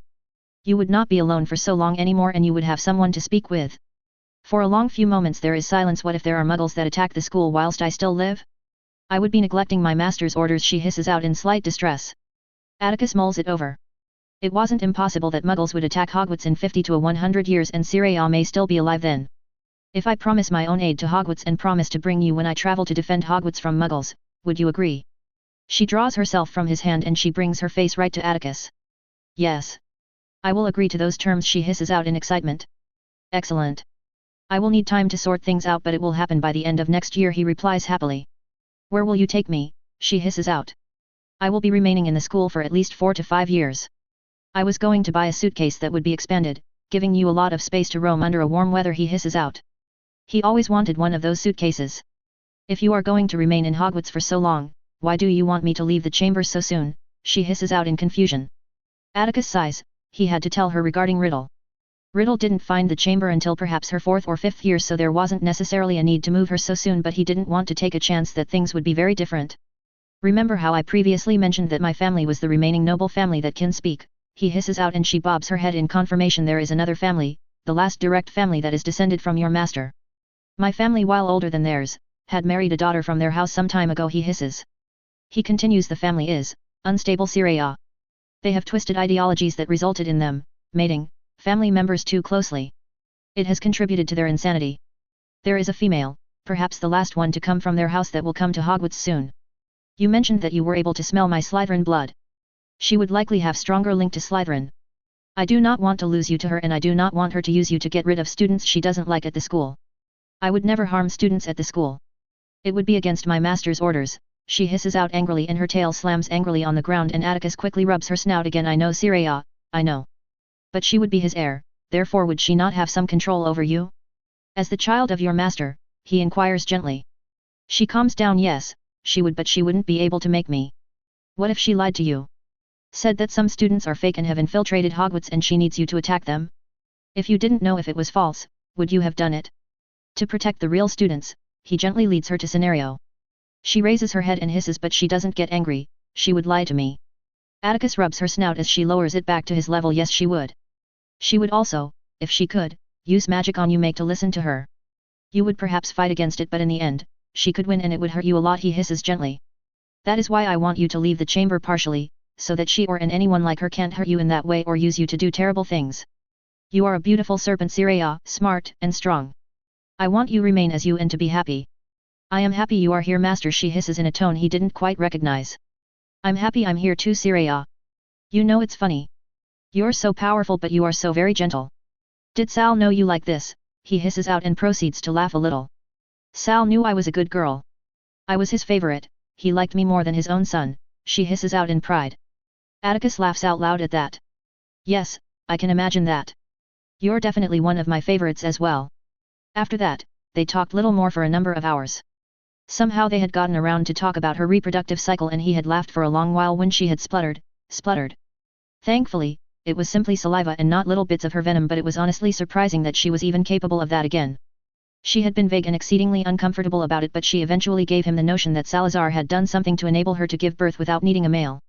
He wondered how he was able to do it. He knew that chickens could lay eggs without the input of roosters, but they would be unfertilized. He had disregarded that train of thought and put it down for later investigation. As he left the chamber, he couldn't help let out a breath of relief. He was glad he changed his mind.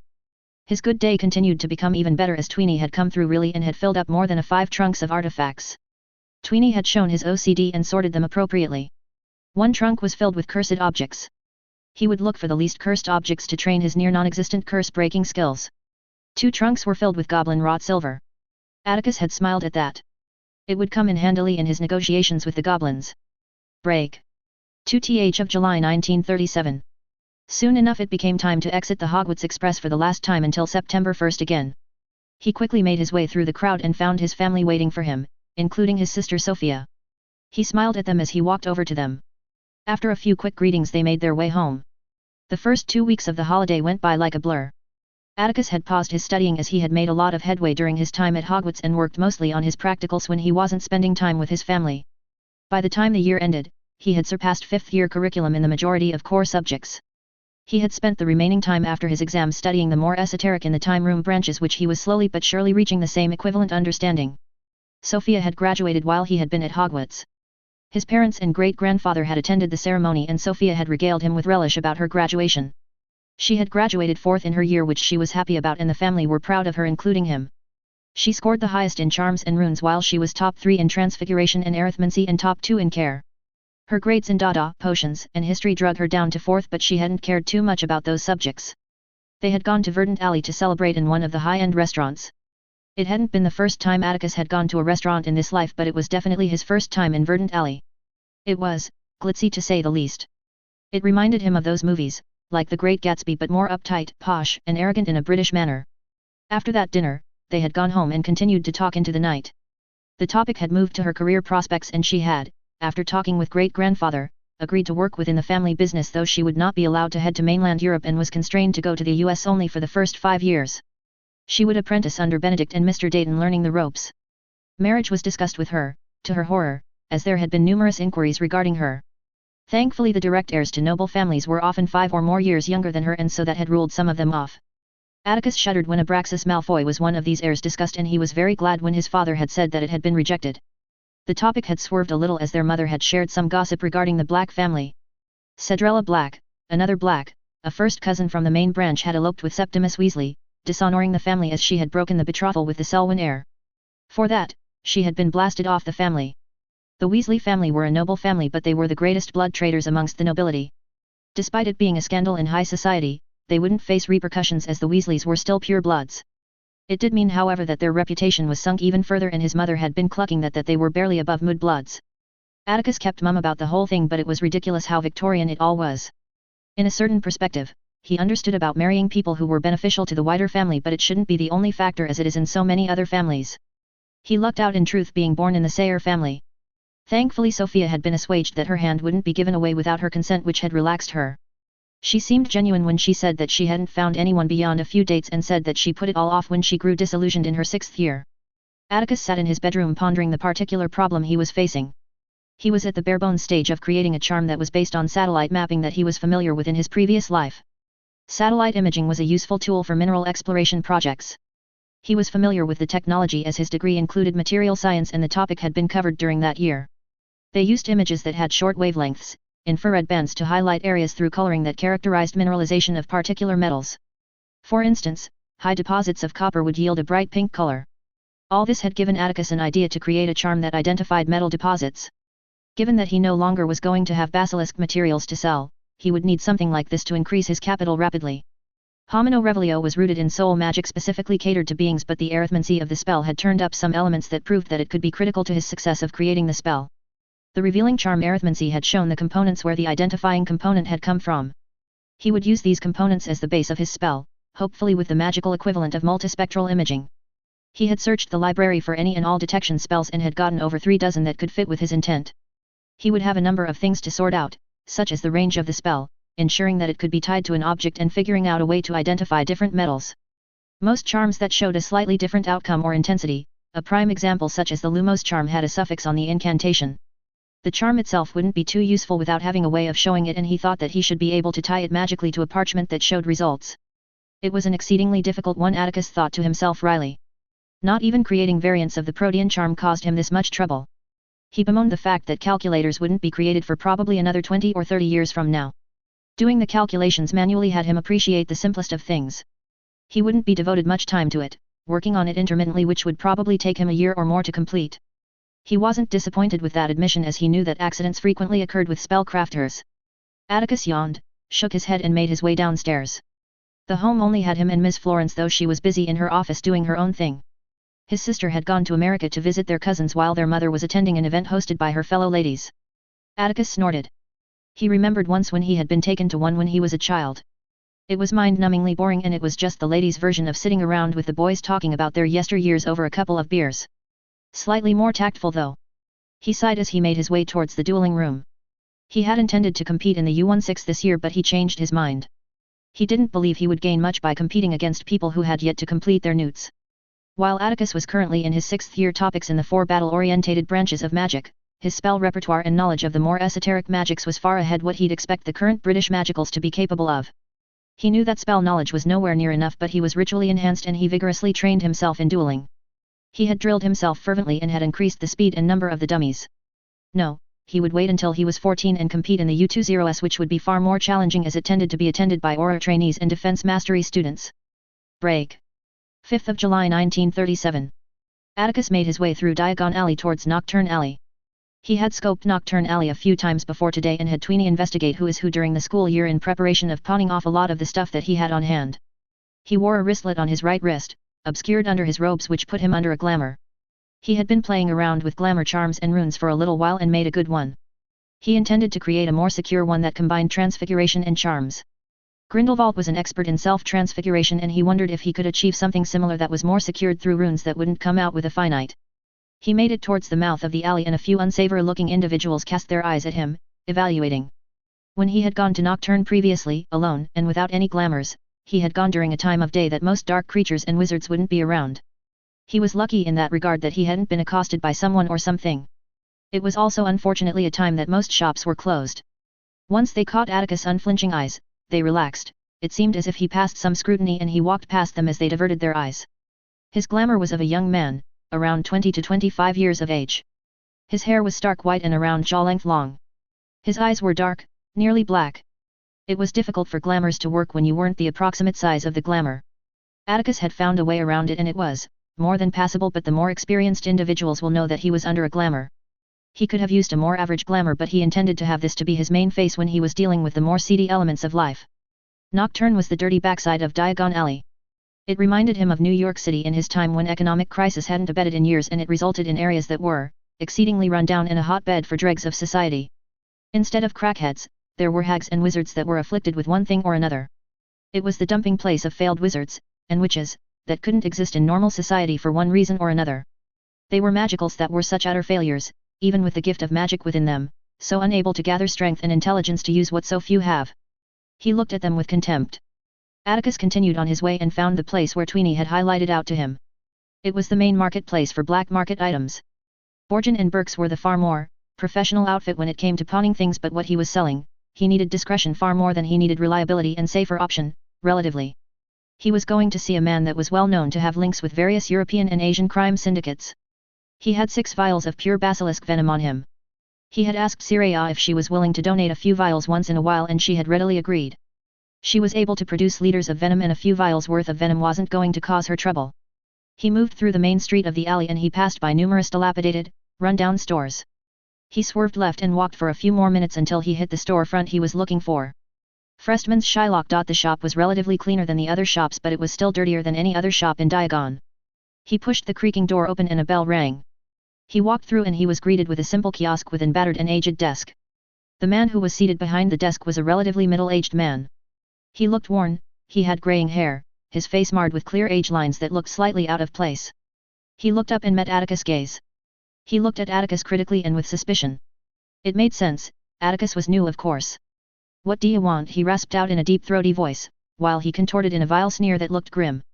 Atticus looked at the man blank-faced, unconcerned by the man's tone. "I have material to sell that I believe would be of interest to many people. I wish to use you as a broker between myself and any other parties that you find," he said succinctly, as he put on a slight German accent. The man narrowed his eyes in suspicion. "Explain," he says gruffly. Atticus simply brought out one of the vials and placed it on the desk. The man's eyes widened and he quickly snatched the vial and he began to inspect it. "What is its purity?" he whispered. Atticus smirked slightly. 100%. He says simply, at which the man snaps his head back and he looked at Atticus hungrily. "Do you know how rare basilisk venom is? Not to mention pure undiluted venom? It is a non-replenishable item." Atticus inclines his head. "I'm aware of its rarity," he states. "How did you come by it?" "I have never heard of you nor seen you around the alley." He narrows his eyes. Atticus shrugs uncaringly but bares his teeth in a large smile. "You wouldn't want to know who I am, not in truth." He let of his tight control of his magic. His magic flooded the room at his behest. He knew that dealing with people like this would require showing no weakness. Ambient magic in the room stilled. His eyes were burning, glowing, vibrantly. He gazed at the man unflinchingly. Magic swirled around him, as if he was the center of a black hole, pulling and wreathing everything around him. He let out his malice and anger in his magic, and the room was drawn into an oppressive field, as if gravity was turned up 12 times, 1,000 times, and the goblins were on their knees unable to deal with the violence of his tempest, his storm of magic. This was a man who dealt with strength. He would fully show his strength and dissuade any notions of betrayal he may have. He raised every single item, gadget, and artifact that was on display behind the man, and he lifted the desk along with them. Atticus kept his unperturbed gaze on the man, who found it difficult to breathe, so saturated was the air with his magic. Crackles of magic reverberated around the room as Atticus continued to raise his power. Magic rolled from him, swirling around him, increasing in density and in brightness. The taste of magic in the air was palpable. He couldn't keep it up for too long, but he could keep it up long enough for him to understand. Frestman felt as if he was being crushed by a 1,000-pound stone that rested on his chest. He knew the man was not as he seemed, and he thought perhaps he could take advantage of it, swindling the man of thousands of galleons from the sale he would be able to create. He was mistaken. Terribly so. He has never felt such magic from anyone, not even the most dangerous ones that he knew of that resided in the alley. "Do you understand now?" Atticus says softly, but it carried clearly through the room with power. "There is a reason why you would not know of me. I like my anonymity. My associates and business partners understand that, do you?" Atticus asks, smiling predatory as the flames from the candles moved towards the man menacingly, encircling him, waiting as they reshape into daggers. Frestman swallows deeply. I understand, I didn't intend offense, he stammers out. Good, you will never speak of my existence and you will never speak of our business. As far as anyone knows, you are the only point of origin. He nods and Atticus draws his magic back in and Frestman breathes in heavily as he regains his composure. He glances at Atticus warily with newfound understanding and acceptance. Is it this single vial? He asks. Atticus hums as he deliberates. For now, there will be a single vial. I understand that if there is more in circulation, the price will drop substantially. Frestman thinks it over. It depends on the quantity, of course. I will be able to gain a lot of interest for a single vial. If there is promise of more, once the first is sold, I may be able to entice the second highest bid. Atticus nods. Once the first vial is sold and there is remaining interest, then you may discuss it with others. You will receive 7% of the sale revenue. That should bring in a high amount for yourself. The man looks like he wants to argue, but a hard glare from Atticus causes him to cease. Atticus nods in approval. Good. I will come back in 3 weeks. The man nods in resignation, but before Atticus leaves, as he opens the door, he turns slightly. Do not think I suffer slights and betrayals lightly. I do not forgive easily and I never forget, Atticus hisses out furiously, and the man turns stark white at the display. He knew that there wasn't as much stigma with parcel tongue speakers, but there is still a reputation of darkness that came with it, along with a level of reverence. Atticus made his way out of the store smirking. That had been a lot of fun. He shook his head and banished those thoughts. He made his way towards his second stop of the day. He weaved through the tight alleys and made it to the shop front that he wanted. He walked into the store and looked around. He saw an old man with blackened skin around a section of his neck. That must be Christoph, he thought quietly to himself. He made his way towards the man who was behind the counter. The man glanced over at Atticus. What can I do for you? Atticus answers undeterred. I'm told you are the best forger around. I have need of your services.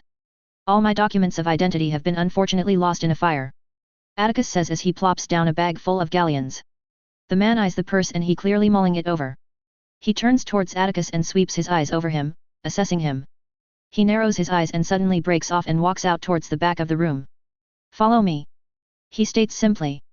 Atticus pulls up the side of the counter and walks towards the back of the room, wand ready in one hand and his right arm ready to cast wandlessly. After a tense walk, he sees a room filled with parchments, ink, and other things that reminded him very much of a darkroom. He is met with 3 other people, guards from the looks of it, who stand at the ready. He glances around before his eyes set on the man who shuffles through parchments and he gruffs out, well? Tell me what you want, he asks irritably. I'm in need of an ironclad identity. The comprehensive works. He stresses out as he walks over to the man's workroom. Atticus had instructed Tweenie to find out everything about the alley and he had found numerous elves that worked in the alley that knew pretty much everything that went going on. Tweenie had obtained a wealth of knowledge that would have otherwise made his time in the alley very difficult, as it was very exclusive in terms of dealing with outsiders. You simply ran in the right circles for the alley to be worthwhile. Christoph was capable of editing ministry records, somehow circumventing the various protections that were placed. No one knew how he did it. The Aurors were knocking on his doors because the way he operated. While his store was not in the main section of the alley, it was not difficult to find. But he used variety of magic that made it difficult to nab him and would shift his location all the time. Atticus had lucked out that he hadn't moved yet. So you want the full works? He asks Atticus and Atticus nods. I want the name to be Chrysander Furlow, born to Sarah and Michael Furlow. Pure blood. Date of birth June 12, 1925. Birth certificate, records to be placed within the ministry records, under the family Farlow. Passport, and all the other minor documents. I want it be ironclad. I will pay extra if you are able to create more documents or traces that make it difficult to believe that this person doesn't exist. He states. Christoph eyes him shrewdly, but he doesn't comment on it. Understood. Given how much you want done, it will take more than the usual amount of time. It will be done Thursday 2 weeks from now. Atticus simply nods at him. Acceptable. How much? 3,200 galleons. Normally it would be 2,600, but with how much you want done, it drives the price. Atticus simply nods and takes out the galleons from his robes and deposits the amount. Thank you. See you in 2 weeks. He says, and Atticus inclines his head and made his way out. Soon enough it was time to go to the goblins. He was concerned that they might fuck with him, but he had faith in the contract. He still prepared himself for anything. Thankfully, it seemed that they kept their word and he received his massive amount of galleons. He made his way out of the store and promptly disapparated. Chapter 12. Break. 13th of July 1937. Atticus made his way past the entrance of Gringotts. He had the trunks that were filled with goblin silver artifacts with him, shrunken in his pocket. He made his way to the desk. Hello, teller. I am here to see my family's account manager, he said as he showed his golden key. Very well, the goblin said while eyeing Atticus sharply. I will have someone take you to his office.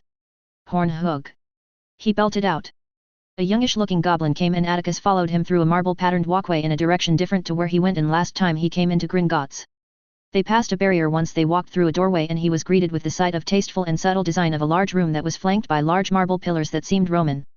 The room was illuminated by a series of iron lamps that had steady green flames, giving the room a unique feel to it. I wonder if it is Gobrathian fire, the everlasting fire, he mused to himself.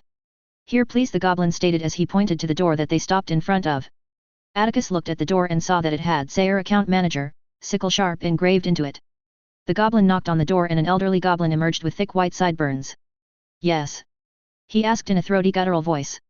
The young goblin spoke with him in the goblin tongue and it was as guttural and harsh as he last remembered. The elderly goblin turned to Atticus and said sharply, follow me, he said as he walked back into the office without another word or waiting for Atticus to respond. Atticus followed the man in and the door behind him. There were 2 guards standing on each side of the room. They wore armor and had spears in their hands, not unlike the guards that stood at the front of Gringotts. He eyed them warily as Atticus took the seat opposite the goblin. He took the few moments that it took for the goblin to get settled in to scrutinize the office. The wall behind the desk was adorned with numerous weapons. Swords, spears and a mace that looked aged and worn. Atticus wondered if the goblin in front of him was the reason they were so worn or whether they belonged to an ancestor. The left side of the room had a bookshelf of books while the other side had numerous artifacts that Atticus hadn't seen before. He surmised many of them were unique to goblin magic. Hello, Scion Sayre. I'm Sickle Sharp, your family's Gringotts account manager. How can I help you today, Scion Sayre? It is not often a scion from a house such as yours comes alone without their guardian or lord of the house, the goblin asked abruptly. Atticus leant back in the chair. He knew that the topics they'd be discussing could get difficult. The goblins were exceedingly protective over their capabilities in forging and their monopoly over magical metals. The metals Atticus sought after were metals that were natural occurring magical ore, forging and / or transmutations that produces magical metals without magical ingredients. Metals such as arenac, bright steel, celestial bronze were all upper-tier alchemic and transmutation that required magical ingredients to create metals that were magically conductive. The problem with these metals was quantities could never be high as the amount of non-replenishable ingredients per kilogram of metal was impossible to obtain. It would result in the extinction of numerous creatures, and in many cases that was exactly what happened. Atticus had found through his research what happened with a particular type of transmuted metal. Inuurtas is a transmuted metal that ancient Sumerian mages created around 4,500 years ago as a response to the legendary weapons that the ancient Egyptians forged and enchanted from meteoric metal that had properties that exceeded any other enchanted weapons of the time. The lands of the Sumerians were home to a magical bird, the Anzu, that was related to winged birds such as the hippogriff and griffin. The difference between the birds, however, was the bird was capable of breathing fire and water. It was said that only dragon fire, as fiend fire hadn't been invented for another 2,000 years at the least, had been hotter. The mages were tasked by the Sumerian kings to find an equal or greater metal than what the Egyptians had, and they had found it after decades of experimentation. Amongst other ingredients was approximately 4.6 kilograms of powdered Anzu bones per kilogram of Inuurtas. The result yielded a metal that was by modern days inefficient in magical conductivity, but it allowed for greater number of enchantments that lasted longer and was generally stronger in comparison to the metals the Egyptians used. The metal, due to the Anzu magical capabilities, was exceedingly resistant to heat, not unlike nickel alloys. The samples of the metal that still exist in this day show that the metal was stronger than stainless steel. It was one of the first transmuted metals created by any magical and would remain so for nearly 1,000 years until another transmuted metal was created in ancient China. By the end of the Sumerian Empire, the Anzu population had gone extinct as they were hunted viciously for ingredients. The Anzu was their main source of creature ingredients. It was a tale that would repeat often enough until smarter mages understood what they were doing and put protections in place in their habitats and removed many references towards transmutations in the public domain that were deemed too destructive towards the natural world in an effort to preserve magical species. Later on, magical reserves would be created to protect endangered species. It had been fun to find out that magicals had early on developed conservational attitudes, 2,000 years before the Muggles would act on it. Atticus was of course not deluded that it wasn't for self-interest, but regardless it was interesting. The metals that Atticus sought after were nothing like this. These were metals that were either a result of metals that were naturally or artificially imbued without magical ingredients with magic. Auric alum was an example of a metal that was forged to be highly magical in nature, similar to goblin silver in a metal that was forged. Adamantite, however, was a metal that Atticus was intensely interested in. It seemed that it was something that existed in this universe but not naturally occurring on the Earth. Atticus had come up short in his research with these metals until he remembered when he had found references in his ancestors' journals that there were heavens metal that were stranger than what was known to them to be from the heavens. Meteoric iron had been popular in Egypt, and often the weapons of pharaohs and the upper nobilities had items made of said meteoric iron. Amongst a very few were ores that proved to be impossible to melt according to the journal. But the more important note that was in the journals was that it confirmed that it was magical in nature and extremely magically resistant. They had to create a special ritual, invoking the power and flame of the sun, in honor of Ra to even melt it.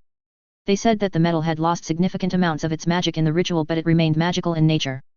His ancestors had sought to find as many of these metals as they could, though Atticus did not know if his family still had artifacts or the ore within their grasp. That had been Atticus' clue that gave him the impression that adamantite or similar metals only existed in the form of meteoric ores. He wasn't allowed in the family vault, he wouldn't be allowed to enter it at his age unless he was the last of the line or with an adult Sayre. Atticus had found nothing substantive on locations of ore or methods to produce orichalcum. Which was here. I found out that Gringotts, beyond being a bank, offers a variety of services. Would you explain if that is the case? Atticus paused as he eyes the goblin. That is correct. Gringotts offers a multitude of services, ranging from banking to warding, from appraisals to curse breaking. We are the premier banking organization, Scion Sayre. The goblin pauses as he scrutinizes Atticus. From the direction the conversation is going, I believe you wish to employ Gringotts for something other than banking. He narrows his eyes. Atticus nods slowly. Yes, I'm in need of information and books and texts that I believe Gringotts would be best placed to provide me. If that is not true, I still believe you have extensive links to individuals or organizations that might be able to help me on my project, he says slowly. The goblin hums as he leans back in his chair as he digests this. Finally he asks, what are you looking for? He asks simply and to the point. I'm in need of any and all information regarding metals such as mithril, adamantite, and orichalcum. I also want to purchase copies of books and texts that the Goblin Nation may hold regarding the methodology of forging magical metals and anything closely interrelated to that subject, Atticus specifies. Sickle Sharp narrows his eyes as he soaks the request in. Such information is not given out without a huge price and would require approval from our king.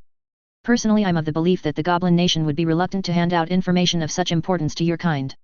Given that you are coming here, despite the fact that your own family library would hold texts that would help you in this endeavor, suggests that you have not been able to find any useful information. He pauses. He glances at Atticus with curiosity. There hasn't been an inquiry from the wizards such as this for centuries now. Gringotts was aware of only perhaps 36 wizards out of hundreds of thousands of their kind that held interest in metallurgy. The way he referred to project had his curiosity piqued. Perhaps there was further business to be done down the line. Why are you interested in this? While magical metals have properties that make them far more preferable than ordinary common metals, they are neither necessary nor functional for many of the applications used them for. He asks. Atticus purses his lips. He wanted to have a good relationship with Gringotts. They were also discreet. It would not hurt to admit that he wasn't intending to sell what he learns, and it was for private projects, which were true after all. The projects that I will be using them for require metals that are highly magical. The metals that I have interest in are all said to exceed the performances of ordinary metals.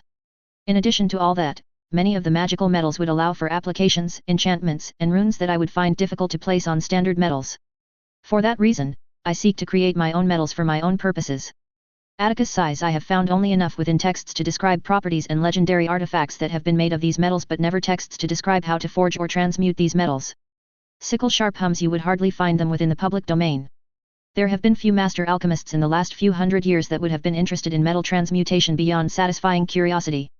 For the magical world, beyond the creation of artifacts and weaponry, metals have never been one of the more researched topics for the last perhaps 400 years, and much that has been researched have been exceedingly limited in scope. The greatest works have been done thousands of years ago and have since been forgotten in the annals of time.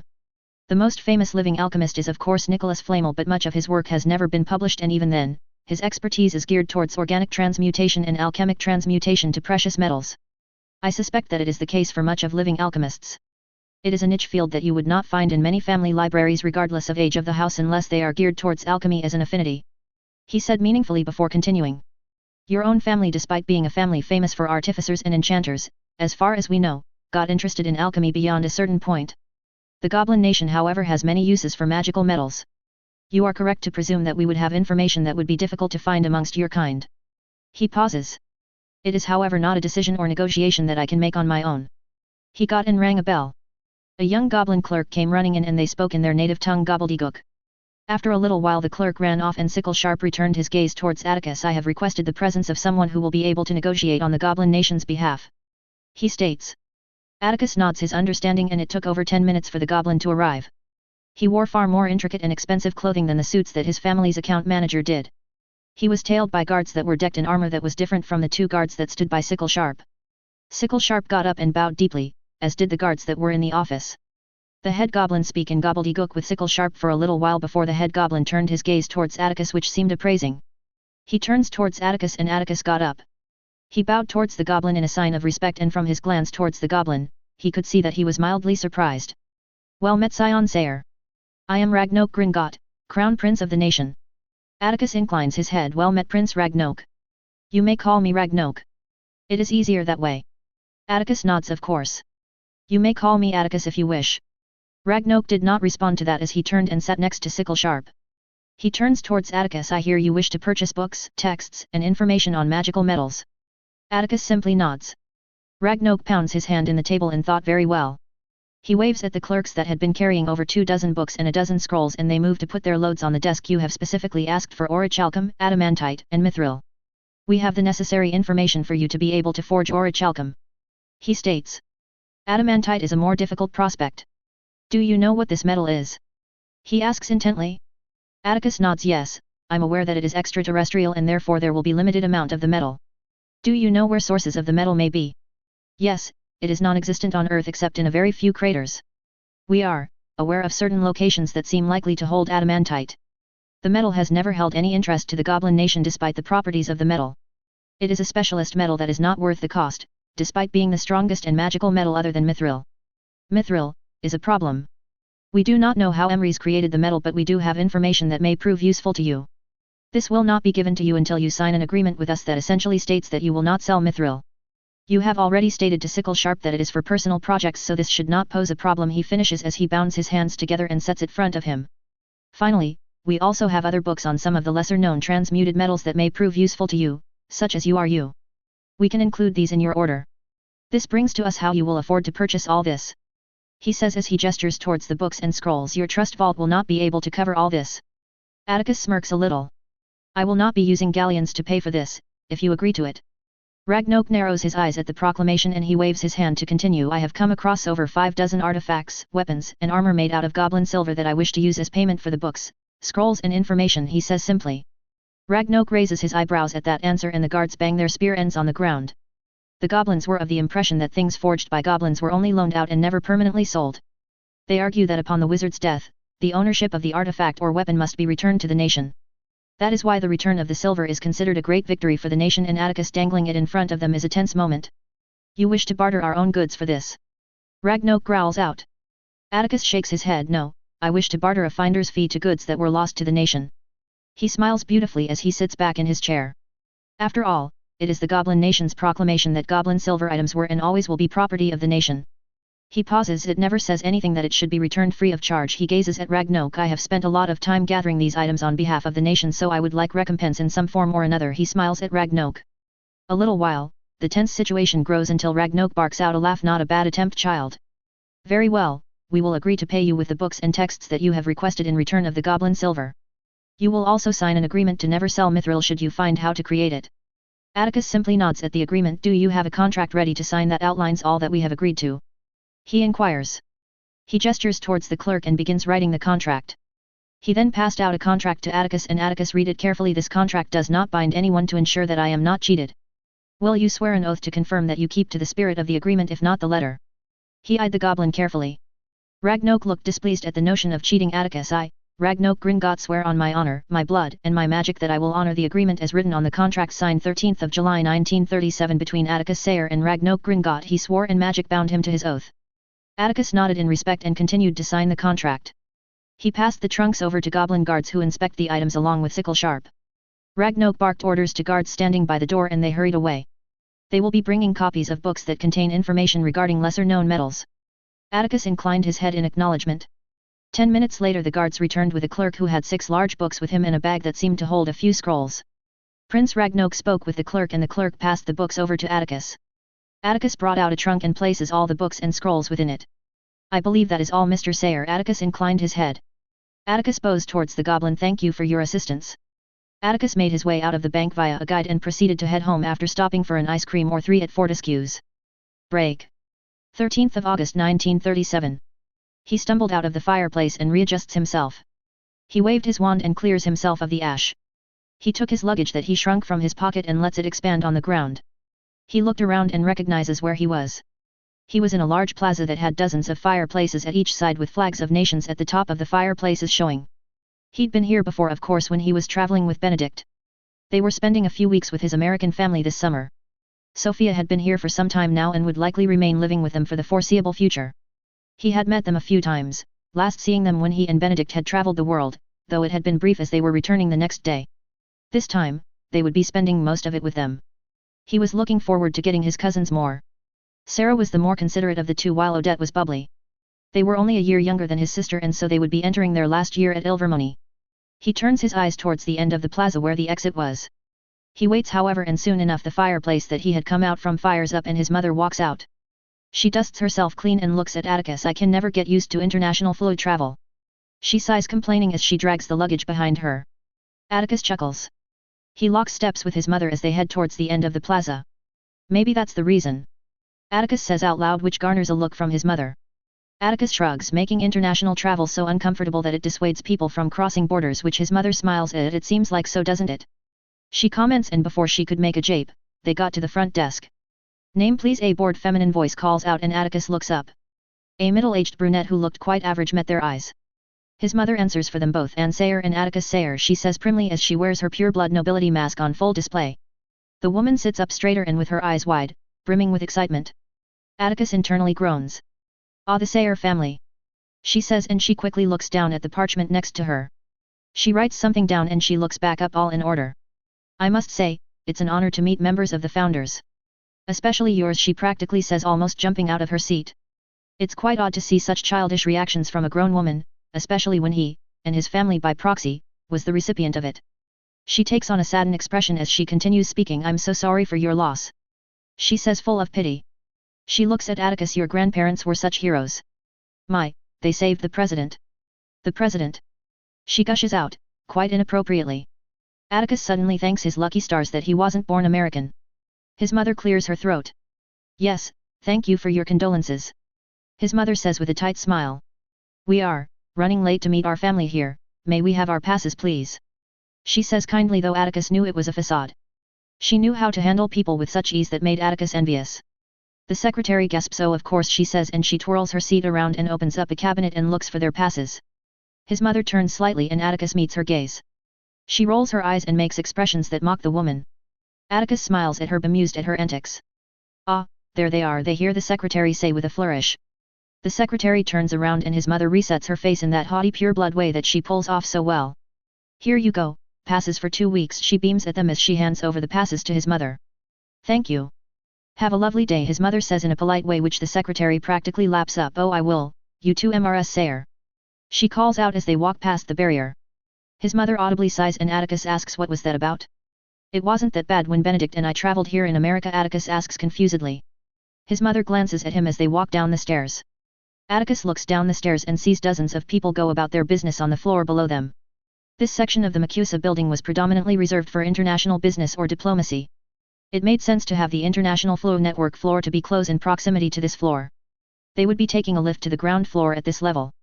The uneasy state of war with Grindelwald is heating up more and more, Atticus, she says somewhat stiffly. The man has always been favored in the German ministry by certain families, but the laws that have been passed recently have been more and more aggressive. She says.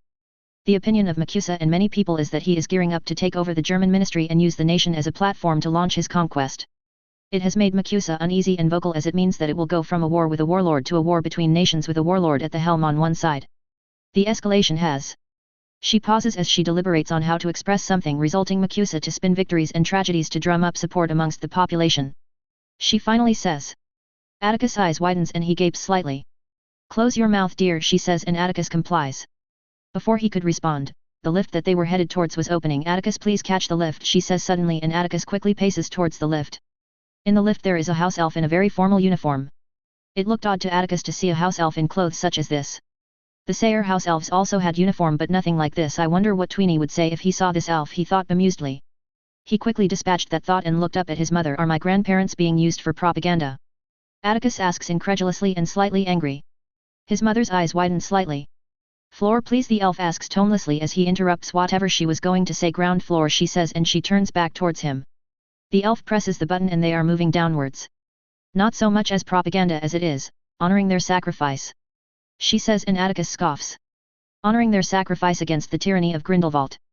He asks mockingly and she winces and shrugs lightly. Similar enough, she says. He wasn't happy that his family were being used politically like this. It set a target on the rest of the family as well. Wasn't Great Uncle Richard meant to ensure our family isn't impacted politically? Atticus asks slowly. It seems like it's something that can put a target on our family, mother, he says as he glances at her. She purses her lips as she considers this. The lift chimes and the doors open. The plaza on the ground floor is filled with people, shuffling around as they walk towards their destiny. Atticus and his mother drag their luggage through the crowd and make their way towards the exit. Richard is aware that we aren't pleased with the amount of attention the family is getting. But he has explained to us that it is only short-term and that it will blow over soon enough. He also states that it can only help build up our influence in North America. She says as arrive at the revolving doors that lead to the outside. They bundle together as they revolve around and they walk down the stairs to the curb. Ah, now we have to walk a couple of blocks to the apparition point. She says as she takes lead. Our family for the last couple of decades has been waning in influence. As you know, the majority of our business involves magical creatures and owning reserves outright. However, she pauses as she looks around, trying to remember where exactly they should turn to next. They twist around an elderly couple and make a left. We have interests in craftsmanship and own numerous businesses that produce everyday items such as enchanted hoovers and such. There has been a plethora of newly started private businesses that have been eating up some of the market share that businesses we are shareholders for, and many of them are backed by other founders. She says before stopping. She looks at both sides of the road and crosses. Come quick. She says as she quickens her pace and Atticus follows.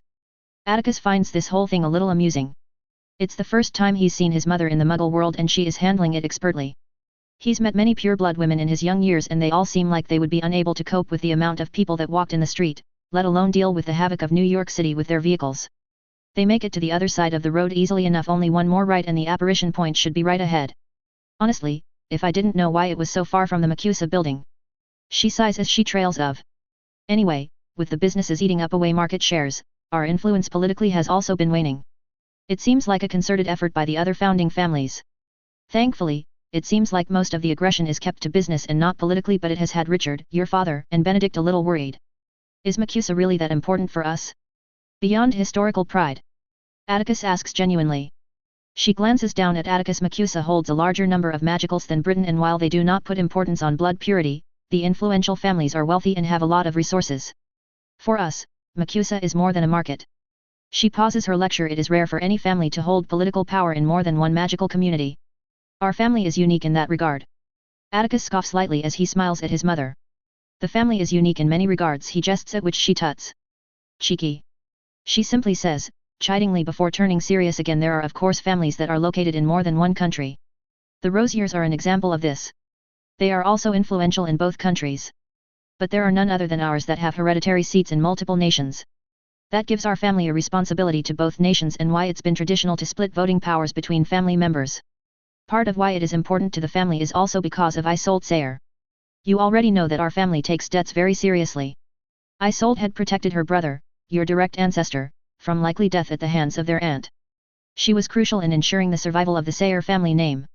North America therefore is never neglected, politically and economically.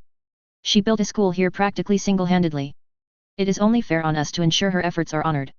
She finally says. Atticus remains silent for the rest of the walk. They got the apparition point. Here we are. She says as the Muggle repelling charm washes over them.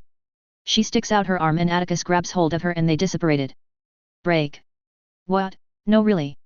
Sophia laughs and she bends over holding her stomach as she struggles to remain her stool. Yes, Theo ended up running, squealing as he attempted to get away from Phyla, Atticus says between his laughter. She ended up chasing him into the castle. He looked haggard and disheveled when I caught up with him, he smiled. I can't believe he thought he could get away with mocking Phyla. She's so prideful about her appearance. Odette laughs as she props on her elbows to lift herself from the prone position she was in. Odette and Sarah both met Phyla at the spring equinox gathering prior to his start at Hogwarts. Atticus smiles at her. To be fair, I did goad Theo into offending her by saying that Phyla did a really funny face in indignation whenever someone said her feathers weren't well taken care of or if someone said her feathers were hideous. Atticus admits he didn't believe me that she understood very well when someone talked about her, especially when it was negative. He couldn't help himself and he ended up paying the price. Serves him well for mocking a lady, Sarah murmurs, though Atticus knew she was joking. How is Phyla anyway? She was just getting to be too large to fit on your shoulder last time I saw her, Atticus, Odette inquires from her position. She had her eyes closed and was laid down on the soft grass facing the sun as she seemed to be basking in the sun's rays. Atticus dropped himself back on the ground, taking a similar position to Odette, and closed his eyes. She is well. She's growing bigger quicker now. She's tall enough to reach the bottom part of my stomach. Atticus pauses. I think she's meant to have a large growth spurt in the next year or two, and from there it tapers off. I think it's a bit like magical maturity in wizard kind. He said, shrugging. Sayre hums, so rather than the 5 we get, she'll have 1. Atticus shook his head as it lay on the ground, uncaring that they might not see what he was doing. No, I think she has 3. She had a growth spurt after she was born, but it was minor. She'll have this large one and then I think maybe 1 more. Atticus considers for a moment but continued. Thunderbirds aren't the most well-studied animals. There have never been many sightings of thunderbirds in the first place, let alone contact with them. It makes it difficult to really know what to expect. Atticus smiles as he realizes how he knew so much of thunderbirds. Newt's commander is the only one in perhaps centuries that knows about thunderbirds from first-hand experience. Pretty much everything I know is either from him or my very own personal experience. Atticus shrugs. Odette giggles and Atticus opens one eye halfway to glance at her. What's so funny? Atticus murmurs as he frowns slightly. She gets into a mini laughing fit until she came down. Sorry, I just had image pop up in my mind. Atticus absent-mindedly waves his right arm in the air to signify her to get on with it, which prompted Odette to throw her little sticks at him to show her displeasure. Behave, she chides, but she gets on with it. I was thinking of how my own familiar Hubert seemed to be so boring in comparison to Phyla. Until I realized that she was going to be so much bigger than you, that it is likely you will be the familiar in the relationship instead soon enough. It makes my boring Niazel more preferable. She says. But from the way she acts now, she undoubtedly thinks she's the leader in the relationship. She giggles as Atticus sits up to glare at her slightly, and Sophia pipes up and joins in. Merlin, when she gets to be fully mature, she'll take no-nonsense attitude with you. She already has you around her claws, won't be long before you start saying yes dear. She smiles beautifully at Atticus. It was true. Phyla and he did have a close relationship. She also seemed to be getting more self-assured, which had taken him some used to, considering how often she used to want to pop into his lap and have him stroke her feathers. Thunderbirds were storms made flesh in many ways. They were deathly violent when roused, provoked. Their tempers and sense of superiority was legendary. It is also why they were never successfully hunted and were revered in native Indian religions. Thunderbirds were revered as the animals that controlled the upper world, the skies were their domain. Their anger were made visible and manifested as the storms, the lightning and the thunder. In reality, Thunderbirds lived up to their mythology in some form. After all, Thunderbirds were capable of generating lightning and were able to exacerbate existing storms into tempests of nature. Such was their control over the skies. Their closest relatives were phoenixes, though Thunderbirds weren't immortal. They were able to be killed, though it was an incredibly difficult feat, and history only notes 2, and even then, it is not certain if there is truth to it. Atticus found it fitting in truth. If phoenixes represented life and death, Thunderbirds represented the power of nature. It is awe-inspiring, capable of great destruction and upheaval, but ultimately was necessary for life. It is also not indestructible, and man is capable of destroying nature despite its awe-inspiring power. These characteristics of Thunderbirds meant that Phyla would become more asserting as she ages, more prideful, and her temper would likely grow. Atticus will likely be the only one that she would mute her natural inclinations, for she was his familiar. The future relationship with her will be quite interesting. Laugh it up. Remember, if you say she would be like you said she'd be, how do you think she'd be around you girls? Atticus says, raising his eyebrow. She'd be demanding tribute to her holiness from you. Demanding you feed her as you kneeled before her majesty.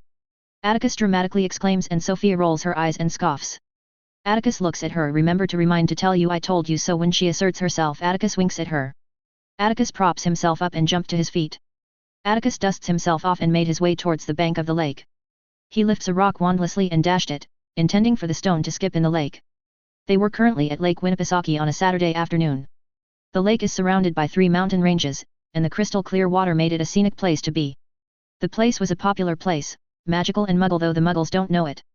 He's been in the States, Boston, for a week now. He hadn't done much studying nor any training that entire time, which has been pretty much the longest amount of time he has done neither in years. It's been pretty good to relax like this. He was taken out of his musings by Sayre. I can't believe how easy magic comes to you, Atticus. Even after all these years, even though I'm older and know of magic, I can't seem to be able to have anywhere near your kind of connection to magic. She bemoans, and Atticus chuckles. I'm just awesome that way, dear cousin, he mockingly said as he skips another stone in the lake. They were fairly secluded where they were, and he had cast a wandless muggle repelling ward around their location. Oh, ignore him, Sayre. He's just a nerdy nerd that doesn't anything other than study. I bet that's all he does at Hogwarts anyway. Sophia says as she goads him.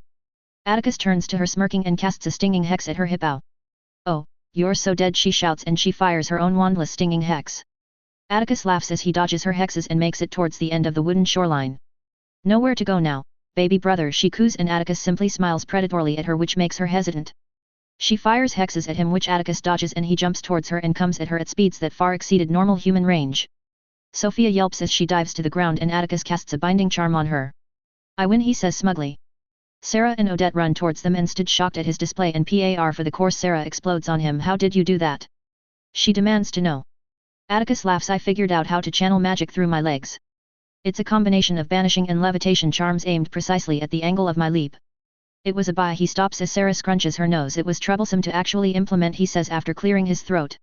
She hated indecent words, and while Atticus found it childish, he decided not to use language like that around her.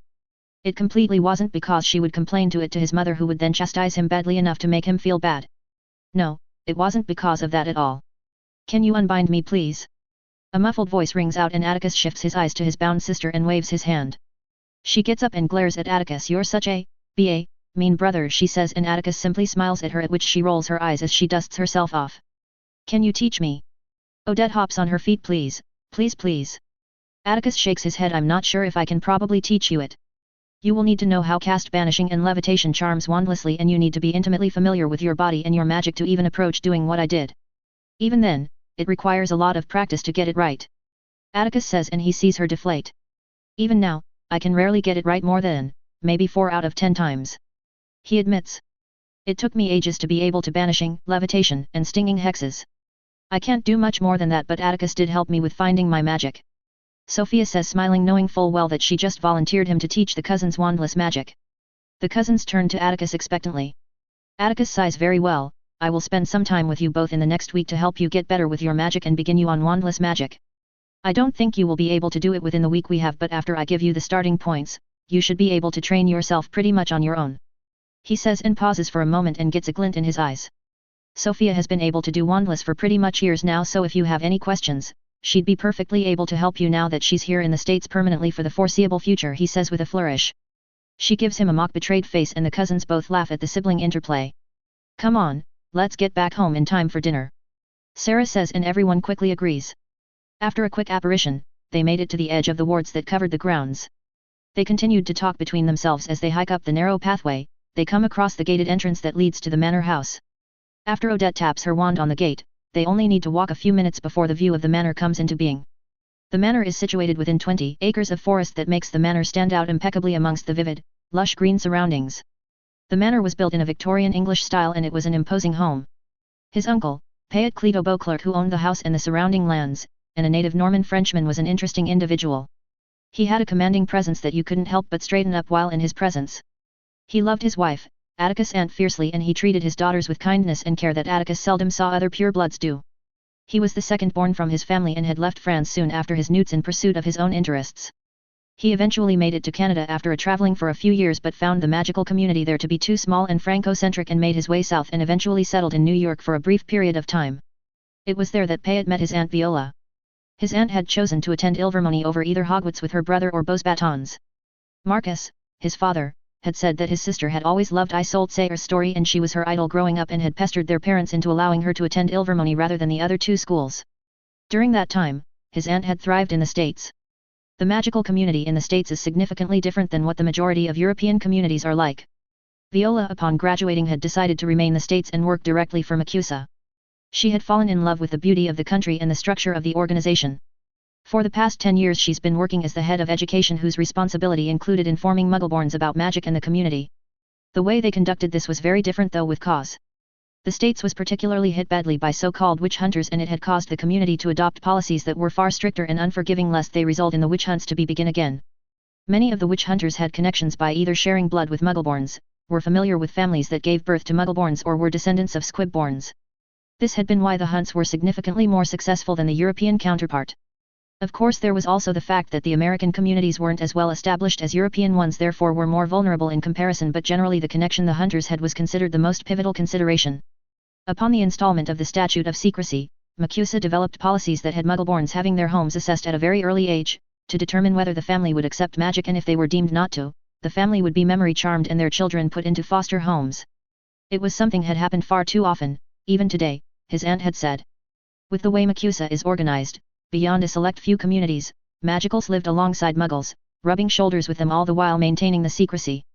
This fact has resulted in the communities being restricted with their wands outside of their home, to the point that it was illegal to cast magic outdoors in locations that weren't secluded. When they met, they had hit it off instantly and within a year ended up married after grandfather and Benedict had approved. They shared a love of the American natural beauty and in the end managed to find a secluded home in the far outskirts of Boston, the home Atticus was looking at directly. The Cleto Beauclerc family were an old French family that has had its roots in Normandy for more than 1,000 years. Their family roots were fascinating. Their direct ancestor was William the Conqueror and the daughter that started the house was none other than the daughter of the son of William's firstborn son who should have been the King of England's daughter. William Cleto was a muggle that ruled the county of Flanders until his death.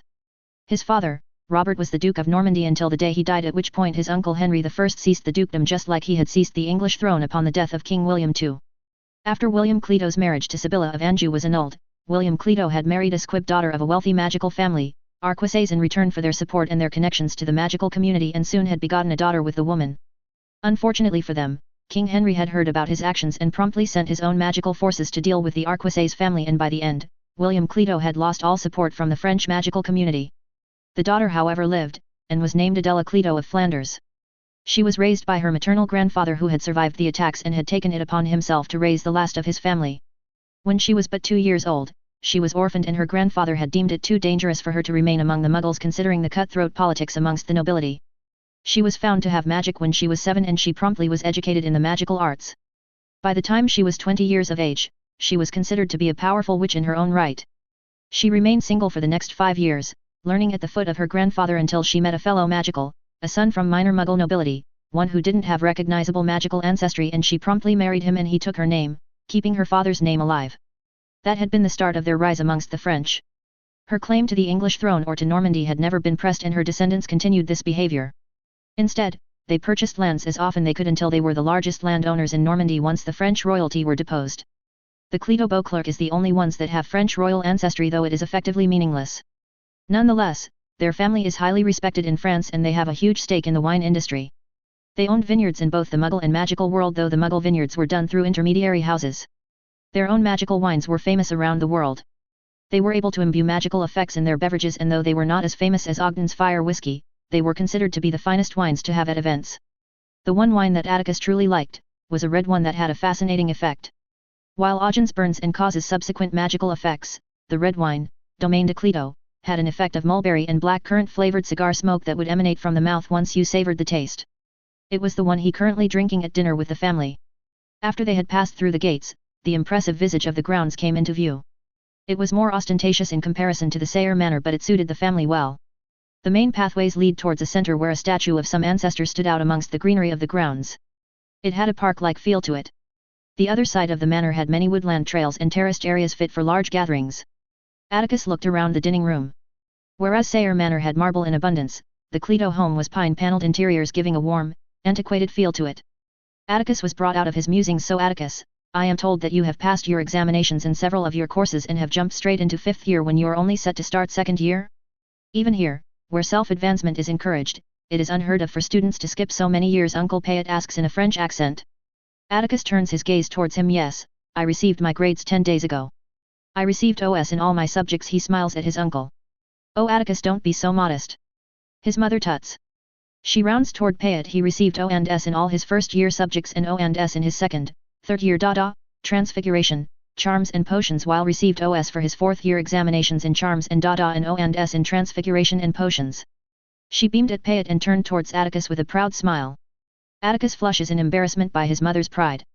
Such a mother's boy. Sophia mouths in silence and Atticus sends a mild stinging hex at her feet which she lightly yelps at, garnering attention from the rest of the table, but Sophia composes herself well enough, though she took the opportunity to glare at him. It won't be as easy this year, mother. I spent a lot of time when I was younger, so I had a head start in comparison to the other students. I will have to prove myself a lot more this coming year. Atticus shrugs. Well, I'm sure you'll do just fine, she says primly. Atticus changed the subject before anyone else could make a comment. So Sarah, Odette, what do you plan on doing after Ilvermorny? You'll be in your final year this coming September. Atticus asks. Odette answers first. Well, I want to become an enchantress. She says excitedly. At Ilvermorny, the support from the administration is excellent. She pauses as she drinks from her wine and continues. When you leave Ilvermorny, you become enrolled on the alumni list. This allows the school to be informed of former students that have done anything notable or have become experts in certain fields, as you expect. She waves her hand. But where the school differs is that these people who have masteries, experts in their chosen fields, have the option of being listed as an option for apprenticeship. She pauses as she takes a breadstick from the table and munches on it. She swallows and takes a sip of her wine. This means that instead of students searching high and wide for masters to apprentice under, they can simply contact the listed masters and be interviewed for compatibility pretty much straight away. This cuts time for the students and allows for masters to have students to teach and in most situations to aid in their research. For me, I already was interviewed and I have a apprenticeship lined up with Charms Mistress Dietrich when I graduate, as long as I keep up a minimum EE in my newts. She says happily. I've only spent a little time with her but I'm awestruck by her brilliance. She's a frequent publisher in the Charms and Enchantments weekly magazine and pretty well known here in the States. She gushes happily. Odette, cease your ill manners. Her mother Viola chastises her mildly. Sorry, she mumbles as she droops her shoulders. This garners chuckles around the table. That's fantastic to hear. Do you know where you will be working after you finish your mastery? Anne asks Odette. Odette shakes her head. No, I'm not sure what I'm going to do once I attain my charms mastery and become an enchantress. I was thinking of maybe starting a company and cater to specific requests. She admits. Atticus ponders at this and decides to give her an option. I intend to create a company, Odette, a company that will sell mass-producible goods and so on. I have a number of ideas that I know will become hits. He pauses as he looks Odette over. She looks interested. At least I will likely continue to have a lot of ideas about things but I might not have the time to research them, he admits. It was true. He was going to be doing a lot of things in the foreseeable future and he fully expected other things to be coming up. So I will need people to research and investigate feasibilities and so on. You will also be able to research during company time in your own interests. You would be fully utilizing your talents and you would have time to pursue things of your own. He states. Odette thinks it over. Aren't you a little young to think about creating a company, Atticus? You're only 12, she asks incredulously. Atticus smirks at her but nods. I am for now. I intend to create it when I'm probably around 20, 21. That's 7, 8 years from now. Your charms mastery will be 3 years, correct? Atticus asks her, which she nodded at. So, 4 years of schooling left and then you have 3 or so years of independent work which should help you get experience. Viola leans forwards. You said that you have ideas that you know will become hits. At this remark, everyone has their full attention on Atticus. Atticus nods. Yes, I have a number of ideas and some items that I have already completed. He leans back and looks at his aunt. The problem is that a lot of these goods shouldn't be put into the market until after Grindelwald is defeated.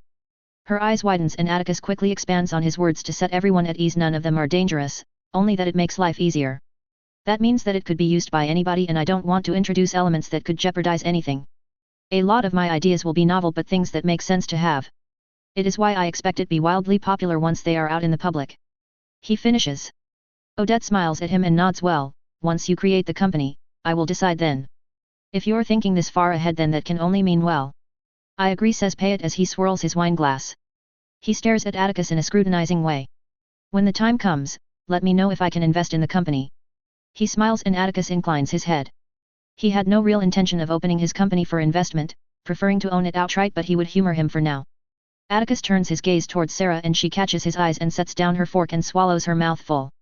She sips her wine and begins. Well, I'm not sure. She fidgets slightly as she quickly glanced over to her mother who frowned. I've thought of maybe traveling across the Americas with a few friends, investigating sites and ruins of old magical civilizations. Her eyes had lit up when she stated this. Viola interjected at this point. Sarah, we have talked about this. Is it not safe to travel the world at this time? When you're older, you can as you like. When you've more capable in magic. But not at 18. She states firmly. An awkwardness rings out as Sarah stares at her plate, with her hands tightly fisted. His mother breaks the silence. What if she was to be accompanied with people we could trust? Who would be able to protect her? There is no guarantee that things will die down. There is also no guarantee that there might not be worse things when she is older. If she is taking experienced people who will protect her in her travels, surely that are preferable. She says gently to her sister-in-law. Viola purses her lips and annoyance flickered in her eyes, but she sighed. It could work. At this Sarah looks at her mother wide-eyed. Viola looks at Sarah, but I remain firm that she will not travel at 18. She looks unmoved at Sarah. But if you complete the Gringotts curse-breaking course, I will allow you to go with an escort of people that are trustworthy. Sarah looks like she would object but raises her hand. This is the only way that I can accept you traveling to dangerous places, in search of ancient and forgotten magic and history. Please Sarah, accept this. The course is only a year to 18 months long. She says softly. Her father interjects as well. I agree with your mother, Sarah Bell. This is not much of your mother to ask of you. I will feel secure in my knowledge that you will be well protected and that you will be able to handle yourself if you come across anything nasty. I would feel even better if you added a combat instructor to the curse-breaking course. All of this is only to help you, Sayre. He says gently. Sayre sighs as she relaxes. Okay, I accept the terms. She says morosely. Sophia, who was seated next to her, wraps her arms around her. Cheer up, you still get to be an adventurer before the age of 20. She grins at Sayre and Sayre returns it slightly. Well, I didn't expect you to be so interested in something like this. Atticus wondered. It was true, he always pegged Sayre as a someone who find herself more at ease among books than outdoors, in dangerous, perilous situations. At this Sayre looks up and her eyes damn near twinkled. No one expects the quiet ones, Atticus, you should remember that. She winked at him. Atticus was stunned. Sayre rarely joked like this. Even if it was bad. Sophia snorted and that opened up the floodgates to laughter. Sayre, that was terrible, Odette exclaims in joy as she scrapes the chair from under her and literally skipped towards Sayre and launched herself towards Odette and hugs her tightly. I'm so proud, she says as she wipes an imaginary tear from her eyes. Years of etiquette training and it was all for naught. Viola murmurs, at which Payet simply gently tapped her hand in support. After a little while, and when Odette returned to her chair, Atticus spoke. You know, the Muggles have career options that deals with finding age-old ruins of civilization or even long-gone species. At this Sayre lights up and looks intrigued. Really? What is it? She asks rapidly and Atticus chuckles. It's called archaeology and it is the study of human activity through the recovery and analysis of material culture. They often go and search for locations that might hold ruins from nothing more than clues, hearsay, and so on, and they comb through these sites in a very scientific way. Atticus pauses. It probably would be, at the same time, more difficult and easier, with regards to finding magical sites. Most often, there isn't more than a whisker of ancient magic that remains lingering at sites, making it no different Muggle sites. Atticus now meets her eyes. It would be useful for you to learn more of how they go about their business and apply to yourself. His mother scoffs. What can the Muggles teach us? She said as frowned at Atticus' mother. The Muggles aren't mindless beasts. They simply don't have magic. They also far more numerous, so the number of brilliant minds they have outnumber our own by a multitude of factors. I have no doubt if these people had magic, we'd be reaching a level of understanding of magic that seems imaginary, he says to her gently. She remained stubborn regarding Muggles. She had been unhappy when Atticus had returned from London a few years ago with books from the Muggle world. She had angrily called him a Muggle lover, which he had calmly taken and explained to her why it was necessary to know. Of course it didn't help much in the end. She remained silent, as did the rest of the table. I didn't take you for a Muggle lover. Do you British not have a hatred against Muggles? Payet asks, raising an eyebrow. Atticus shrugs. Personally, I found it nonsensical to hate something you do not understand. They have inherited their hatred against Muggles from their fathers who inherited from their fathers and so on. Atticus pauses. Many of the grievances are valid, but that doesn't mean you can remain ignorant to your surroundings, and we are surrounded by Muggles. To willfully ignore what they are capable of, what they are working on, is folly and arrogance of the deadliest degree. Atticus looks away from the scrutinizing looks. How can they hate them when they don't understand them? Atticus looks at Payet and pins him with a gaze. If they truly understood them and what they could do, they would hate, respect and fear them at the same time. The statute was the correct call at the time. Unfortunately, it also accelerated our own stagnation. Much of the knowledge they have built on is built on from contributions our people gave. Many of their celebrated intellectuals are our people. Our own progress in the natural sciences have essentially halted, and most of the population have the barest understanding when the students that were taught at Hogwarts 900 years ago were taught the natural world far better. They were taught chemistry, biology, physics, and so on. He pauses. All of these sciences have gone, disappeared from the curriculum. I do not know when, but it is obvious that it has. The schools in Europe only teach elements of the natural world, in line with branches of magic, rather than give them a full understanding that will allow them to become better wizards and witches with a good grasp of the natural world. I'm not a Muggle lover. I'm a lover of knowledge. It despairs me that our people have regressed when they were the pinnacle of researchers, of philosophers, and investigators. We were hundreds years ahead of the Muggles, and in the last couple of centuries have reached parity with us and are beginning to accelerate away from us, leaving us behind as uneducated people stuck centuries in the past. He looks at Payet. It is my desire to ensure our people return to better days, days where we are the golden standard of humanity. I only wish to incite this passion of knowledge and ambition to see our people rise once again, separate from the Muggles. With our magic, we will be able to reach answers far better and easier than they would be able to. If it means we take their knowledge and build on it, then so be it. Payet finally answers as he inclines his head, frowning. You have unusual ideas. Sophia chuckles. Oh, you should have seen him growing up, he was so adorable. He always had all these strange things and ideas and questions to ask. She looked at Atticus fondly. I always knew that he would change things, even then. It doesn't surprise me that he wishes to change our education the way he wants. Atticus scratches his head in awkwardness. Well. He clears his throat and looks at Sayre. So yes, look for archaeology books next time you are in New York. Perhaps the libraries in Boston may hold some too. He says as he hopes to change the subject. Sayre nods at him gratefully and smiles at him knowingly. I will do so, cousin, she says. After that, dinner returned to a more sedate pace and they all retired to their rooms. Chapter 13. A/N. Hello all. Thank you all for reading. The next chapter will involve a 2-year skip as we are nearing towards the beginning of the second arc. 1 ND of September 1937. Soon enough it was time for Hogwarts again. He was seen off by his mother and father while Benedict was away on business. Atticus had convinced Sophia to remain in the States and continue her apprenticeship rather than see him off. Atticus had given her Isla as he had neglected the poor serpent in favor of Phyla, and his sister didn't have a familiar or companion. She accepted it when Atticus pointed out that it would give her an advantage because serpents were able to pick things people couldn't. Atticus was thankful that Sophia was gearing towards taking over from Benedict in a few decades. Father had said that he would be happy to allow Sophia to take lead in taking on the monolith that was the family business and work with her to manage it when she was ready. He reflected on his time in America. He had enjoyed the freedom of simply living in the moment, however short it was. They had visited a number of creature reserves, and during one of those outings, Atticus had met a family of Native Americans. They were of Iroquois descent. They were happy to answer his questions, which he had plenty of. Their culture and magic revolved much more around naturism, and much of their beliefs revolved around spirits of ancestors and spirits of animals. Before the arrival of European mages, they were shamans of tribes and lived very closely with their Muggle counterparts. They were a crucial part of the social dynamic and were often free from power struggles, whether they be intertribal or otherwise. They were key in many native religions as they were seen as guides and often employed mages to concoct potions, elixirs, to allow them to roam the spirit world. He had asked whether it actually allowed them to roam the spirit world or whether it was hallucinogenic concoctions, and Comanche, the elder Native American, simply smiled and shrugged. Beyond that, he had stated that many native magicals had lost a significant amount of their magical knowledge during the expansion into the Americas by Europeans. Like so many different cultures, the natives revolved around community knowledge, through speech rather than the written form. When there is mass disruption, it often leads to lost knowledge. They had fought against the European Muggles alongside their Muggle brethren, but by the time the diseases had finished rampaging through the tribes, the Europeans had already well established themselves and they were continuously losing ground to them. When the statute had gone up, it had caused the most amount of damage to their people. The wars between the natives and the European mages had caused the most amounts of deaths among the natives, as they were, not quite helpless but at a distinct disadvantage against wand magic.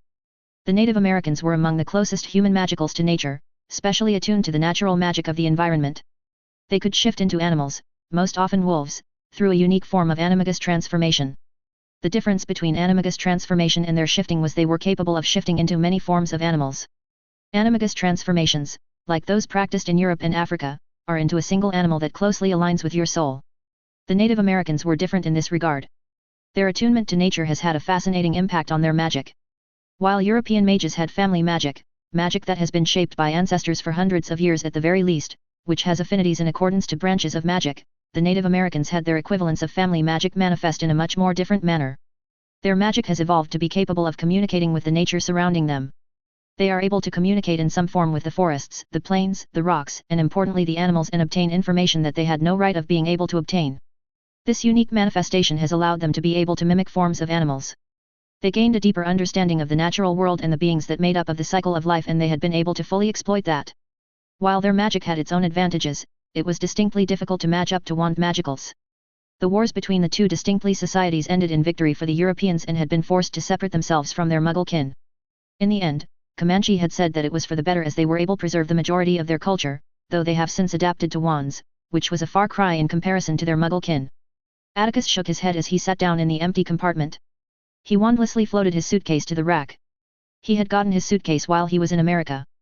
A few days before the trip to America, he had gotten his proceeds of the basilisk venom sale from the broker. He had been greatly surprised when he had found that it had yielded 73,000 galleons minus the broker fee. The man had said that the second highest bid had been 68,000 galleons and that he remained interested in procuring a vial for himself, and Atticus had promptly given the man another vial, and in the end, he had gotten just over 133,000 galleons of just 2 vials of venom. It was enough for now and would help him start. When Newt Scamander had released his now famous magical creature book, it had gained significant interest in creating the same kind of expansive environments in trunks or suitcases. He obtained a large environment within a suitcase for about 4,500 galleons. It was modeled after a Mediterranean climate, Greece, and had 5 acres of land, caves, had a white sand beach and sea front. It would maintain a temperature of 27 degrees Celsius. Sayre had often complained about the cold, so Atticus made sure to find something nice for her. Atticus spent some time with Aurelac as Atticus wanted to make more progress with rituals. Aurelac had firmly stated that he did not believe that they would have enough time to complete the construction of the third set that Atticus wanted, and so they compromised. The third set would build on the enhancement rituals he underwent. His magic had been boosted and he increased his control, but what these rituals would increase the density of his magical core, compacting it first and then forcibly expand the core through absorbing ambient magic and sacrifice of at least one highly magical creature. Depending on the strength of the magical, the stronger you were, the greater the benefits were. One of the rituals would be focused on amplifying affinities. Aurelac stated that the benefits were not especially noticeable, but it would make the magical penalty slightly less. He stated that in a life and death duel, every single advantage counted. The last 4 rituals were interlinked and focused on magical rejuvenation. The only penalty to Atticus himself was a loss of large amounts of his magical control that he worked hard for. He deemed it an acceptable temporary loss as he would be working hard to regain it. The most concerning thing that bothered him was that Aurelac had stated that these rituals could interfere with when he manifests hyperpercipience and that he should be safe if he did it prior to his 14th birthday. That meant that he would have only the summer to complete 14 rituals. His second set was already complete and the third set only needed an adjustment in sequences. He would have to obtain all of the ingredients by then. Thankfully, none of the ingredients were difficult to obtain bar the magical creature. He was going to use his broker to find a young dragon that he would sacrifice. The main thing that Atticus had worked on in his summer was planning out his space-worthy vessel. Thankfully the Sayre library had plenty of books on flight magic. He had been able to understand the underlying mechanisms of the charms and runic schemes that enabled controlled flight and had made headway in creating a coherent and working structure that he would use to build a prototype. There were still many things he needed to achieve, most of them were control systems that he would have to come up from scratch. Brooms relied on the internal magic of the user, and this was something that he did not want. He wanted to create magical substitutes of mechanical systems that the future NASA shuttles would operate in. He had underlined the topics to research and develop, and amongst them was the creation of artificial gravity. He had been stumped that there was in fact a decent amount of magical literature that explored this field, though to be honest, he kicked himself when he realized that given how skilled magicals were in spatial manipulation, gravitational manipulation was only a step or two away, and it was a natural progression, research-wise. Much of it was contorted in inanities, but there enough within the literature to give him a head start. Newtonian laws made escaping atmosphere a relatively difficult and expensive prospect. Rockets were built to continuously accelerate, the kinetic energy of the burning propelling adding to the acceleration. This constant acceleration through kinetic energy coupled with reaching or surpassing the escape velocity, which was the minimum speed required for the sum of the object's kinetic energy and its gravitational potential energy equaling to 0 assuming there is no drag/friction, was what allowed rockets to breach the atmosphere, escaping from the gravitational pull of the Earth. Atticus had not studied orbital mechanics in his previous life, and the current literature in 1937 wouldn't have the complete necessary information, but he was well aware of Newtonian laws and he had enough knowledge regarding space that he didn't exactly need knowledge that wouldn't be available for decades. The runic languages that were in use today, were all actual languages that have been dead for hundreds, if not thousands of years. They were required to be dead as the meaning of the language was fixed, runes would have no other meaning. That was key because runes depend on meaning and intent. It is their entire existence. This was a problem because while he had pieced runes from different languages previously to make objects work as he wanted, he would not be able to do so easily with what he believed he might need the runes for. He also realized that what he had done was exceedingly irresponsible, as he easily could have caused the runes to unravel at best and caused an explosion at worst and hurt himself or others. As a result, he had to rethink his strategy. After all, there was no equivalent for radio, for frequency, and so on. Runes exist purely because people keep it alive. That meant that if no one knew the runes existed, it would have no power, it would have no meaning. It had been a confusing thing to understand, and it made him shelf that topic until he understood more clearly what exactly magic was and how humans had such control over it. That meant he would have to use runes to augment technology rather than create pure magical equivalents in every single case. Atticus was fine with that, as he wanted to create a society that used both of best worlds. This would be his ongoing project for the foreseeable future, creating rune schemes that didn't clash with magic. While he would have to wait decades for technology to mature, he didn't believe he needed to wait so long. Create a space-worthy vessel that could do the job that he wanted, namely be able to visit the moon. He would create spacesuits, sensors, devise a method to protect against radiation and so on. It was a large project in truth, but one that would have huge payoffs. Once he created a safe, fully fledged craft of operating both in space and in atmosphere, he would set out to completing satellites that will have numerous functions, amongst them will be methods to detect mineral deposits. Speaking of minerals, he had read the books that the goblins had given him in return of their items. He had to admit that much of it had been difficult to understand, not just because the language was antiquated. It was something that he hated, there was often mysticism and utterly useless methods of disseminating information in magical books. In any case, he understood that he would need a far greater grounding in alchemy to be able to use the information in the books in a useful way. His abilities in alchemy was still limited. He was capable of transmuting rocks into glass and rocks into iron and steel, but nothing more than that. Those transmutations were the very first transmutations anyone could do once they understood the process. Beyond that, he needed to greatly expand his understanding of alchemy before he could even attempt to make magical metals. Hogwarts offered alchemy in 6th year if there was sufficient interest. He doubted that the class would be useful for him by the time he was 16, 17, but he hoped that he could probe the minds of genuine alchemists around that age. He brought himself out of his reflections and began to focus on the book that he brought out, which was on illusion magic. It was an interesting subject that incorporated elements of mind magic amongst other things to manifest things into reality. Atticus was well engrossed in his illusions book until he had been broken out of it when he heard a knock on the door. Atticus looked outside and saw they had already beginning to move. He looked at the opened door and saw that it was Nymera and Theodore. "Hello Atticus," Nymera greeted as she sat down, which Theodore followed. "Hello Theo," Nymera, Atticus warmly said. "Hey Atticus, how was your summer?" Theo asked. "It was pretty good, spent a couple of weeks in America with my extended family there. What about you guys?" he asked.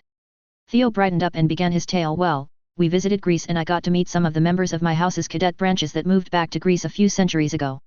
He piped up and began a long tale that Atticus was bemused and exasperated by. When Theodore finished, he turned towards Nymera and raised an eyebrow, and she sighed in response. "My summer was nowhere near as pleasant as any of yours," she groused. She continued, "I'm turning 13 in February and it won't be long before I will be betrothed. Likely I will be betrothed by the time I'm 16. My summer was mostly spent being shown around like a prized Abraxan at numerous events hosted by certain families." She says with apprehension clear in her eyes, as she intending to make clear what she meant by certain families. He ignored her comment, "certain families," and he tilted his head. "Do you really not wish to be betrothed?" Atticus asked. She looked at him nonplussed before blinking away. "I don't mind being betrothed, but what I dislike is that I am given little option to whom I'm betrothed. My father."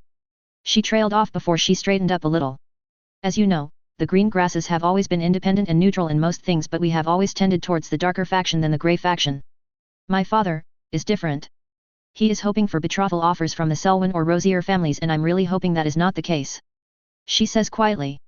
Atticus instantly understood her reticence. The Selwyn and Rosier families were not so secret backers of Grindelwald, and Nymera was afraid of what that meant for her. The ministry isn't at the stage of acting against Grindelwald backers, yet, but it is fast approaching the point. Surely your father knows how bad it could get for you. Theodore speaks up wide-eyed. She nods. He knows that there is uneasiness, but he thinks it won't matter in the long run when Grindelwald wins once war begins. A cold chill run through the compartment. Though Atticus knew that the war was coming in 2 years' time, hearing how it could affect his friends brought it to stark realization. He didn't know how large-scale the war was, if it was anything like World War II.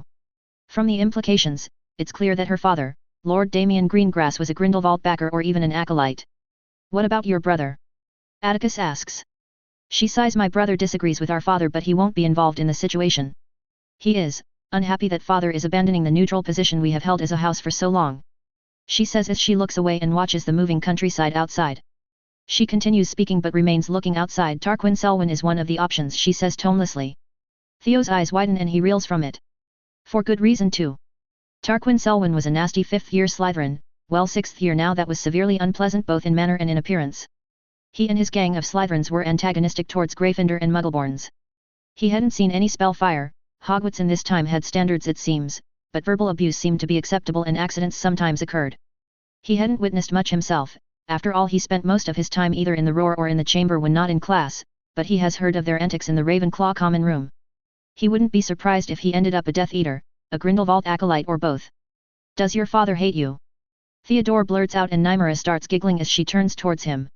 "Theo," Atticus says, exasperated though he was unable to keep a smile off his face. Theo had trouble filtering his words, though for some reason it was kind of endearing. Nymera shook her head. "He doesn't, but he is blind to some things." She sighs. Before anyone could say anything else, the door opens and Eden pops in. "Ah, there you all are!" she exclaims. "You were supposed to bring him to our compartment, not join him," she admonished. Eden and Theo ended up arguing for a little bit, which was a relief as it distracted them from the heavy topic they were discussing. Atticus decided to interrupt their little spat. "Who is in the other compartment?" he asked, and Eden turned to him. "Well, there is Lucretia Black, Mylene Burke, Doria Black, Leon Wilkins and Fiona Quinn from Hufflepuff, and Marcus," she says. He sighs and gets up. "All right then, let's go to their compartment." Break. Atticus was making his way towards his head of house's office. After the first years were inducted by Professor Folly, he came to see him and asked him to come meet him in his office before breakfast the next day regarding his schedule. He knocked on the door and after getting an affirmative, he entered the room. Professor was standing at his desk shuffling parchments and he quickly waved Atticus to sit down and Atticus complied. The grades you have managed to obtain were nothing short of remarkable and I wanted to start off congratulating you, he began with a small smile.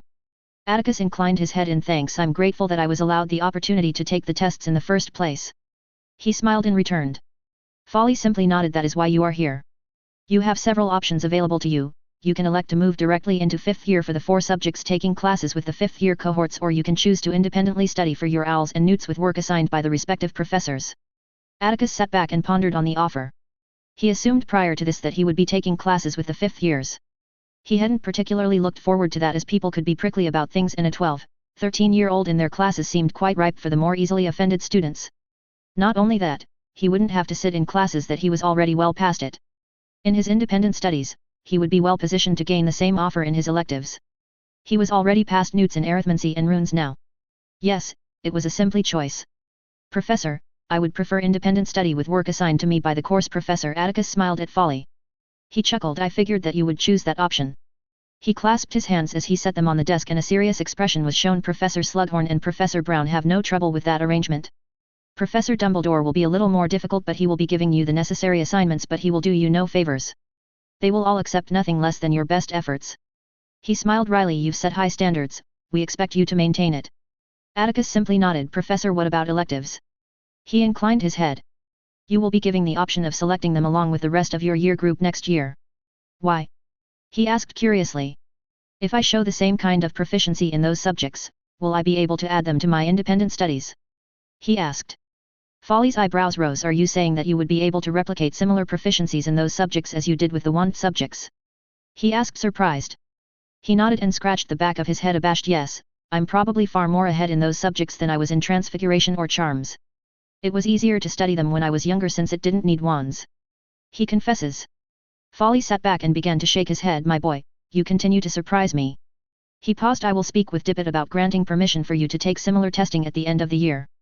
Since you've said that you are further ahead in those two, I take it you mean that you have surpassed owls. He asked intently. He nods in affirmative. I think I'm past newts in both subjects. He said simply. Folly shook his head. Even with your results and talents, I still find it hard to believe a 12-year-old is so ahead from his peers. He pauses. Very well, I will inform you at a later date once I have spoken with the headmaster. Lastly, you are expected to meet with your professors for your schedule and to hammer out the details with them.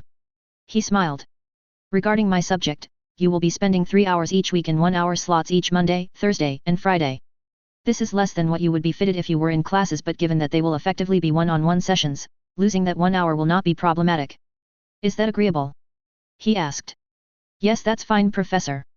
He smiled at Folly. After that, there was nothing else to say and he proceeded towards the Great Hall for breakfast. He was early, but there were a few people already seated. After a little while, the Great Hall began to be filled and his friends seated next to him. He went with them as he had herbology with them and history afterwards.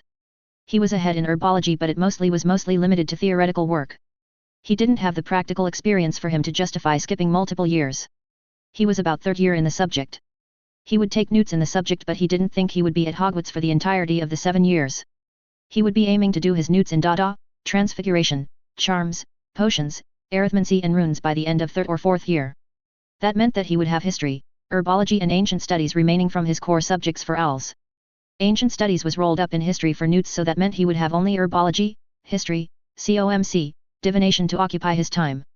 He hoped that he would be offered apprenticeship in multiple subjects as he wanted to gain mastery qualifications by the conclusion of his newts. He suspected that he would be offered apprenticeship by Professor Brown, and Professor Folly had effectively stated that it was an option for him. Apprenticeships were often 3 years, but it depended mostly on the skill of the individual. Masteries beyond being able to show the necessary understanding of the subject required independent contribution to the respective subjects. That meant that often the most of the time during the apprenticeship was spent researching a thesis that is to be submitted to the academic body of the said branch of magic. Atticus already earmarked 2 original contributions to the field of transfiguration, and he had ideas that he was going to investigate regarding arithmancy and runes. Soon enough it was the end of lunch and Atticus made his way towards Professor Slughorn's office. He had checked to see if he was free and he would be the next 15 minutes. He knocked on the door and was shouted at to come in. "Ah, Mr. Sayre, Come come, Slughorn exuberantly waved Atticus in. Now, Matthias informed us during breakfast regarding your choice and we all expected that you probably would have chosen this route. He said happily. Yes, I believe it's the best way to spend my time. I think I'm also allowed to move at a faster pace if I am able to. Atticus asked inquiringly. Slughorn nodded and smiled at him. Yes, that is correct. This is a practice that Hogwarts has made allowances for within the charter the founders had written. He commented absently as he went towards the bookshelves and mumbled to himself as he searched for whatever he was looking for. Aha! Here it is, he said as he returned. He slid the book over. This is a copy of the original charter of Hogwarts. While decisions are ultimately at the purview of the headmaster is bound to consider talented individuals and make accommodations if there are no reasonable objections. There is a bunch of other things that you might find applicable or interesting, so take the time to read it over, he comments. Thank you, I will, he said in appreciation. Well, let's get down to it then. He lightly clasped his hands. Given that you will be under independent study, that means that you will have to brew potions during times we are both free. You are required to be supervised when you are brewing, at least until you have completed your owls. He paused as he looked at Atticus intently. My own time is quite limited, outside of the classroom, but I have made provisions over the years that I have taught at Hogwarts to ensure that I have free slots. He opens up a drawer and brings out a parchment and hands it over to Atticus. 4 hours a week, 2-hour slots twice a week. He paused and seemed to be distant with thought before Slughorn set his eyes on him. You've made alterations to all of the potions that you have brewed in my classroom, including the potions that you did in your examinations. I have no doubt that you will likely find the 5th year curriculum to be little challenging. He looked at Atticus with excitement gleaming in his eyes. Because of that, we will likely spend some of that time discussing and making alterations to potions. He paused for a moment before he continued. Your alterations are well done, but there are some things that require refining and I want to explore your abilities regarding the art. It will be unnecessary with regards to obtaining your owls, but I suspect that you will relish the challenge, he said with a leading question. He smiled at Slughorn. That sounds good, Professor. I will see you on Tuesday afternoon, he says. After that, Atticus spent time in the library until the last of the lessons were over for the day. He would meet with Professor Dumbledore and Brown before dinner. Break. His meeting with Dumbledore was straightforward. Dumbledore had eased since they had their talk, but their relationship was still only cordial and Atticus didn't expect that to change any time soon. Dumbledore hadn't inquired regarding the warning he had given him, but he suspected that come the new year, he would seek to speak with him regarding the matter. The meeting with Professor Brown went much better. She had taken the same route as Slughorn and had stated that she intended to push him in their sessions.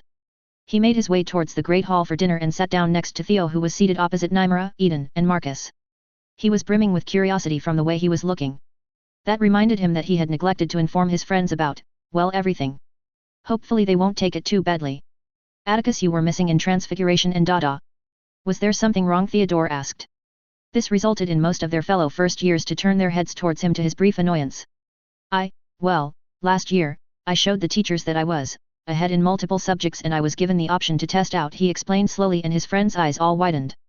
Whispers began to dominate the Ravenclaw table. What? Theo exclaimed. Why didn't you say anything? He asked, and he seemed a little upset. Atticus shifted uncomfortably in his chair. I honestly forgot to mention it, he said a little sheepishly. It was true. He had not considered it worth mentioning to his friends. While he got used to sharing information willingly without anything in return with his family, he wasn't particularly used to it with his friends. This was new territory for him. Nymera thankfully interjected and asked, what subjects did you test out of and in what year? I haven't heard anyone say anything about a second year in their classes. She asked quizzically. I tested out into 5th year in Dada, Transfiguration, Charms and Potions. I was given the option of doing independent studying rather than join official classes, so I took that option, he said. This was overheard by a number of people and the whispers grew in intensity. Really? I didn't know you could do that. Eden wondered but shook her head and her mouth was agape. What, you are skipping 3 whole years? She near shouted and it got everyone's attention. Not so loud, Atticus groaned out as he was definitely in the center of attention. He composed himself and shrugged. I did, yes. I will still be in herbology, history, and ancient studies, he said. I can't believe you never told any of us. Theo shook his head. Atticus simply shrugged in response. He didn't know how to respond to it. You do know what that means, right, Atticus? Marcus thankfully changed the subject. He simply raised his eyebrow and Marcus proceeded. It means you're the go-to guy if any of us have any need for help. He rubbed his hands as he smiled evilly. You say that as if I already don't do that. He rolled his eyes. From there the conversation flowed towards a different direction, much to Atticus' relief. The remaining months of 1937 went by quickly. He kept up his extracurricular learning on top of his now more intensive schedule while at the same time working on his projects or training himself in dueling. He spent most of his time in the time room studying subjects that weren't taught at Hogwarts and refining his projects.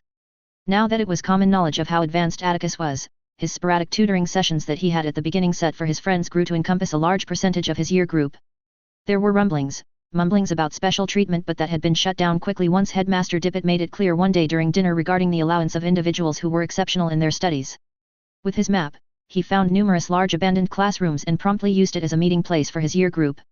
After he established that he expected the code of conduct to be the same as in class, he found that he enjoyed teaching immensely. In his year, there weren't many heirs to important families, but the many of them were members, either from the main or cadet branch of said families. Being well regarded by them could well prove useful at a later date. His one-to-one classes with Professor Brown were by far his favorite. She was extremely knowledgeable in transfiguration and had spent a lot of time with him discussing theory. Slughorn, despite being a little too exuberant for liking, was an excellent teacher who seemed to relish in imparting knowledge to him. Atticus had opened up to him and he admitted that he had brewed a lot of potions, on his own, at home before Hogwarts. He didn't reveal that he had dozens of potions books from around the world that he used to adjust potions, as he believed that was information too precious to release at this time. Despite his issues with Dumbledore, the professor proved to be professional enough to impart his knowledge to Atticus. He had 3 hours with the man and there was no deviation from the course structure for 5th years. Atticus was disappointed that Dumbledore would continue to prove reticent, though he was thankful that the man wouldn't be hindering his education. His time with Folly went in a similar manner as with Professor Brown, and he outright stated that the offer of apprenticeship was open to him once he completed his newts. Folly told him to take his time but to let him know by the end of the year if he was to accept. He was inclined to accept. He intended to leave Hogwarts by 16, 17, and have himself exclusively trained in combat and enlist in the war by 19. Break. 24th of December 1937. Albus made his way into the bleak neighborhood in London. It was a bleary, chilling and wet Friday afternoon, grey and miserable. He slipped his hand into his pocket, and felt the Hogwarts letter. It reminded him of why he was venturing into Muggle London. He was to see a future Hogwarts student, a seemingly Muggle-born girl at an orphanage. He made it to the front gates of the orphanage and he halted as he took in the visage. The orphanage was run down, dirty and drab. He felt a pang of sympathy for the children who were homed here. It did not feel as if there was much care in the orphanage, given how unkept the orphanage was. Muggle Britain was facing economic hardships and it seemed that the hard times would only increase given how unstable Europe was. He felt a brief pang of guilt as he remembered how responsible his old friend was for the state of both worlds. The war, both magical and Muggle, Gellert was instigating was not yet hot, it was on the precipice of delving into true warfare. Gellert has been ramping up his campaign, charming, threatening, killing his way into power. His informants updated him nearly every day regarding his friend's activity.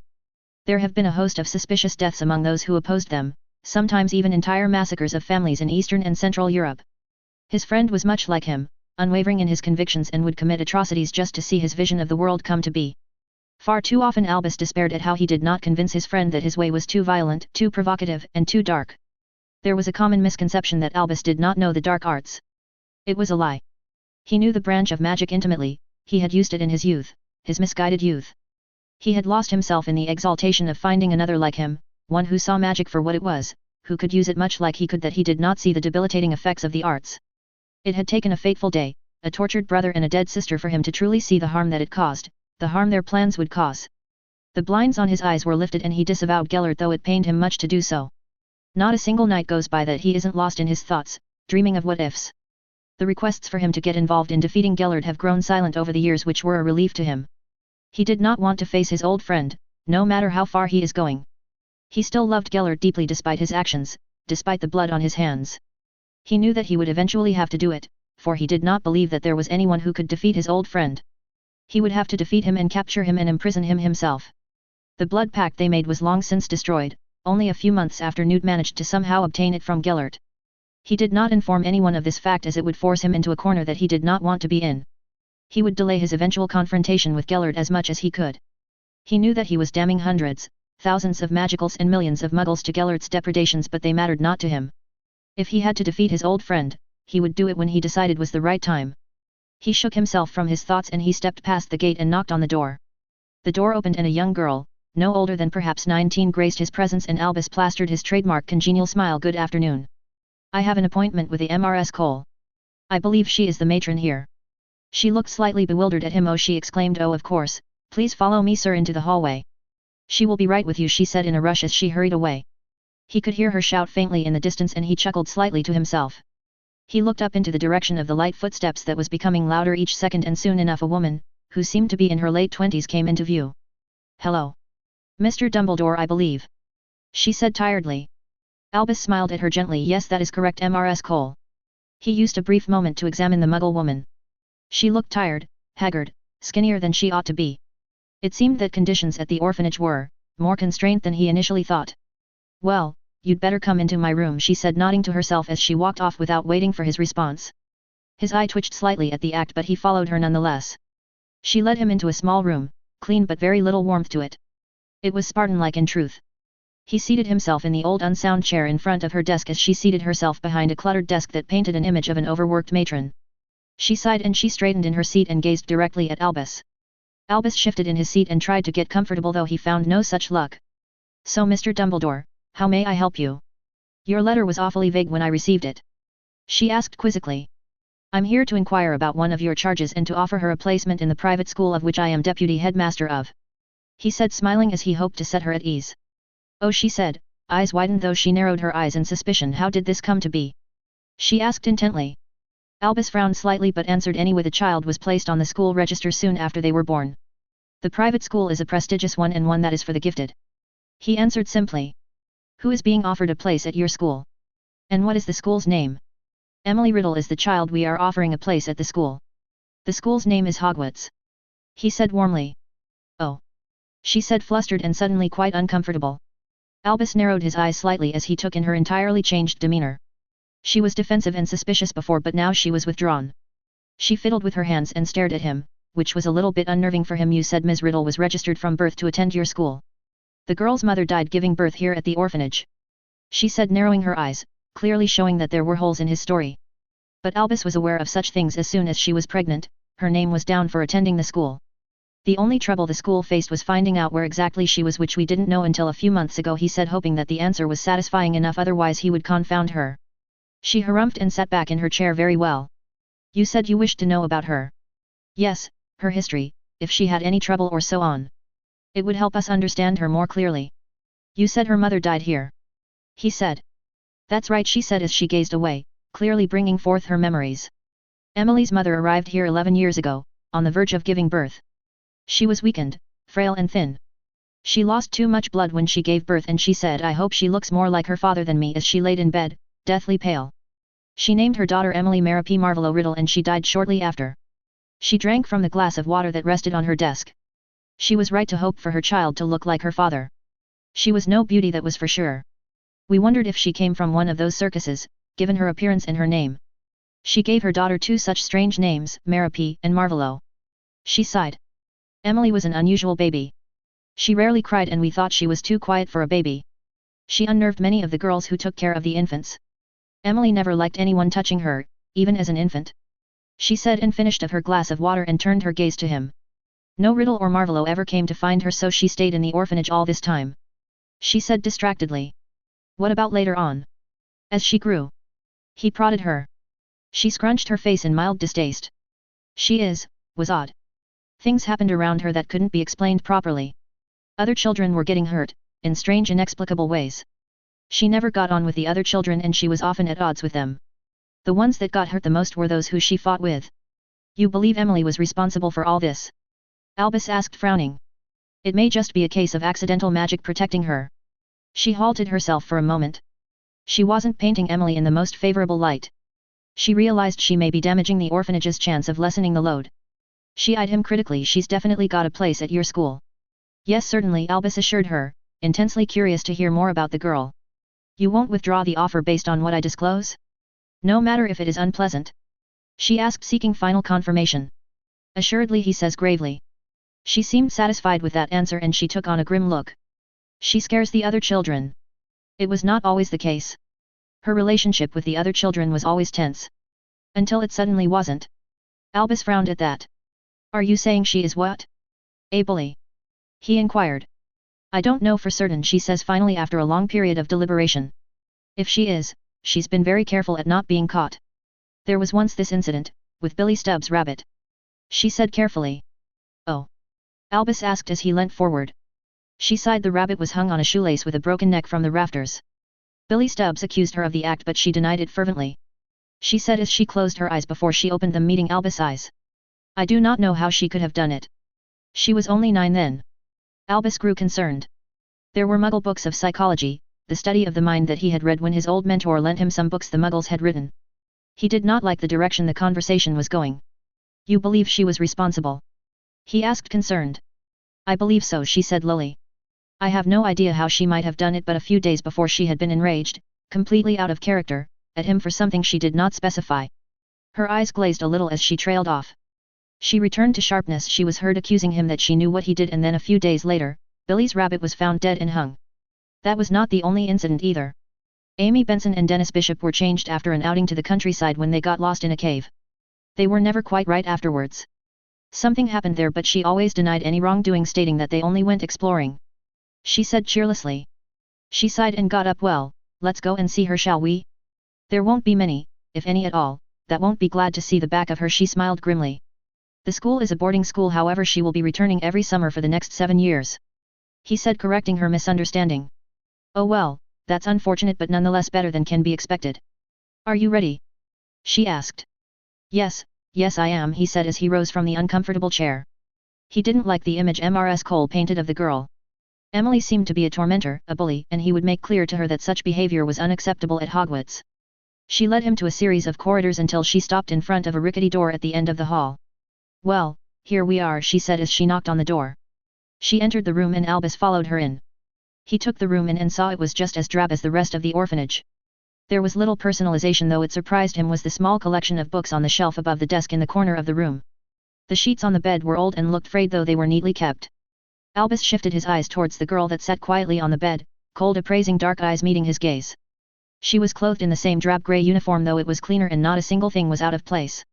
She was healthier looking than some of the children he has seen in the corridors, but it was clear she needed to fed more.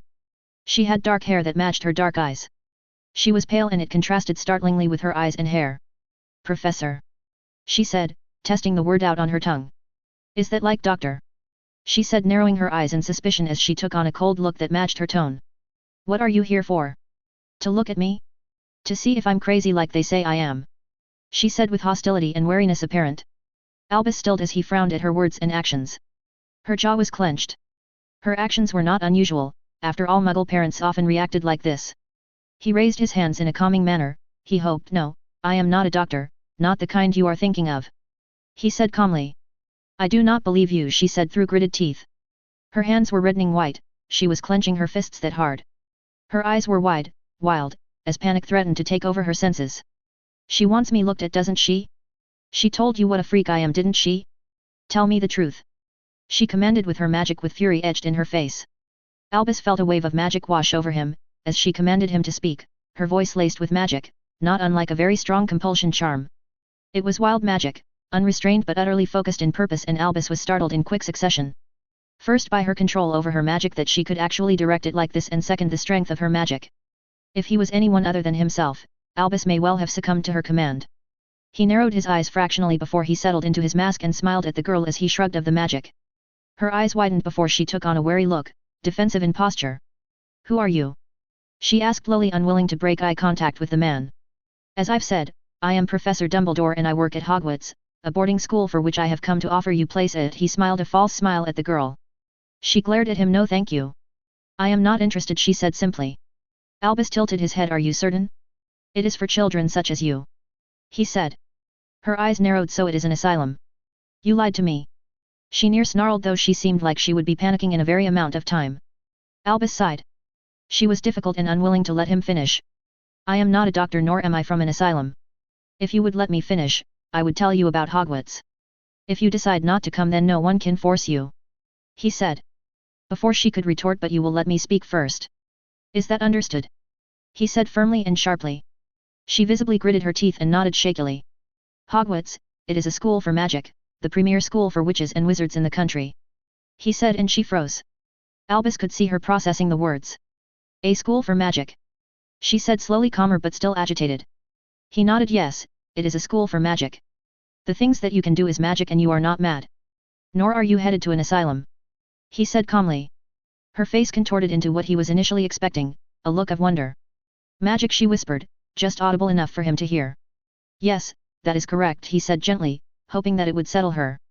So the things that I can do, that's all magic. She cocked her head as she pinned him with her dark eyes. Albus didn't react outward, but he wanted to know deeply what it is she could do. The illusions Mrs. Cole said were not flattering. He hoped it was simply accidental magic. What is it you can do? He asked clearly. Her eyes light up before they darkened. All sorts of things. I knew I was different. She trailed off. I knew I was special, not like them, she said as she finished off disgusted. At this time, his concerns only grew. It wasn't good, it wasn't acceptable. She already had notions about the mundane while she still hadn't even set foot in the magical world. Well, you are right in a way, you are a witch. I am a wizard and we both have magic. He said reluctantly. Albus saw her process this, and understanding briefly flickered across her face before she settled in a neutral cold state. You said that you are a wizard. That you are like me.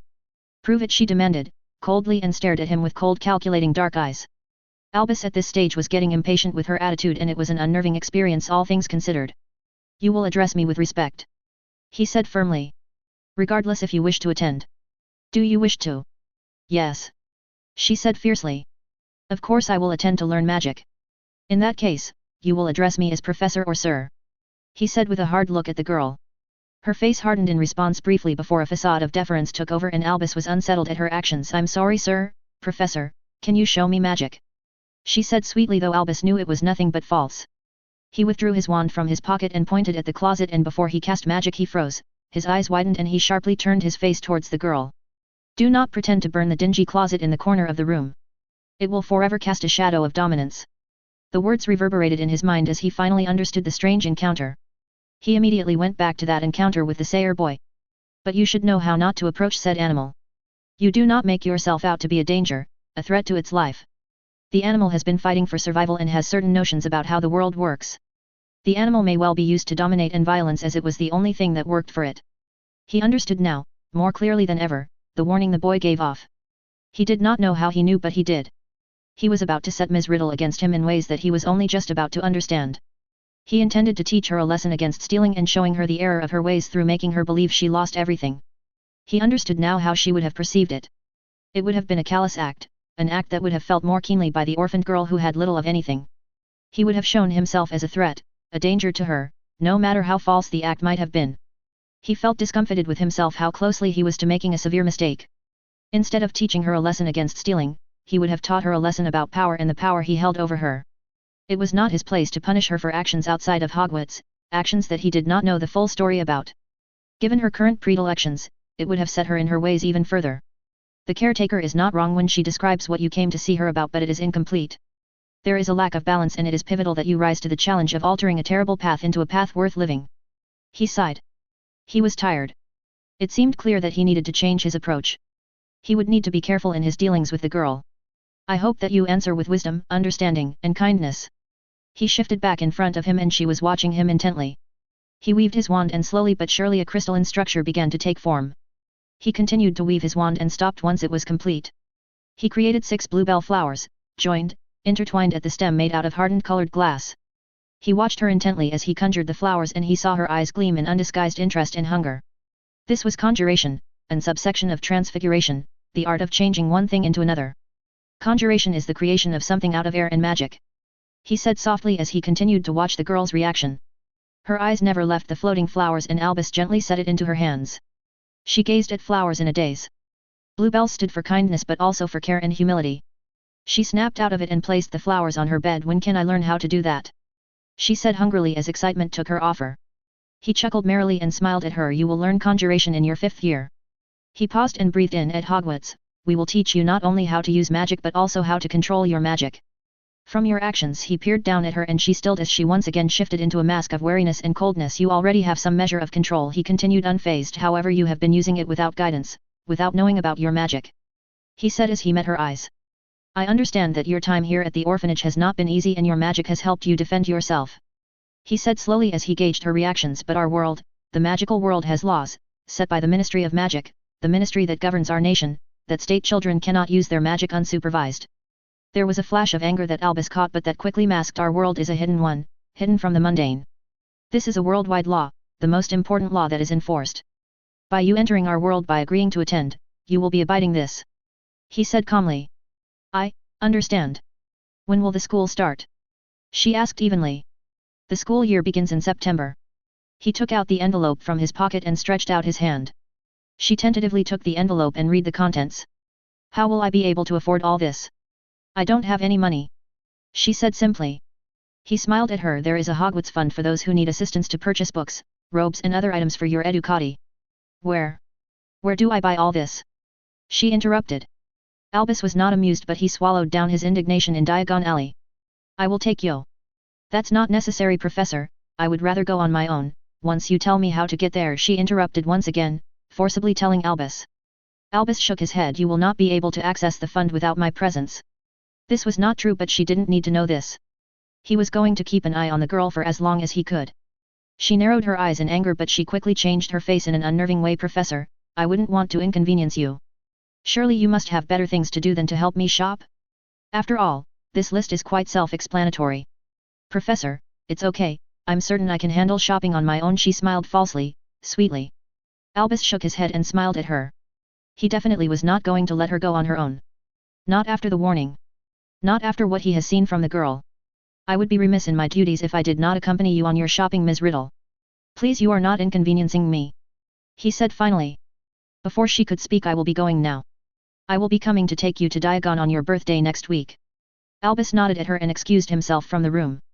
He needed a long calming bath after this ordeal. Chapter 14. A/N Hello all. Just wanted to credit some of the fanfics that I enjoyed, of which I drew a lot of inspiration from. The Transfiguration contributions in this chapter was inspired by the fanfics Phoenix from the Ashes and Neville's Law of Transmutation. We also finally have Riddle Sayre meeting. Let me know what you think. I'm going into the direction that Riddle, while slightly unhinged, isn't particularly monstrous, not yet. That there is hope for her even if it is fairly small. That Dumbledore was wrong in his assessment of Riddle and that there was something that could have been done to draw her back from the edge. A/N minor update, I removed the section that had Riddle show that she was a Parselmouth to her fellow Slytherins. It's something I think Riddle wouldn't show until she knew her heritage, and it felt out of place to keep it here. October 10, 21. 6th of March 1940. Atticus turned the shower off and cast a drying charm on himself. He grabbed the towel and made his way back towards his room. Once he got dressed, he made his way towards the edge of the Hogwarts grounds, near the Forbidden Forest. It was around 6 a.m. and it was still just before dawn, though light was beginning to filter. He's been doing this since April last year, a few nights of the week when there was at least an hour of daylight before breakfast. He approached the hill that oversaw the Forbidden Forest, the hill that he has appropriated for himself, though no one knew. He cast his gaze towards the forest and he saw the sparse sunlight illuminating the dark forest. He raised his wand 45 degrees perpendicular to his body and pointed the tip towards the sky as he got into his stance, and he closed his eyes. He tightly controlled his magic, calming the ebbing flow of his magic as he turned his senses to their highest. He breathed the cool air in and out as he focused on his surroundings, the feel of the wind on his skin, the few sun rays that almost warmed his skin. He heard the rustling of the leaves, the sounds, the songs of the animals that inhabited the forest that broke the eerie silence of the morning. He sank deeper in his concentration, the noise surrounding him falling away into the distance, as he sought something that he knew was present. He didn't know how long he was at it. Time was meaningless to him in this state. There. He felt what he was searching for, and he coaxed a deliberate link between himself and the magic. He loosened his control over his magic and he felt free. He continued his focus, his singular aim as he flowed his magic with the ambient wild magic in the air. Magic that was mixed with nature, a beautiful symbiotic relationship. This was him and his magic interacting with nature in its truest form. He could feel the energy that was natural magic so clearly and so distinctly, so beautiful in its simplicity and purity. He opened his eyes and he smiled in rapture as magic swirled around him, a vortex of energy with him in the epicenter. Magic manifested itself into the visible light spectrum and he was awestruck at the intensity of the whirlpool of dense magic that was surrounding him. He was in control, forcing the mixture of his suffused magic and natural magic to his will, his desire. He cannot lose concentration, even for a second, for it would severely injure him. He slowly raised his wand upright, as close to vertical he could be, and slowly began to rotate his wand into a circle above him. He envisioned what he wanted, desired. There were no words that would bring about what he desired to create, unleash where he stood. He imagined being at the epicenter of a tornado, violent, unyielding and ravaging in strength and intensity. He forced the vortex of magic surrounding him to obey his will, his desire, and shape nature to his will. He felt the air twist around him, building slowly in strength. He saw the magic surrounding, a light violet interspersed with greens and browns, slowly diffuse as the vortex grew in size as air began to be picked up by the maelstrom. Slowly he saw dried grass, sticks and stones lift of the ground in sync with the rotating swirl of air and magic. Time passed. He began to sweat, his bones rattled as he forced himself to stay in position, lest he begin to waver, to lose himself to the unforgiving and unrelenting gathering of magic and nature. The small whirling wind grew larger, much larger. The wind howled as it furiously swirled around him. It turned from howl to shrieking to wailing as time passed. The large whirling wind turned to what he desired, what he was capable of. He cast his eyes straight up and saw the diameter of the tornado was large, at least 40 meters across. He did not know how tall it was, perhaps 120. For he whispered, though his word was carried well through the air. He was approaching his limits now. His body was shaking as he struggled with the violence of controlling the magic.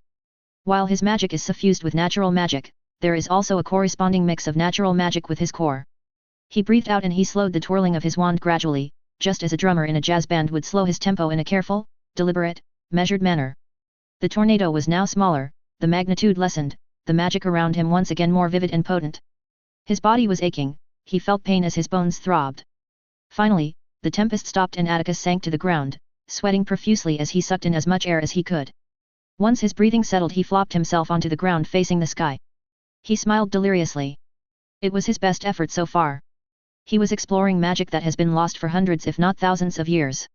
The texts that he had found during his trip in Scandinavia were poor and even the lesser forms were ill-defined, conjecture rather than truth. He had asked Benedict if he had any contacts that could help him find more texts, and while some were useful, they did not give him much information. It had taken performing ceremonial Norse rites explained in surviving texts to give him the clues he needed to reconstruct Norse battle magic. Northern magics do not use the magical core in the traditional sense, they employ the magic of nature itself. The individual's magic is the focus in this way, just as a wand would be a focus for internal magic. The individual's magic channels the natural magic as it is interspersed, mingling with the arcane force. Atticus was not using his wand beyond it being a lightning rod and at the same time used as a baton a conductor of a symphony would use to direct the music to his will and his rhythm. It was a taxing form of magic, at least for now.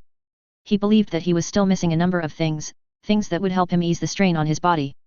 Natural magic was chaos at its most beautiful. It was untamable and could only be directed and minimally coerced. He would find it eventually. He tilted his head sideways and he felt the grass touch his cheek. It was just past dawn now. He had perhaps half an hour before his presence would be missed. He returned his gaze directly skyward. It's been a productive 2.5 years. He decided against participating in any dueling competitions in favor of focusing on academics. It did not mean he did not train. He managed to convince his parents of hiring a dueling and combat instructor during the summers and he had been put under a rigorous training regime. Mr. Dayton managed to find the perfect tutor for him. Emil Brozovic was a Croat and he was a 3-time international champion before he quit 2 decades ago. He was a dark wizard and he was very powerful. He finally managed to win their bouts 9 times out of 10 only last summer when they went all out. Brozovic proved to be a tricky opponent, he did not specialize in one form of magic and proved to have extensive knowledge of combat magics. He had a dueling style that was aggressive but held an anchor in unpredictability.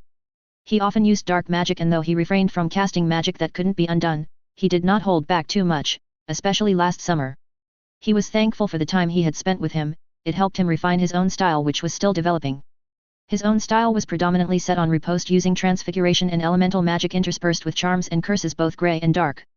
This summer was the last summer he would spend with Brozovic as the man decided to return home and help his country against the depredations of Grindelwald's forces.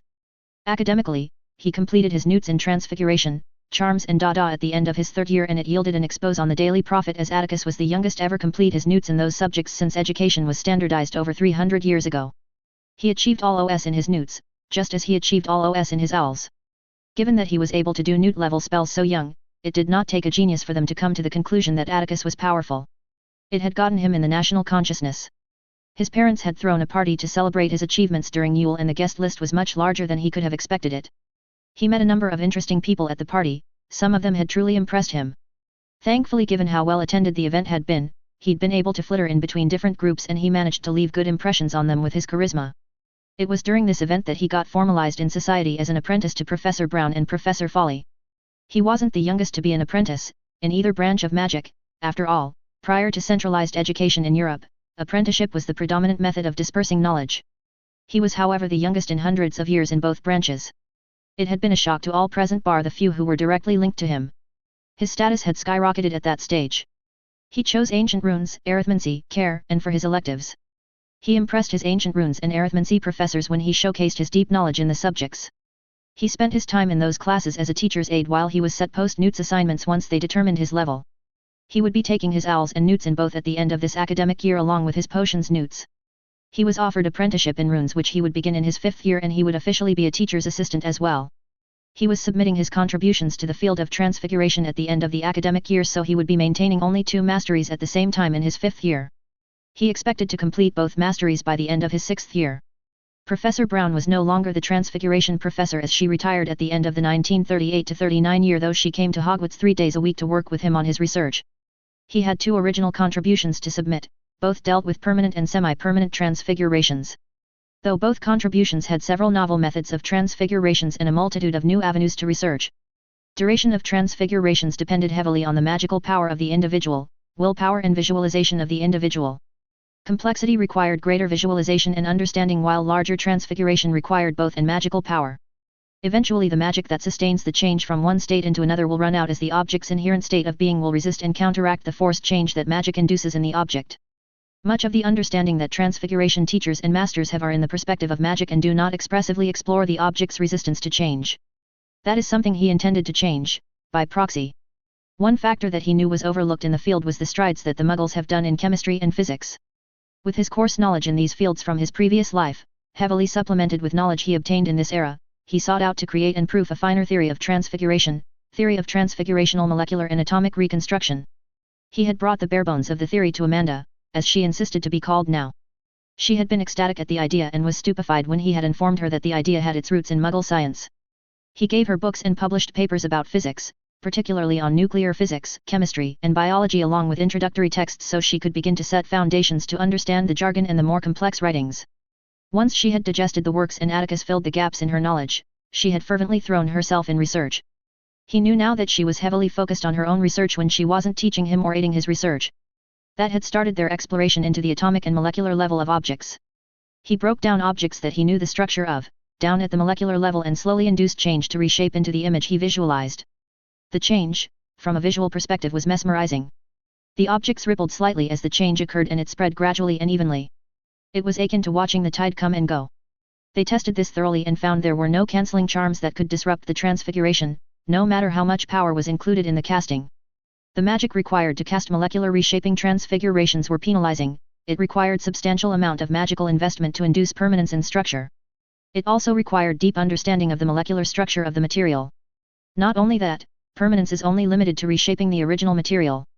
There were already near-permanent methods of transfigurations, as you could pour power into a transfiguration that would effectively retain its shape for decades. The next avenue he researched was atomic restructuring. He started simple. Beechwood to steel. Stick into needle. This had been his most challenging venture of them all. This was nuclear transmutation, changing the number of protons in the nucleus of an atom to change it to another element. Magic was strange. It was a field of energy that defied logic, that made the impossible possible. Nuclear transmutation should have been more difficult, more complex, but magic made it easier, far more achievable.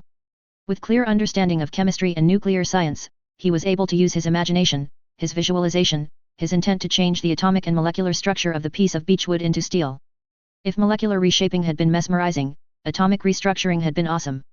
The change happened much like the other, it had been gradual rather than simultaneous like most other transfigurations. But that is where the similarities ended. The transfiguration glowed, luminescent with magic as the change gradually spread. Much like the other permanent transfiguration, no cancelling charms worked to undo the change. Though both he and Amanda had theorized that given enough time, the transfiguration would revert back, though they did not know for certain. His last contribution had been an entirely accidental one.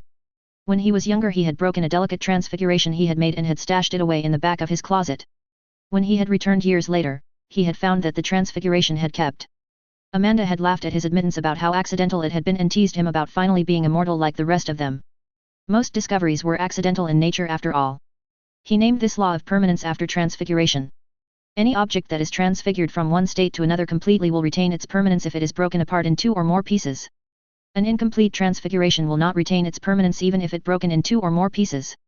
Completeness of transfiguration refers to understanding the change of state of one to the other and understanding the final transfiguration in totality. In truth, he would only need the second contribution to obtain his mastery, as it would be more than enough to meet the criteria. However, he wanted the respect and acclaim that came with contributing both. The downside was the damn doctoral papers he had to submit. He already had the arithmetic calculations sorted and the notes sorted and only needed to be written. His contribution to charms was far less exciting as it was simple expansions of current laws. He yawned and stretched. He sprang to his feet and dusted himself off. He began the long journey back to the castle. His time at the school was different now, mostly. He still had a few classes that he took with his year group, but they were trivial. As part of his apprenticeships, he was used sometimes as an assistant in classes intermittently for the pre-owls years except for Transfiguration, which Dumbledore now was teaching. He grimaced as he recalled his time with the man. The man had been insistent with obtaining answers from him once he had returned to Hogwarts from the Yule break. He met Emily Riddle. From what he told Atticus, he had taken her to Diagon Alley as opposed to what his counterpart had done. Atticus had played ignorant and confused, which unfortunately had not convinced the man. This had been the downturn of his meddling. That had shifted a relationship that was cordial into a cold one, not quite antagonistic but certainly not friendly. Dumbledore made efforts to curtail Atticus' academic progress through acting through intermediaries which were unsuccessful, in the extreme. There had been consequences for Dumbledore that had him practically glow in schadenfreude.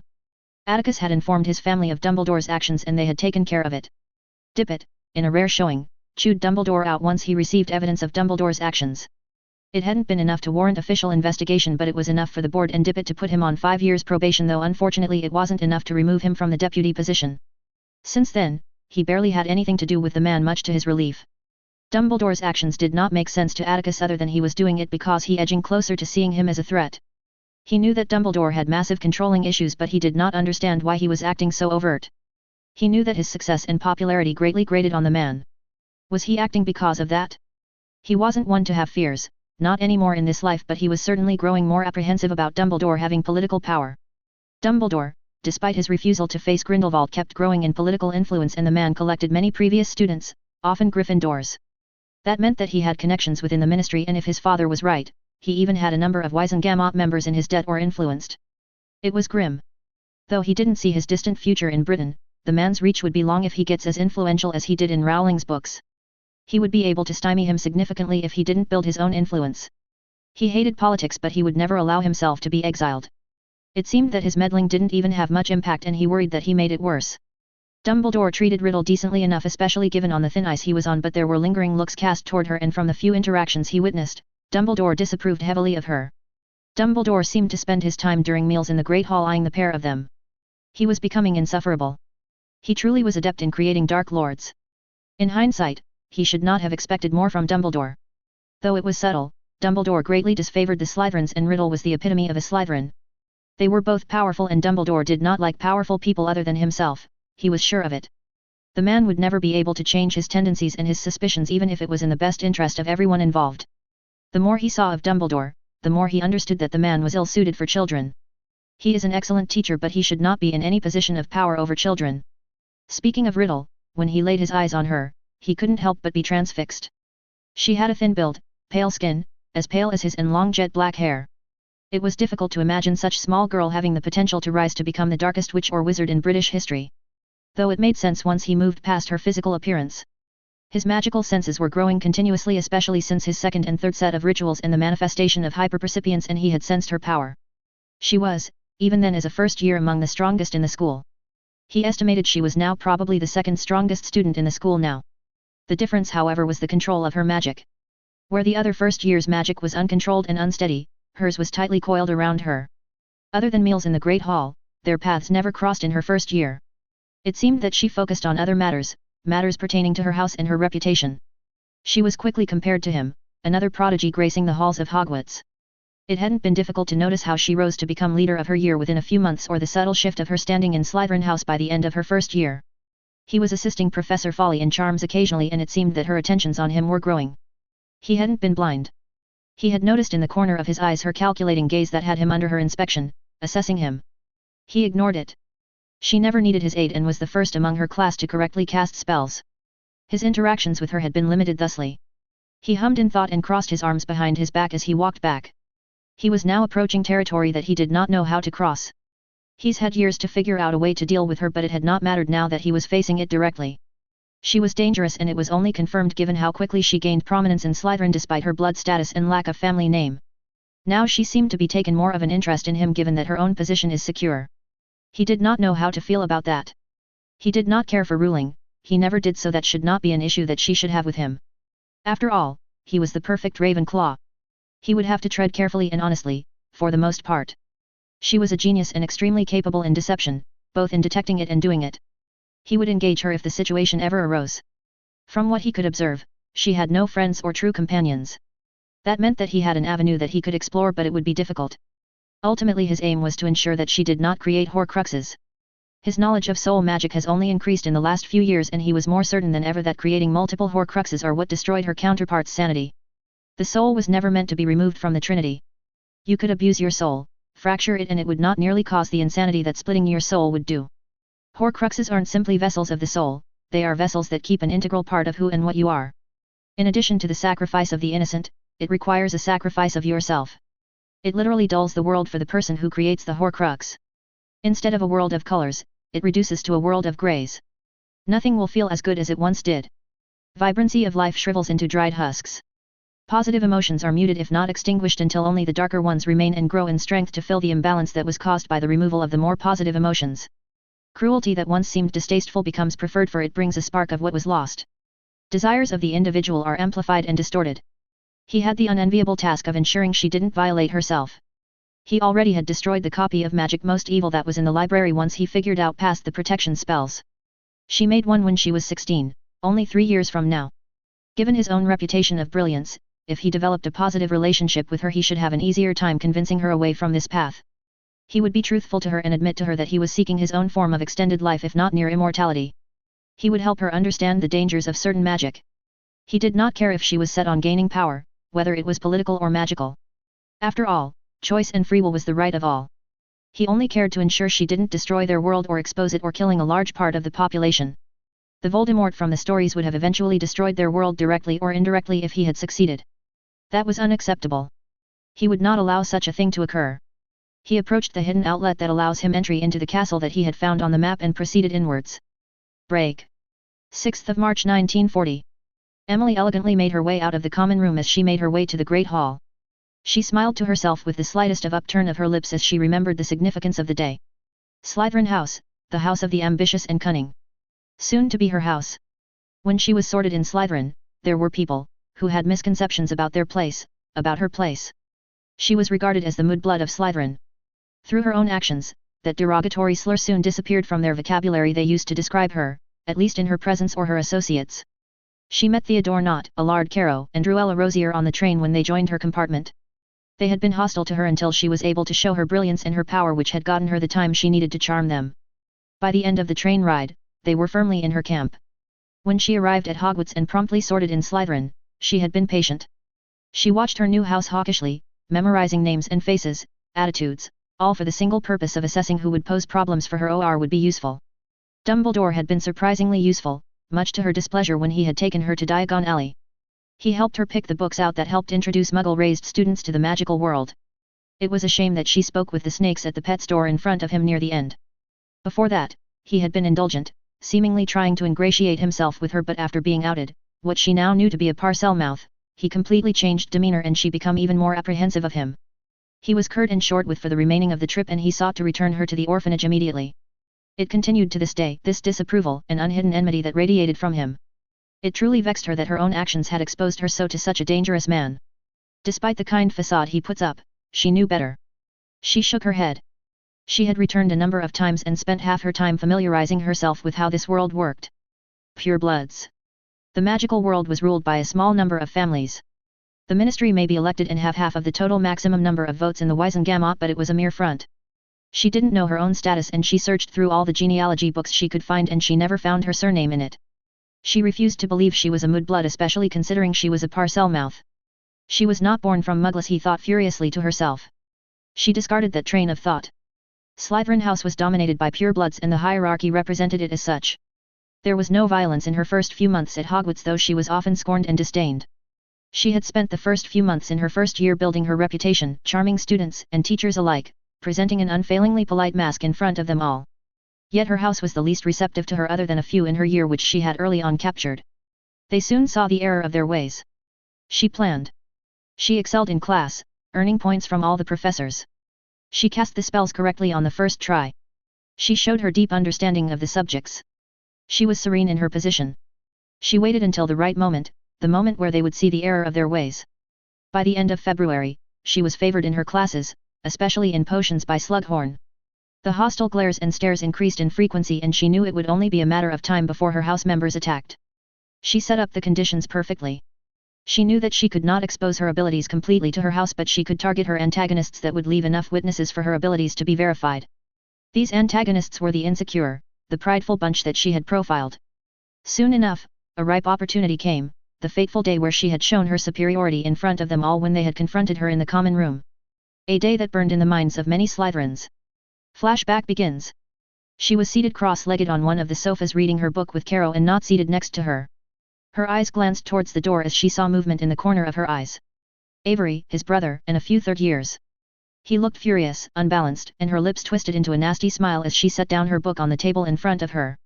She looked around and saw that there were mostly first and second years along with a few fifth and seventh years at this time in the common room. She had been expecting him to make a move. She had skillfully shown him up in class earlier in the day. Among the first years, he was the most prideful, the most aggressive in his stance against her. His elder brother was little better and generally considered to be average. What she would do to them both would send the message she waited to deliver to the house.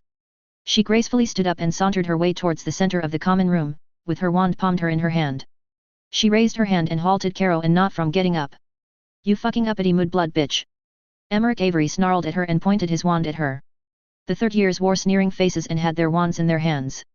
Her smile made way, her mask vanished from her face as her face morphed into an expression of menace and hate, and it removed any resemblance to her usually beautiful pale face. Her eyes blazed, her dark eyes made way for orbs of the darkest blue in existence as they glowed unnaturally. The third years glanced at each other in alarm as they took in her face, but Avery didn't understand how dangerous his situation was. How dare you! He didn't get to finish his vitriol as her magic filled the room and she pressed down her magic on them all. Her magic was heavy, undeniable as it sought to crush her enemies. He choked on his words and his wand clattered on the ground. He clawed at his throat as he struggled to breathe. "Kneel," she commanded, simply and utterly, and she showed her teeth in hostility. Her command, laced with malevolent magic, cruel and spiteful, rang out and they all obeyed her will, for there was no denying her. She carefully turned around, her movement measured, calculated, and polished as she sought to pierce gazes at the students that were present in this spectacle. She eyed the Malfoyer who hadn't been antagonistic towards her but had been disdainful. He stiffened as she met his eyes and she saw the fear and apprehensiveness clearly shown in those eyes. She broke the gaze and continued to meet every single one of the eyes that were drawn to her. There were more than a few that showed fear in their eyes, and some even looked at her display of magic as if she was inhuman, unnatural, and she reveled in their fear. She returned her gaze at the Averys and the third years. "It seems that you made leave of your senses, boys," she said sweetly, though it was rightly understood as nothing as that from the expression of their faces. The elder Avery, Michael Avery, held nothing back as he stared at her with pure unadulterated hatred on his face. He was snarling and struggled against the magic. "It seems I must make a more thorough example," she sighed internally, though she was ecstatic that he was defiant, as it would cement her prowess in their feeble minds. Her eyes were lidded as she gazed him, bored and unfazed from his gaze, and she smiled at him innocently. "It seems as if you wish to make your displeasure known, dear Michael." She cooed his name, her tone as sweet and alluring as a siren but intent as deadly as a basilisk's stare. She decided to remove her magic from him to let him rise, and she wasn't disappointed. In his rage, he lost all reason or sense of danger. "Good," she thought. He moved forward, wand out, he cast a dark yellow spell at her and she simply stepped to the side, and before he could cast again, she directed her magic at him as well, pressing down on him like she did with the others but orders of magnitude worse. He dared cast at her after all, and that spell looked positively dark and deadly. Unacceptable. They would all understand why they should not. She directed her magic with her intent, her desire, and her malice, and her magic responded. He screamed as her magic continued to press down on him, and she began to direct her magic to break his hands, his arms, his legs and feet. His screams turned into high-pitched shrieks that reverberated off the walls of the common room until he fell unconscious. He was left twitching on the ground. The room was silent as a grave as they witnessed her retribution. In case it wasn't clear, she paused as she pierced her gaze across the room and moved gracefully towards Emmerich Avery, who remained kneeled and looked at her in fear, white-faced, and he had soiled himself. Disgusting, she thought to herself. She intensified her pressure on him and he fell flat on his face, and she placed her foot on his neck and returned her gaze to the room, who looked at her in disbelief. "Never go against me," she said, smiling though her eyes remained cold and malignant. When she saw some faces turn in displeasure, she finally unleashed her magic in totality, malice caking her magic, signifying her intent as she pinned them with her cold, piercing eyes with a mocking smirk on her face at those displeased faces. Their faces changed instantly as they stilled wide-eyed, and more than a few gulped heavily as they struggled to deal with the overwhelming presence of her magic. "Any objections?" She smiled winningly. She heard none. It was satisfying to see them all so cowed and beneath her. Those who only 10 minutes ago felt themselves to be above her. No longer. She finally withdrew her magic and the room immediately lightened up. She heard more than a few breaths of relief. Good. This was a simple warning. The next one will see me, be creative in my punishments, she said as she smiled down gleefully at the third years who shuddered and rushed to their feet and backed away. She once again gazed at the crowd. There is but one rule. Never go against me. There will be no mercy if you break that rule. She announced as she continued to survey the crowd. Nothing. The uneasy silence continued. It was precious. She looked at the broken mess that was the elder Avery. She looked at the two fifth years, Dennis Brushworth and Louis Mulstone, who stood straight stiffly when her eyes fell upon them, and she turned to her mask she wore so often and so long. Would you please take him to the infirmary? I believe he's taken a fall down the stairs. Make sure he understands, she said warmly, though her eyes never reflected that false warmth. They shuddered and nodded and hurried to take the elder Avery off the floor. She returned her gaze to the crowd. You may leave. Thank you for attending, she said kindly, though none of them felt that kind as they only saw a terrible being in front of them. She turned and saw the awe and reverence held in the eyes of her associates and smiled at them as she returned to her seat and crossed her legs. Flashback ends. That had been the start of her rise in Slytherin. Word of her actions had spread, and after a few more examples were made, her position in Slytherin was secure. She held prominence in her year, and come next year she expected to be invited into the hierarchy. None uttered Mudblood to her since. Despite her lack of family name, with her magical power, her ruthlessness, and her academic brilliance, she had shown that she was far more than her lack of heritage. Slytherins knew the value of power, and she had plenty of it. That, alongside the fact she was a quintessential Slytherin, meant that when two of the leaders on the hierarchy left, she would more than likely ascend to the hierarchy. Orion Black was in her year, and while she was more powerful than him, he was no slouch himself, and he was primed to be a leader given his blood and his status as a Black and the heir Black. They were on amicable terms, though she would completely supplant him for the head position in a few years' time. The Averys were no longer a threat to her. Once she had shown them the error of their ways, and now the younger Avery was in her sphere of influence. She brought herself out of reverie as she walked into the great hall. She cast her gaze towards the middle section of the Slytherin table and saw her spot free. Not Caro and Malfoy were seated on both sides, while Rockwood and Rosier was seated across from her. She walked towards her spot, and Rockwood caught her coming, and his shoulders slightly tensed. She tilted her head slightly at the action. It seems that he is still uncomfortable with her presence after her show of displeasure in his actions. She sighed internally. She would have to work on coaxing him into being more relaxed around her again. There was a balance after all. Miss Riddle. Malfoy inclined his head from his seat, which was mirrored by the others. Malfoy, Caro, not, she acknowledged, and did the same for Rosier and Rockwood. She took her seat elegantly, and a plate appeared. She filled her plate with bacon, eggs and toast delicately and began to eat her breakfast. She loved the food at Hogwarts. It was such a contrast to the orphanage, where food had been less than plentiful or as tasty and filling. Malfoy continued to talk with Nott and then the newly arrived Orion Black and Walburga Black. She interjected once in a while, paying them a little of her attention. The hall filled with students, and her eyes snapped towards the one student that held her interest more and more these days. He walked purposefully in between his friends as they moved towards the Ravenclaw table. The way he walked told her plenty about him. His movement was precise and efficient, and it flowed easily. He did this without fail whenever she had observed him. She had never seen him partake in the dueling sessions that Professor Merrythought held once every fortnight, but she suspected that he likely had experience in dueling given his prowess in magic. His shoulder-length midnight black hair was tied neatly behind his head, a blackness that contrasted well with his pale, angular, aristocratic face, though his eyes were truly what crowned his face.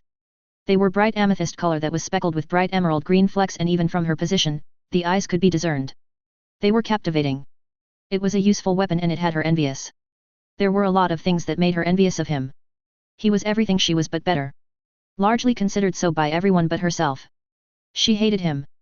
On top of that, he was a pureblood, and not just any pureblood. An influential and powerful one that was charming, courteous, and more than a little enigmatic. He was a member of the oldest house in Britain, practically royalty, and he looked every bit of it. His name was Atticus Sayre, the British boy wonder that was now well known in the country thanks to the Daily Prophet.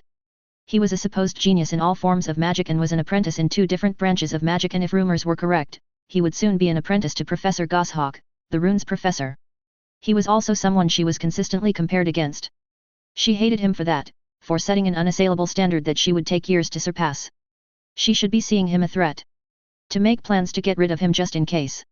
He was magically powerful, held huge amounts of influence, and seemed like he would continue to grow in both.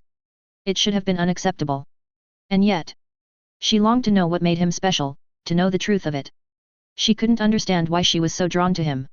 She had suspected that it might have been his power. She had noticed her sensitivity to magic when she visited Diagon Alley and even more so when she entered Hogwarts. She was able to sense flavors of people's magic. Most of her classmates didn't have anything noteworthy to their magic, except for Orion for his subdued nature of his magic despite its strength and Walburga Black whose magic felt manic. Dumbledore's a furnace of magic but there were sickly undertones to it. She hadn't known it was like that until she figured out this phenomenon of hers. It made sense to her now why she acted so unhinged in his presence at first. His magic made her feel severely uncomfortable. She waved that thought away. When Sayre aided Professor Folly, she had finally gotten a better sense of his magic and it had been mesmerizing. He was powerful. Incredibly so. His magic felt endless. Not in the sense of power. No, while he was exceedingly powerful, she did not feel the same strength as Dumbledore, he wasn't there yet she thought. No, it was more in the sense that he himself was endless in nature. It made sense to her. Everything she knew of him and she did all she could to find out more about him, indicated that he was the perfect Ravenclaw, endlessly curious about magic and consumer of knowledge. As perfect as she was a Slytherin. It was what started her, almost obsession with him. Other than his closest friends, Macmillan, Roll, Greengrass, and Parides, he was distant yet unfailingly polite and courteous, even friendly. She saw more. He was hiding something. He had a mask, a near-perfect one, just as she did. Just as Dumbledore does. She was informed when she began inquiring about Sayre this year, of Dumbledore getting sanctioned for his actions against the Sayre heir the year before she started her first year. She felt strangely satisfied at that. That she wasn't the only one getting ill behavior from Dumbledore and it only increased her interest in Sayre. If I didn't know any better Emily, I'd say you were interested in the Sayre heir, Melissa Parkinson muttered though she widened her eyes as she realized what she said and collapsed slightly on herself. Emily turned towards her and smiled. Who would not be? After all, he is Nation's boy wonder is he not? She said matter of fact though there was an underlying tone to it. Avery, who had arrived shortly with Thomas Burke after the Sayre heir, scoffed opposite her. I doubt he is anywhere near as good as they say he is. He derisively said. Emily turned her gaze towards him and he stilled in response as if she was a viper. She ignored his reaction and she tilted her head slightly. Tell me, Emmerich, she said softly though there was no misinterpretation that there was danger in her tone. What gives you the impression he isn't what he seems? She asked intently. Avery gulped slowly. I mean. He stammered out slightly before he coughed, clearing his throat. There are all these rumors that he is as powerful as Dumbledore and is set to eclipse him. He said after finding his courage. I do not doubt that he is powerful or smart but you have to know Riddle, he had a lot of private tutoring before he came to Hogwarts. He said, growing in confidence. Anyone could achieve what he did given enough money and time. He's simply taking advantage of his heritage and family status, he said with steel in his voice. Parkinson cackled slightly before she spoke up. Aren't your family wealthy themselves, Avery? Who are you apprenticing under? After all, it must be so easy to do it before you're of age, she said mockingly, raising her eyebrows which garnered a few laughs around the table. Avery scowled at Parkinson. I have no need to spend all my time on magic, he smirked. What good would a few masteries do when I'm in the ministry? That is where real power is, he smirked at Parkinson, who rolled her eyes. Malfoy contemptuously looked at him. Yeah, as if the ministry and your gold would or could protect you if a Dumbledore or Grindelwald level wizard came after you. Especially one as well connected as Sayre, he sneered disdainfully. Avery paled slightly at the insinuation but composed himself. He wouldn't dare. No one could attack an Avery with impunity, he said firmly with bravado though it was weak. He received looks of disbelief and Emily decided to interject. Really? She said not so unkindly as she pierced him with a gaze. He began stammering but Malfoy decided to help the idiot out. Malfoy snorted next to her. Just stop talking, Avery, Malfoy said exasperated. You're just bitter that he never liked you in those gatherings our families held, he dismissively said. Caro guffawed. I remember that. It was funny. You tried hard to befriend him and he simply ignored you. He smiled predatorily at Avery, who was beginning to turn red in anger or embarrassment, though likely from a combination of both. Malfoy held a dark glint in his eyes. Did your father show his displeasure on you for not being able to foster a relationship with the Sayre heir after his own friendship with Sayre's father? He said nonchalantly. Avery scowled but only looked away. Emily was amused at the interplay though her interest was bloomed. She turned towards Caro. You met him before Hogwarts? She asked lazily though her curiosity was evident in her voice. Orion interjected at this point and hummed affirmatively. Yes, most of us have met him before Hogwarts and a few of us, especially my family, have met him since, he said calmly. Isn't his family part of the Grey faction? Why would your families mix? She inquired as she hummed lightly. Orion answered her. Well, despite his family being Grey, they tend to mix with other factions freely. It is what they have done for a very long time. Besides, they aren't particularly political, he shrugged, plus the Black and Sayre families are quite close to each other, so it is expected we attend each other's events and parties. He said calmly. Emily looked at Rockwood, who met her gaze and understood her immediately. Rockwood turned his gaze to Orion. What is he like? Outside of Hogwarts. Orion hummed in thought as he crossed his arms. I've not spoken to him much in recent years, but I remember the times I spent with him clearly, and I remember liking him.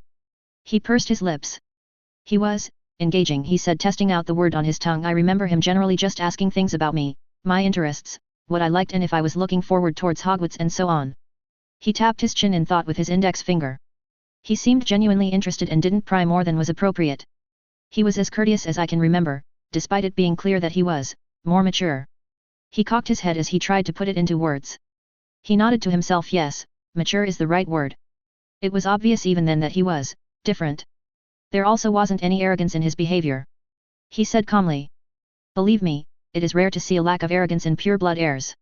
He said, nodding towards Malfoy while smirking. Malfoy shot him a disapproving glare which Orion promptly ignored. Doria and Lucretia know him better nowadays, he shrugged carelessly. Malfoy interjected at this point. He does have aloofness around him that he seldom. He paused. Though you would never know from the way he would spend time with you. He paused once again in thought. If I didn't know better, he would make an excellent Slytherin. Orion tilted his head and gazed lazily at Malfoy. The only bad thing I can say about him is that he's not like any pure-blood heir I've met that has similar enough pedigree. He pursed his lips in slight distaste. While he has never said it out loud nor particularly intimate as such, I'm given the impression that he paused as he glanced at her. She slightly narrowed her eyes at that. That he doesn't particularly care about blood. He finished to the surprise of the rest of the table. He's a blood traitor? Walburga asked sharply. Orion shook his head. No. I do not think so. He simply doesn't put any importance to it. The talks I've heard from him and from Aunts Doria and Lucretia, he places ability far more than blood. He stretches lazily. They seem to be under the impression that he values other things than what most purebloods do. He shrugs. Malfoy frowned in response. It makes sense, I suppose, he murmured. Once he noticed the eyes on him, he straightened out a little. My father and I attended the party the Sayre family held in honor of his academic achievements. He nodded at Orion, who returned the nod. Orion and his family were there too. It was there that he was inducted as an apprentice to Professor Folly and former Professor Amanda Brown, who was the Transfiguration professor before Dumbledore. He twisted his face in displeasure. I would have preferred her over Dumbledore, Not murmured, speaking up for the first time. He received noises of agreement. Yes, Doria said that while Dumbledore is good at teaching Transfiguration, Professor Brown was better and she was non-judgmental, gave points freely to Slytherin. Unfortunately, even if she stayed we would still have been cursed with him as a teacher since he taught Orion complained to the amusement to the rest of the table. Anyway, Malfoy silkily said after giving a reproachful look at being interrupted. The few times I or my father spoke with him, it was clear that he knew his stuff and how much he valued magic. He paused and held a strange indecipherable look on his face. Father had been impressed by the Sayre heir, immensely so. He pursed his lips and smiled wryly. He managed to convince my father of the importance of being a patron of education and innovation, no matter of blood status. And his wry smile grew into a full one. Is it not the duty of the noblest of families to ensure that magical Britain remains the center of magical innovation? That we look past blood and focus on the magic that binds our community?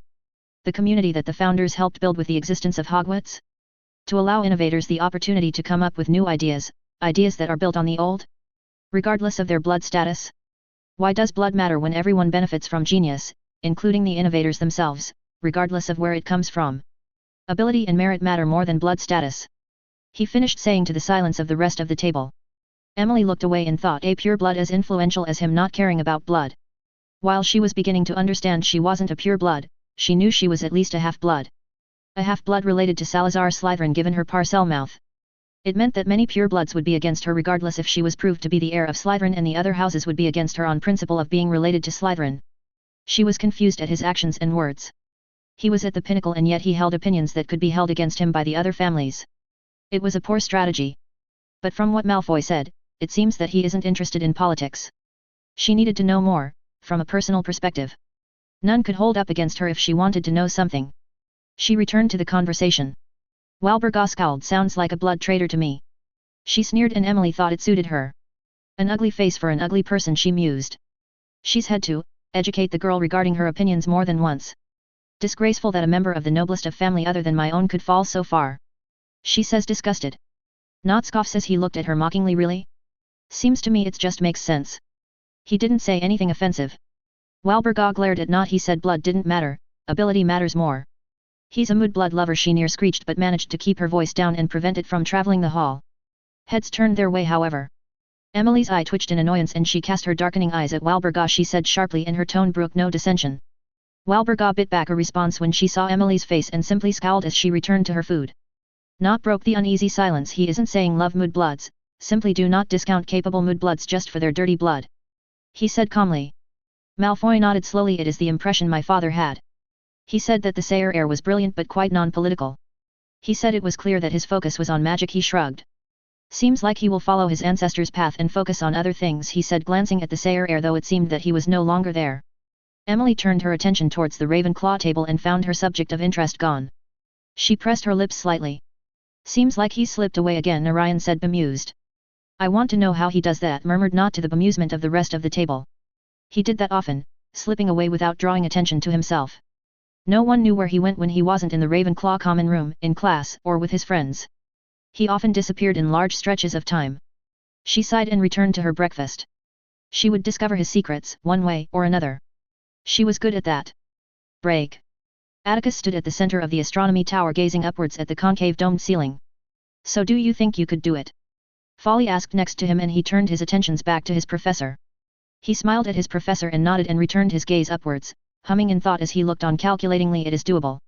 I've already replicated the charms of the Great Hall ceiling enchantments on a smaller scale, as you know, he said, glancing at Folly, who was stroking his chin, and nodded absent-mindedly. Blocking out the sun's influence so that the stars can be observed during all times of the day and having the constellations highlighted out like the one in the Ravenclaw Tower is achievable before the end of the year. He said confidently. He always was interested in figuring out the enchantments on the ceiling of the Great Hall, and once he determined that it was perfectly possible to recreate it for astronomy's purposes. He had received permission from Dippet and Madellan, the astronomy professor, to replicate it and create a perfect rendition of the night sky with the correct alignments while blocking the sun's influence. It will probably take me a little while, so I will do it on a smaller scale to test it out, he smiled mischievously, and have it done on the ceiling of my room. I believe that it won't be considered vandalism. He said while his eyes twinkled slightly. Folly barked out a laugh. No, I think as head of house I can easily say it wouldn't be considered as vandalism, he said, smiling at his student. I suspect that it would likely become a prized room once you graduate, he said smilingly, and the boy laughed. Yes, I suppose so, he mused. Matthias in his years since teaching had only taken on one apprentice prior to this boy, which ended badly as the young woman died when she failed to take proper precautions as she attempted to develop a spell without his knowledge. He had vowed not to take another apprentice as guilt consumed him, which he could not stay true to once he met this brilliant young man. He was a rare student for whom everything aligned perfectly for, and was someone who truly loved magic, and it was evident in his work and how he talked about it. He could not find it in himself to be disappointed that he broke his own vow. I may be able to modify it further as well, he said deeply in thought. It's one thing to be able to view the night sky during the daytime, but it wouldn't be true observation unless you could use it to magnify celestial and planetary bodies like with the telescopes. He shook his head. One thing at a time, he said as he turned smiling at his professor, who nodded at him. Yes, one thing at a time. Folly looked at his watch. Well, I have a class of 7th years next. I will see you tomorrow, if not the day after. Folly said as he began to take steps away slightly. Of course, Professor, he said, and bid his professor goodbye. He returned his gaze upward and was deep in thought. Creating the modified ceiling enchantment was easy enough, but to modify to allow for magnification? Was a charm in existence that could be used for such a purpose? He was deep in his thoughts until he was broken out of it by a voice. Oh, I didn't know anyone was here, a soft melodious voice spoke out. He twisted his head around towards the source of the voice and his eyes widened slightly. It was Emily Riddle.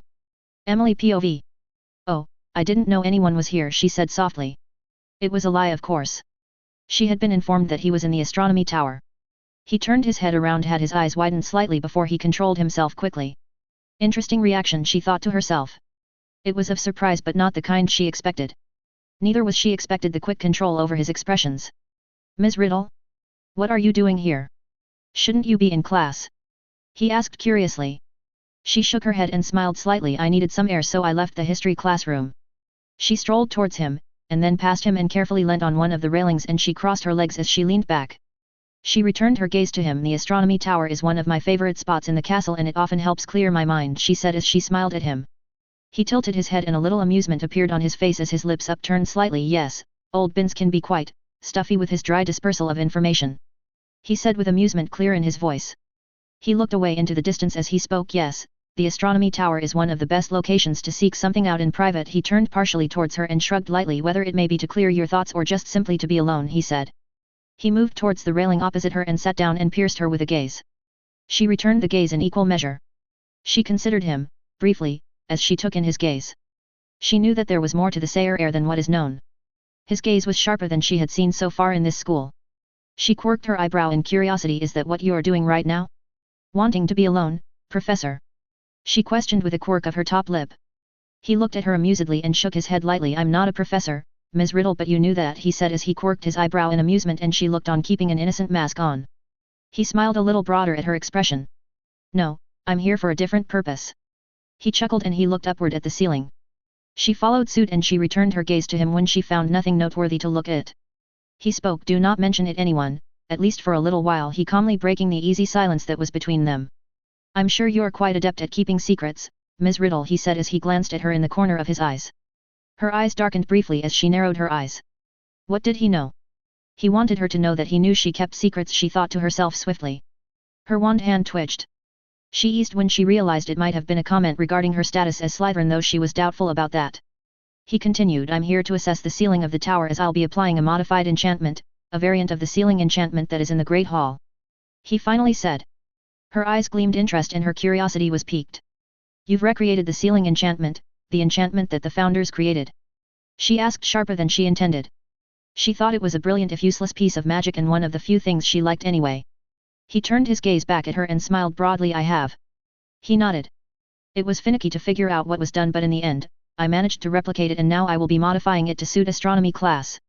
She furrowed her eyebrows in concentration. The enchantment wouldn't be useful, unless, she paused as she understood, unless you intend to modify the enchantment blocking the sun's influence. She asked. He nodded in approval and gave her a small smile, and she felt strange as something unfamiliar washed over her. She brutally dispelled it. Yes, that's correct. I will be modifying the enchantment so that the night sky can be observed during the day with the correct alignment of the constellations. He paused. Though I will be figuring out how to determine how to magnify in a similar manner to the telescope. He shrugged. That might take me a while, he grinned at her. Why are you doing this exactly? She tilted her head as she narrowed her eyes. Is it part of your apprenticeship? She asked quizzically. Aren't you prying? He mused out loud and her eye twitched at the insinuation. He might be right, but she didn't like being reminded of it. It seemed like he caught her and his smile grew into a smirk. For a brief second he answered before she could respond. No, it isn't part of my apprenticeship. I was curious about the enchantment for a long while, and once I figured it out, I knew that it had practical applications, and so I set about finding them. He shrugged before he returned his gaze at her. I like creating new things, he said as he moved away from the railing and moved towards the center of the room. Or in this case, application of existing magic in a slightly different manner, he said as he turned his gaze towards her, and she felt confused as she didn't understand the look he was giving her, as it felt out of place and one she never before received. It was one of kindness. I've often found it only needs a different perspective and an open mind to find solutions or new uses for things that have long since considered pointless. He gave her a small smile. His eyes gained an excited glint as he gave her a small grin at her. Magic is meant to be explored, to be practiced, and to be built on. He stretched out his arms wide and rotated fully once. What better way to emphasize that point than to make practical use of what was previously a beautiful piece of enchantment but useless in utility? He finished. His enthusiasm amused her. But more than that, she resonated with that sentiment. Of course she knew that her own interests in magic were not altruistic as his seemed. She wanted more power, and all magic would help her on that path. Is that why you're so good with magic? She asked keenly. You want to push the boundary of magic? She pressed on. She wanted to know what made him tick so she could use it against him, if she needed to. He looked at her with a curious expression, as if he knew why she was asking. I have to be more careful in my line of questioning. Partially he nodded and looked upward at the ceiling. Likely not in the way you're thinking. He said, upturning his lips as he glanced at her. I'm not sure what you mean, she said nonchalantly as she tilted her head in faux confusion. His upturned lips grew into a smirk and carried on his explanation as he ignored her response. Magic is wonderful, it is utterly amazing we have access to this force, this energy, this power, he said, elucidating power which she tilted her head at. The more I understand of magic, which even with my own capabilities, he smiled wryly, is still quite limited, the more I understand how utterly limitless it can be even if people are limited, particularly in imagination, he said passionately. He tilted his head towards her. Isn't that something you yourself have begun to realize, Ms. Riddle? After all, you yourself are considered to be a prodigy, and from what I've seen in charms, you certainly seem to be, he said, smiling at her. Her lips twitched slightly and she inclined her head. It is something I have noticed, yes, she said, meeting his eyes. She had to admit Sayre wasn't boring. In truth, she was quite pleasantly intrigued by him and his words. His passion was keenly felt in his words, and his keen observation was quite apparent. They were both assessing each other, and she found it refreshing. It was different from her interactions with her associates and professors and students from other houses. She also had the distinct feeling that he knew more about her than he let on. She was puzzled and concerned at this notion. How would he know? She would find out. It burned her to want to know. She was brought out of her thoughts by his voice. And he prodded on. What do you think? He asked intently as he fixed her with his gaze. Her eyelids drooped as she considered his question. She tilted her head slightly as she thought it over. The students I have witnessed so far do not appreciate, she said darkly as her eyes sharpened magic and what it could do for them.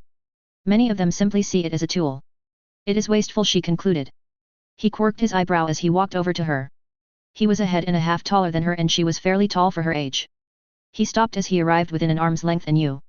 He said softly as he met her eyes. She was forced to crane her neck to look him in the eyes. What is magic to you? He asked kindly, tone full of enticing, of persuasion and charm.